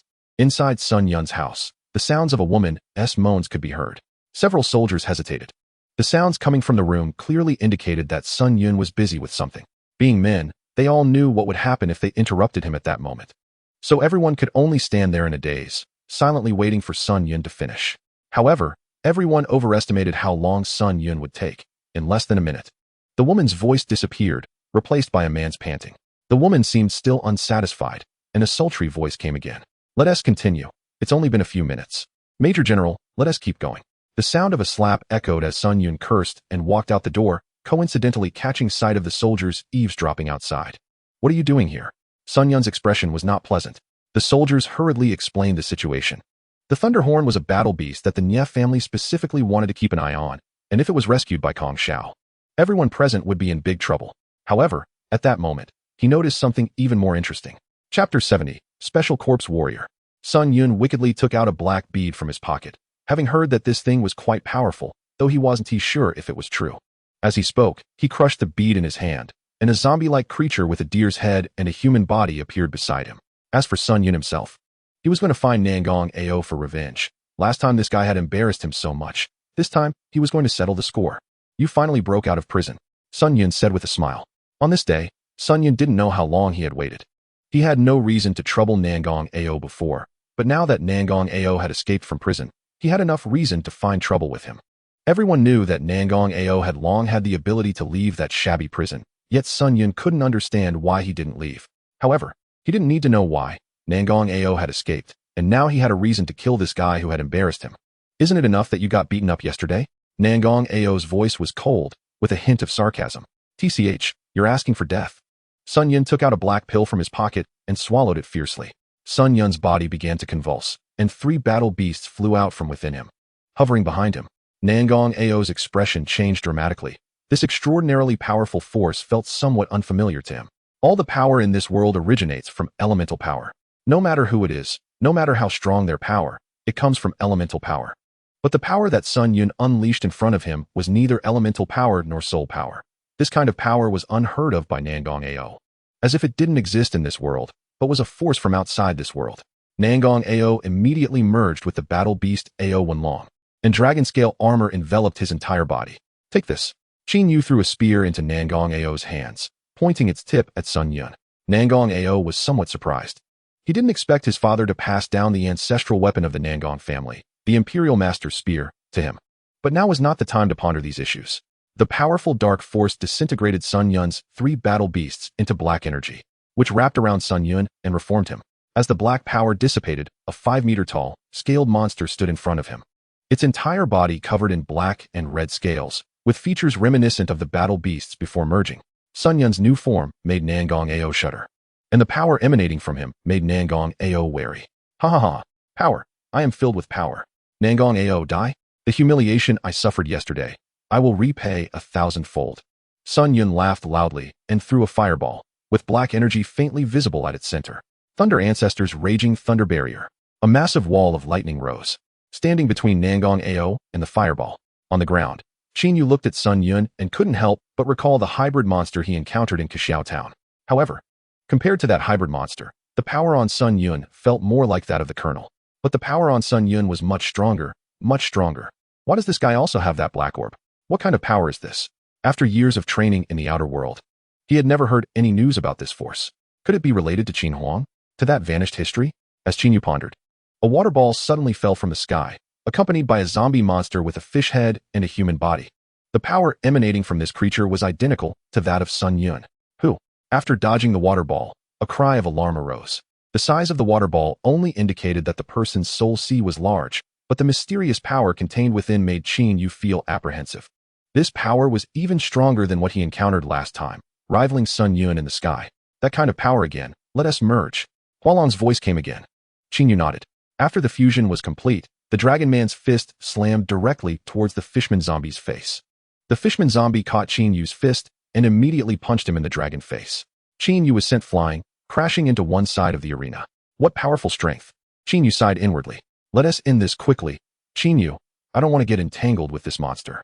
Hualong's voice trembled. For some reason, it felt fearful in front of this fishman zombie. This time, I'll use my power. This guy in front of me seems to be restrained by my elements.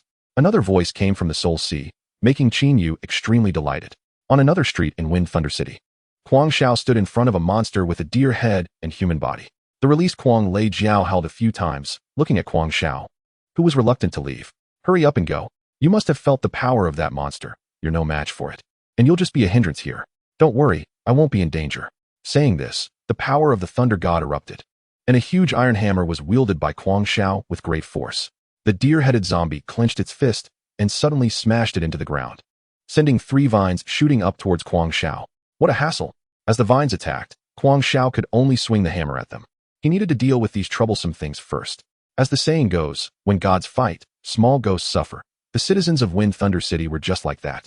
Fights broke out simultaneously in 3 places, and the power unleashed by everyone could destroy several buildings. The citizens dared not stay at home, terrified that someone might accidentally unleash a spirit technique and blow them and their houses up together. The citizens screamed and ran towards the city outskirts. While soldiers could not stop the battle between high-ranking beast tamers, they could only do their best to evacuate ordinary citizens. Those who had already reached a safe place watched the battle in the city, feeling utterly hopeless. Faced with high-ranking beast tamers, everyone was powerless and could only watch them wreak havoc in the city. Where's Major General Xiaofeng and Major Wu Chao? Why haven't we seen them? A man with a telescope suddenly shouted. He had been observing for a long time, but still hadn't seen the Major General Xiaofeng he was hoping for. Only they, as beast tamers, could stop such a scene. But where were they? I heard they seemed to not be in the city, someone said. And despair quickly spread through the crowd. Everyone could only kneel on the ground, clasp their fists, and pray to the heavens for the battle in the city to end quickly. As time passed, most of the citizens of Wind Thunder City had escaped the city, gathering outside, while the hungry battle beasts in the wild gradually revealed themselves. A wind wolf emerged from the grass, startling the crowd. Even with thousands of people outside the city, they were still frightened by this lone wolf. Everyone, don't be afraid. All soldiers, step forward and surround the citizens. We will retreat towards Thunder God Mountain. Colonel Xia Wu's voice rang out as the army he led stood in front of the citizens, surrounding them. Xia Wu's appearance gave people hope, and everyone followed the army's orders, slowly running towards Thunder God Mountain. The increasing number of battle beasts attracted more and more, and Xia Wu wielded a giant axe, cutting down several wind wolves. He didn't know what the higher-ups were thinking, starting actions without any preparations. The citizens had no time to evacuate. Xia Wu complained while slashing at the emerging battle beasts. At this moment, the Major General Xiaofeng that everyone was anticipating was holding a loudspeaker, blocking the entrance to the Nie family's headquarters with the Xia family army. Facing off against the head of the Nie family, Nie Zhao. I say, Major General Xia, you don't need to keep targeting our Nie family, do you? Look how fierce the battle outside is. Ha ha ha. We won't say anything else. You should know what business your family is up to.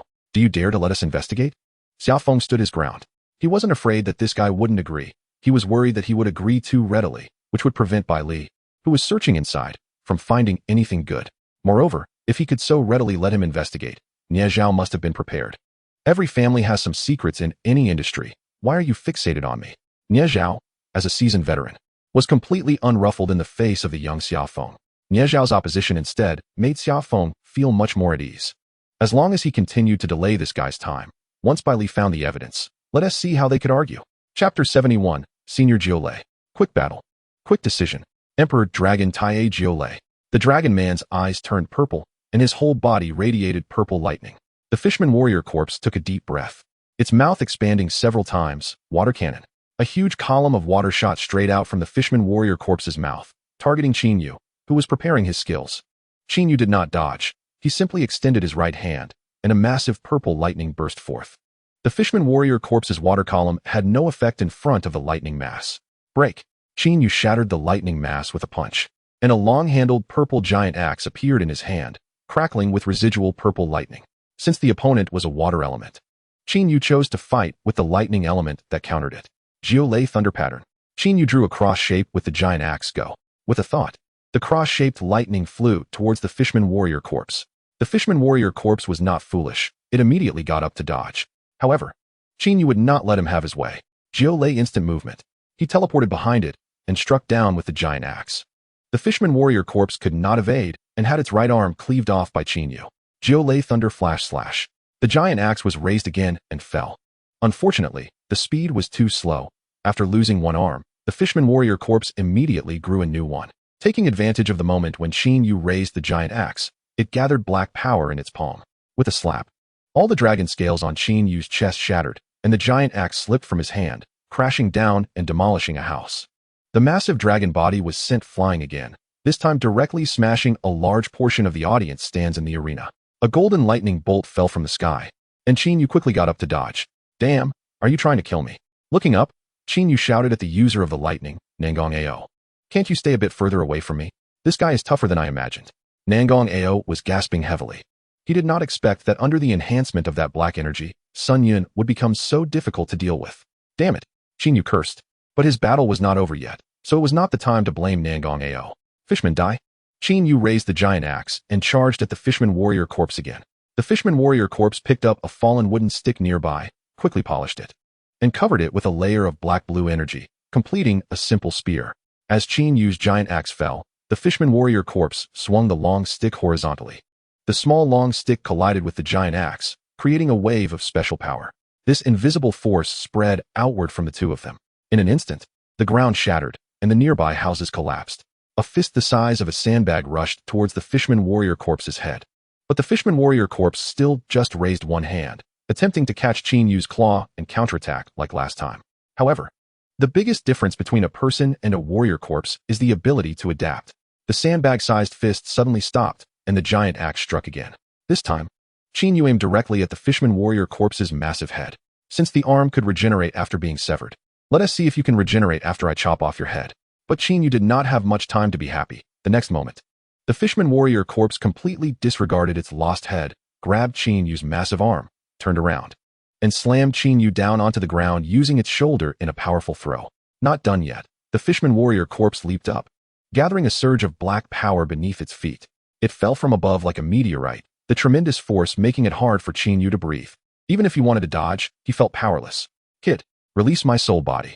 A voice came from within Chinyu. No. Hualong immediately stopped him. Senior Jiolei, your soul body is very fragile. If you are harmed, we cannot bear the consequences. Do you think you two can handle this guy? A calm voice asked. Jiolei, are you really sure? This kid hasn't passed our test yet. The voice of Tianhua came through. If we observe any longer, this kid will die. Jiolei shouted angrily. Chinyu did not hesitate and immediately unlocked the seal of his lightning element soul sea. 3 soul seas appeared simultaneously within one body, and Chinyu's body underwent another transformation. Jiolei thunder pattern tiger roar. Chinyu opened his mouth wide, and a purple fierce tiger rushed out, tightly biting the fisherman warrior corpse's body and dragging it away. Chinyu's right hand extended to his neck, purple inscriptions glowing, with a character 9 etched in lightning on his bicep. In Chinyu's lightning element soul sea, 3 soul bodies stood on a floating island, with Hualong, the owner of the physical body, sitting in the center, while on either side were Chinyu, responsible for outputting the soul sea, and a solemn purple fierce tiger. Wow, I didn't expect the senior's true form to be a battle beast. I thought it was a human. Chinyu stretched his neck, amazed. Ha ha ha ha ha, a bit disappointed? Chinyu quickly waved his hand. How could I be disappointed? Just a bit curious. When Chinyu was very young, it was determined that he was the reincarnation of Qin Huang, and he also possessed the unique bloodline of the Qin family. When he received the Tai sword inheritance, the souls of 9 battle beasts resided within him. Chinyu often felt that sometimes he was not himself, just a vessel, merely a residence for multiple soul bodies. However, those sealed soul bodies generally do not speak, only appearing to give a few pointers when he encounters difficulties. Chinyu also needed to quickly find the bodies of the seniors so that they would not have to reside within his soul body anymore. To this end, Chinyu had read most of the books in the inner world and the outer realm, but unfortunately, he still had not found any records related to these, especially concerning the specific deeds of Qin Huang. According to Chinyu's investigation, there was nearly 100 years of history, which was untraceable, and the relationship between Qin Huang and the Sunlight Empire's army was even more of a mystery. In addition to unifying the human Kuei continent, Chinyu's journey also aimed to uncover the lost century of history.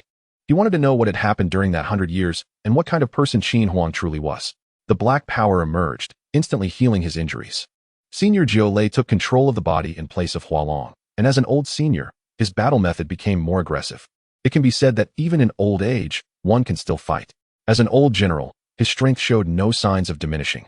The giant axe in his hand seemed to have a life of its own, successfully fending off the Fishman warrior corpse's lightning-fast attacks with each swing. To prevent this guy from recovering, the giant axe swung down again to sever its limbs. Seeing the completely immobile Fishman warrior corpse, the battle finally came to an end. Jiulei gradually faded away. Children, you still need to practice hard to master real power. This time I could help you, but next time it might not be possible. Thank you, Senior Jiulei. Qin Yu and the others bowed in gratitude simultaneously. However, Jiulei's actions were scorned by the other 8 seniors.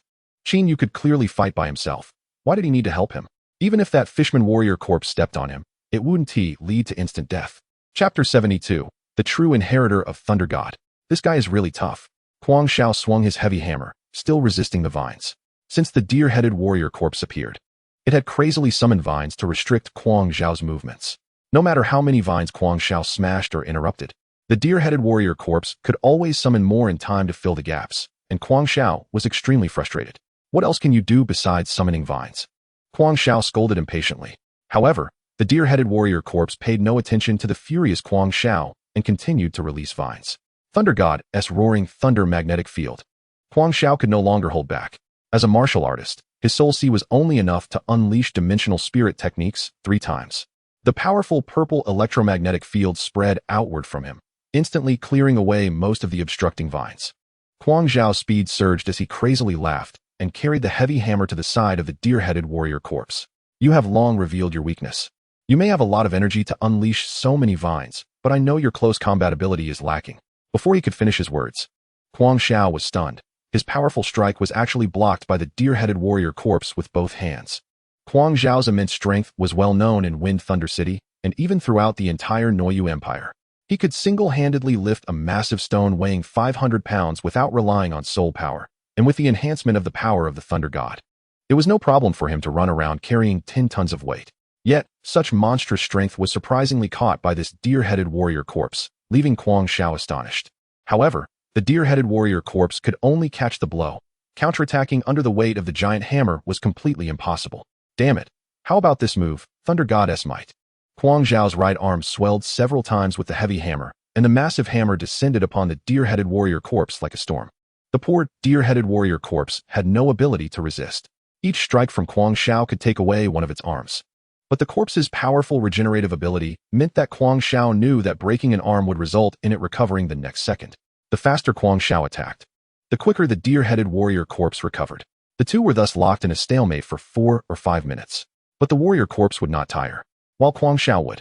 Continuous high-intensity attacks brought a wave of fatigue, and Kuang Shao could only force himself to keep attacking. He knew that if he gave the deer-headed warrior corpse an opportunity, it would be him who would be beaten down. His soul power was limited, and once suppressed, he wouldn't be able to hold on for long. Even as Kuang Shao struggled to maintain his pace, his attack speed slowed down, giving the deer-headed warrior corpse the chance to summon vines again. The vines sprang up from the ground, appearing behind Kuang Shao, and struck him several meters away. Not bad. A qualified opponent.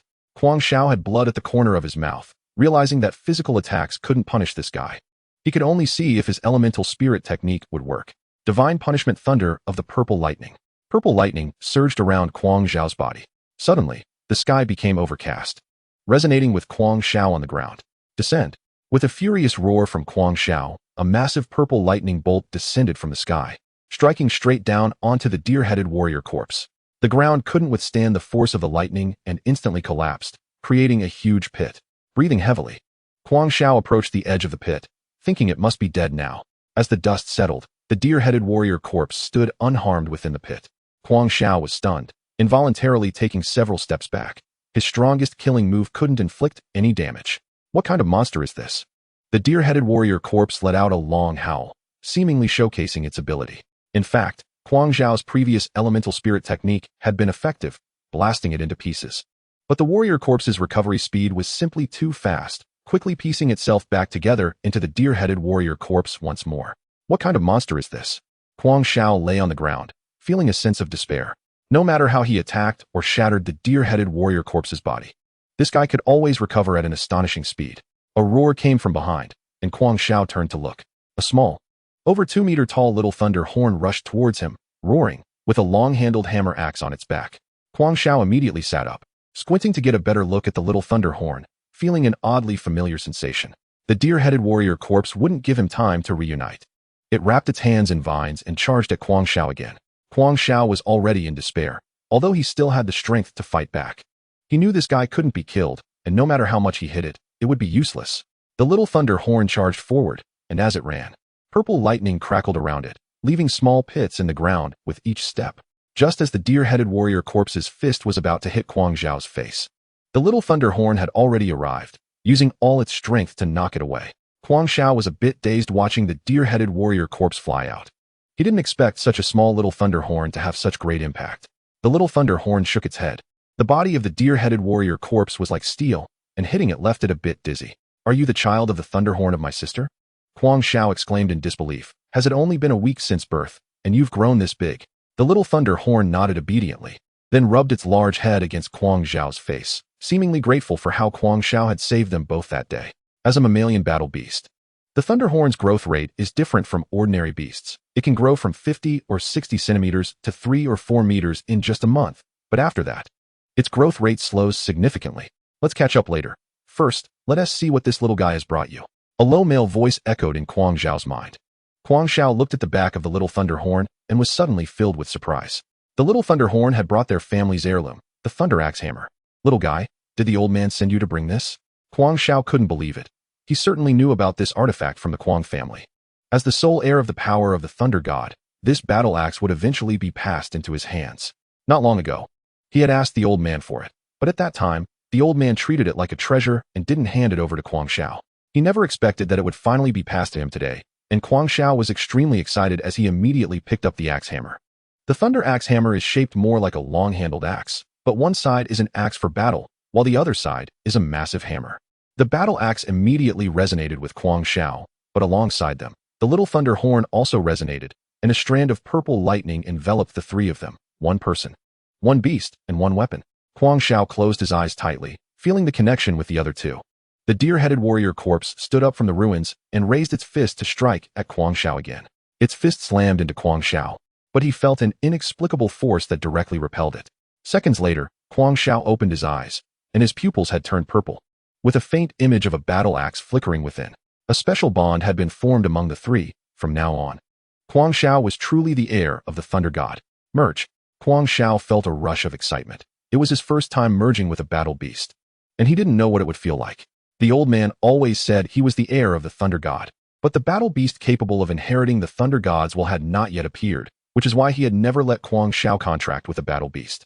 Now, with the appearance of the little thunder horn, Kuang Xiao had become the true heir of the thunder god, and he wanted to deeply feel this newly acquired power. The three merged into one, and after a thunderous explosion, a long, unique horn of the thunder horn grew from Kuang Xiao's head, with two smaller horns above his eyebrows. His muscles bulged as they did when he activated the power of the thunder god, but his skin turned dark purple, and a massive tail lay on the ground. All features of the thunder horn indicating that he had merged with the battle beast thunder horn. "Stop feeling your power. Hurry and reunite with Qinyu." The voice in his mind came again, startling Kuang Xiao. At that moment, the deer-headed warrior corpse charged at him, and Kuang Xiao swung the axe, severing the head of the deer-headed warrior corpse. Somehow, Kuang Xiao found himself picking up the deer head and running towards the arena. Who was the voice in my mind? Kuang Xiao had no way of knowing, but since it told him to find Qinyu, there must be a way for Qinyu to deal with this undead monster. Chapter 73. Qinyu's brother. Qinyu sat cross-legged on the ground, surrounded by the dismembered limbs of fishman warrior corpses he had slain.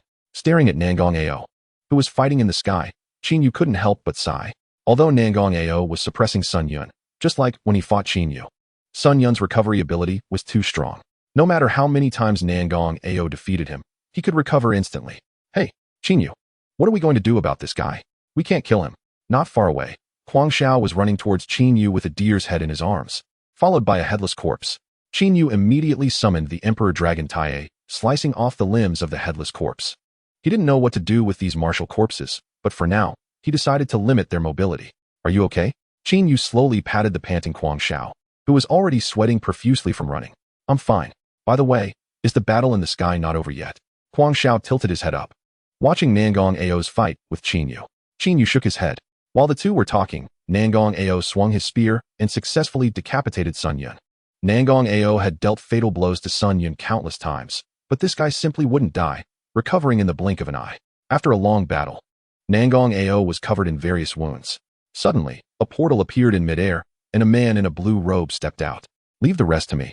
The man's voice was very deep, resembling the one Kuang Shao had heard before. General Jinbing. Upon seeing the man's face, Kuang Shao quickly took a few steps back, almost falling to the ground. "Brother!" Qin Yu also exclaimed in surprise, not expecting his brother, who had been living in the outside world, to appear here. The man ignored the two and silently approached Sun Yun. In just the time it took to speak, Sun Yun's hands were frozen into blocks of ice. Seeing his prey snatched away, Nangong Ao hurriedly shouted, "No, let me do it. All right, this should be the person my brother is looking for. I'll give you the prey next time, just bear with it for now." Qin Yu's appearance successfully calmed Nangong Ao's excitement. Nangong Ao wasn't a fool. He could tell that the man in front of him exuded a formidable power. Since Qin Yu had given him a way out, he decided to go along with it. Avoiding a deadlock, General Jinbing, Qin Xiao. "Ha ha ha, I am not the same as before," Nangong Ao proclaimed. "You think your Sun Yun's boasting is not over yet?" With a wave of his hand, Qin Xiao froze Sun Yun completely. "Shut up, you talk too much," Qin Xiao said, picking his ear with an impatient expression. "Brother Yu, is this really your brother?" Huang Xiao asked in disbelief by Qin Yu's ear.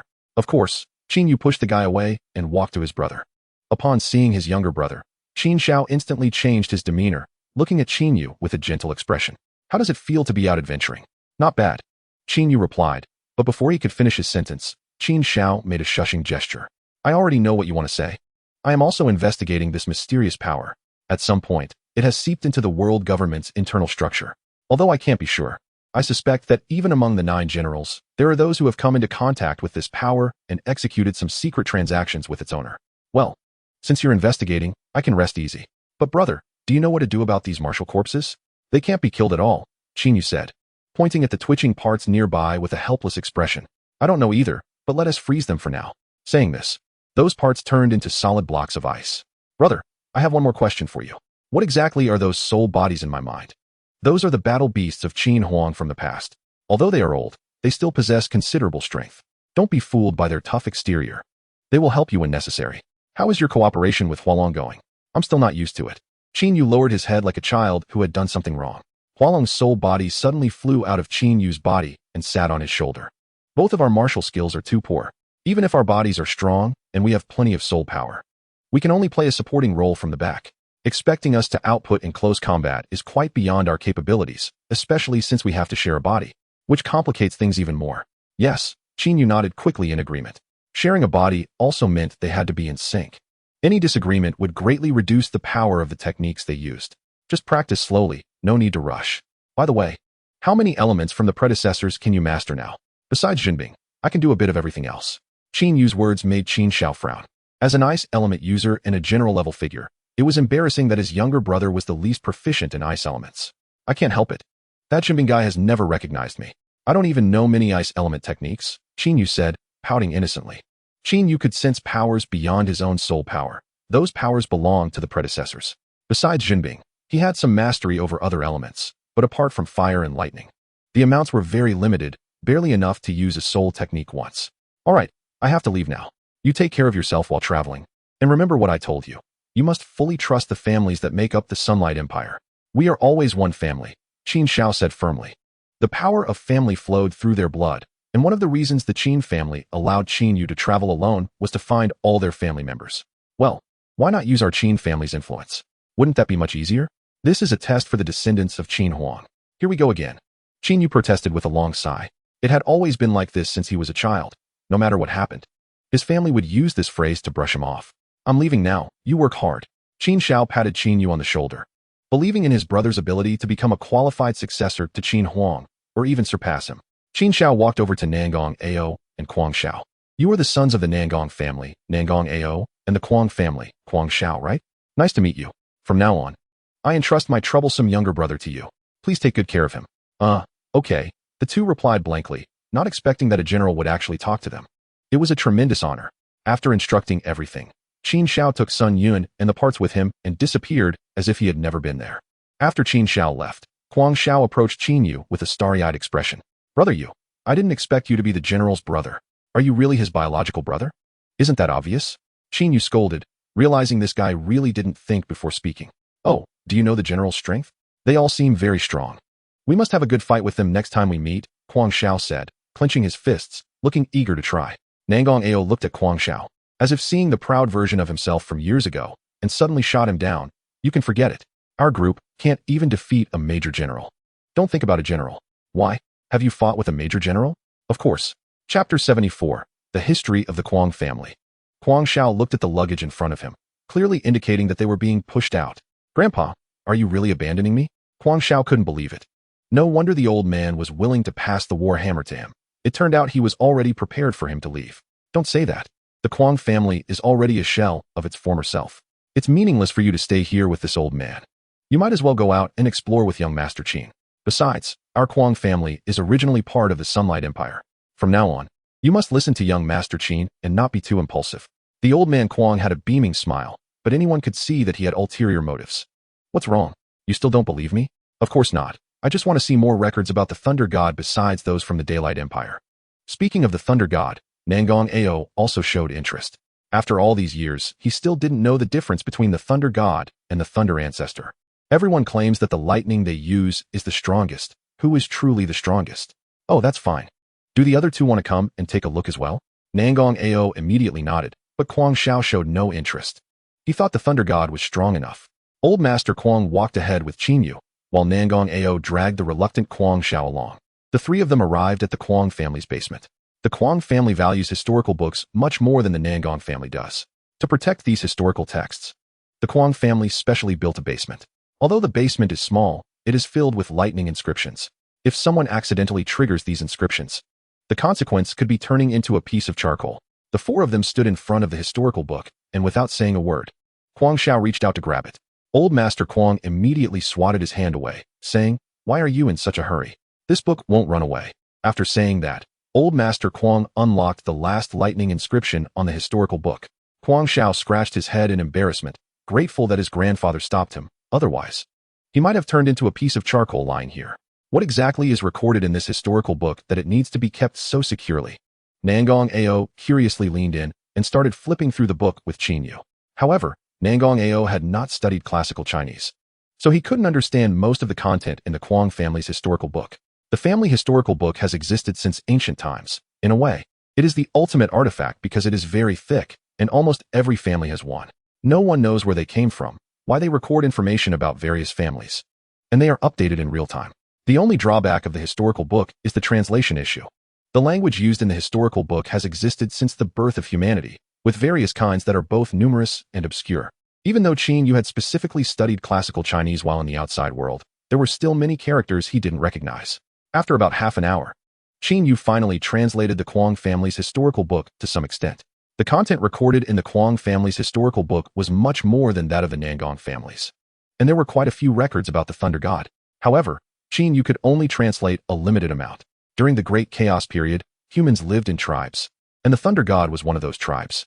The divine beast worshipped by this tribe was the Nine Thunders. Qin was shocked. Wasn't that the senior within him? The divine beast worshipped by the Thunder God. Could it be that other battle beasts are also divine beasts worshipped by certain tribes?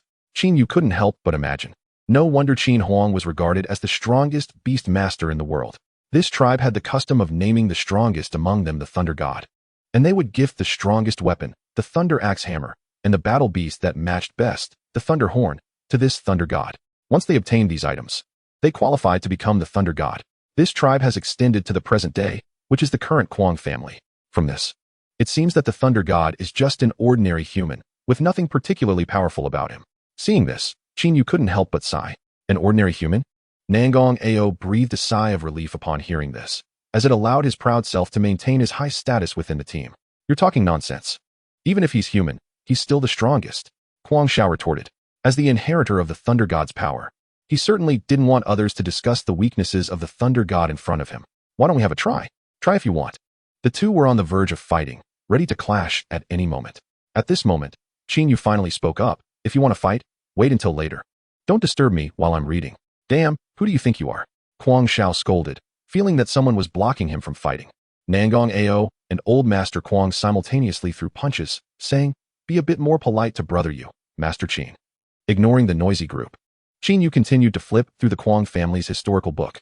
After that, it simply introduced the grievances between the Thunder God and the Wind God, but after that, Qin Yu couldn't understand anymore. However, he could confirm that the Kuang family was also one of the families that formed the Daylight Empire, and Kuang Shao was also one of the absolutely trustworthy family members. Qin Yu returned the historical book to Old Master Kuang and explained, I roughly understand the origin of the Thunder God. At that time, the strongest among each tribe was called a god. The strongest of the Thunder tribe was the Thunder God, and the strongest of the Wind tribe was the Wind God. They were primarily warriors and would only contract one battle beast in their lifetime. So, which is stronger, the Thunder Ancestor or the Thunder God? Nangong Ao asked. Still concerned about the issue of strength. That's hard to determine.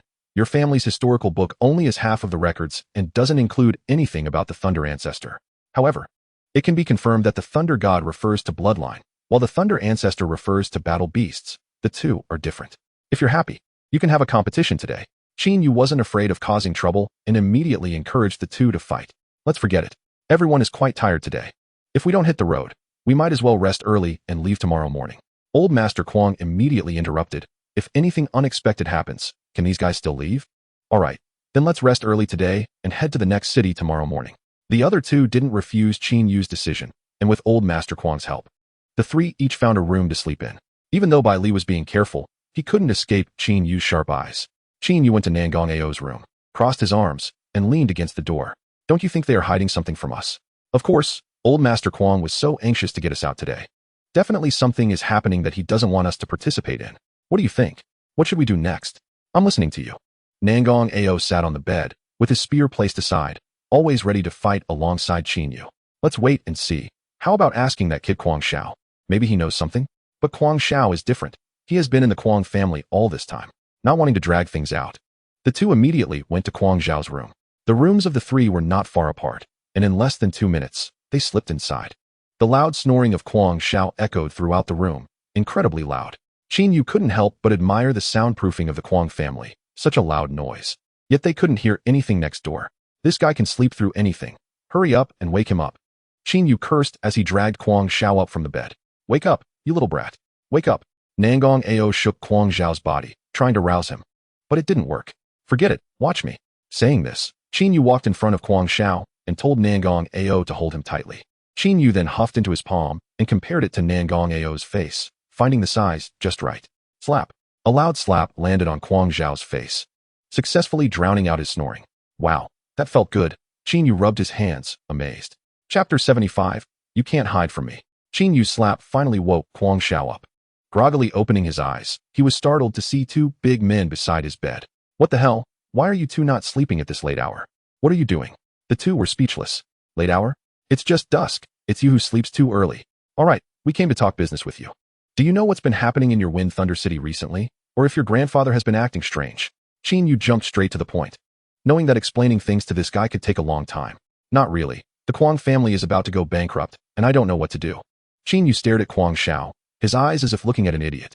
Your family is about to collapse, and you can still be so carefree? It seemed that they wouldn't get any information from him, so they decided to think about it themselves. Qin Yu directly gave up, as there was simply no way to communicate with this guy. However, the evidence in Qin Yu's hands was too little, even if someone else came. They wouldn't be able to deduce what Xia Feng and the others were planning to do, let alone the not-so-bright Qin Yu. The next noon, Qin Yu lazily sat up in bed, glancing at the time. It was just about mealtime. There was still a chance to understand the truth of the matter. At the dining table, everyone was already in place, with only Qin Yu missing. When Qin Yu took his seat, the old man Kuang didn't give anyone a chance to ask questions, saying that after this meal, everyone should hurry on their way. Yesterday, they had destroyed a good portion of the buildings in Wind Thunder City, which had already attracted the attention of other government officials. Oh, are you hiding something from us? After the old man Kuang finished speaking, Qin Yu directly asked, as it was much more useful to speak up than to beat around the bush. What could we possibly hide from you? Let's eat quickly. The old man Kuang began to clear the dishes, not daring to face Qin Yu's expression. Qin Yu picked up a nearby wine glass and drank it all in one go, then crushed the glass in his hand. We're friends. What is there that can't be said? If there is something, just say it, and we will help. Why hide it?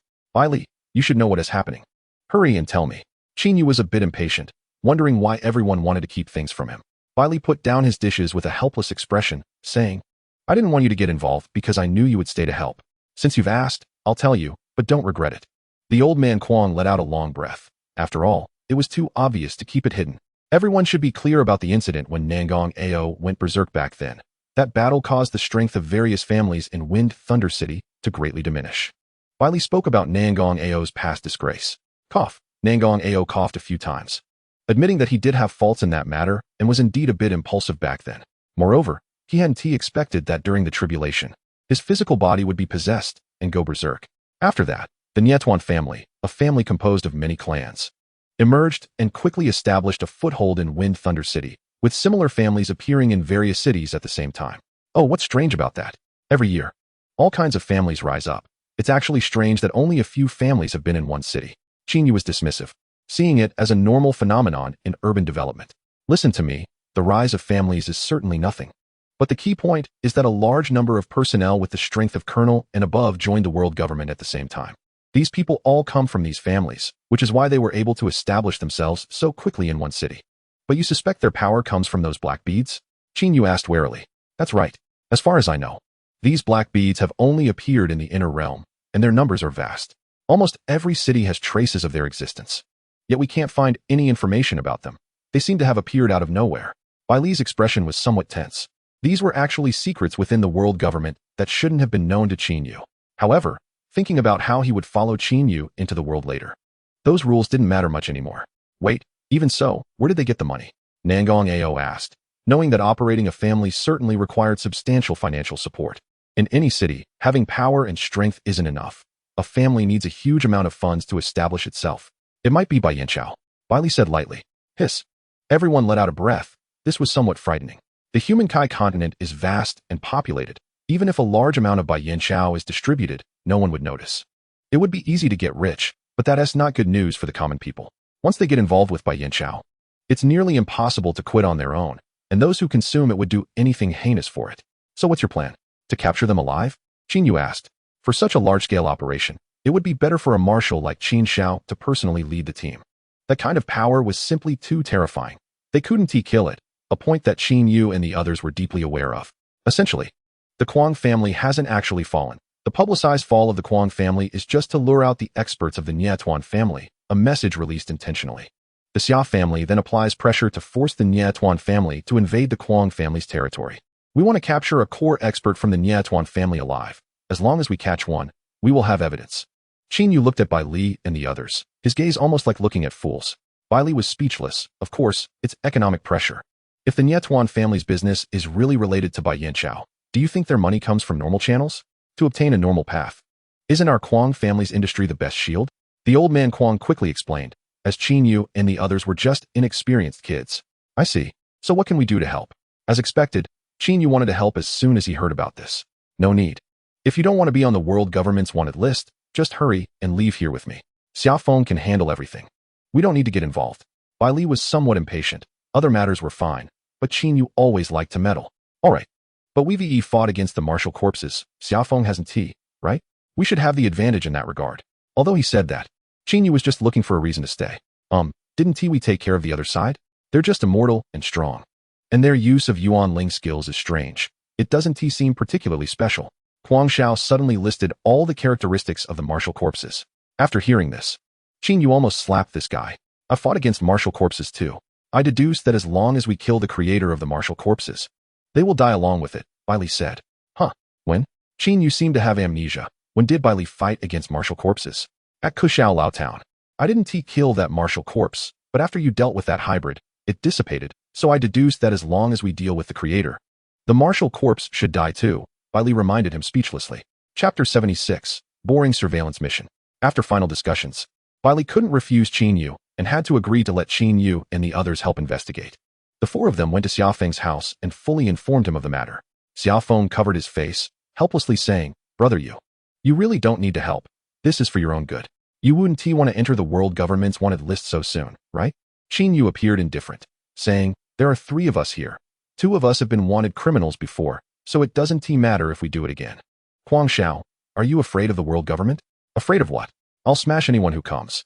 Huang Xiao, who had never experienced the harsh realities of society, was just as arrogant as Qingyu. Qingyu shrugged, with a look that said he didn't care about being boiled like a dead pig. Sooner or later, they would all end up on the wanted list anyway. All right, but the 3 of you can't appear in my Xia family's army. If anyone sees you, I'll lose my official hat.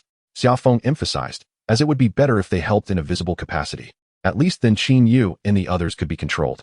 Brother Yu, we have many brothers locked up in prison. My hat can help you take on quite a bit of blame. Are you sure you don't want it? If you don't want it, I'll go with you. I won't bother with this operation anymore. Xiaofeng mimicked Qin Yu, wearing a rogue expression that didn't seem to care about anything. Fine. Fine. I know. I'll listen to you. So what are we going to do? Very simple, follow them. No matter what situation is discovered. It must be reported to Bai Li, and then wait for my notification before you act. All right. The three nodded earnestly, looking sincere, under the tight arrangements. In the following days, Qin Yu and the others stayed in a house not far from the Nie family headquarters, secretly monitoring the movements of the Nie family. Qin Yu lay bored on the bed, staring at the ceiling. He always felt that the task assigned to him by Xiaofeng was not a real task, but just a way to keep everyone from running around. Brother Yu, are you regretting it? Asked Kuang Xiao, who was on the lookout. Of course, it's so boring. Qin Yu retorted, don't you think it's boring? For the past few days, Qin Yu and the others had been taking turns using binoculars to monitor the Nie family internally. But they saw nothing. From the outside, the Nie family seemed perfectly normal. Compared to Qin Yu's boredom, Kuang Xiao and Nangong Ao appeared much quieter. Kuang Xiao was munching on bread, holding the binoculars casually. It's fine. I'm not bored. I used to practice alone, so I'm used to it. Nangong, what about you? Aren't you bored just sitting there? Qin Yu turned to look at Nangong Ao, who was sitting cross-legged on the bed. He had previously lived in the gladiatorial arena prison, where his face was covered with a black cloth every day, and his hands and feet were shackled. He was long immune to this idle situation. Qin Yu stretched lazily, sighed, and lay back down on the bed. I said not to let you participate, but you didn't listen and insisted on joining. Now you're just asking for trouble. Bai Li came out, carrying meals for the three. Kuang Xiao and Nangong Ao had already been put on the blacklist of Fenglei City. If they were spotted by others, it would definitely cause a stir. Qin Yu was relatively lazy, so buying food naturally fell to Bai Li. Ahem, at the time, I didn't know Xiaofeng would give me such a boring task. Now I feel embarrassed to say I won't do it. By the way, is it really okay? I remember most of the citizens of Fenglei City are still on Thunder God Mountain. For this mission, Fenglei City has made a huge sacrifice. Don't worry about that. Thanks to you, we have a reason to relocate the citizens, and those citizens have several school-level experts protecting them. It's fine. Just eat your meal. Saying this, Bai Li stuffed a steamed bun into Qin Yu's mouth. Bai Li, Jia, what if the Nie family never shows any signs? We can't just stay here forever, right? Kuang Xiao asked while chewing on his bread. If that's the case, our mission would be declared a failure. But don't worry. The Nie family can't hold out forever. Now that they've cut off water and electricity, with so many people in the Nie family, they surely can't stand it. Bai Li was very firm. Xiaofeng was indeed using every means possible to force out a clue from the Nie family. So ruthless. Qin Yu sat cross-legged on the bed, eating the buns while sighing. Bai Li still needed to help Xiaofeng negotiate. After everyone finished eating, she took the trash away. The three continued to take turns monitoring the Nie family. In fact, it was more accurate to say that Kuang Xiao was the only one seriously using the binoculars to keep watch. When it was Qin Yu and Nangong Ao's turn, they spread their soul power, so they could sense if anyone came out of the Nie family. In the evening, Qin Yu was rolling around on the bed with a little fox, feeling bored. Suddenly, Kuang Xiao put down his bread, stood up with the binoculars, and said, wait. Brother, you look. It seems the Nie family is making a move, and that person looks like Nie Chun. Kuang Xiao pointed to the side, hurriedly calling Qin Yu over. Qin Yu quickly stood up, not even having time to put on his shoes, and grabbed the binoculars to come to Kuang Xiao's side. Where? Who is Nie Chun?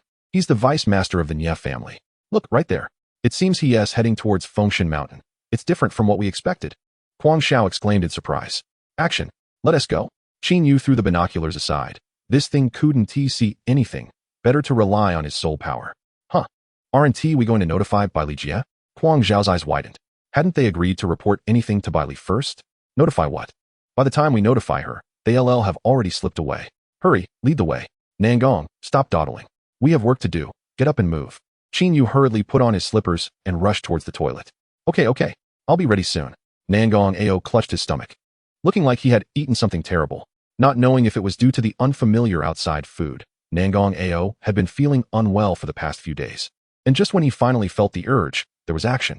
He could only put on his pants, hold it in, and catch up with Qin Yu. Kuang Xiao followed behind the two seniors with a smile, showing no sign of stopping. In his heart, he liked Qin Yu and the others more and more. Their carefree style of doing things was the freedom he longed for, while the rigid rules were just too bothersome. The three quietly acted, quickly drawing Xiaofeng's attention. Watching the three leave, he could only sigh helplessly. These guys are impossible to control. Bai Li, hurry and follow them. Keep an eye on them. Damn. Where's Bai Li? A colleague beside Xiaofeng leaned in and whispered, Major General Bai Li said she found a clue and left. Damn, what happened to my command? None of them listened. Xiaofeng slammed his hand on the table, shattering it into pieces. Chapter 77, The Sun Master. The three followed Nie Chun to Fengshan Mountain, where he wandered around for a long time until it got dark and entered a cave. You two wait here. I'll go in and take a look. Why don't I go? I'm stronger, Huang Xiao said, raising his hammer and trying to walk in. Qin Yu and Nangong Ao simultaneously punched Huang Xiao on the back of the head. Are you stupid? I can go in without revealing any soul power. They want to detect me. You barging in like that is just asking for a fight.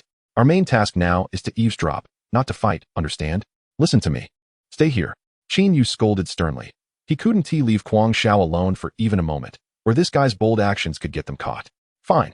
But if he hits me, that is one thing. Why do you hit me? Huang Xiao looked wronged at Nangong Ao. I'm the strongest, Nangong Ao said blandly. This rivalry over who was the strongest almost led to a fight between the two. Qin Yu helplessly thought that he really needed to let these two fight it out someday. Otherwise, who could stand it with them competing over who was strongest every day? Qin Yu transformed into a wisp of purple smoke and quietly slipped into the cave. Boss, our family really can't hold on any longer. They cut off water and electricity to make us confess. You know all our businesses can't be exposed, and we have no industries related to food and water. We can't just survive on white smoke, can we? Please help us think of a way. What can I do? You need to find some industries to cover up. If you don't look for them, can you blame me? Didn't you say the Kwong family was going down? If it's taken down, then it's done. I've given you so many martial corpses. Upon reaching a place where he could clearly hear the conversation, Qin Yu stopped. He didn't dare to delve deeper because he felt that dark power, and the owner of that dark power was much stronger than those martial corpses he had encountered before. Don't say that. We've cooperated for so many years. You're not unaware of the situation in Fenglei City. We really have no choice but to seek your help now. Nie Chen's voice trembled. The activities they usually engaged in could each be enough to imprison them for a lifetime. He was only over 100 years old. He didn't want to spend the rest of his life in prison. Ahem, you failed. My companions will also belittle me. If it really doesn't work, then just wipe everyone out. A mysterious voice said faintly, as calm as if discussing stepping on a cockroach. This works too. After all, it's not our first time. But should we send someone to find some adults to help? I heard there are 2 lieutenant generals in Wind Thunder City right now. Nie Chen was a bit excited. This was his purpose for coming this time. Are you questioning my strength? Just 2 lieutenant generals. Why would I be afraid of them? The mysterious voice raised its volume slightly, sounding a bit angry. It's simple. Just let me have your physical body. No. Immediately. A scream echoed through the cave from Nie Chen. Nangong Ao quickly stepped forward, gently patting Qin Yu's shoulder. Are you okay? I'm fine. Let's go quickly. That guy is coming out. Qin Yu pulled the 2 of them and ran towards Wind Thunder City. Not going to fight. Huang Xiao felt a bit disappointed. The 2 had been discussing whether there would be a fight today, but unexpectedly, Qin Yu wanted them to run as soon as he came out. Nangong Ao was also puzzled. Based on Qin Yu's character and past habits, this battle was definitely unavoidable. However, as soon as Qin Yu appeared, he wanted the 2 to leave, and with the cold sweat on his brow, it was clear that the monster's power was not simple. What exactly did you hear? Nangong Ao asked while running.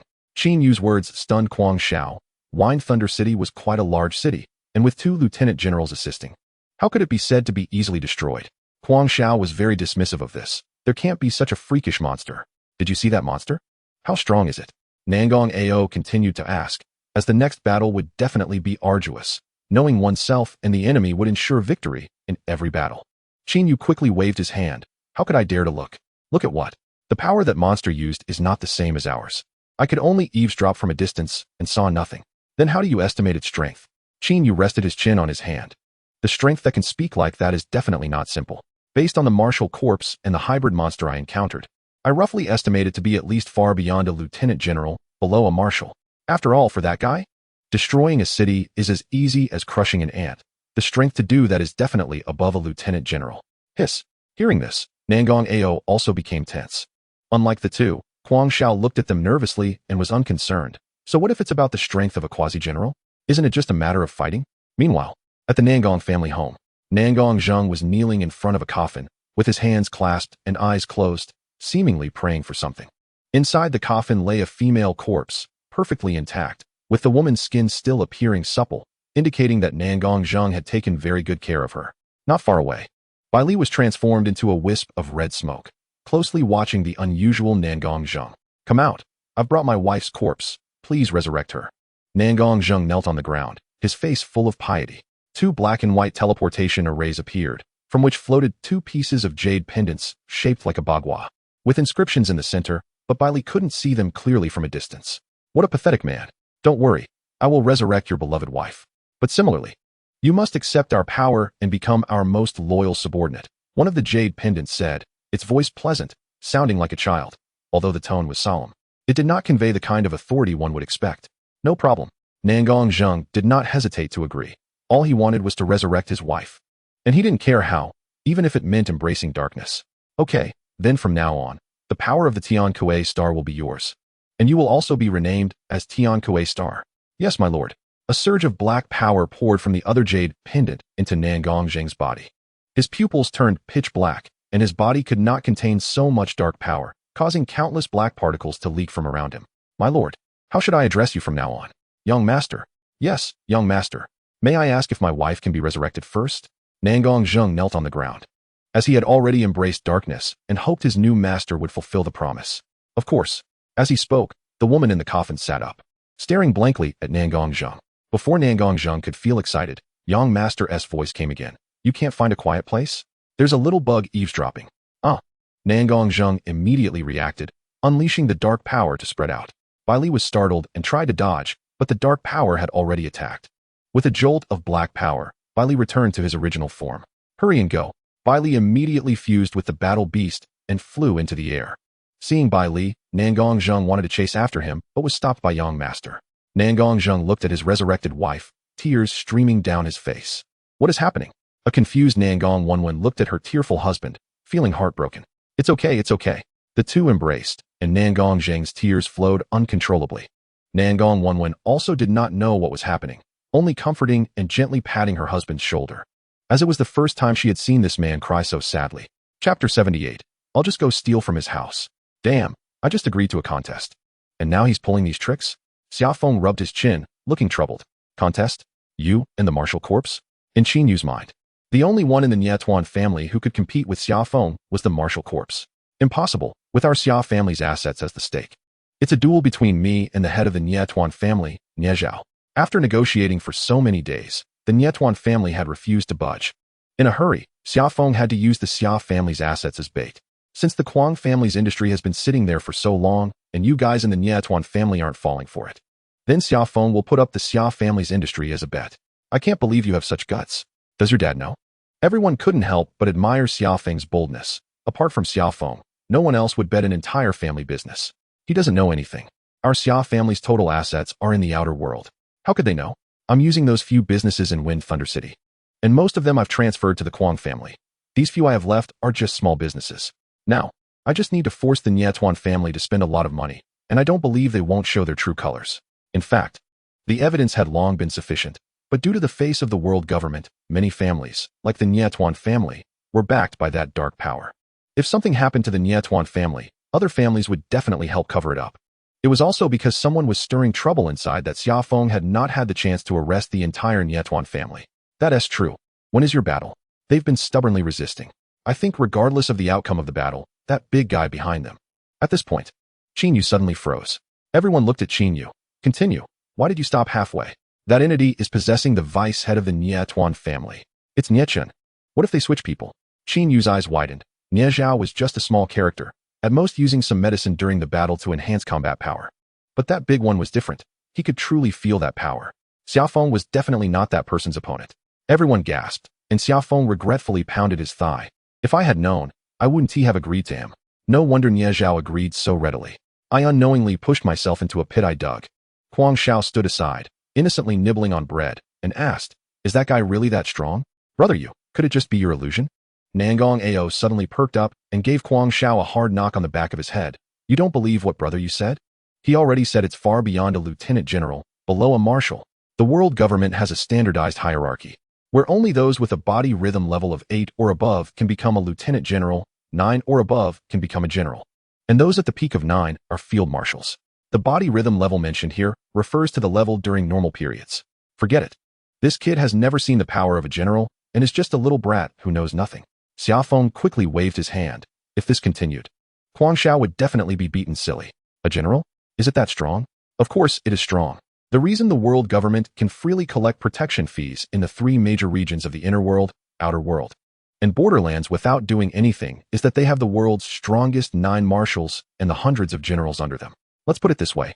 The entire world has about 5 billion people, and they are among the best.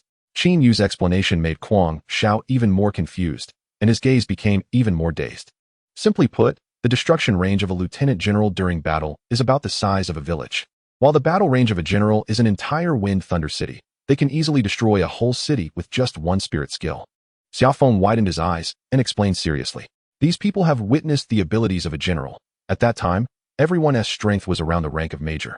And they were still complacent, thinking that as long as they had numbers, they could fight a general. But when the general truly appeared, with fewer than 10 people, they scattered the entire army of over 10,000. So terrifying. What does that make our current strength? My soul C is only at the mid-4th stage. But my body rhythm level can reach the early 9th stage at most. Kwang Xiao pointed at himself, looking expectantly at Qin Yu. That is only after an outburst. Can you really reach the early 9th stage normally? Qin Yu looked at Kwang Xiao in disbelief, feeling a bit sour inside.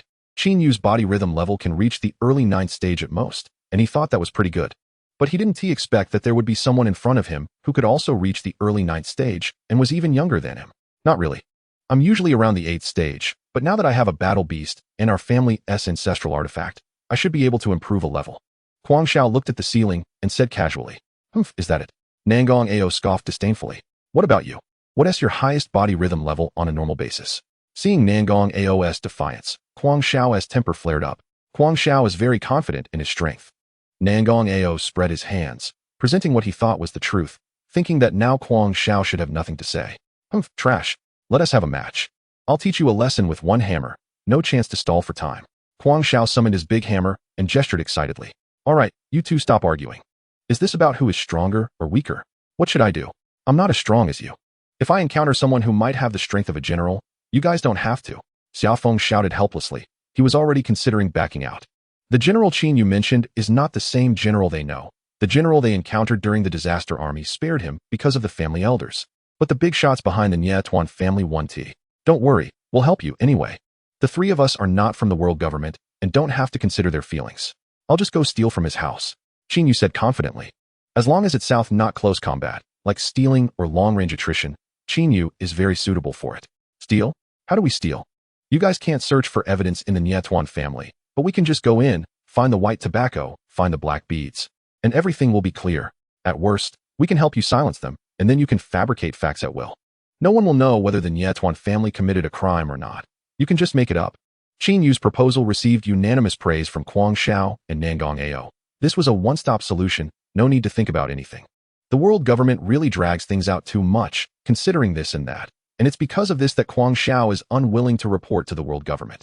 Now hearing Qin Yu's plan, he feels even more like he is following the right leader. Dream on. If it were that simple, I wouldn't have sent Bai Li to investigate earlier. He found nothing. The Nietuan family is well protected, and there are undead soldiers guarding even the deeper areas. How are you going to break in? Or do you know how to deal with those undead soldiers? Chapter 79, Circular Birthmark. I've discovered a secret, Nangong. You might not be able to handle it, so prepare yourself mentally. Bai Li pursed her lips, not expecting Nangong Ao to be here as well. While you say it, Nangong Ao nodded.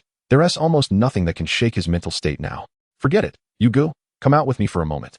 I still want to discuss something with you first.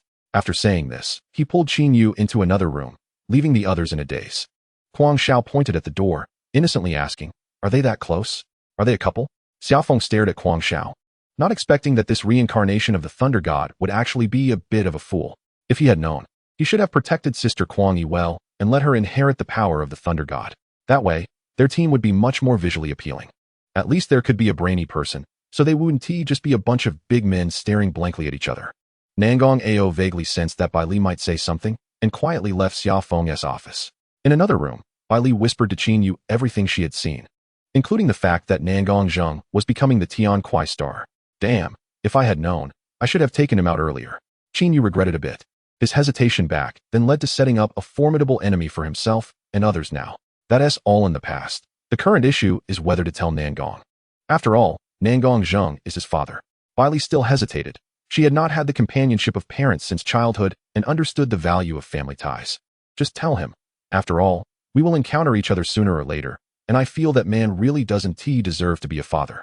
Qin Yu had confronted Nangong Zheng directly before. Just hearing their stories made him feel an impulse to take out Nangong Zheng. Let us forget it. They are still father and son. Bai Li still hesitated.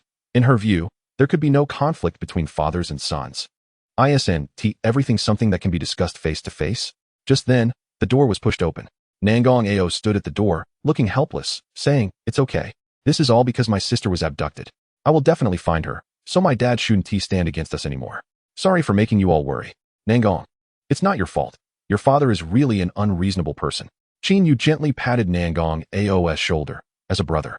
He didn't want Nangong Ao to have too much psychological pressure. "It's all because of me that you are in such a difficult position. It's okay. If one day we face my father, please don't hold back," Nangong Ao said seriously, his determination to find his sister strengthening.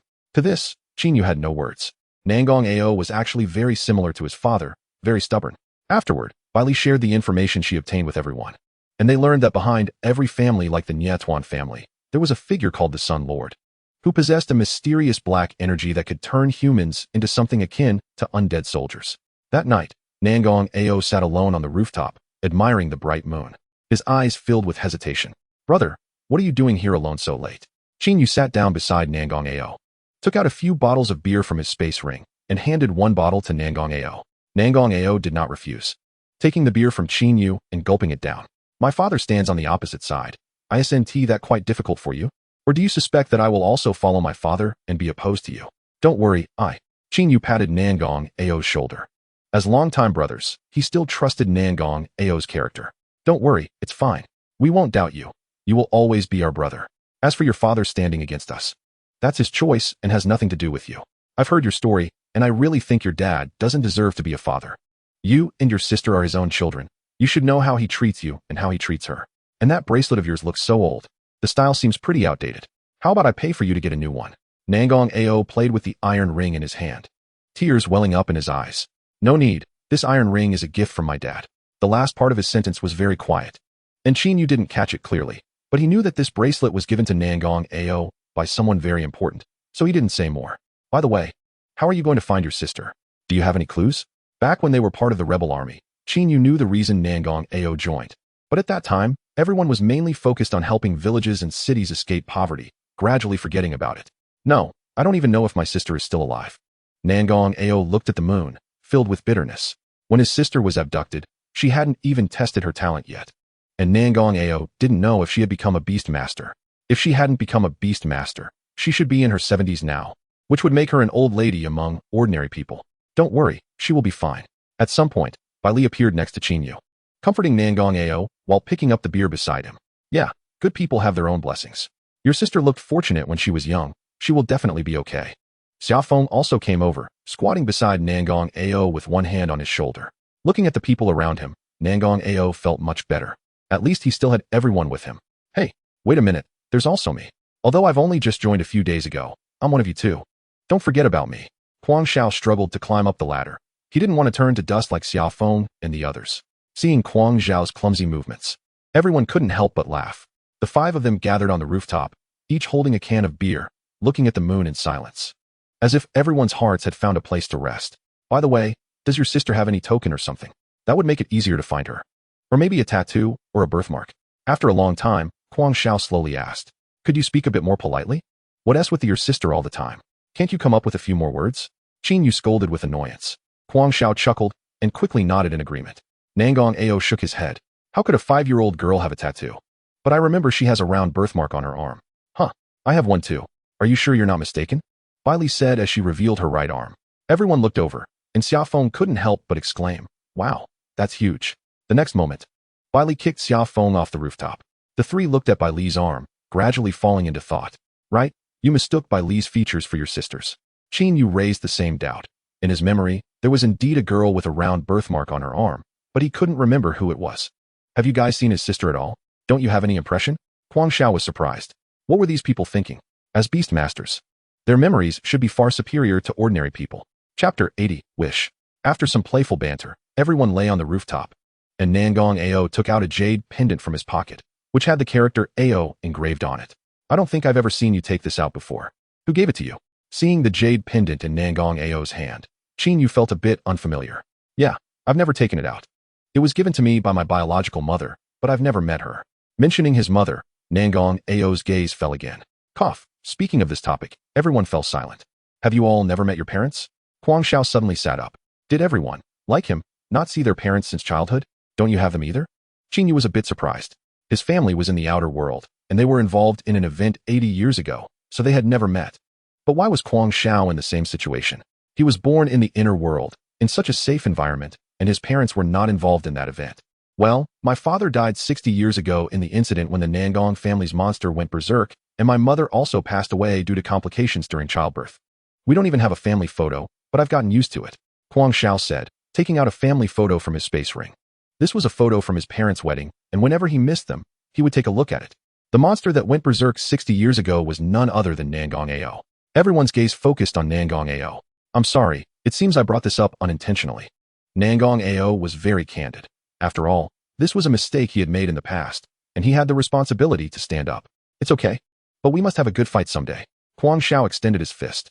Okay. Nangong Ao nodded and also extended his fist. Under the witness of the moon, the conflict between the two boys vanished without a trace. It would be impossible to say I don't hate you, but I also don't know how to hate you. I have no memory of a father, and you didn't do it on purpose. I've heard your story too. You acted out of desperation for your sister. So I can understand. Huang Xiao suddenly spoke more. Tonight was truly a special night. Everyone didn't know how many times they had shed tears. All right, let us not talk about such heavy topics. Among us five, 3 have never met their parents, and although Nangong and I have, our relationships with our families aren't good. For nobles, family was always a heavy topic. Nangong Ao used to be less talkative and didn't open up much, while Bailey used to be quite chatty. But today she seemed much quieter. Xiaofeng had changed the most. When he was young, he swore he wouldn't comply with his family's demands and join the world government. But now he had become a major general. Of course, reality is terrifying. When we were in the rebel army, there were tens of thousands of us. Now we are down to just 2 digits. I'm scared too. The things I imagined as a child were too simple. Xiaofeng also crossed his legs. His eyes filled with helplessness. Enough of that. As a member of my Feather Emperor army, we should have some special mark, right? Raise your right hands, fingers spread. Qin Yu raised his hand first. He wanted to engrave a tattoo unique to everyone. Feather Emperor army? New name. Bailey immediately raised her hand without hesitation. I'll follow your lead. After saying that, Nangong Ao slowly raised his hand as well. Xiaofeng and Huang Xiao exchanged glances and also raised their right hands. 5 elements. Gong, Shang, Jiao, Jiyu imprint. With a thought, Qin Yu made a tattoo appear on everyone's hands. What the hell? Looking at the purple character Kuang on his hand, Huang Xiao stood up in surprise. Seeing the character Ao on his hand, Nangong Ao looked at Qin Yu. Sensing someone looking at him, Qin Yu also turned his gaze to Nangong Ao.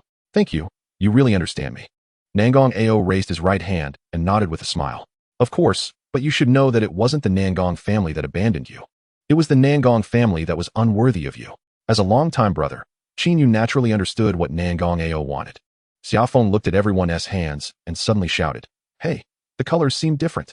Of course, this tattoo is manifested using your own soul power, so it naturally corresponds with the elements within you.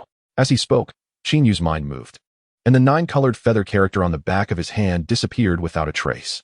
The others also tried it, watching the fading tattoos. Xiaofeng was once again amazed. This thing is really convenient. No wonder you wanted us to carve it in such a conspicuous place. It turns out it can be hidden. That's right. This 5-character mantra tattoo was learned by Qin Yu from the historical records of the Qin family, and is also one of the unique skills created by Qin Huang. This tattoo not only displays the camp you belong to, but also has another function, which is to let the branded person know your life signs. If the branded person dies, the brander can clearly feel it. What a round moon. How about we all make a wish? Bailey suggested. In such chaotic times, there are not many opportunities to chat so leisurely, especially with such a beautiful moon as a backdrop.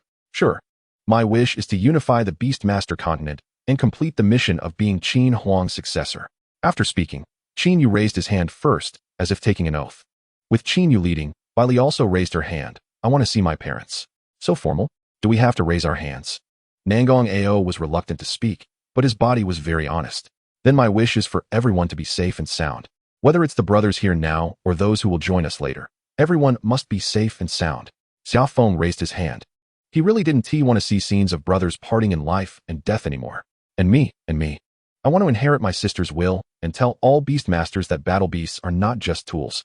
They are actually our partners. Huang Xiao quickly raised his hand. Afraid of being left out. How about we go to Kuang Yi's grave? Let her bless us. She is one of us. Qin Yu's suggestion received unanimous approval, and they immediately got to work. The group quickly tidied up the empty wine bottles on the rooftop and marched towards Kuang Yi's grave. At this time, in the Nie family, Nie Chun was sitting in the main seat of the family, accompanied not only by beautiful women, but also by tables of delicious food. Nie Chun was completely unreserved, holding a shy beauty in one arm and a chicken leg in the other. Beside him were several elders of the Nie family, whose faces were grim, along with the family head, Nie Zhao. Nie Zhao, gathering his courage, approached Nie Chun and said, "Boss, how about you take my place in the battle the day after tomorrow? As long as we win the Summer Family's industries, this troublesome matter will be resolved." Take your place? Do you think the other side will agree? Nie Chun was indifferent, continuing to gnaw on the chicken leg in his hand. Don't worry, I will discuss it. No need, I can just possess your body. Saying this, Nie Chun stood up and wiped his hands on the woman's clothes next to him. No. Nie Zhao, of course, knew the consequences of being possessed. He was still young, and didn't he want to die? Nie Zhao turned to run. But how could he outrun that figure? A ghostly presence floated out of Nie Chen's body and then entered Nie Zhao's body.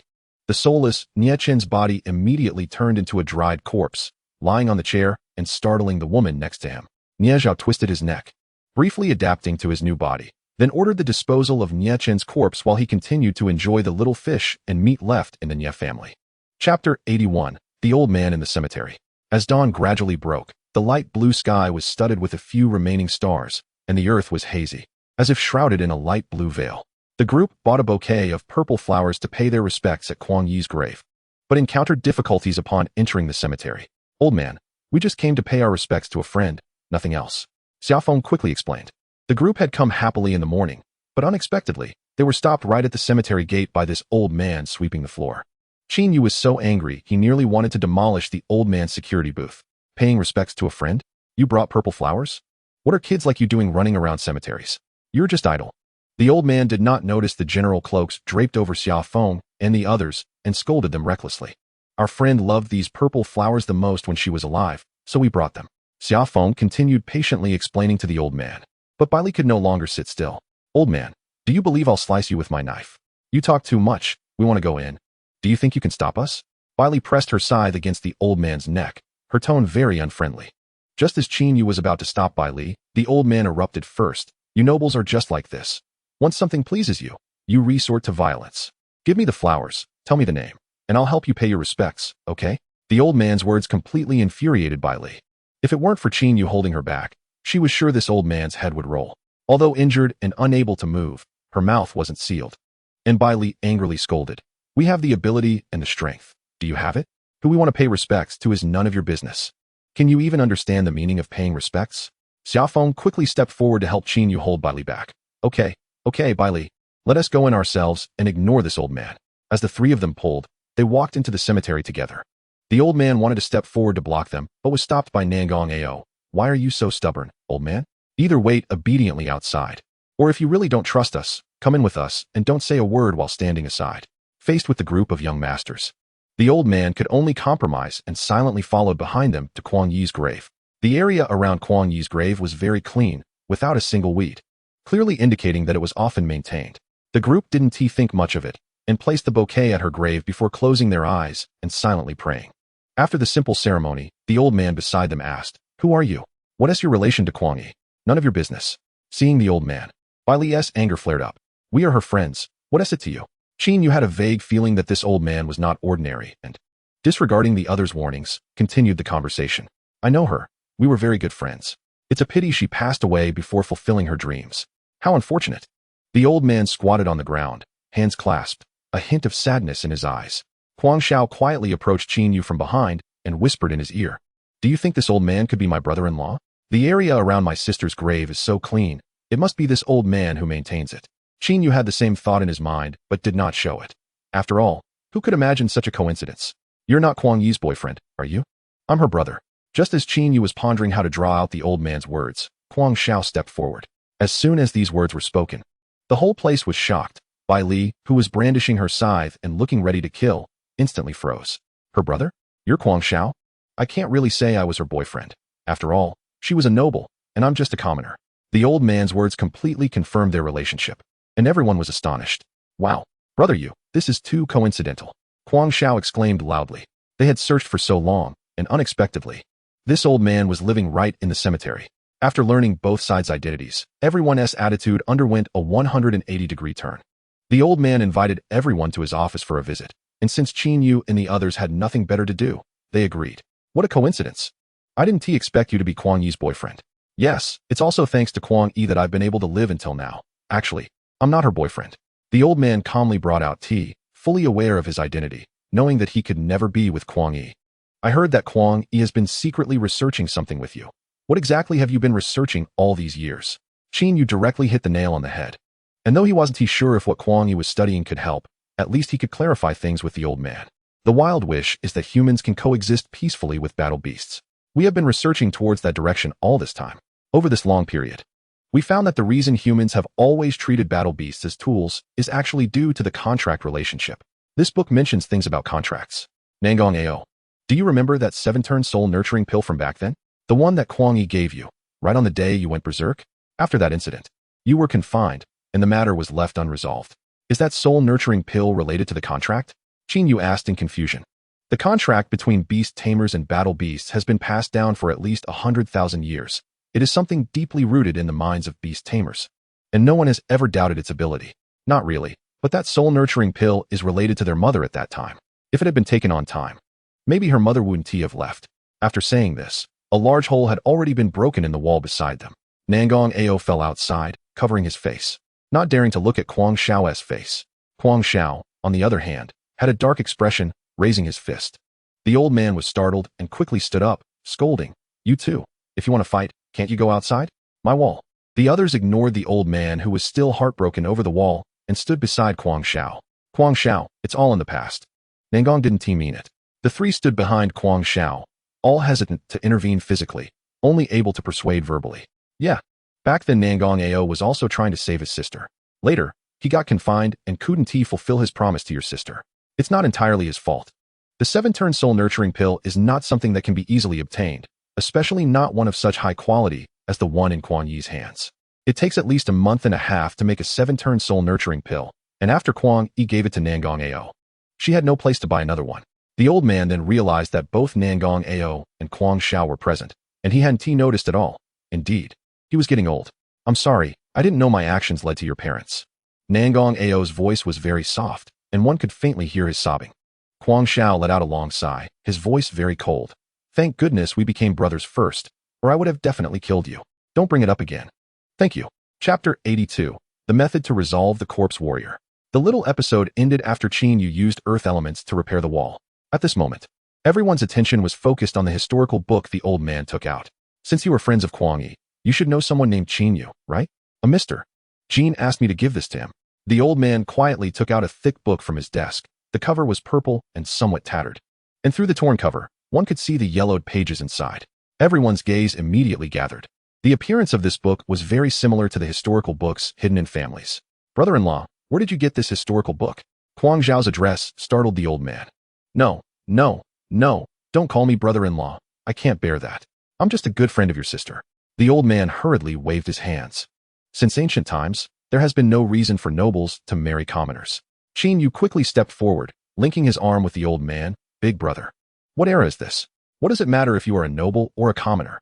Be a bit more confident. From now on, you will be our brother-in-law. Come on, brother-in-law. Brother-in-law. Qin Yu waved his hand, and everyone echoed. The old man felt a bit awkward. It was just a title, and seeing everyone so insistent, he said no more.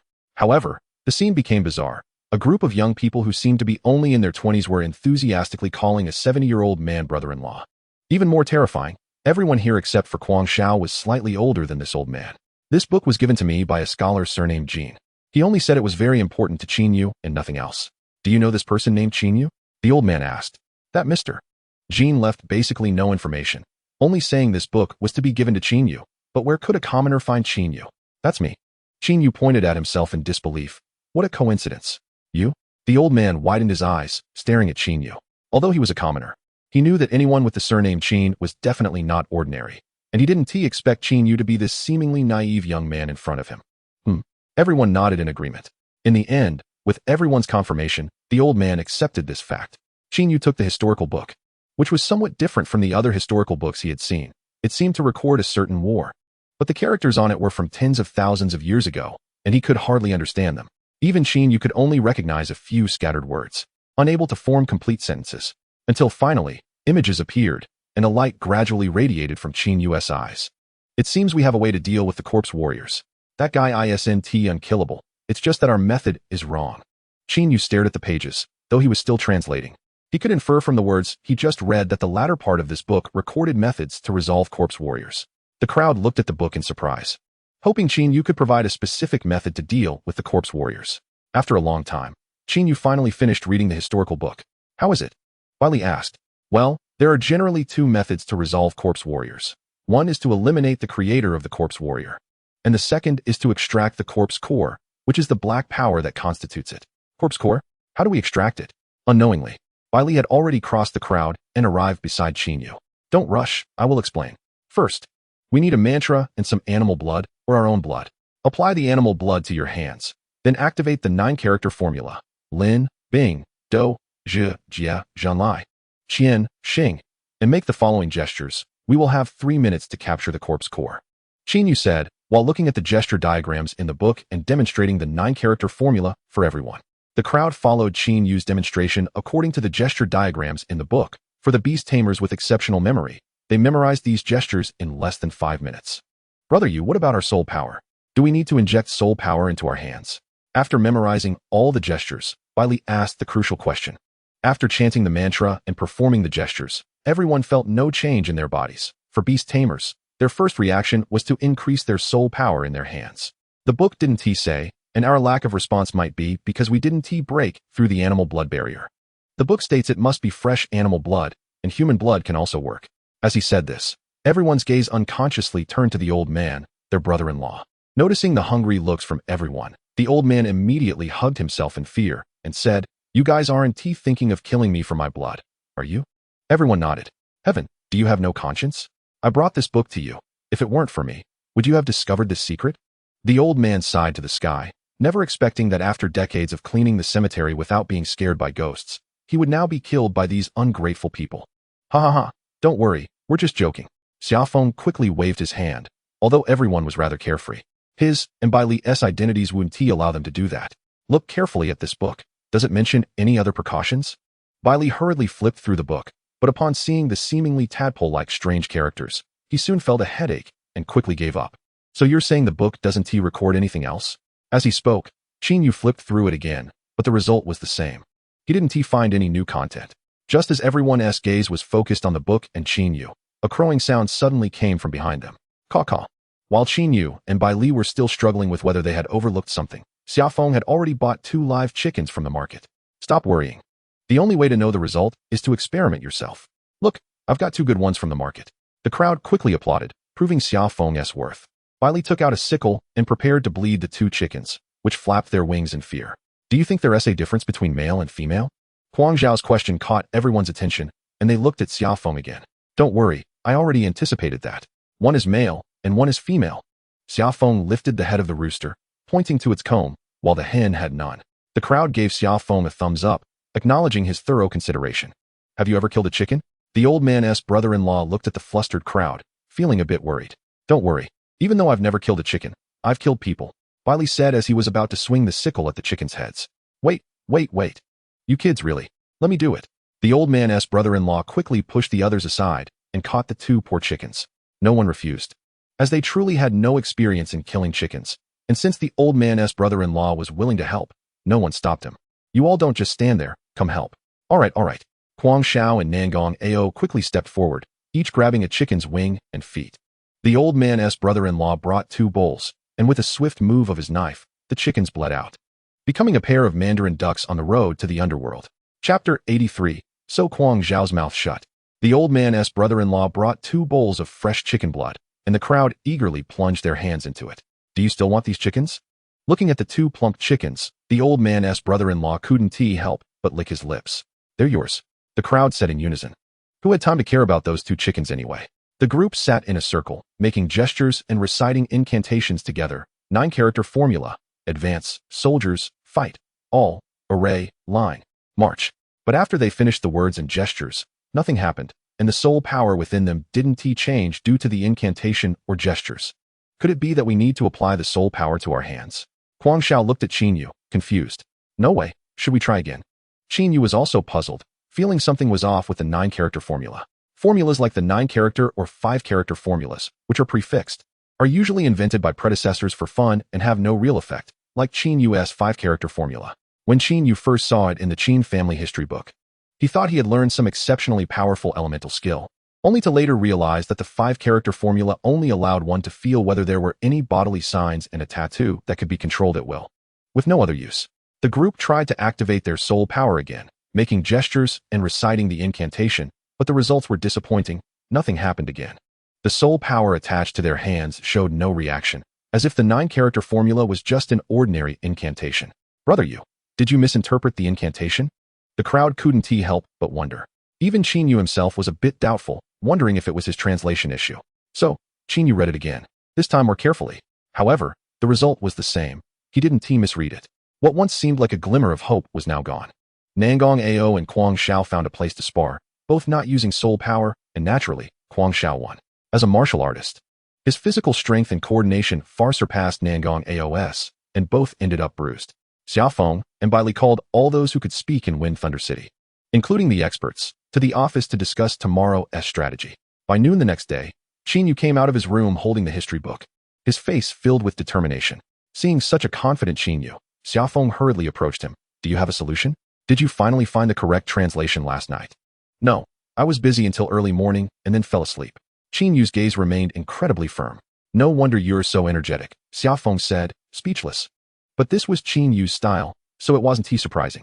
Suddenly, Qin Yu placed his hand on Xiaofeng's shoulder and said seriously, don't worry. I've already planned to help you with the insurance. I'll just write my name. After all, your Xia family isn't short on money. Consider this my contribution to the team.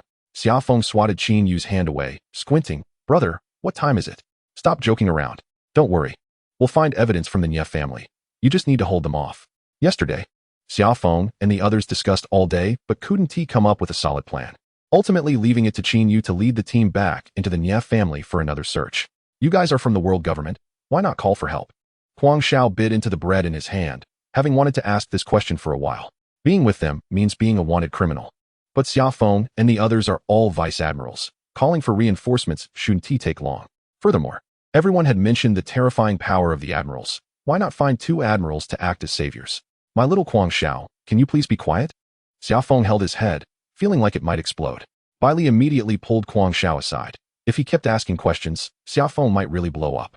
The admirals are all quite peculiar. Even if it's an internal family matter, they might not take action. Moreover, the world government has long been infiltrated by their power, meaning there are people from the Nye family within the government. Do you think they would send someone to help? Bai Li explained, making Huang Xiao nod repeatedly. Your circle is so small, you don't even have any admiral friends.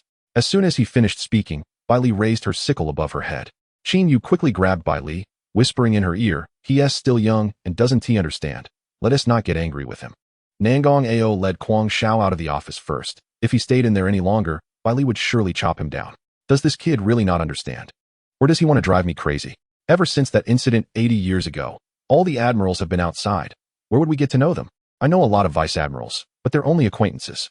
Knowing the strength of that monster, would they even be willing to come? And even if they did come, what good would it do? Let alone they'd all be wanted too. There are many brothers and sisters from our past who were captured in prison. Why don't you go rescue them first? Or do you want to go to their family and beg their parents to release them to join us in risking our lives? Bai Li raged, wanting to chop Huang Xiao down if it weren't for Qin Yu holding her back. All right, don't be angry anymore. Huang Xiao doesn't understand anything. Look at the time. You should be getting ready to confront that guy. We should head out. Try to hold them off for as long as you can. Qin Yu patted Bai Li on the shoulder, offering some comfort before leaving Xiaofeng's office. Bai Li collapsed onto the recliner, exclaiming, this is driving me crazy. While saying this, she smashed a glass that an elder was using to brew goji berry tea. The elder looked at his beloved cup being shattered, filled with reluctance. But seeing Bai Li in a furious state, his anger dissipated. Hearing the sound of glass breaking in the room, Huang Xiao couldn't help but shudder. Feeling a wave of fear, in front of Bai Li, try to say less. Think before you speak. If I'm not around and she gets angry, she might really chop you down. Qin Yu stood at the back, jokingly warning. Do you think Sister Bai Li is so fierce that she can find a boyfriend? Can her boyfriend handle that temper? Always wanting to chop someone up? I sincerely wish Sister Bai Li's future boyfriend the best. Huang Zhao's voice was very low, But to Bai Li, who was extremely sensitive at the moment, it sounded quite loud. Huang Xiao, don't leave. I'm going to chop you up and give you to my future boyfriend as a gift. Bai Li's loud shout echoed in the office, followed by the sound of things being smashed. Qin Yu remained silent and quickly teamed up with Nangong Ao to help Huang Xiao escape. Qin Yu was even considering whether to sew Huang Xiao's mouth shut in front of Bai Li in the future. Chapter 84. Robbing the rich to help the poor. After the head of the Nie clan, Nie Zhao, arrived for the meeting, the three of them stealthily made their way to the vicinity of the Nie clan. Almost every family courtyard has a unique protective shield that is usually invisible but can alert the clan leader if an outsider tries to intrude. During a large-scale siege, this protective shield would come into play. You all wait a moment. I'll unlock this protective shield, Qin Yu said as he prepared to activate his bloodline power. But Huang Xiao had already climbed up the wall, attempting to sneak in. What are you doing? The two were startled, looking at Huang Xiao clambering over the wall. Did this guy really think this was an ordinary place where any petty thief could sneak in? Huh. Huang Xiao was confused, not caring about their protests, and directly flipped over. Damn it. Qin Yu cursed, his mind going blank. You go. Let's keep our voices down while sneaking in. Huang Xiao whispered from the other side of the wall. He was puzzled why the others were still outside and not coming over quickly. Huang Xiao, I really regret letting you join. Don't you know every family has a protective shield? Can't you sense all this elemental power in the air? Qin Yu's scolding voice echoed in Huang Xiao's mind, nearly shattering his thoughts. Huang Xiao couldn't communicate through their souls, so he pressed his hands against the wall, whispering, Don't worry, the Nie clan's house doesn't have a shield. The elemental power in the air comes from inside the Nie clan's house. Trust me. Calm down. He's still a kid. Nangong Ao placed a hand on Qin Yu's shoulder, uttering a classic parental saying. Cough. Let me confirm again, Qin Yu said. Qin family bloodline, Royal Dragon Dual Eyes, activate. Qin Yu closed his right eye, and his left eye burst forth with 9 colors of light, revealing all the elemental power floating in the air. After observing closely, Qin Yu couldn't help but exclaim again, because the Nie clan's house really had no protective shield. The elemental power they sensed indeed emanated from the house itself. The slap in the face came too quickly, leaving Qin Yu unprepared. Seeing Qin Yu's expression, Nangong Ao understood the answer without speaking, merely smiling faintly.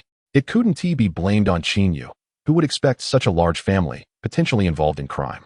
Wouldn't he even have a protective shield? The two of them also climbed into the Nie clan's courtyard. Looking at the confident Huang Xiao, Qin Yu asked, How did you know they didn't have a protective shield? I've been here before, didn't I tell you? Huang Xiao replied nonchalantly. Why didn't you say so earlier? What were you doing here before? When I was a kid and didn't want to practice? I didn't know where to go, so I hid in the Nie clan's backyard. I stayed there for a long time without anyone coming to find me. Later, I told my grandpa about it, and he told me that the Nie clan doesn't have a protective shield in such situations. Huang Xiao's words made Qin Yu feel a bit overwhelmed. Why didn't these two mention such an important thing? It made Qin Yu worry outside for so long. Why didn't you all say something so important? I thought you knew. I thought Grandpa told you. Huang Xiao scratched his head, feeling a bit embarrassed. Qin Yu gritted his teeth. They were truly a treasure of a grandfather and grandson. The small soldiers standing guard outside the Nie clan were just ordinary people, and Qin Yu and the others easily infiltrated the Nie clan's interior. However, whether it was the Master's room or the Elder's rooms, the three of them searched thoroughly, finding nothing special apart from some gold and silver treasures, not even a trace of white tobacco. The three gathered in the study, sitting cross-legged, hiding behind the desk. Let us take a look at the evidence we gathered from each room and analyze it together. What can we analyze with our brains? Huang Xiao was quite self-aware. He was fine with fighting, but willing to admit defeat when it came to thinking. You don't need to think. Hurry up and take it out. As he spoke, Qin Yu pulled out a large pile of things from his spatial ring that looked very valuable, but he didn't know what they were. Nangong Ao also took out a large pile of cash, gold coins, gold cards, and crystal coins. Seeing the items the two had gathered, Huang Xiao widened his eyes. You two are thieves, right? Aren't we here to find evidence? You can tell it's your first time participating in the operation. If you can take something that is easy to grab, why wouldn't you? This is called robbing the rich to help the poor, you know? What is our mission? To save the people from water and fire. But what do we need to accomplish this mission? Exactly, money. Without money, how can we save the people? Isn't this the logic? Moreover, how much of this money was extorted from the common people? If we take it out, and I mean take it out, and use it to help the people, isn't it equivalent to the people using their own money to save themselves? Qin Yu explained their theft behavior to Huang Xiao with great conviction. Huang Xiao listened intently, and soon his thoughts began to sync with Qin Yu's. Regretting not taking the gold card he saw earlier, Nangong Ao placed a hand on Huang Xiao's shoulder. From now on, just follow me. Whatever I do, you do. There's nothing wrong with that. Feeling guilty towards Huang Xiao, Nangong Ao planned to personally teach him their working style. He was unwilling to take others along. Qin Yu smiled wickedly, nudging Nangong Ao's waist with his elbow. Good lad, knows how to bring in newcomers. TCH, I owe him. Let us hurry and see if there are any clues. We can't delay with Xiaofeng. Qin Yu took out a box containing jade, which also had a combination lock. His instinct told him that there was definitely something inside. This box was found in Nie Zhao's room. What do you think the password might be? Qin Yu asked, resting his chin on one hand while holding the box in the other. Huang Xiao summoned a hammer, saying, "Who cares what the password is? Just smash the lock. You hammerhead, only know how to use brute force. Such password locks usually have alarms. Do you want to get us killed?" Qin Yu scolded, recalling the time he had violently opened a password lock in the Qin family. In the end, the lock didn't open, but it summoned the 9 marshals, and Qin Yu was severely scolded by Qin Xiao that time. Then shall we try the password? Without hesitation, Huang Xiao lay down on the ground and began to try the password one by one. They weren't familiar with the Nie clan members, so how could they guess the password? Instead of straining to think, Huang Xiao preferred to try each one. Nangong Ao ignored the 2 and continued searching through the treasures, hoping to find something similar. Qin Yu searched the entire study but found no other clues, not even many treasures or cash. Chapter 85, Underground Tomb. After about an hour, the 3 still had no clues. Qin Yu and Nangong Ao were about to turn the study upside down, but still didn't find anything like a secret door. Why don't you activate your bloodline power to see if there's anything unusual around? Nangong Ao suggested, thinking that some secret doors might use special techniques, which was why they couldn't find them. Qin Yu nodded, then activated the Qin family bloodline. This time, to speed things up, he opened both eyes to activate the royal dragon double pupils. He scanned the entire study again, and indeed found an unusual spot. This area had no elemental power at all.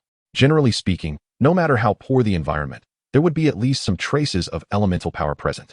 But in this space of about 1 cubic meter, there was not a trace of elemental power, and even when elemental power was injected into it, it would instantly disappear.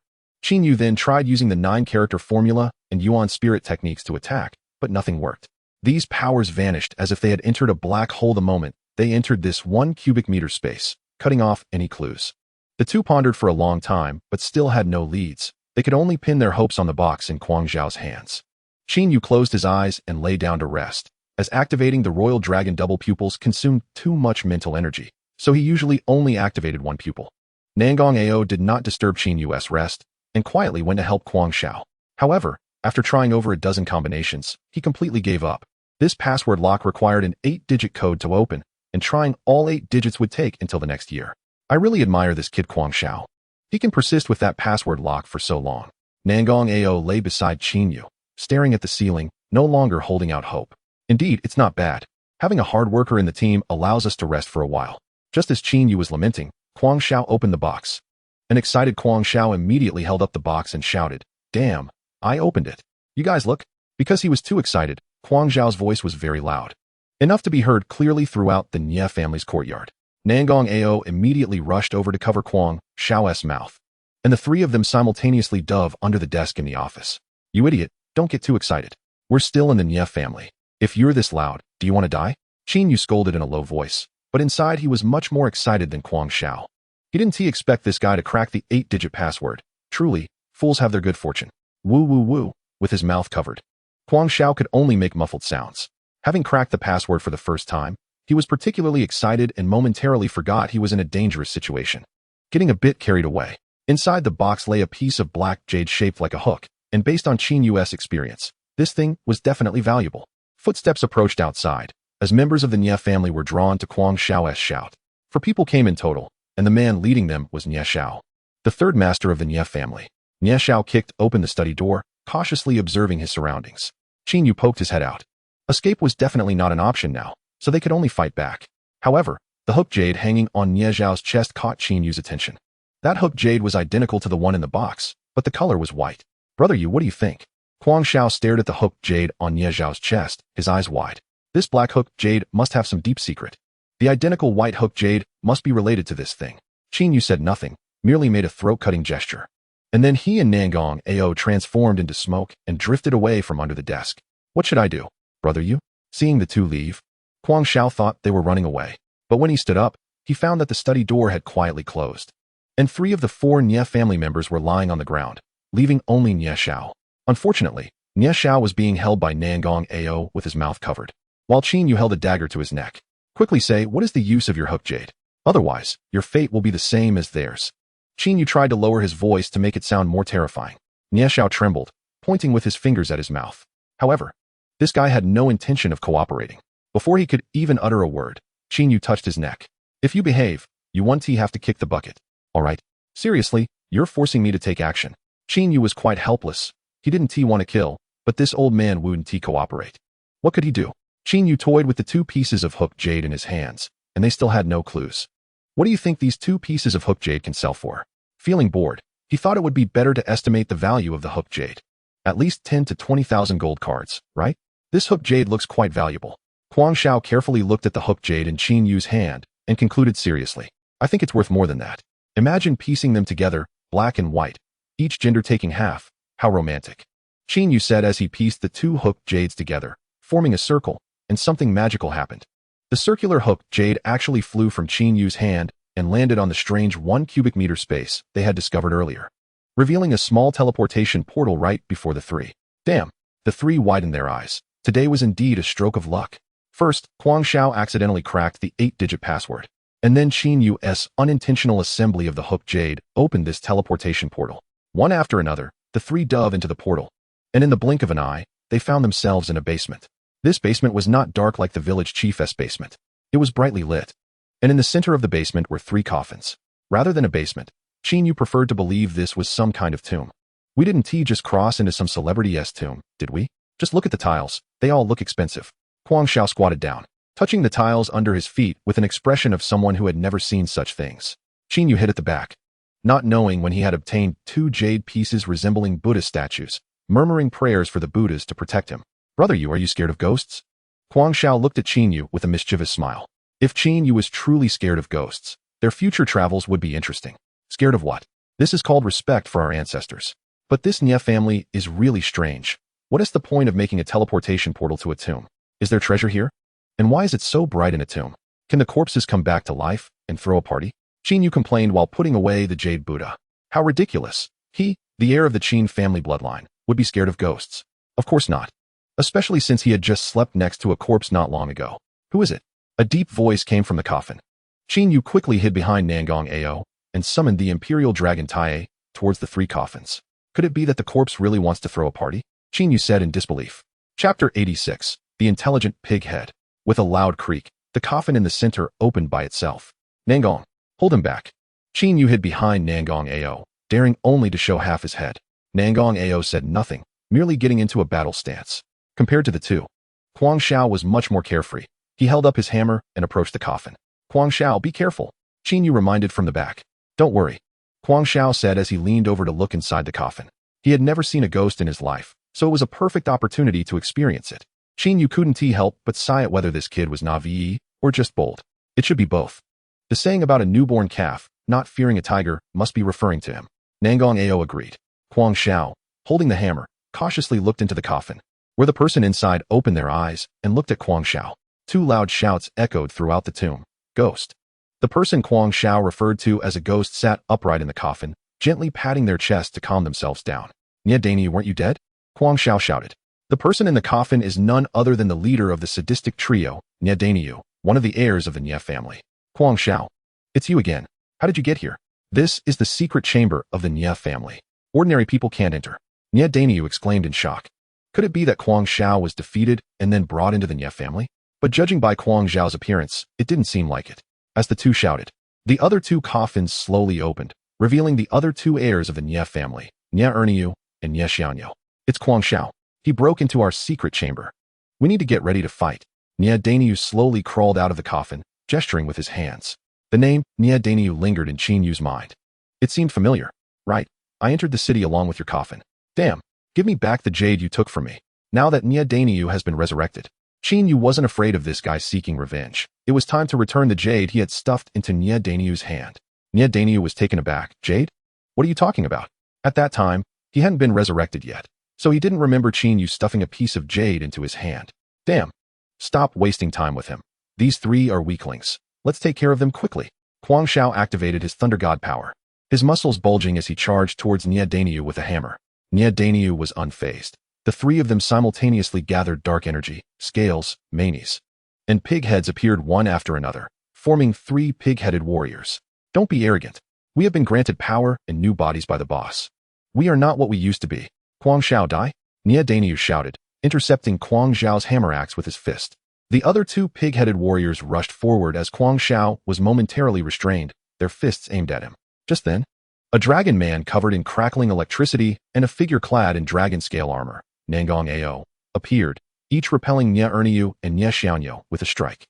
Although their bodies had been enhanced, relying on fists to clash with a hammer was not wise. Nia Dainyu decided to retreat quickly. Brothers, let's chop them up for dinner in a few days. Nia Dainyu shouted as the 3 pig-headed warriors each produced a large cleaver. Qin Yu and the others stood back to back, surrounded by the 3 pig-headed warriors.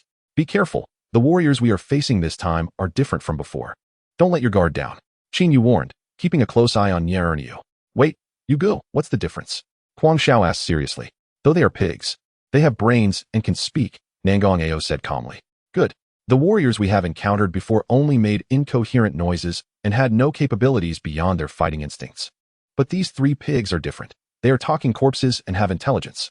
It seemed that Nia Dainyu overheard their conversation, and his face turned red. Who are you calling pigs? Nia Xiaonyo whispered. Big brother, we really are pig heads now. Damn, kill these 3. Nia Dainyu shouted in anger. Even though he was a pig head, he didn't want others to call him that, as he still had the dignity of being human. The 3 pig-headed warriors charged together, raising their cleavers towards the trio. Facing Nia Dainyu's attack, Kuang Xiao stood firm, swinging his hammer towards the pig head. Although they had become warriors, it was clear that intelligent warriors retained their combat capabilities from life, and Nia Dainyu was a prime example.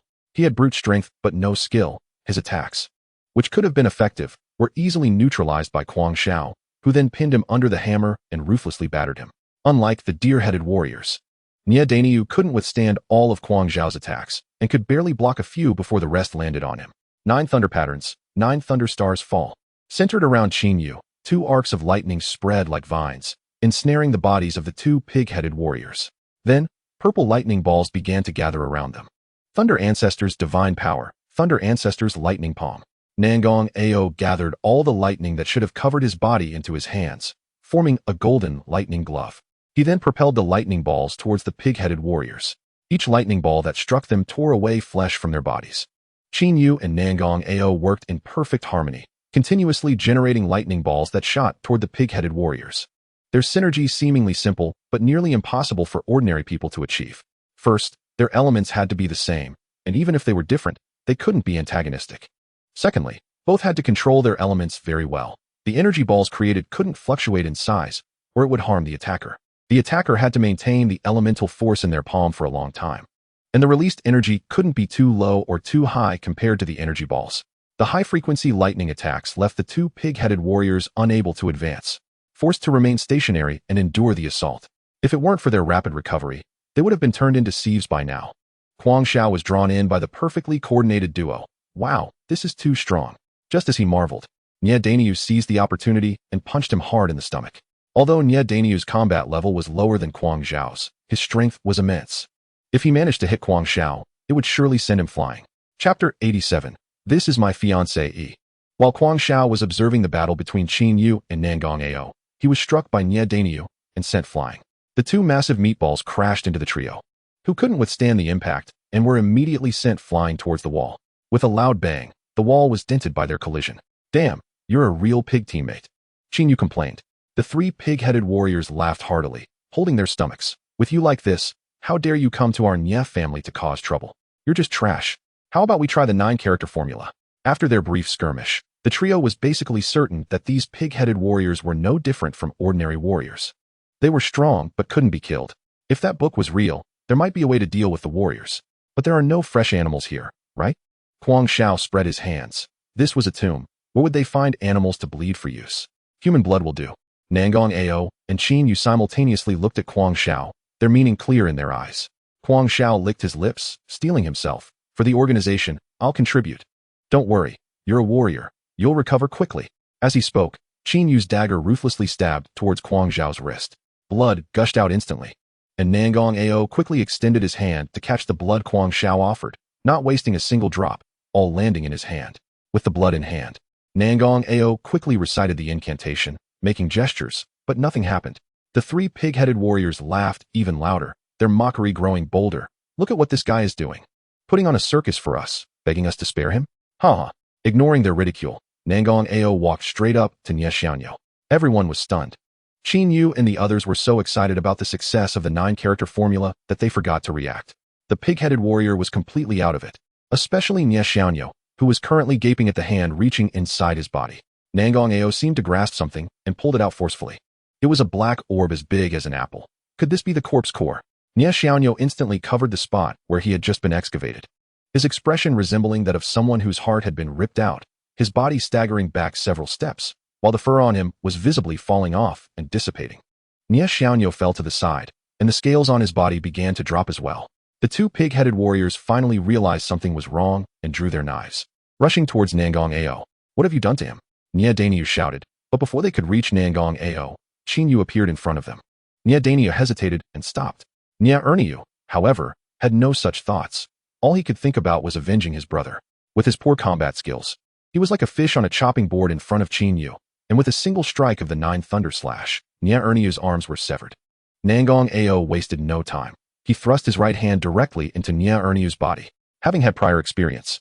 He quickly located the corpse core inside Nie Erniu and pulled it out.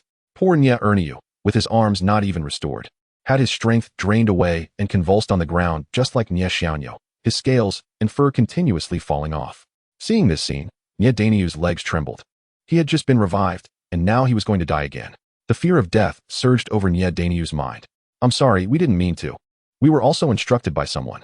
Nie Danyu knelt on the ground, his large pig head banging against the floor desperately until a big bump formed. However, this minor injury was nothing to him, and he recovered in just a few seconds. All right. Nangong Ao did not refute, but simply nodded and walked over to Kuang Xiao. Kuang Xiao's injuries had actually healed a long time ago. He was just lying there because he believed that Qin Yu and the other two could handle these 3 minor characters.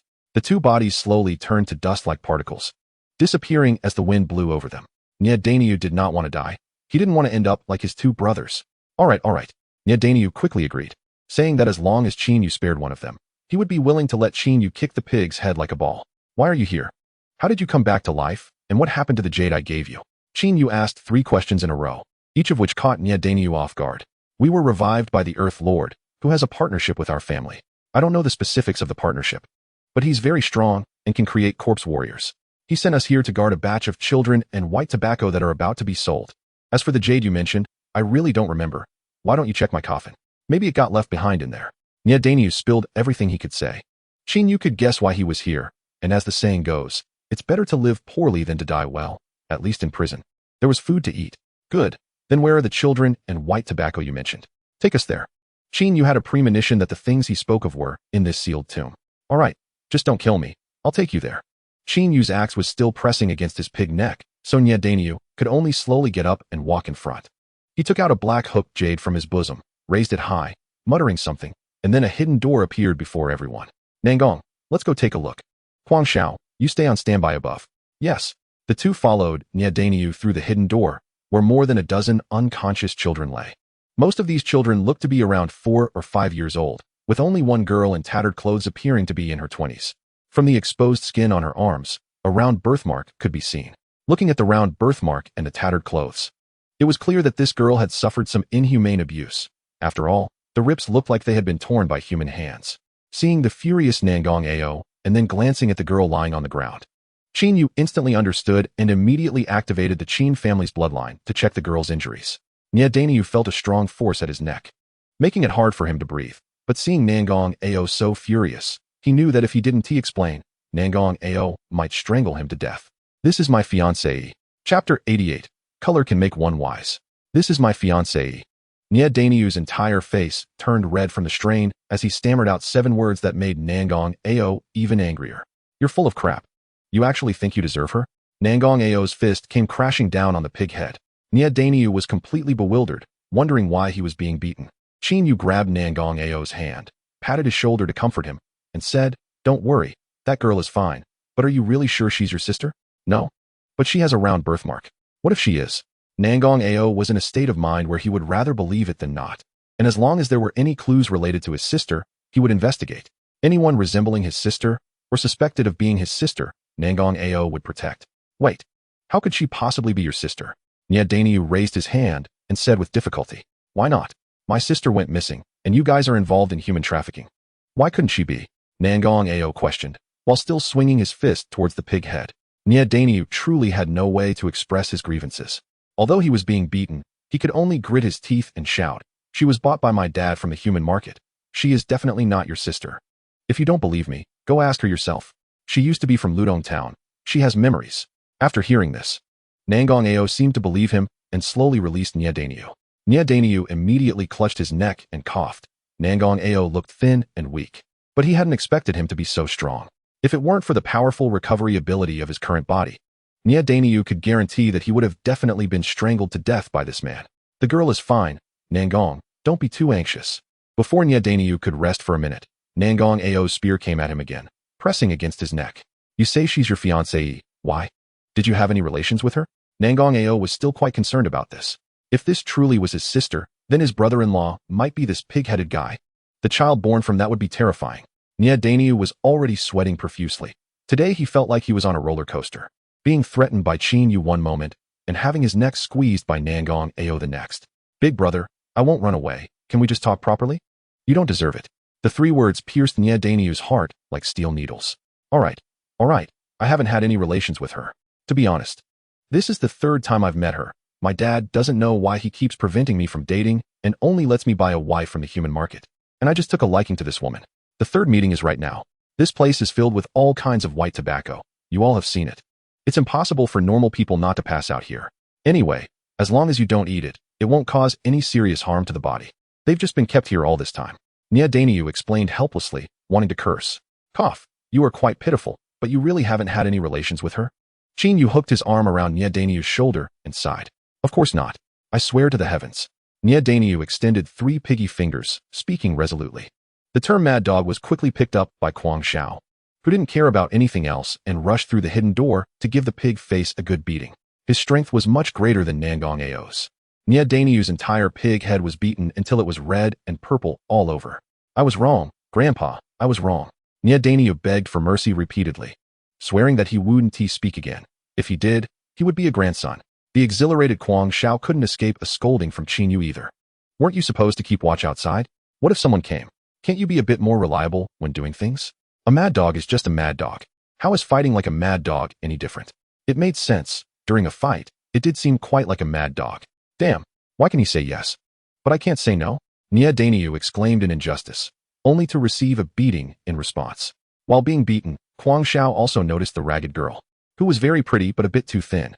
Looking at her charming face, Kuang Xiao couldn't help but blush. Qin Yu quickly noticed Kuang Xiao's change and, taking advantage of his distraction, pulled Nangong Ao aside. It seems Kuang Xiao has a crush on your sister. Look at how red his face is, like a monkey's butt. Impossible. If she were my sister, I would absolutely not agree. Nangong Ao said firmly. Regardless, as Nangong Ao's sister and a descendant of the Nangong family, she at least needed to find someone with brains, and Kuang Xiao clearly didn't fit that description. I knew it. Let us take the kids upstairs.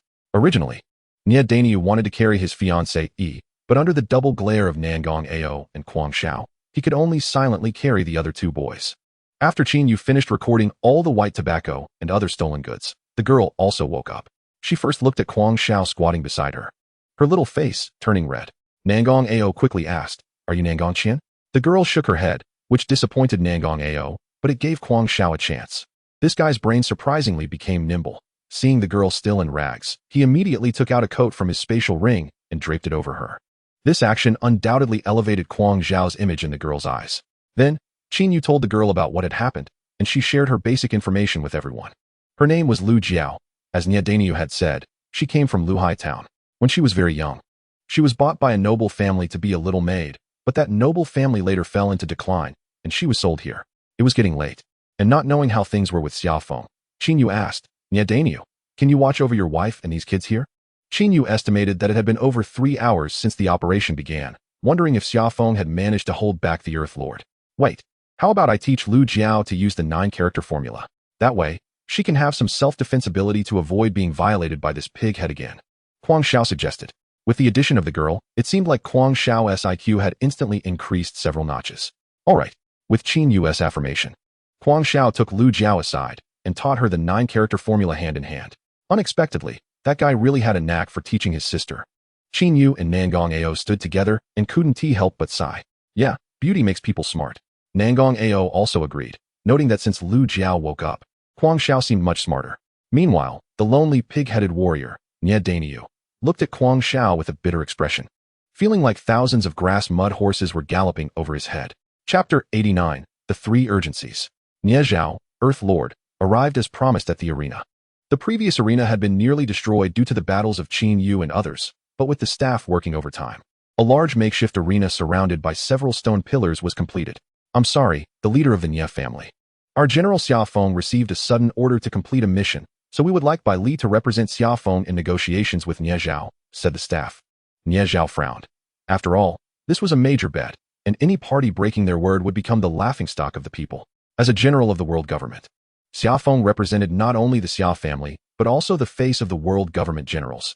He certainly wouldn't dare to break his word. You're not afraid, are you? Nie Zhao provocatively asked. Bai Li had already arranged a resting place for them on Nie Zhao's side, just to keep them there. Nie Zhao's behavior aligned with their intentions as he casually found a lounge chair and lay down. All right, we'll wait for you. But hurry up. My time is very precious. Impatience can't eat hot tofu, and good meals aren't afraid of being late. Nie Zhao had enough confidence to defeat Xiaofeng. And even if he waited a bit longer, the outcome would be the same. Lying on the bed, Nie Zhao felt the power within his body, smacking his lips. The human body was indeed too weak, unable to exert even half of its strength. It was fine if that kid broke his promise. It gave him time to rest. Nie Zhao slowly closed his eyes and fell into a dream. What if he really had to face Nie Zhao directly?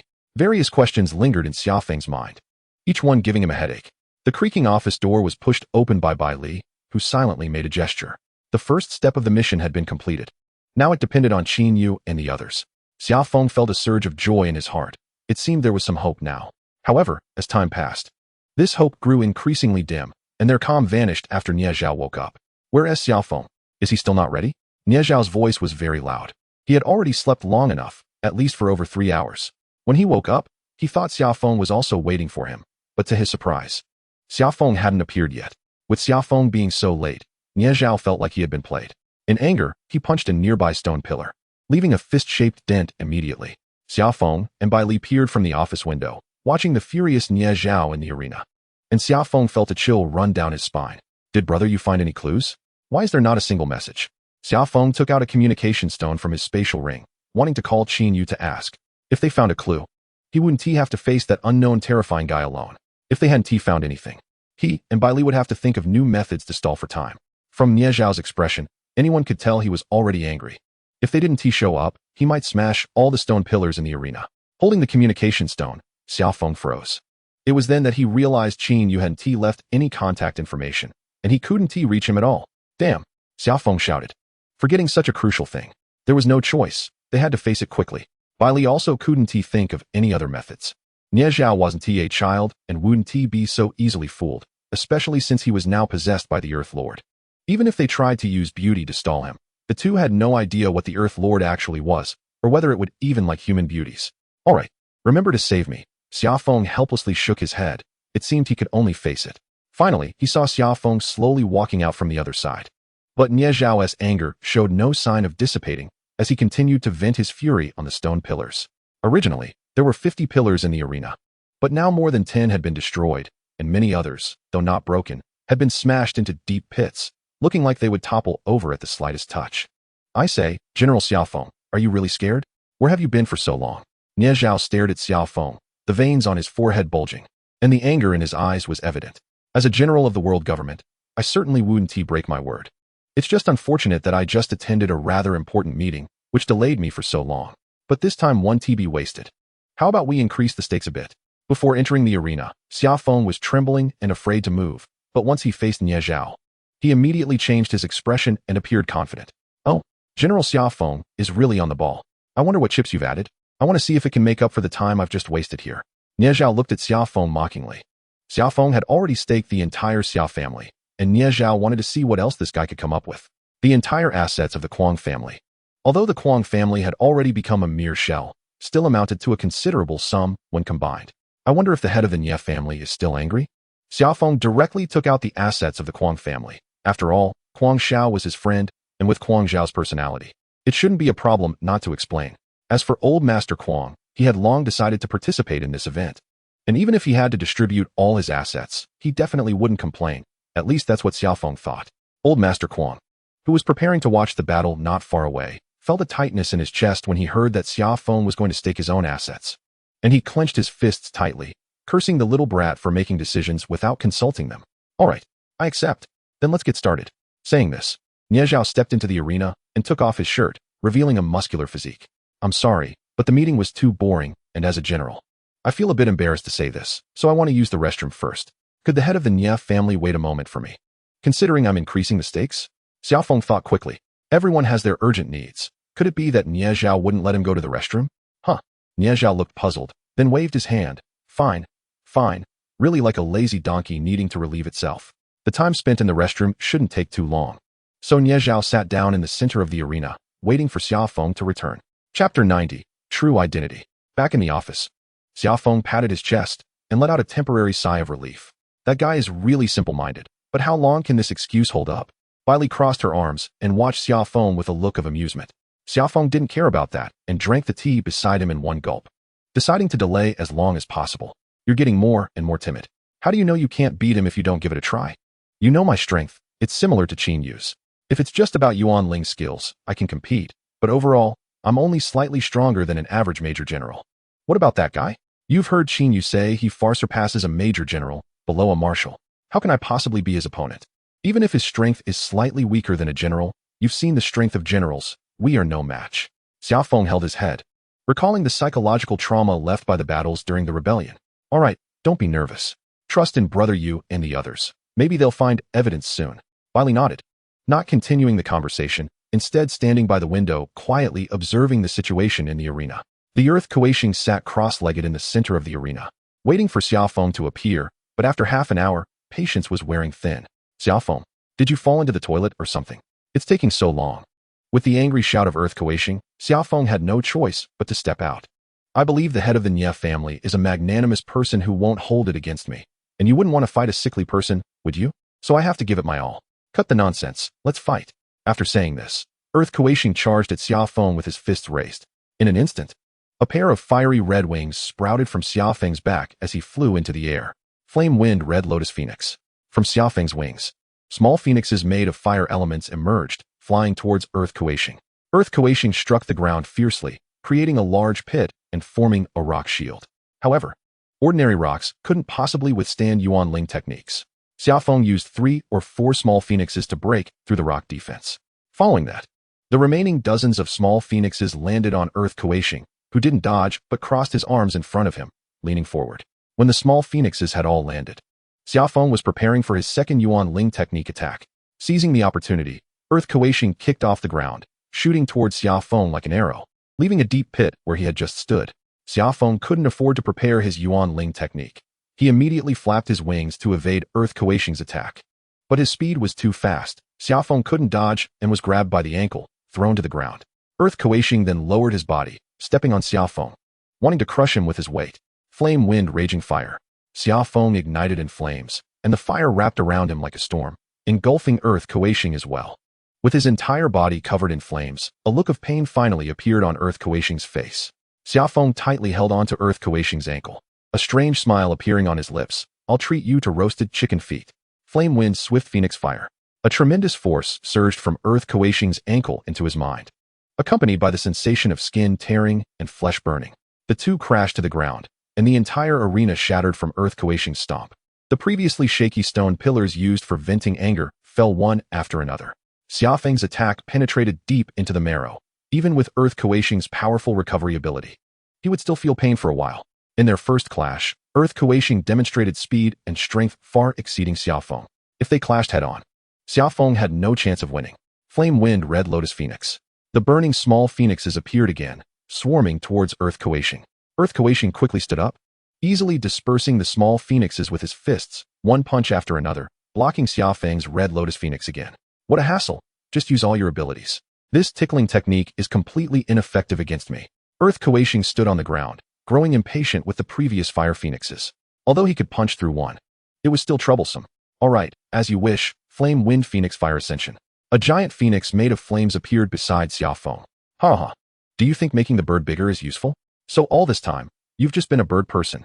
Earth Kuei-shing laughed mockingly at Xiaofeng, completely ignoring the giant flaming bird rushing towards him. Flame wind remaining wind. With a flap of Xiaofeng's wings, a gust of wind surged towards Earth Kuei-shing. The flames and wind merged perfectly under Xiaofeng's control, forming a new power that lifted Earth Kuei-shing into the air, with wind blades mixed with flames slicing across his body repeatedly. If it were an ordinary person, they wouldn't be able to withstand even a second and would be torn to pieces by the wind blades. However, Earth Kuei-shing remained unfazed, even though his body was already cut and burned by the wind blades. Not bad, I'm starting to feel it. This body is completely ruined. Earth Kuei-shing's tone was somewhat regretful. I finally got used to this body, but I didn't expect it to be ruined so quickly. Monster, truly a monster. Xiaofeng murmured. Are you ready? Accept my judgment. Xiaofeng would never give him a chance to counterattack. A white energy radiated from his body as white wind balls gathered around him. Flame Fire Star Windfall. This time it's wind balls. Then bring it on. Earth Kuei-shing stood in place, a strange smile on his face. With Earth Kuei-shing giving him the opportunity to attack, Xiaofeng didn't hold back either, sending 5 wind balls rushing towards the ground. The wind ball accurately hit the body of the Earth Kuei-shing, but at this moment, the Earth Kuei-shing had already abandoned Nie Zhao's body, and the previous wind ball struck Nie Zhao's flesh. The immense power directly shattered Nie Zhao's body, and the black pearl left inside exploded, raising a massive cloud of dust. When the dust settled, a tall monk with a brownish complexion stood firmly on the ground, revealing the true form of the Earth Kuei-shing. The monk wore a huge mask engraved with the character Kuei-shing, and his entire body was inscribed with some unknown runes. Even the smooth head was not spared. He held 2 large cleavers in his hands. An invisible pressure emanated from him, and Xiaofeng felt his body grow significantly heavier, cold sweat pouring out uncontrollably. Chapter 91, Heart Demon. Flame Wind Red Lotus Phoenix. Xiaofeng was once again surrounded by small fire phoenixes. And the only good news now was that this guy couldn't fly, giving Xiaofeng an aerial advantage. The Earth Kuei-shing looked at Xiaofeng in the air, clutching his belly, and began to cackle. With your ability to summon little birds, I don't understand how you became a lieutenant general in the world government. No wonder there are tens of thousands of lieutenant generals in the world government, but only over 100 generals. It turns out you are so far behind them. Besides those guys, you really are weak. With so many people in the world, there aren't many who can fight. It's truly pathetic. Sorry about that. I guess I have to use some real skills. Flame Wind Red Lotus Flower. The fire phoenixes surrounding Xiaofeng began to display a lotus-like pattern on their foreheads. Go. Immediately, with a wave of his hand, the fire phoenixes dove toward the Earth Kuei-shing. It's just some extra decorations. I want to see what difference it makes. The Earth Kuei-shing's dual blades danced rapidly, each strike accurately landing on the incoming fire phoenixes. Ha ha ha. Is that all? Your strength isn't impressive at all. As the fire phoenixes were sliced in half one by one, the Earth Kuei-shing's laughter grew louder and more arrogant. Once all the fire phoenixes were dealt with, Xiaofeng smiled wickedly. Take a good look at your body and your surroundings. Huh. The Earth Kuei-shing hesitated as he looked at his arms, only to find several red lotus patterns had appeared on them without him noticing. Looking down at the ground, there was also a red lotus pattern beneath his feet. Just as the Earth Kuei-shing was still puzzled about the special effect of these patterns, Xiaofeng merely snapped his fingers, and a series of explosions echoed throughout Wind Thunder City. Flame Wind Remnant Wind. Xiaofeng had a premonition that even such explosions wouldn't be able to do anything to this guy. As the smoke from the explosions cleared, the Earth Kuei-shing's dual blades had been blown apart, and his body was already in tatters. Yet Xiaofeng still didn't dare to let his guard down. As wind blades surged toward the Earth Kuei-shing, the wind blades triggered the red lotus patterns on the Earth Kuei-shing's body once again, giving birth to a second explosion, while the remnant wind reignited the unextinguished flames, creating a raging fire in the center of the arena. Ha ha ha. Good. Now this looks a bit like a lieutenant general, but still too weak for me. The voice of the Earth Kuei-shing came from within the flames. Xiaofeng squinted his eyes, staring intently at the interior of the flames, while his hands gathered the power of fire elements once again. Suddenly, a massive black hand shot out from the flames, gripping Xiaofeng's neck. Xiaofeng was stunned. What kind of speed was this? He had no time to react before the monstrous hand had already seized his throat. Under the immense force, Xiaofeng was yanked down. Little brat, die? The Earth Kuei-shing flew out from the flames, brandishing his cleaver, grinning as he aimed for Xiaofeng's neck. The flames on the Earth Kuei-shing were still not extinguished, and his wounds had not healed, remaining in that broken state. 40 years ago, the 2nd Brigade of the Robbery Army was shattered by 2 lieutenant generals, and he, along with 5 members he led, got separated from others in the forest. Xiaofeng, what should we do? A girl in the team looked at the eerie surroundings, afraid to use any lighting tools, fearing that the pursuing lieutenant general would spot them. That's right. Even the captain and vice captain aren't a match for that lieutenant general. How can we? A fearful atmosphere quickly spread through the team, infecting everyone, including Xiaofeng. Xiaofeng walked at the front of the team, not daring to speak, barely even daring to breathe. Those two lieutenant generals were simply too strong. The group had no chance against them. Now, Xiaofeng could only pray that they could survive and leave this place. Don't be afraid, we will be fine. A man named Qiong in the team said positively. Qiong was certainly scared too, but he understood that if everyone was downcast, they would completely lose hope of survival. Although it was just a simple encouragement, it slightly alleviated the atmosphere of the entire team, and his optimistic demeanor successfully inspired the team leader, Xiaofeng. Xiaofeng turned his head and gratefully glanced at Qiong. His reminder made him remember his identity as captain. Qin Yu entrusted the team to him, which was a sign of trust. Although his subordinates were down to just 5 people, he still had to maintain a positive outlook. If even he, a beastmaster, completely lost hope, what would happen to those ordinary people in the team? Everyone, don't worry, we will be fine. Everyone, don't make a sound. Try to hide in the forest. Xiaofeng gathered his courage and whispered. The expressions of the others improved quite a bit after Xiaofeng's encouragement. Unfortunately, before Xiaofeng could finish his encouraging words, a trident pierced down, impaling the chest of the man who was covering the rear for the team. The woman walking in front of that man completely lost her mind and screamed. Upon seeing the lieutenant general appear, everyone immediately stood upright and ran wildly forward. They didn't know what awaited them ahead, but staying in place meant only waiting for death. You can't run away. Being able to mobilize so many lieutenant generals means you are the first team. Your strength is still lacking. Remember not to provoke those far beyond your capabilities in your next life. The lieutenant general slowly pulled out the trident and hurled it forward. Oops, threw it wrong. The lieutenant general scratched his head and continued to leisurely chase forward. The flying trident directly pierced through the bodies of 3 other members, nailing them all to a large tree beside Xiaofeng. Xiaofeng merely glanced at the dead 3, and a wave of fear swept over him. What terrifying power! Seeing that Xiaofeng was still in a daze, Qiong hurriedly pulled him and continued running forward. There was no time for them to rest. Only by running could there be hope for survival. Captain, you run quickly. I'm just an ordinary person. I can't go on anymore. You are a beastmaster. Hurry and turn to smoke and dust. I know you haven't turned to smoke because you want to take care of us. Now that we're all gone, you quickly run. Hurry. Qiong pushed Xiaofeng's body, urging him to leave quickly. However, the lieutenant general was not so easily shaken off. In less than 2 seconds, he had caught up. Have you finished your last words? If you're done, say goodbye to your good captain. He will be coming for you soon. Saying this, the lieutenant general picked up Qiong like a chick and stabbed the trident in without hesitation. No, Xiaofeng screamed, charging at the lieutenant general. The lieutenant general lazily tossed Qiong's corpse aside, gathering gold elemental power in his hand, and a large hand came crashing down from the sky, pinning Xiaofeng firmly to the ground. Die! The trident then lunged towards Xiaofeng's neck. At the critical moment, a marshal draped in a green robe appeared, tightly grasping the trident that was about to stab down. He is the young master of the Xiao family. Let go. After leaving just a faint remark, this marshal vanished. And even Xiaofeng did not get a clear look at his appearance. TCH. The lieutenant general sighed, then turned to chase after the other members of the robbery army. Summer Wind lay on the ground, gasping for breath, as if he had just encountered death itself. The weight of mortality left him unable to regain his composure for a long time. But the moment he finally collected himself, he saw a scene of countless corpses scattered around him, including that of his closest civilian friend, Qiong. Summer Wind felt a surge of despair.